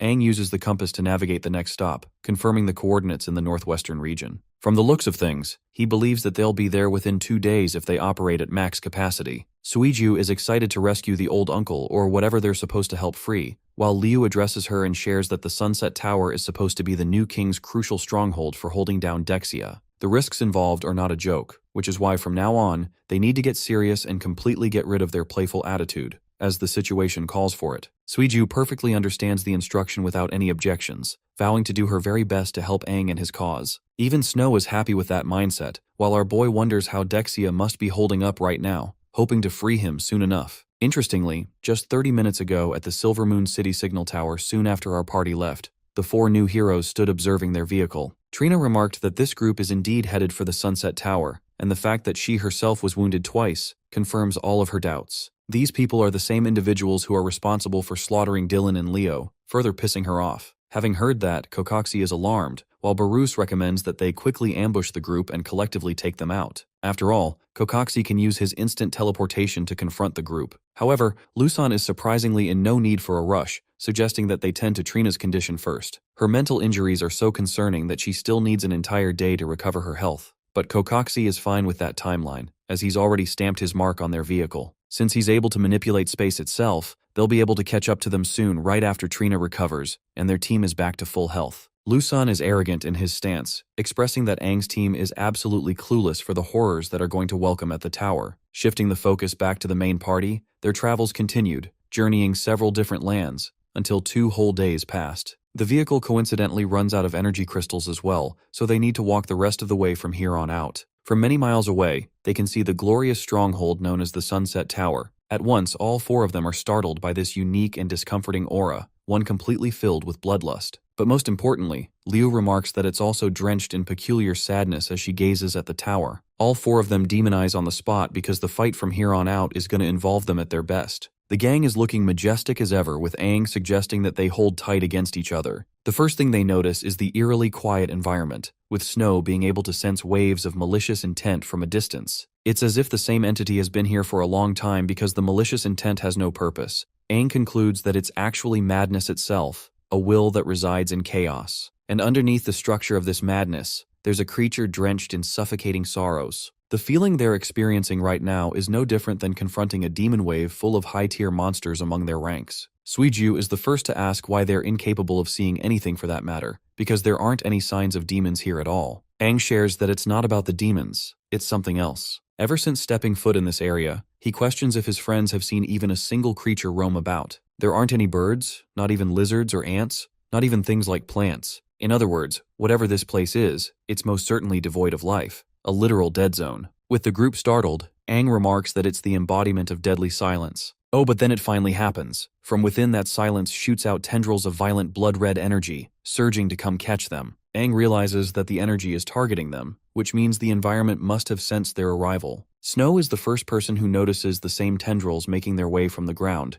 urging his group to be careful. Discarding their earlier strategy of staying together, Aang instructs his group to scatter immediately, causing them to focus their attention away from the volcanic outburst of violent aura. Liu and the others are on one side, while Aang is parted on the other. The violent energy refuses to subside, and in fact, an incredibly terrifying roar disperses from within. This kind of insane energy level is so intimidating that Aang compares it to equal or even stronger than Liu's strength, and when it comes to raw quality itself, it's leagues above. The energy pool surging up with crackling electricity refuses to let go, while Suiju takes notice of a strange silhouette emerging from the column of red, questioning what it's supposed to be. The energy slowly disperses, revealing a monster that is never seen before. This creature is revealed to have some kind of demonic human body, barely resembling anything sane. The horrific face is one you'll only see in horror movies, enough to scare the crap out of Snow, Liu, and Suiju because of the monster's godlike strength. Liu urges Aang to move the hell away since the humanoid creature is supremely powerful, and if they don't attack together, they'll be in trouble. But something's keeping our boy paralyzed. It's not fear, but confusion and shock. He's completely speechless while his teammates question what the hell he's dazing out for.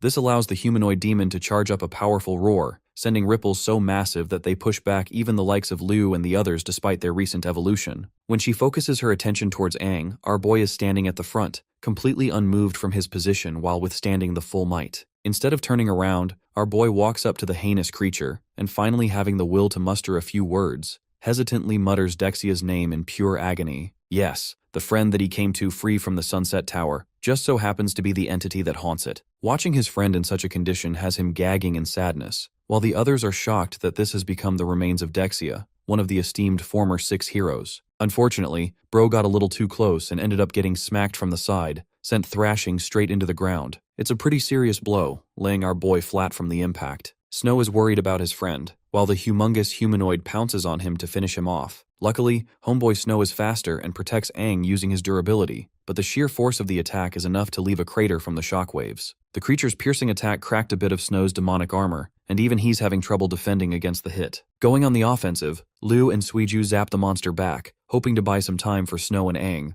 These three form a collective counterattack, charging from every direction, while Snow leads the frontal assault and pushes the demonic humanoid back further. Liu is hopping and popping portals, while Suiju is speed blitzing for a combined overwhelming offense. As the captain, Liu orders the group to stop holding back, because the monster they're facing is no longer Dexia, but something completely different. She tries to call out to Aang, begging him to just snap out of it already, because the creature they're facing doesn't even have a soul but a demon core. It's just operating through the means of killing. She then answers all of their questions from earlier. The reason they didn't see or detect a single life form up until this moment is exactly because this monster has killed and devoured everything. The place is filled with dreaded silence, as the creature consumed all life. Aang hears Liu's words while she's so distracted that she nearly gets hit by one of the attacks. The captain dodges the windswing and orders the group to spread out fast, drawing distance from the demonic Dexia. Confronting him now is Aang, all alone, this time no longer dazed by any feelings holding him back. Like a mindless killing machine, the creature lunges towards Aang at full ferocity, while the other three scatter around. Aang's friends are trying to reach him, hoping that he doesn't get hit this time,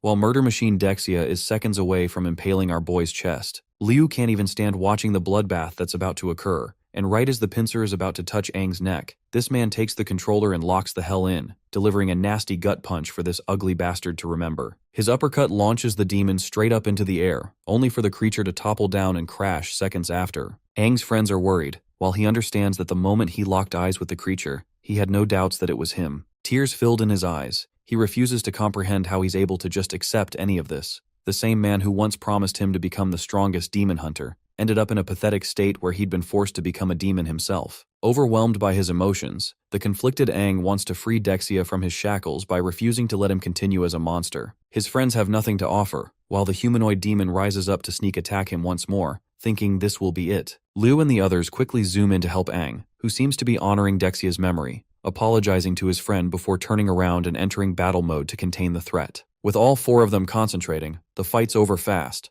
Liu questions if they've finally downed the creature, while Suiju understands Aang's condition, who mourns Dexia's death. But it may have been too early to mourn the funeral, because another wave of violent energy explodes from Dexia's body, surprising even our boy. This time, what emerges from the smoke is the creature's evolved form. You see, this time he has 3 more cores embedded in his chest, with armor and spikes covering his body. The surprise is equal to all 4 of them, because the course wasn't there a minute ago. Even though this body is supposed to be a construct, the lengths of which they've taken Dexia's limits are unbelievable. Oh, but here's the craziest part. The combined energy density of the cores embedded in this evolved Dexia has surpassed even the likes of a 7-finned monster, making it their strongest opponent yet. Evolved Demon Dexia roars before unleashing a vapid multi-energy storm targeting the whole group from a distance. This is a unique attack that somehow Snow has the confidence to just take head-on using his durability. Mimicking the Golden Warrior's shield from back in Oasis Town, this guy creates his own version of the Earth Shield, thankfully managing to block the violent outburst. But it's only momentary because even after his new shield, the dude is sent flying with his shield shattered from the impact. Leading the offensive, Suiju throws her phantom slashing shards against the titanic demon, attempting to overwhelm it from every direction. But the creature's newly formed spikes on its back are capable of charging up energy blasts, and from it can laser down enemies by scattering the blasts like a meteor strike. This is a really annoying attack because it puts Liu and the others on the defensive, forcing her to use her spatial abilities, one of which is the spatial cutting blade. The slashing blades are somewhat effective against Dexia, as nearly a dozen portals surround him and shoot out dangerous projectiles. It's kind of like Gilgamesh's Gate of Babylon but less cooler. Unfortunately, even after the usage of her ability, the evolved Dexia reactively forms shields to block each critical hit, all thanks to the yellow core's powers, which means no damage is rendered yet again. Suiju blitzes back at the creature for another strike, thinking that she's gonna do some shit this time. Finding her a nuisance, the evolved Dexia charges a beam in its mouth, the type of shit Broly would do, and is about to eviscerate her from existence. Liu begs her to watch out, while the blast obliterates the very spot she was at, leaving behind a huge explosion. Luckily, Suiju managed to swiftly evade it, but this thing is out here trying to be Homelander, lasering down the entire planet in its wake. By the end of that massacre, clouds of smoke erupt with blazing fury. Liu roars Suiju's name, fearing that she might have been caught in one of the blasts.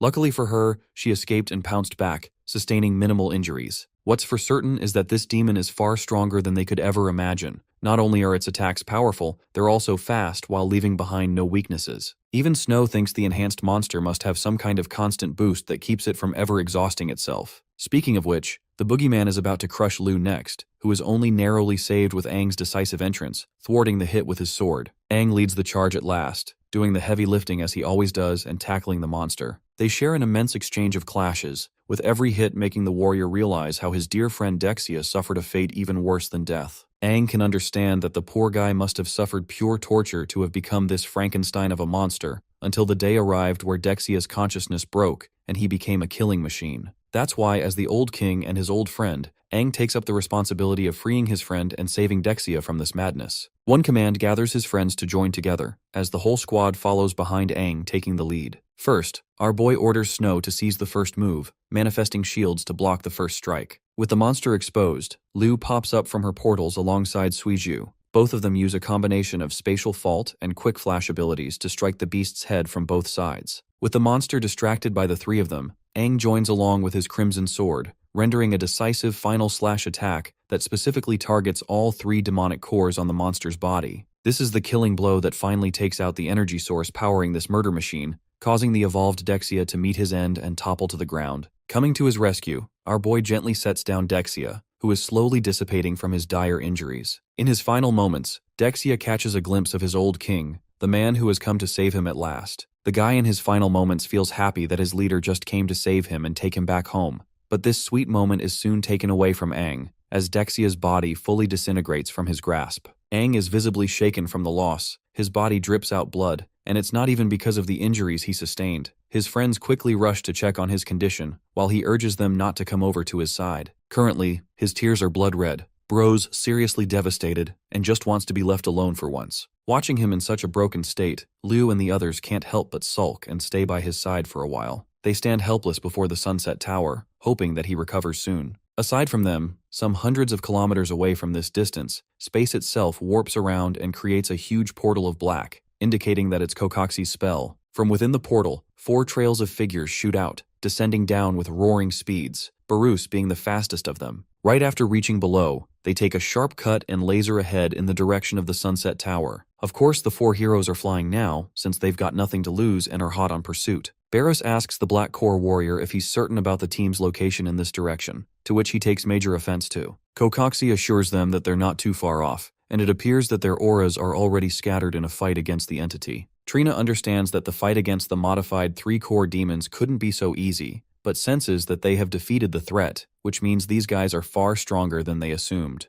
Lusan isn't afraid but ecstatic. He thinks that they're fitting to be his opponents if they manage to take down a threat like that, and he's been meaning to have a fight like this in a long while. Trina urges this clown to put aside his battle thirst, because right now, they need to make sure the situation is resolved before the new king has the chance to come out of seclusion. Because the moment that man discovers that Dylan and Leo's murderer are out on the loose, he's going to wreak havoc upon all of them. So it's not out of duty but fear these cowardly heroes are operating against. But anyway, they're laser sharp in the direction to hopefully slaughter the team of 4 and satisfy the rage of their king. By the way, Aang and his friends decide to build a mini tomb for their fallen comrade Dexia before continuing their journey. Now that he's composed himself, he's fine with confronting the tower, which is strange because the whole reason they even came here was for Dexia and not anything else. Our boy shares his interest in investigating, because ever since he picked up on a peculiar scent, he noticed that even after the defeat of Dexia, the trail of aura did not disappear. This means it's stranger than anything they've confronted before, unique in its properties. His friends are alarmed, until suddenly Aang recalls how Lena mentioned the new king entering his secluded state. All the puzzle pieces are finally falling into place, because you see, the trails of violent aura lingering in the air are actually because of the new king's presence, who is likely seated at the top of the tower. Before they could enter, new enemies arrive to challenge them, those being the 4 Power Rangers. Aang senses their crashing descent from behind, and when the dust settles, Trina stands ahead in charge of them. Lusan is the most enraged out of all, pissed off that these intruders are here to disrupt their king's secluded peace. But that's not all. He's also fully intent on avenging his fallen teammates, while Liu and the others take notice of the dual 7-fin yellow core on his suit, therefore confirming that these guys are the 4 heroes. Their immense aura engulfs the entirety of the dead zone, while Aang shares his own frustration. After all, he's been dying to vent his anger on these people. Before he could mindlessly charge in, Liu holds him off, expressing that these guys shouldn't even be Aang's opponents. Suiju seconds this, suggesting that he go and take care of the new king by himself while they deal with these watchdogs. Even Snow is ready to rumble, which means it's actually a 3 against 4 situation. Entering his demonized state, the vessel of the Crimson King shoots his wings out and rockets up ahead to directly attack the top of the tower. Lusan doesn't want his king to be attacked and tries to bring our boy down using a powerful meteor cannon. The attack doesn't even reach Aang as it's dispersed by one of the portals Liu uses to redirect it, an ability called spatial refraction. She's out here on some queen energy, directing their attention towards her and the others as their opponents. Suiju smashes the ground, entering a new transformation. She blitzes with incredible speeds, sending a projectile that's about to pierce her head. Pissed off, Trina uses some kind of magical speech blast to kill Suiju, only for her to evade in seconds and escape from behind. The redirection didn't deal any of them any damage, with Suiju still remaining fast on her feet, which have been replaced by these functional pincers to launch her even faster. One thing is for certain, Trina is starting to realize that these guys didn't just level up, but they also changed their very physical structure. For example, you have Snow out here looking like the Hulk, an evolution that happened after the earlier fight. As their leader, Liu taunts them, assuring the new heroes that the only way for them to get through is to deal with them first. They surround the group of 4, with Lusan getting even more excited to fight these guys head on, charging up with so much strength because all this time, he didn't even take them seriously at all. Beerus and Kokoxi also stop holding back. All of them go for a head-on clash, facing off against the other in a team-against-team format. Next we have Aang, who is methodically trying to smash open a point inside, but even with his strength, he just can't get through because of the special alloys. In other words, the top can't be destroyed from the outside, so his only option left is to charge directly through the main gate, which he does by blasting his way inside for a grand entrance. Except that fails too.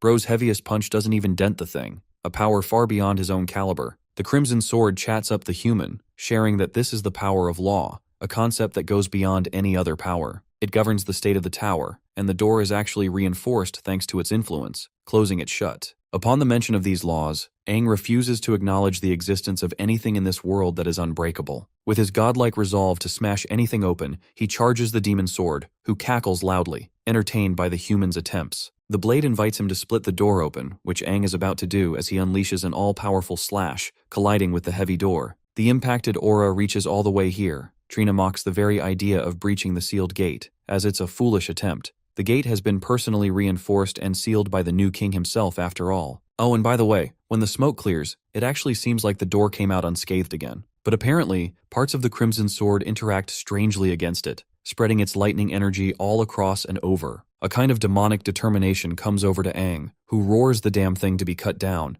And what do you know? This man actually freaking succeeds. Bro is actually built differently, stunning the likes of all four of the new heroes, who can't seem to fathom how this man capably tore apart the door. Liu is feeling proud of her boy and taunts the new king for being nothing special. She directs everyone's attention to focus sharp, because the gate's already open, which means they need to make sure these guys don't disturb Aang. The three of them bolt ahead to fight the four heroes. Barris is frustrated yet understands that they're dangerous, so he wants his friends to kill them first. Trina feels a personal betrayal and declares that she won't allow anyone to disturb her king's peace. With the door put down, our boy sets a foot inside, and the first thing he notices is a bunch of red magic circles all around. Our boy is startled by what he sees, because just up top, there are countless scribes of magic. Judging by the dome's height of a few hundred meters, he quickly deduces that some kind of spatial folding tech must be used to make the interior several times larger than the outside. It's a place so threatening that even the Crimson Sword exclusively warns him to be careful about this place. Even a weapon like him can sense unease, as if a being managed to collide all types of chaotic powers into one. Up ahead in the dark, a few creatures arrive to confront the new guest. Of course, all of them happen to be high-level demons surrounding the threat. Scanning the environment, Aang senses that there are a minimum of 40 demons. Some are 6 fin among them too. But the surprise doesn't catch him at all. Instead, he scoffs at the audacity of the new king, who dares to hide behind high-level demons instead of protecting humanity from them. The same man in his own stronghold hides such a huge number of demons just to guard his secluded state. Furious from this discovery, Aang goes ballistic on these bozos and releases a pillar of aura that terrifies even the higher-level monsters. Taking his stance in his slaughter black armor form, he prepares to face them all. The 6 Finns command their trembling army to attack the intruder regardless, causing them to all just swoop in and gain on the threat. Fear doesn't even cross his mind. Aang is supremely ecstatic, because every floor of this tower is going to have a similar welcome ceremony waiting for him. And that means he gets to enjoy all of them by taking every single one down by his own hands. Bro goes 1 versus 100 and the fight is off-screen too. Anyway, we return to the dead zone outside. Snow's on the back foot taking all the damage on behalf of his team. Things are not looking good for the homeboy, and he's pretty badly hurt. But he doesn't want to give up, relenting that even if his opponents are the new heroes, he'll chew flesh right off of them. Talk about a cold line. Trina admits that these three are actually pretty strong to hold their own against the United Party. However, her main focus is still on the pest who slipped past them and got inside the gate. It provokes her, so she orders her group to stop playing around and show their full strength. And remember guys, these guys can transform too. All 4 enter their demonized states, and if Liu's party couldn't even handle their base forms, just think about what's going to happen to them now. Trina has several spikes jutting out of her head and body, alongside a newly gained Phantom Scythe weapon. This is her dual-core demonic form, whereas Lusan gains a mammoth warhammer for his weapon, looking like some kind of budget ugly Thor. Up third is Barus with his Rending Fang weapon, and I can't like Bro's design is actually pretty scary, probably the best one of them all. Finally, there's Kokoxi, who has gained the Scepter of Space-Time, and I guess a mouth to give him some personality this time. Liu watches in horror because the energy density of the heroes has increased far greater than they imagined. She thinks this is the end of the line for them and their support for Aang. Refusing to go down without a fight, she instructs her team to launch a full and final assault against their enemies. Meanwhile, Aang himself is out here speed blitzing and styling on all the demons on the first floor. 3 of the higher fin demons decide to form a triple overlapping light cannon technique to deal some serious damage, but Bro doesn't even wait to let them charge and straight up slices their heads off. This man out has his sword literally covered in demonic heads, and if I saw him approaching me as a demon, I would pray to every god on the planet to save my life. Still, the rate of extermination is far too slow for him. Aang is thrilled to receive their welcome ceremony upon entering the tower, which is why he's so much happier to help exterminate their lives for a more entertaining experience. He zaps from wall to wall, bouncing off of every demon until only a pool of blood remains behind. Plunging his crimson sword into the ground, the vessel of the Crimson King releases crackling electricity in every direction, killing any remaining surrounding demons all at once. By the time he's wiped out the first level horde, Aang is the only predator standing in the arena. Without even feeling a hint of exhaustion, he approaches the next floor. Back outside, we have the fight continuing between Aang's squad and the 4 new heroes. Snow is getting dogpiled on by the opposing yellow core warrior in his demonized state, launching him straight into the crater. While his friends are out here fighting for their lives, Aang is having a much easier time wiping out the second-level horde, finishing up the extermination on level 2 as well. Liu worriedly shouts to check on Snow's condition, but forgets the fact that she's got her own enemies to deal with. For example, Kokoxi just opens a portal from behind and nearly catches her off guard, only for her to defend at the last moment. Our boy ravages the third-floor demons, vanquishing them by the time Liu is holding her own. As the fight goes on, she can't help but wonder why her body is beginning to feel heavier and even slower than before. Then it clicks. Purple trails of magic can only indicate one thing and one thing only. Trina has been casting a debuff ability on them from a distance, playing the part of a support. This hallucinogenic poisonous fog skill is making movement a hassle for the already pressured party, while Trina is enjoying the sight. Aang's tower-ravaging experience continues with him obliterating past another level. The fight outside is a destructive mess with Suiju blitzing around and evading as much as she can. But even her fast reflexes are getting slowed down thanks to the effects of the poisonous fog. Barris takes notice of this decrease in speed, highlighting how his opponent has slowed down quite a bit. At long last, our boy finally reaches the final level, slaughtering a powerful double 7 fin core demon with his sword. After killing it, he uses telekinetic abilities to chip the cores right off of the demon's body. By the way, when it comes to the demon cores, red means strength and power,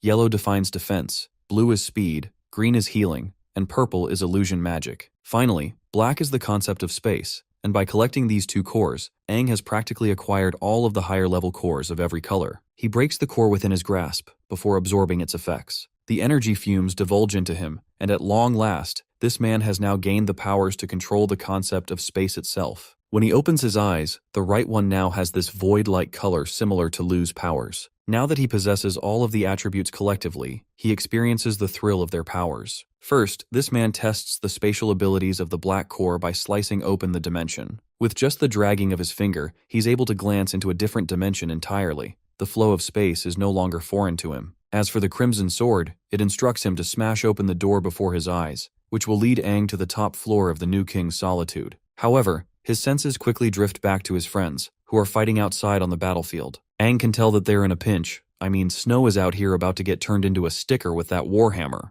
Lucen is enjoying the experience, commenting how his opponent can no longer open his durable shields either. Dealing the critical final blow, he descends his hammer with all his might to turn Snow's head into red paste. The hammer is seconds away from connecting with Snow's head, until suddenly, the world stops. Time itself has ceased to function. There is no movement except the one emanating from the Sunset Tower. This is thanks to Aang as well, who uses telepathic abilities to communicate with his friends to assure them that he's collected all the colors. He also shares that he broke the barrier of his ultimate evolution and fused all of the cores, but his own evolution isn't the only thing he cares about. Instead, he wants his friends to experience the same thrilling evolution, so he causes their cores to react to his powers for another unprecedented upgrade. Snow, who is still on the ground, is the first to reach this evolution. He peers open his eyes, only to enter a space of complete black, a space he believes is his own consciousness. From within this space, Aang shatters the soul cores of every single one of his friends, his voice emanating from this black dimension as springs of colors radiate the horizon. Though Aang's body didn't appear by itself, his very own willpower became a channel for countless information and depth of energy. But this wasn't the average energy transfer either. It was a level much greater than that. It was an understanding and the relationship of the sharing of powers. Aang's voice explains that cores are practically just vessels or containers that contain a certain kind of law. The goal isn't to make the vessel bigger, but to shatter it completely, so that the cores are no longer the binding instrument, but rather they become merged completely with the laws. For example, regeneration and the concept of space control are no longer two different abilities, but instead have become the truth of the cycle of life and death for Liu. For Snow, he's no longer just the mountain that is durable, but has now become completely immovable and impenetrable. Then comes Suiju, who is transformed into literal blue lightning which can travel so fast she can move through time. She has now conjured the speed of the Flash, being instant and incapable of stopping. With this merging, Snow, Liu, and Suiju all have their cores bulging and shattering. The cores are replaced with a spiraling energy called the Origin Vortex. For Liu, it is of the green-black affinity. For Suiju, it is blue, and for Snow, it is yellow. The same Snow who is defeated on the ground heals his wounds out of the blow. His ever-changing vortex pools out a depth of energy that grants him this armored state filled with energy covering him at all times. All three of his friends trigger their final evolution, forming a column of light shooting up the horizon. When time returns to normal, Lusan's warhammer is inches away from Homeboy's face and returns to motion, but even at that distance, Snow gains a reflexive ability so fast that he blocks the weapon, stunning his opponent. Lusan is at a loss for words while Snow gets up without question. The look on this guy's face tells you everything about the shock he's experiencing right now. Snow experiences brimming power from within. His body is marked as if he were a god, a perspective of power given to him by his friend Aang. Holding the mighty warhammer, Snow starts to tighten his grip before shattering it like it's a fragile piece of rock. Having crushed the hammer, Lusan is still processing his shock, while Snow hammers a punch so hard that the earth itself rumbles in terror. Bro's punch sends this dude straight to his funeral 6 feet under, while the remaining hero party is baffled by what the hell just happened. Snow, who is looking like he belongs in Asura's Wrath game, no longer possesses a core that shocks the likes of the heroes. Trina doesn't even get what's up with this guy's aura, which is so different. She knows they have to take the initiative and lead the attack. But what good will that do when a blade is already next to her neck? You see, Suiju has literally become speed itself, mocking Trina's sorry attempt to slow her down. She confidently holds the support of their group down, while Barris can't understand what changed all of a sudden with Aang's party, as it's a completely different kind of energy fluctuation. Kokoxi chimes in and tries to activate his spatial abilities, but to his very own shock, Bro can't even manipulate the nodes of space anymore. It's as if space itself has been sealed shut from him using it. That's because our bad bitch Liu is up in the skies, possessing the administrator's access to it. She now controls the concept of both life and space, which means it can only be opened according to her will. Next, she gently points towards Kokoxi, before eradicating his very body with a spatial warp point around him. The guy screams with his body rupturing apart. Back to the top floor, we finally have Aang's side, who is walking through a domain of black, surprised to see that there's nothing around, unlike all the other floors. Just up ahead, he sees the origin vortexes of all the elements before his eyes. They're exhibiting insane amounts of energy fluctuations from their positions. Our boy is starting to get tired of playing around and suggests that the new king just come out already. From the other side of the vortex cores, a figure remains silent. The vortex cores start to spin around ferociously before colliding into each other. The collision releases an energy shockwave so powerful that Aang has to block it with his sword, as the top floor of the Sunset Tower erupts with incredible waves of pressure. Even while he's being pushed back, our boy can't seem to fathom how even the strongest version of him right now is being pushed back by this kind of energy fluctuation.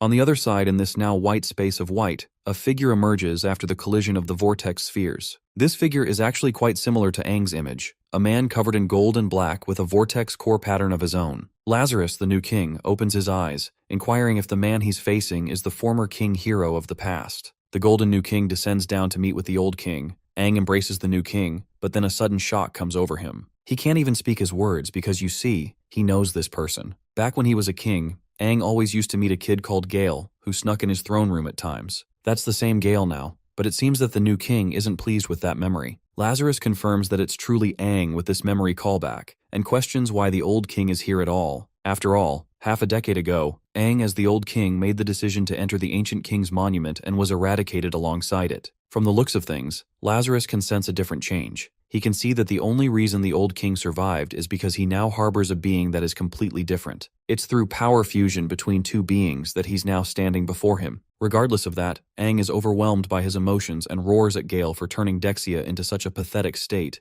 or why he's even siding with the demon race to begin with. It just doesn't make any sense, but Lazarus fires back, questioning if Aang has any right to even judge him in the first place. The name Gale doesn't even hold value to him, as Gale was just a boy who stood behind the old king and always worshipped him like a god. The kid died 50 years ago as well, the same day he saw Aang abandoning the world and dying in the ancient king monument. Overwhelmed with emotion, our boy tries to explain that he never wanted things to end up that way. Power isn't what he desired to begin with, but he can't explain everything as he is. Lazarus refuses to hear an explanation, painting a picture of the horrors that humanity had to fight against soon after Aang perished. The world had ripped itself open. Right after Aang's disappearance and humanity's loss of its hero, church factions rose up from the shadows, seizing control of all the governments and manipulating the fear of demons to further and upsize their own agendas. After gaining tremendous following, the power of the church willed the world and became an authority. The popes were hypocritical and even had the gall to consider their own power as divine, all just to make it seem like they were eradicating demons. They were interested in eliminating any traitors or non-believers, and for the people who did believe in their path, they were exploited to no end. Humanity edged out its struggle for survival, but demons weren't the only problem anymore.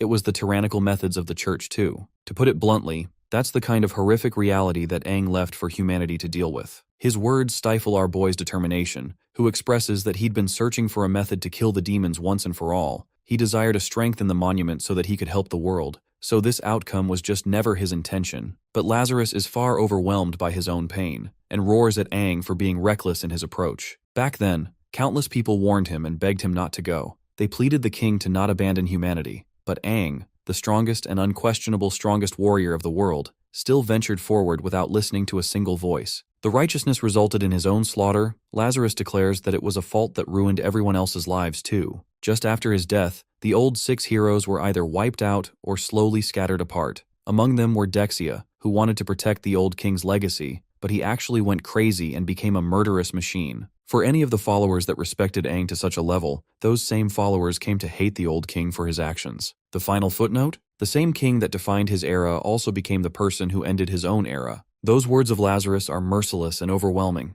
letting out an exhale. This time Aang speaks with calmness and patience. He agrees with Lazarus for calling him arrogant, for not seeing through the consequences of what would happen in his absence, for believing that he could solve everything. As a result, his choices lead to his own death, and the world plunged into pain because of it. However, that is also the saving grace, because you see, Aang declares that he has finally returned, and if he's the one who sowed the seeds of chaos, then he'll be the person to end the harvest as well. Pulsing with energy, Aang declares that he'll rectify his mistakes, that he will rescue humanity for good, that he will annihilate the demons for sure, even save them from pretend god figures like the new King Lazarus himself. Hearing those words, Lazarus finds them a mockery. Sure, memories of the past quickly lighten his senses, how the boy always revered and trained under Aang. Lazarus just doesn't agree with the idea that a king can leave whenever he wants and then return at a later point. His own pain is so overwhelming that he just can't forgive Aang for the suffering he made him endure. In fact, the new king ushers that the current world doesn't even require Aang's help anymore,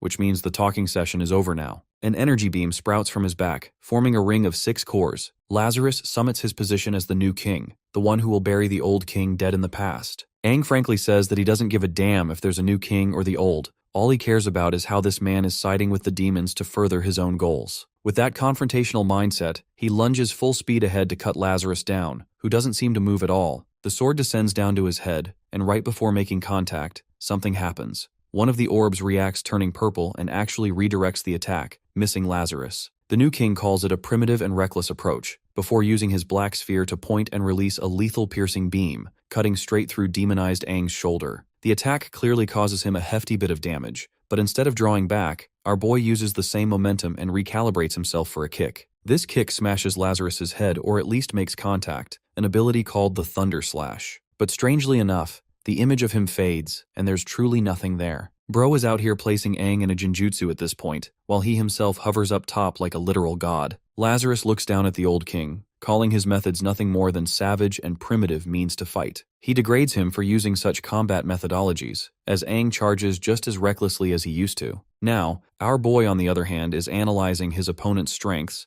Lazarus seems to be manipulating the concept of space, while at the same time moving at high speeds to make every hit go unchecked. But even for something like that, Aang believes that he can simply follow the energy trajectory of his opponent's movements. Going all out, this man raises his sword and commands every single attribute to combine into one. The powers collectively seize inside the Crimson Sword, and upon chanting, "Activate," he releases this multicolored infinite pulse ability. If regular combat isn't working, then this man declares that he's just gonna annihilate this whole tower to pieces. Lazarus watches an attack reaching him, and it's alarming enough that he has to dodge it, as tiny explosions of spherical magic obliterate the arena, cracking apart the door, sealing it from outside. By the end of that infinite pulse charge, Aang is left panting with a shit-eating grin on his face. That earlier attack actually managed to work, you see, because Lazarus, the same untouchable new king, is actually wounded from his face and chest. But no matter to him, he just pops the use of a green sphere and recovers all his wounds, though it surprises him already that Aang managed to significantly wound him in the first place. Our boy is shocked that this guy can even manipulate the regenerative powers of the green element, even though people said that he was supposed to be just a triple-core warrior. Lazarus goes on the offense, intrigued by the power of all the attributes, but he too has a different power, a response that shows his way of omnipotence. The energy spherical ring propels in a magnificent size. Aang is baffled how a 7-fin core is capable of manipulating all 6 attributes at once. Things are not looking great for him, and even he knows this next attack is going to be difficult to block. Oh, and by the way, Lazarus's next attack is literally called Godhood, just to paint the picture of how strong it is. It creates these ripples of golden energy. They reach their way over to Aang, who doesn't know how to react, and in the end gets caught up by the full crushing weight of the attack. It does a number on him so bad that bro is flinging across the arena like a Looney Tunes character. Lazarus is covered in this seismic, untouchable aura of energy waves, while the old king is put on the ground with a hole in his chest, completely gassed out from his wounds. Lazarus taunts Aang for calling it the power of all attributes when it's nothing more than a mockery of his strength, because he is the one who has truly merged with the attributes themselves, a way to signify the gap between the weak era of the old and the new generation. Towering over the old king, Lazarus roars that his powers are far superior than his and is moments away from killing Aang. But then, right as the attack is about to connect, a crimson energy starts to pulse from his body. It's an energy shift so violent and dark that even the new king is terrified of energy to dash away from touching it. Lazarus didn't expect this kind of change, and peers his eyes open on a kind of power he's never seen before, the kind of power that is filling up the arena in its rage. At that point, the Crimson Tide laughs, filled with excitement of the king's aura. He who is the god of all the demons and is the strongest devil of all, seizes control of Aang's body, sealing all of his injuries, and then that same pool of red energy turns into this siphoning sphere of black. The white space of godhood is covered from top to bottom of this new aura, a way to signify the shifting of power. When Lazarus looks back at the creature responsible, he sees the malicious smile of the Crimson King, the being who is curious to know if this new king still believes his powers are above his own. With his own telekinesis, the Crimson King catches his sword in an instant. The sword ecstatically welcomes his king, having missed its original master. Lazarus takes a moment to understand what happened. Now he can finally understand why Aang always had a terrifying power brimming from within the moment he stepped here, as if it wasn't even something of this era. This is the same reason behind the survival of the old king, the creature whose legendary existence harbors his body. The Red King Finn merely savors the moment, confirming Lazarus's assumptions. But the new king isn't worried, believing that this demon is just bound by the vessel, which means he's also incomplete. Lazarus is curious to test the powers of the incomplete Crimson King, so he casts a spell called the Purple God to match him blow for blow. This spell grants him a sword, a way to challenge him one-on-one. Despite the Red King Finn's thirst for battle, he's intrigued with this fluctuating aura. You see, the weapon Lazarus has right now carries a similar power to the Purple King Finn's might. Now it makes things easier to understand. The Crimson King teleports from his very position before popping up in front of Lazarus's face, taunting him for receiving help from the Purple King Finn. The Crimson King is so close up in his face that even Lazarus is terrified that he won't be able to block this upcoming strike. It rears such incredible speed that the only way to survive is to block. Lazarus blocks with the special sword, forming an explosive collision of red and purple energy. By the way, since we haven't explored the conclusion outside, Trina, Kokoxi, and Barris are severely wounded. They want to run the hell back or else they won't survive against these monsters. Suiju, Liu, and Snow are like literal gods compared to them right now, with Liu even looking like the spitting image of the Black King Finn. Terrified for his life, Kokoxi finally manages to rip open a small strand of space at a great cost. He wants his friends to just retreat already, but Trina is stupidly loyal to her cause and refuses to retreat from the battle as guardians of the king. She summons that the moment the new king arrives, he'll slaughter these guys with a single move. But Liu's not banking on that at all, assuring them that this Sunset Tower will also become the final resting place for that wannabe king they worship. But of course, she's happy to bury them alongside him if they're so loyal to his cause. Suddenly, the top of the tower explodes with such an incredible shockwave that all four of Aang's friends as well as the hero party find themselves in shock. The Sunset Tower begins to disintegrate from top to bottom. Every floor is vanquished and sliced open, causing Aang's friends to escape from the demolition. By the time the impact reaches the ground, the tower is fully leveled and annihilated, leaving behind clouds of smoke. No one knows what became of the battle. Aang's friends are worried, questioning if the figure emerging from the smoke is Aang or someone else. When the smoke settles aside, a crater the size of a meteor is left behind with a red energy pulsing from the smoke. The aftermath of the fight is a convincing curb stomp. The Crimson King still isn't at full strength, only using 5% of his powers, but even at his current level, it's easy for him to toy with Lazarus. Bro's got him laid out and spitting blood from every direction. Lazarus is starting to realize that he can't fuck with the big leagues at all. Humans of even his level can't contest against beings that are literal gods. Ever since he formed a contract with the Purple King Finn, he gained immense power, but that's nothing to a godlike being like the Crimson King. From this current position, the Crimson King spots this guy's chest, understanding what's going on. He can tell that the Purple King Finn clearly used a demonic offering contract with the human, which means it must have cost Lazarus something far too precious. In a way, it excites the Crimson King, because resting within Lazarus's body is the final piece of the puzzle, the part that the Red King Finn needs to force Aang's evolution as a vessel that he can fully control. Trina watches in horror and shouts in concern for her king, questioning why his aura has become so faint. And then she shares the Crimson Devil standing atop of him. Suiju clocks it immediately that it's 8 Fin Aang, or in other words, one of the King Fins. The Crimson King stands up and scans the surroundings, realizing that his presence has already been noticed. Oh, but you see, it's not Aang's friends he's worried about. Several different limbs start to cut through the dimensional space, ripping it out to expose the eyes of the remaining King Fins. They're all so powerful that their very presence leaves the evolved friend group of Aang shuddering. They're about the same level as the Crimson King too. Their eyes peer directly towards their companion, who seems to be enjoying himself on the battlefield. The Crimson King smiles at them, voicing that he's going to be with them soon. It's only going to take a while. As for Lazarus, who is laid out T-posing on the ground, bro just wants an easy death at this point and wants to be killed. But for some strange reason, the Crimson King conveniently states that he won't be offering the insect any further attention. Suddenly, white lightning exposes out from the inside, surprising the King Finn. Because this energy source implies that Aang is actually fighting for his life to take back control. The Crimson King is okay with that, and decides to return the boy to his body firsthand. In mere moments, the armored demonic transformation fades as if it were blood, spilling away from Aang. He is now de-transformed, while Lazarus is shocked that Aang has only just taken control, berating him as a coward for hiding in the shadows from their fight. He doesn't want this guy anywhere near him and orders Aang to go, but our boy is out here mogging straight up with that majestic hair and jawline.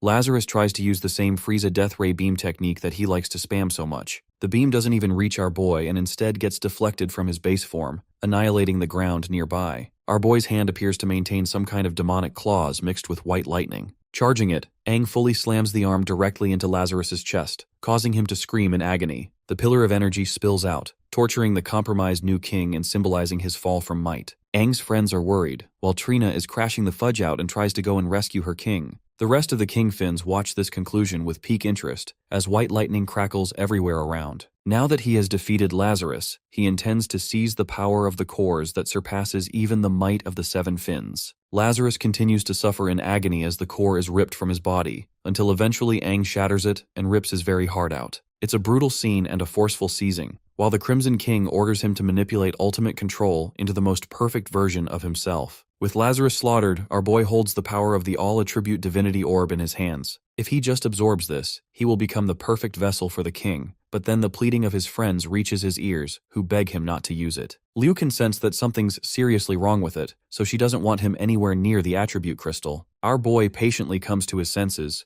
but the way he's looking at the King Fins right now, he knows that this fight's only just the beginning of a long journey ahead. Even with the bad feeling he's getting about this, Aang clasps the orb and presses it deep inside his chest, entering his penultimate final evolution. Before we taste an experience of his final evolution, let's go back 100 years ago in the year 3069. The people of the city were peacefully walking about when a giant shadow suddenly cast over them, making them wonder if this is all because of a solar eclipse. But no, not really, because one of the average dudes looked up. Bro's face shuddered in horror. High up in the sky was this cubical, almost alien-like red box coursing with red energy. That happened in Country M, because a similar black spaceship box also landed in Country D. A green one landed in Country B, a blue one in Country R, yellow one hovered over Country N, until finally, the purple one hovered over Country Z. That same day, humanity was exposed to a world-ending disaster. The creatures that they would later formally call as the demons, but those same demons already gushed out from each tube in unending numbers. Just look at the size of them flooding out like a waterfall. Humans were not ready for this descent, and that day is still mourned as the day of the destruction of humanity, as the demons slaughtered and massacred the cities. The same peaceful and calm cities now only knew havoc, explosions wreaking out at every moment. Hovering on top of his red core ship stood the Crimson King watching it all. He didn't seem to have any interest in partaking, and merely glanced at the destruction of the country with visible non-interest. His ever-so-ecstatic lover, the Black King Finn, reached for him and stuck out her arms, explaining how 4 of them already had made an alliance before the attack. The Black King Finn also expressed that it appears the other King Finns have no idea about her special relationship with him. This girl is a simp pro max for this Gigachad demon. She told him how they wanted to string her over to their side, explaining how the moment they would settle on Earth, they would collaborate together to find a way to get rid of the Crimson King. With clearly all odds stacked against him, she cooed and wondered if her king was terrified at this news. Instead of being afraid, The Crimson King taunted that the only way for any of the other King Finns to defeat is if they all manage to work together. This is actually the most clever strategy for taking out an unmatched being like him. The Black King Finn was curious, and really wanted to know what he would do from here on out, because it's going to be really tough to safely defeat 4 King Finns at the same time. Oh, and by the way, it's here that we learn that there's some kind of being that surpasses even the King Finns, because they're the ones who sent them to Earth for this mission. The Crimson King fully understands that the goal here is to discover which one of the King Finns is the last one standing, and upon their return, these same King Finns will be forced to take on even more difficult missions to prove their worth. To him, he could understand that this was just a test for the 6 of them, because there have been other squads sent to other planets as well, the ones that are experiencing the same kind of situation. Their own group just happens to be the best of the best, but they're still nothing more than expendable chess pieces for the entertainment of the higher-ups, who only really care about universal expansion for their territories. The Black King Finn confirmed this, revealing how the higher-ups even had the gall to give this whole mission a special name. Curious to hear about the name, he asks her, so the Black King Finn declares that it's called Project Anu, and we get this metaphorical representation of the ships heading towards a black hole to face utter destruction. We cut back to our boy Aang, who is descending deeper into the abyss of strength. He has been doused in the Blood-Red King's memories, and though he sinks deeper into the abyss, he questions why he can see all of them. The explanation of Project Anu, the coincidence of the demons coming to this planet, everything that seems like it's going to end Earth, is nothing more than just a plan for expansion spanning across the universe. It truly makes our boy wonder what kind of extraterrestrial godlike beings they're dealing with, and this revelation only makes the future of humanity even more uncertain and grim. For him personally, he wonders if the path he chose to undertake was correct in the end, because now there's no telling. Aang's body withers and descends into an enormous mouth of what is supposed to signify the Crimson King's soul. The mouth snaps shut, devouring him, while he's left internalizing that this may be the only chance humanity has left. We get a top-down view of this creepy but also badass demonic skeleton too. In the outside world, Aang enters his 7-fin demonic form, with spikes jutting out of his body, before his armor is stripped away, exposing marks underneath and crackling energy. In the center of his chest is the 8-finned red core, Aang's most powerful transformation yet, giving him a completely different look. The demonic warrior lifts off the ground, leaving his friends to wonder what's going on with their old friend.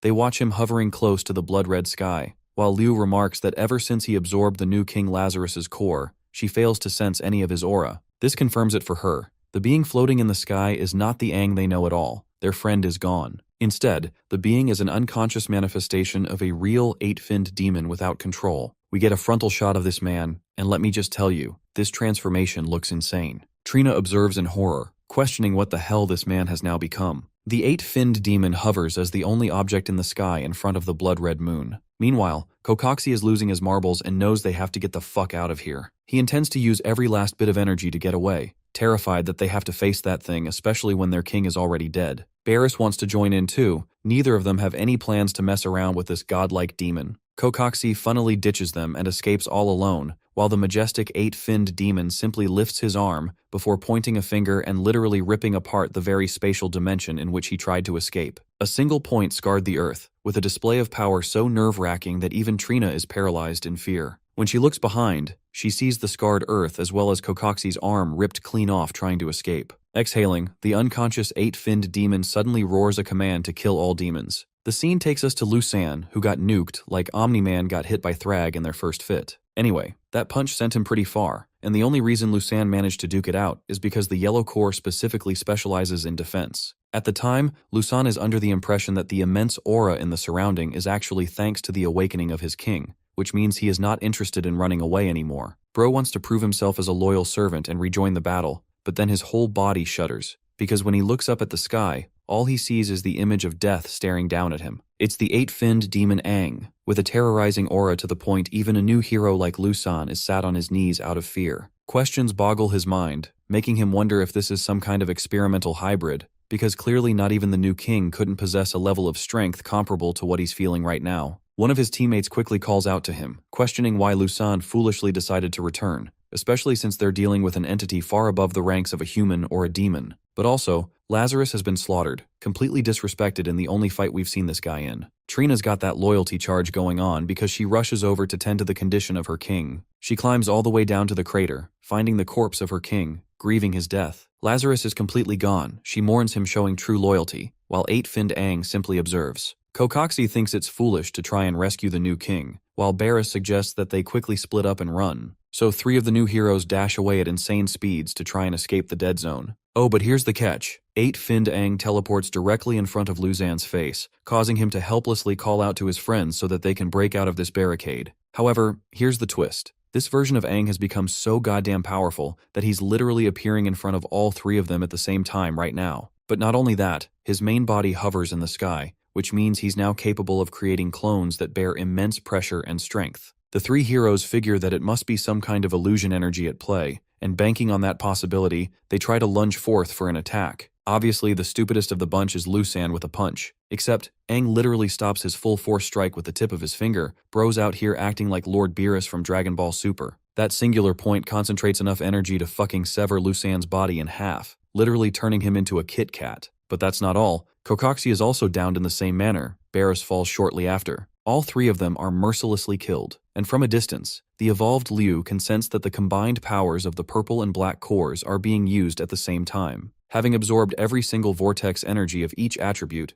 this man is now capable of fusing multiple cores and unlocking endless abilities for himself. Speaking of which, Aang unleashes tendrils of black and purple, reaching out to each corpse. Using her telepathic powers, Suiju makes a dangerous move, risking her life to communicate directly with Aang, begging him to wake up as the battle's already over. She continuously requests him to return to his friends, but the power of friendship ain't gonna do shit because this man literally speed blitzes the speed blitzer herself before slamming a god-tier slam from behind. Suiju is sent flying like this man just did a whole-ass home run with her body. Liu and Snow are visibly shocked as Suiju's body crashes and thrashes among the rubble, the impact being out of control. It's thanks to Snow and Liu's intervention that they managed to stop the sheer weight of what she had been struck with. The current Suiju is literally out of commission coughing blood, while her friends quickly come up to check on her state. While they're busy being worried, the maddened Aang is slowly prowling up to them. It seems that his only objective is to kill every single demon. Snow realizes that this must be some kind of subconscious and deep obsession lingering in his heart.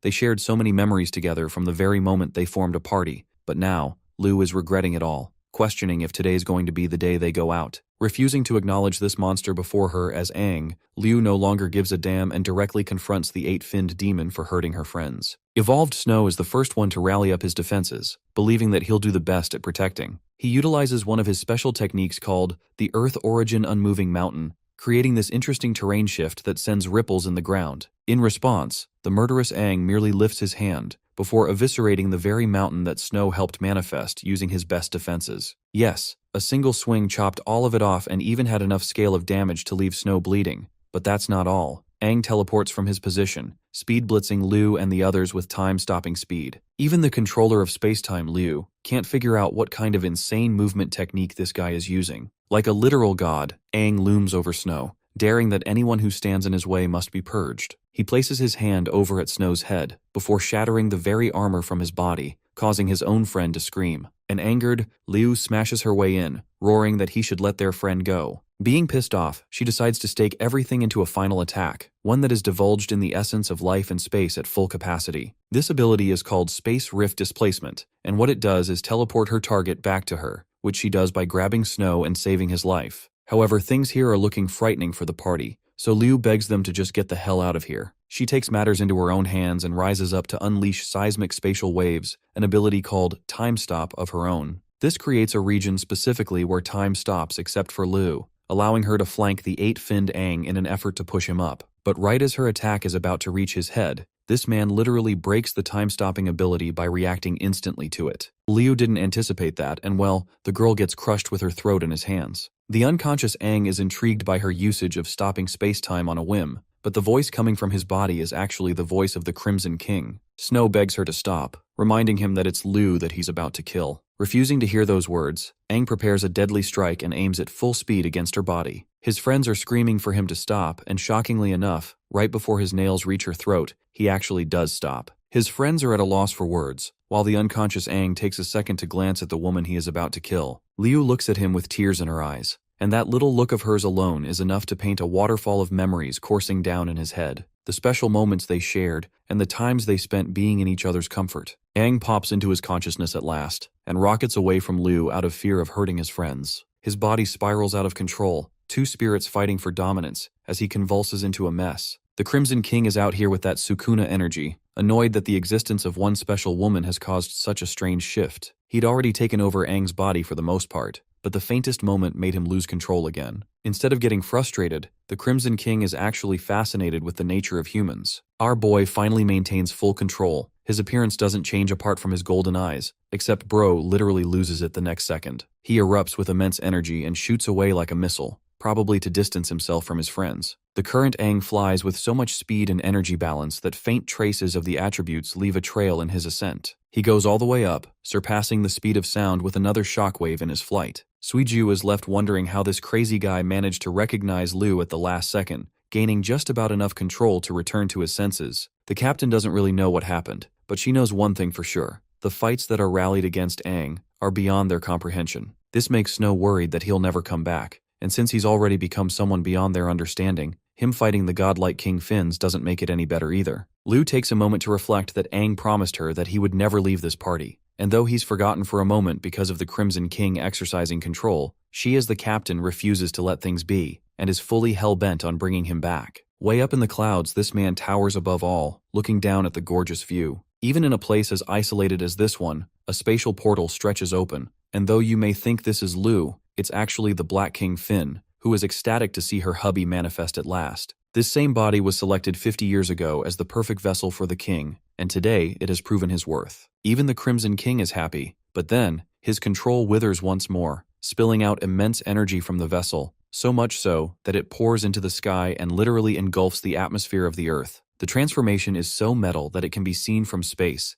and when the dust settles, the majestic and gorgeous figure of the most powerful King Finn resurrects in his true form. The Crimson King cackles. He as the ultimate Red King Finn has been revived at last. The Black King Finn quickly embraces his body, expressing her love for him. It had been such a long time since she saw him fully manifested like this, and she'd waited a very long time for this day to come. The Crimson King is impressed, and shares how his vessel exceeded his own expectation. The human king known as Aang possesses a unique level of power far beyond his own comprehension, the power to refuse to yield, and undying resilience. It's the same reason that Aang managed to evolve himself several stages faster than what even the Red King Finn anticipated, dubbing him as the perfect vessel. The perfected vessel is one thing, but Aang's consciousness is now also fully surpassed in his heart, becoming a bystander who won't even have control in his own body anymore, and fully succumb to eternal sleep. Now let's discuss the counter-strategy that the Red King developed 50 years ago when the 4 King Finns colluded together to eliminate the strongest. At the time, these guys decided to stage the Crimson King's death to deceive the rest of the King Finns,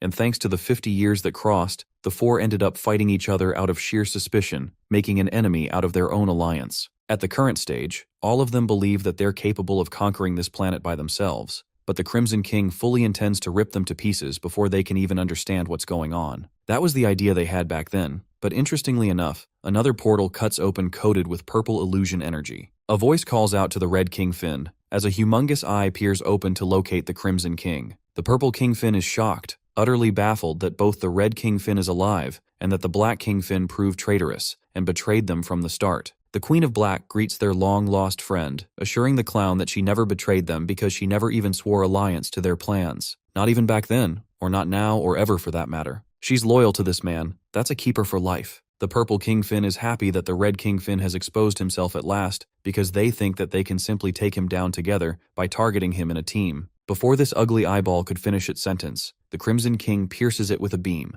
vaporizing the crimson clouds. He finds it laughable that these delusional folk actually think that they have an iota of a chance to fight against him. It's insulting for him to see that they can call themselves powerful like that. Instead, the Crimson King declares that he's going to slowly take them off the board one by one. Holding each other's hands, both of the King Finns begin to release their own energy, spreading it into the atmosphere. The scene cuts to the ancient King Monument, the same place where Aang disappeared originally. The Black King Finn roars for her ship to answer her call and awaken at last, and from within the ground emerges the same black tube that arrived here many years ago. The ancient King's monument for the Crimson King is located in the volcanic outbursts, unleashing literal hell where the red space shape resurrects from the lava. It's time for both their armies to stand tall. Both King Finns summon each ship lasering back to their position. They come from different parts of the world and join together, reaching all the way to the location of both kings. At long last, the revenge of the Crimson King can finally begin. The two ships hover in space, both standing next to each other. The people of the cities experience true horror, realizing that the ancient king's monuments are starting to soar into the skies once more. This signals the demise, the apocalypse, and the end of humanity. People have no king to lead them into salvation either. The instructors of Helios City watch in horror all the same,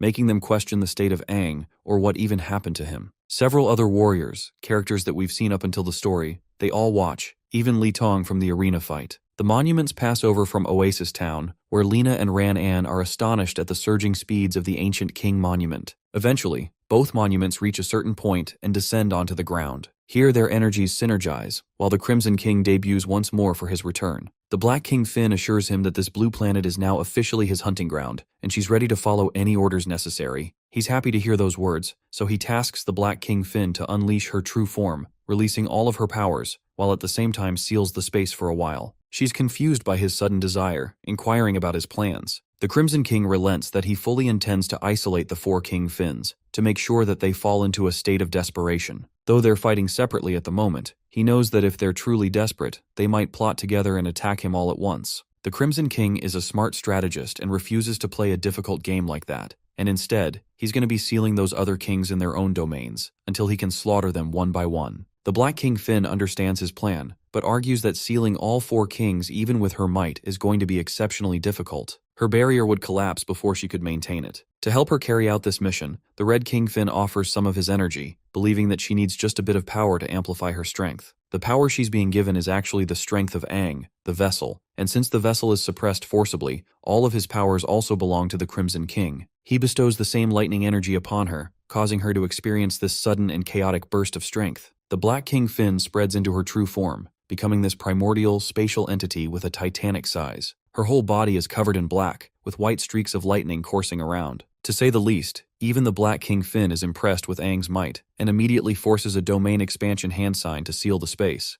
This ability is called Divine Cage, an attack that covers the entirety of the earth by sealing it in different sections. All light in the world dissipates. Each demon touching it is immediately vaporized upon contact. The barrier is officially completed. The planet has been divided into 4 regions, and without her permission, not a single ounce of energy or being could pass through each one. The Black King Finn intends to hold this domain for him here, until he can go out and wreak havoc, slaughtering them one by one. Now is the chance for the Red King Finn to act, so he teleports using one of his spells, directly popping into one of the regions. It's a severed town, a place belonging to the Yellow Core King Finn. The monster opposing him expresses his shock, arguing how he underestimated the Red King Finn's might. He can't believe that they were all deceived thanks to his grand strategy, and thanks to the cooperation with the Black King Finn, they're all separately sealed now too. However, as injured as the Yellow King Finn is, he is arrogant, and thinks that this is a suicidal mission for the Crimson King. The Red Demon assures him that he'll take his time slaughtering each and every single one, then he'll absorb their cores and further enhance his evolution into divine ranks. The first to fall is the colossal being the size of a mountain,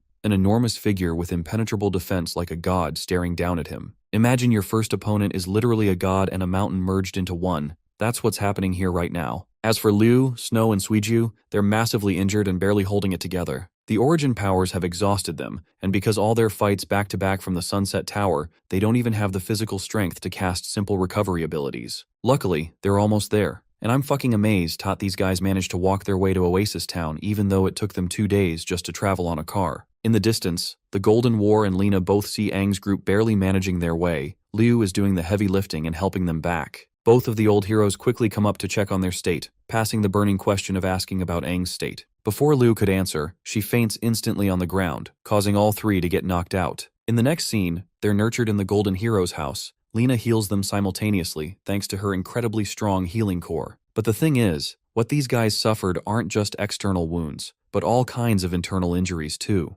making her shed tears wondering the kind of traumatic opponents they had to go up against. Outside, people are causing a huge commotion. Ran-An's protecting them from practically breaking into the place, but the citizens are not happy. They feel threatened that the existence of Aang's party nearly destroyed their town last time too. However, the Golden Warrior shouts at them in return, expressing that these are the heroes who fought tooth and nail to protect them. Except some of these idiots genuinely don't care about the contributions Aang's group gave to them. They just think that they're the reasons all the bad things happened to Oasis Town. A collective chant demands the heroes to toss these people straight out of the city, putting the Golden Hero under pressure and at a loss for words. Understanding the needs of the people, Ran-An agrees, expressing that they need to heal first. And soon after they're up, he'll politely ask them to leave the town immediately. Overhearing that little speech, Lena weeps in agony. She's like a little girl worried about the things that might have happened to Aang. Above all, Lena shrinks with the fear that nothing happens to Aang. Back to the scene of the battle between 2 King Finns. The Yellow King Fin applauds his enemy for being a smart strategist. The Crimson King, on the other hand, is confused by his words, but you see, the Yellow King Fin states that there's truly no reason for the two of them to actually fight the other to the death. After all, since the Red King Fin has awakened, he should at least have some heart to cooperate with his friends. The Yellow King Fin even shares how he's got the best defense properties on the planet,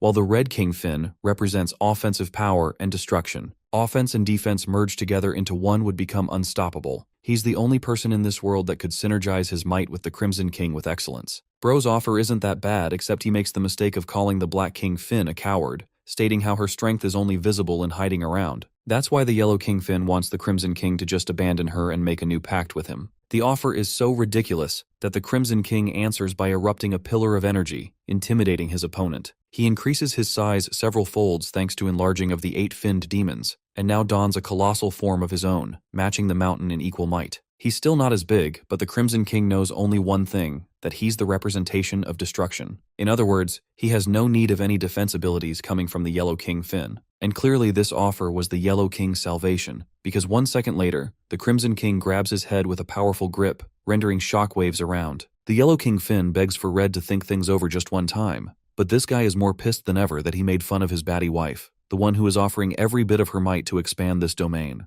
The Crimson King makes it clear that she is irreplaceable for him, which probably made her fall in love with him even more. In fact, he calls the Yellow King a piece of trash with no right to judge his partner. With the Yellow King Fin completely under his grip, this may seem like a favorable situation to the Red one, except this guy is not going down without a fight, and actually frees himself with shockwave bursts. This surprises the Crimson King, while the Yellow King activates his divine ability to render a transmission to every other king, roaring that their natural enemy has arrived. The pulsing shockwaves bypassing the spatial barriers, reaching the frequency into the icy mountains, where the Blue King Fin awaits in its slumber. It has heard the call, and so it explodes out like an unstoppable storm, crashing everything around. The monster emerges from the sea, boasting yellow armor and blue skin. This Kingfin has an extremely sharp build, powered by an energy core in between. It's an excellent piece of design, but now let's visit the next Kingfin, who awaits in the slumber of a forest. This creature emerges from nature, shooting out vines and manifesting its form. For a being of healing, this creature literally looks like the most horrific design I've ever seen.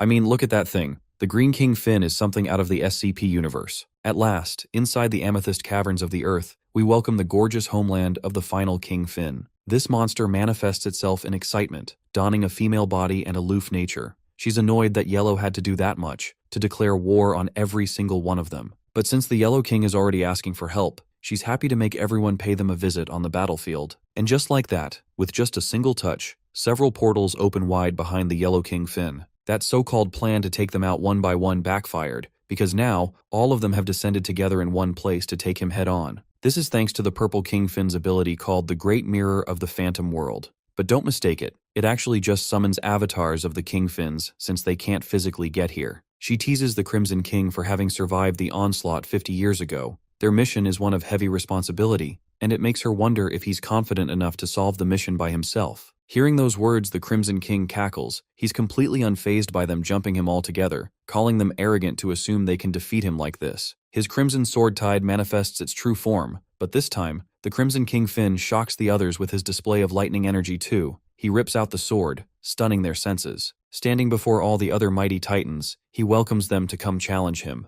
The scene cuts to Oasis Town. We're cock-blocked from the main fight to see these three dudes sleeping cozily. Liu doesn't get where she's at. Her consciousness is sinking deeper into the abyss, and only Aang's name helps her regain some control. She steps into a space of black. It's the same place where she first gained demonic power. Only this time, her closest ally is bound in crimson chains, holding him down and suppressing his body. In an effort to save his life, she grabs the chains, tugging at them to try and reach him. Her words and physical force don't matter, and they're incapable of reaching him. Shockingly, Aang responds back, his eyes open in the dreamlike state, while she questions how he managed to remain alive despite being devoured. Instead of asking more questions, she wants to help save him for now. However, Aang urges her not to do anything or even bother crying, emphasizing that he let his body be taken over by purpose. This a twist not even Liu expected, because you see, the moment he pierced Lazarus's chest, he managed to make contact with the all-powerful attribute core. This way, Aang managed to confirm something from his experience. Every human body has a maximum limit, and despite all the demonic evolutions he goes through, he just cannot withstand the might of a kingfin as his opponent. Now if he had fully absorbed it, his body would have exploded immediately from energy overload, and dying doesn't sound like a great option. So this man decided to play the part of a strategist on his own, using the kingfin to tank all the damage and be devoured intentionally. Aang gave him all the control, so that his body could absorb all the power and not get destroyed. This way, the best and most perfect divine body could be created. The moment our boy tapped into the 8-finned level, it felt like a completely different realm, and he knew then that only gods can stand against gods. Even the Crimson King saw him as nothing more than a tool by sealing his consciousness. At the same time, Lu has her own complaints, arguing that he pulled a dangerous move because the Crimson King could swallow him whole. But this man is actually confident that it won't happen. After all, he remembers what happened back when the Crimson King tried to kill Lu in their brief encounter. Right when he was about to drive his claw in her neck, Aang explains that he didn't struggle holding him back at all. He was just transferring. Because you see, even though the Crimson King took total control of his body, he forgot about one thing. It's that humans have a heart, and Aang's heart is filled with his own will. He utilized that heart to stop the movement, and he passed that will inside Lu's body. Long story short, to make things simpler, this girl literally has his heart inside her body right now. The resilience of the Great King is beating in her chest. Aang explains that she's the only anchor he has left tying him down to this world, and that she should take his heart and go to the battlefield to help reawaken him. Aang concludes by saying that he entrusts the whole of his heart to her, which could also be taken as a way for him to confess his love. The beam of light blinds her as the dream sequence destructs on itself. While we cut to Oasis Town, the sky has already split open, causing the people to pray for mercy. Heroes of humanity watch in horror, questioning the kind of might the kings possess that gulfs even their own. Lena sits in her room, praying for Aang to never abandon them again. While she's out here praying, Lu is out here getting possessed by lightning and freaking her the fudge out. That same wave of lightning crashes down and cuts into the bodies of his friends as well, allowing them access to a different kind of power. Charged with intense lightning coursing through them, they get up like a bunch of zombies. Suiju deduces that it's Aang's lightning heart helping them. All the memories are now merged into one, and they're all healed too. Lena is stunned that they've mustered the same strength as Aang, implying that the king is still alive. Lu rallies up her teammates, emphasizing that they now have a new mission to fulfill. Golden Warrior Ranan is shocked when these three exit the room looking majestic. The people around them are afraid of their new state, complaining that these three need to get lost. The trio transforms into their demonized forms, frightening the civilians and driving them into madness. Each evolved warrior glows yellow thanks to the influence of the lightning heart. Lu doesn't give a damn about these imbeciles, and understands that their goal is to return to Aang before the Battle of the Kings begins. They can't let the heavens and the earth be shattered in the wake of the fight between literal gods. Liu's team joins the battlefield to save their friend.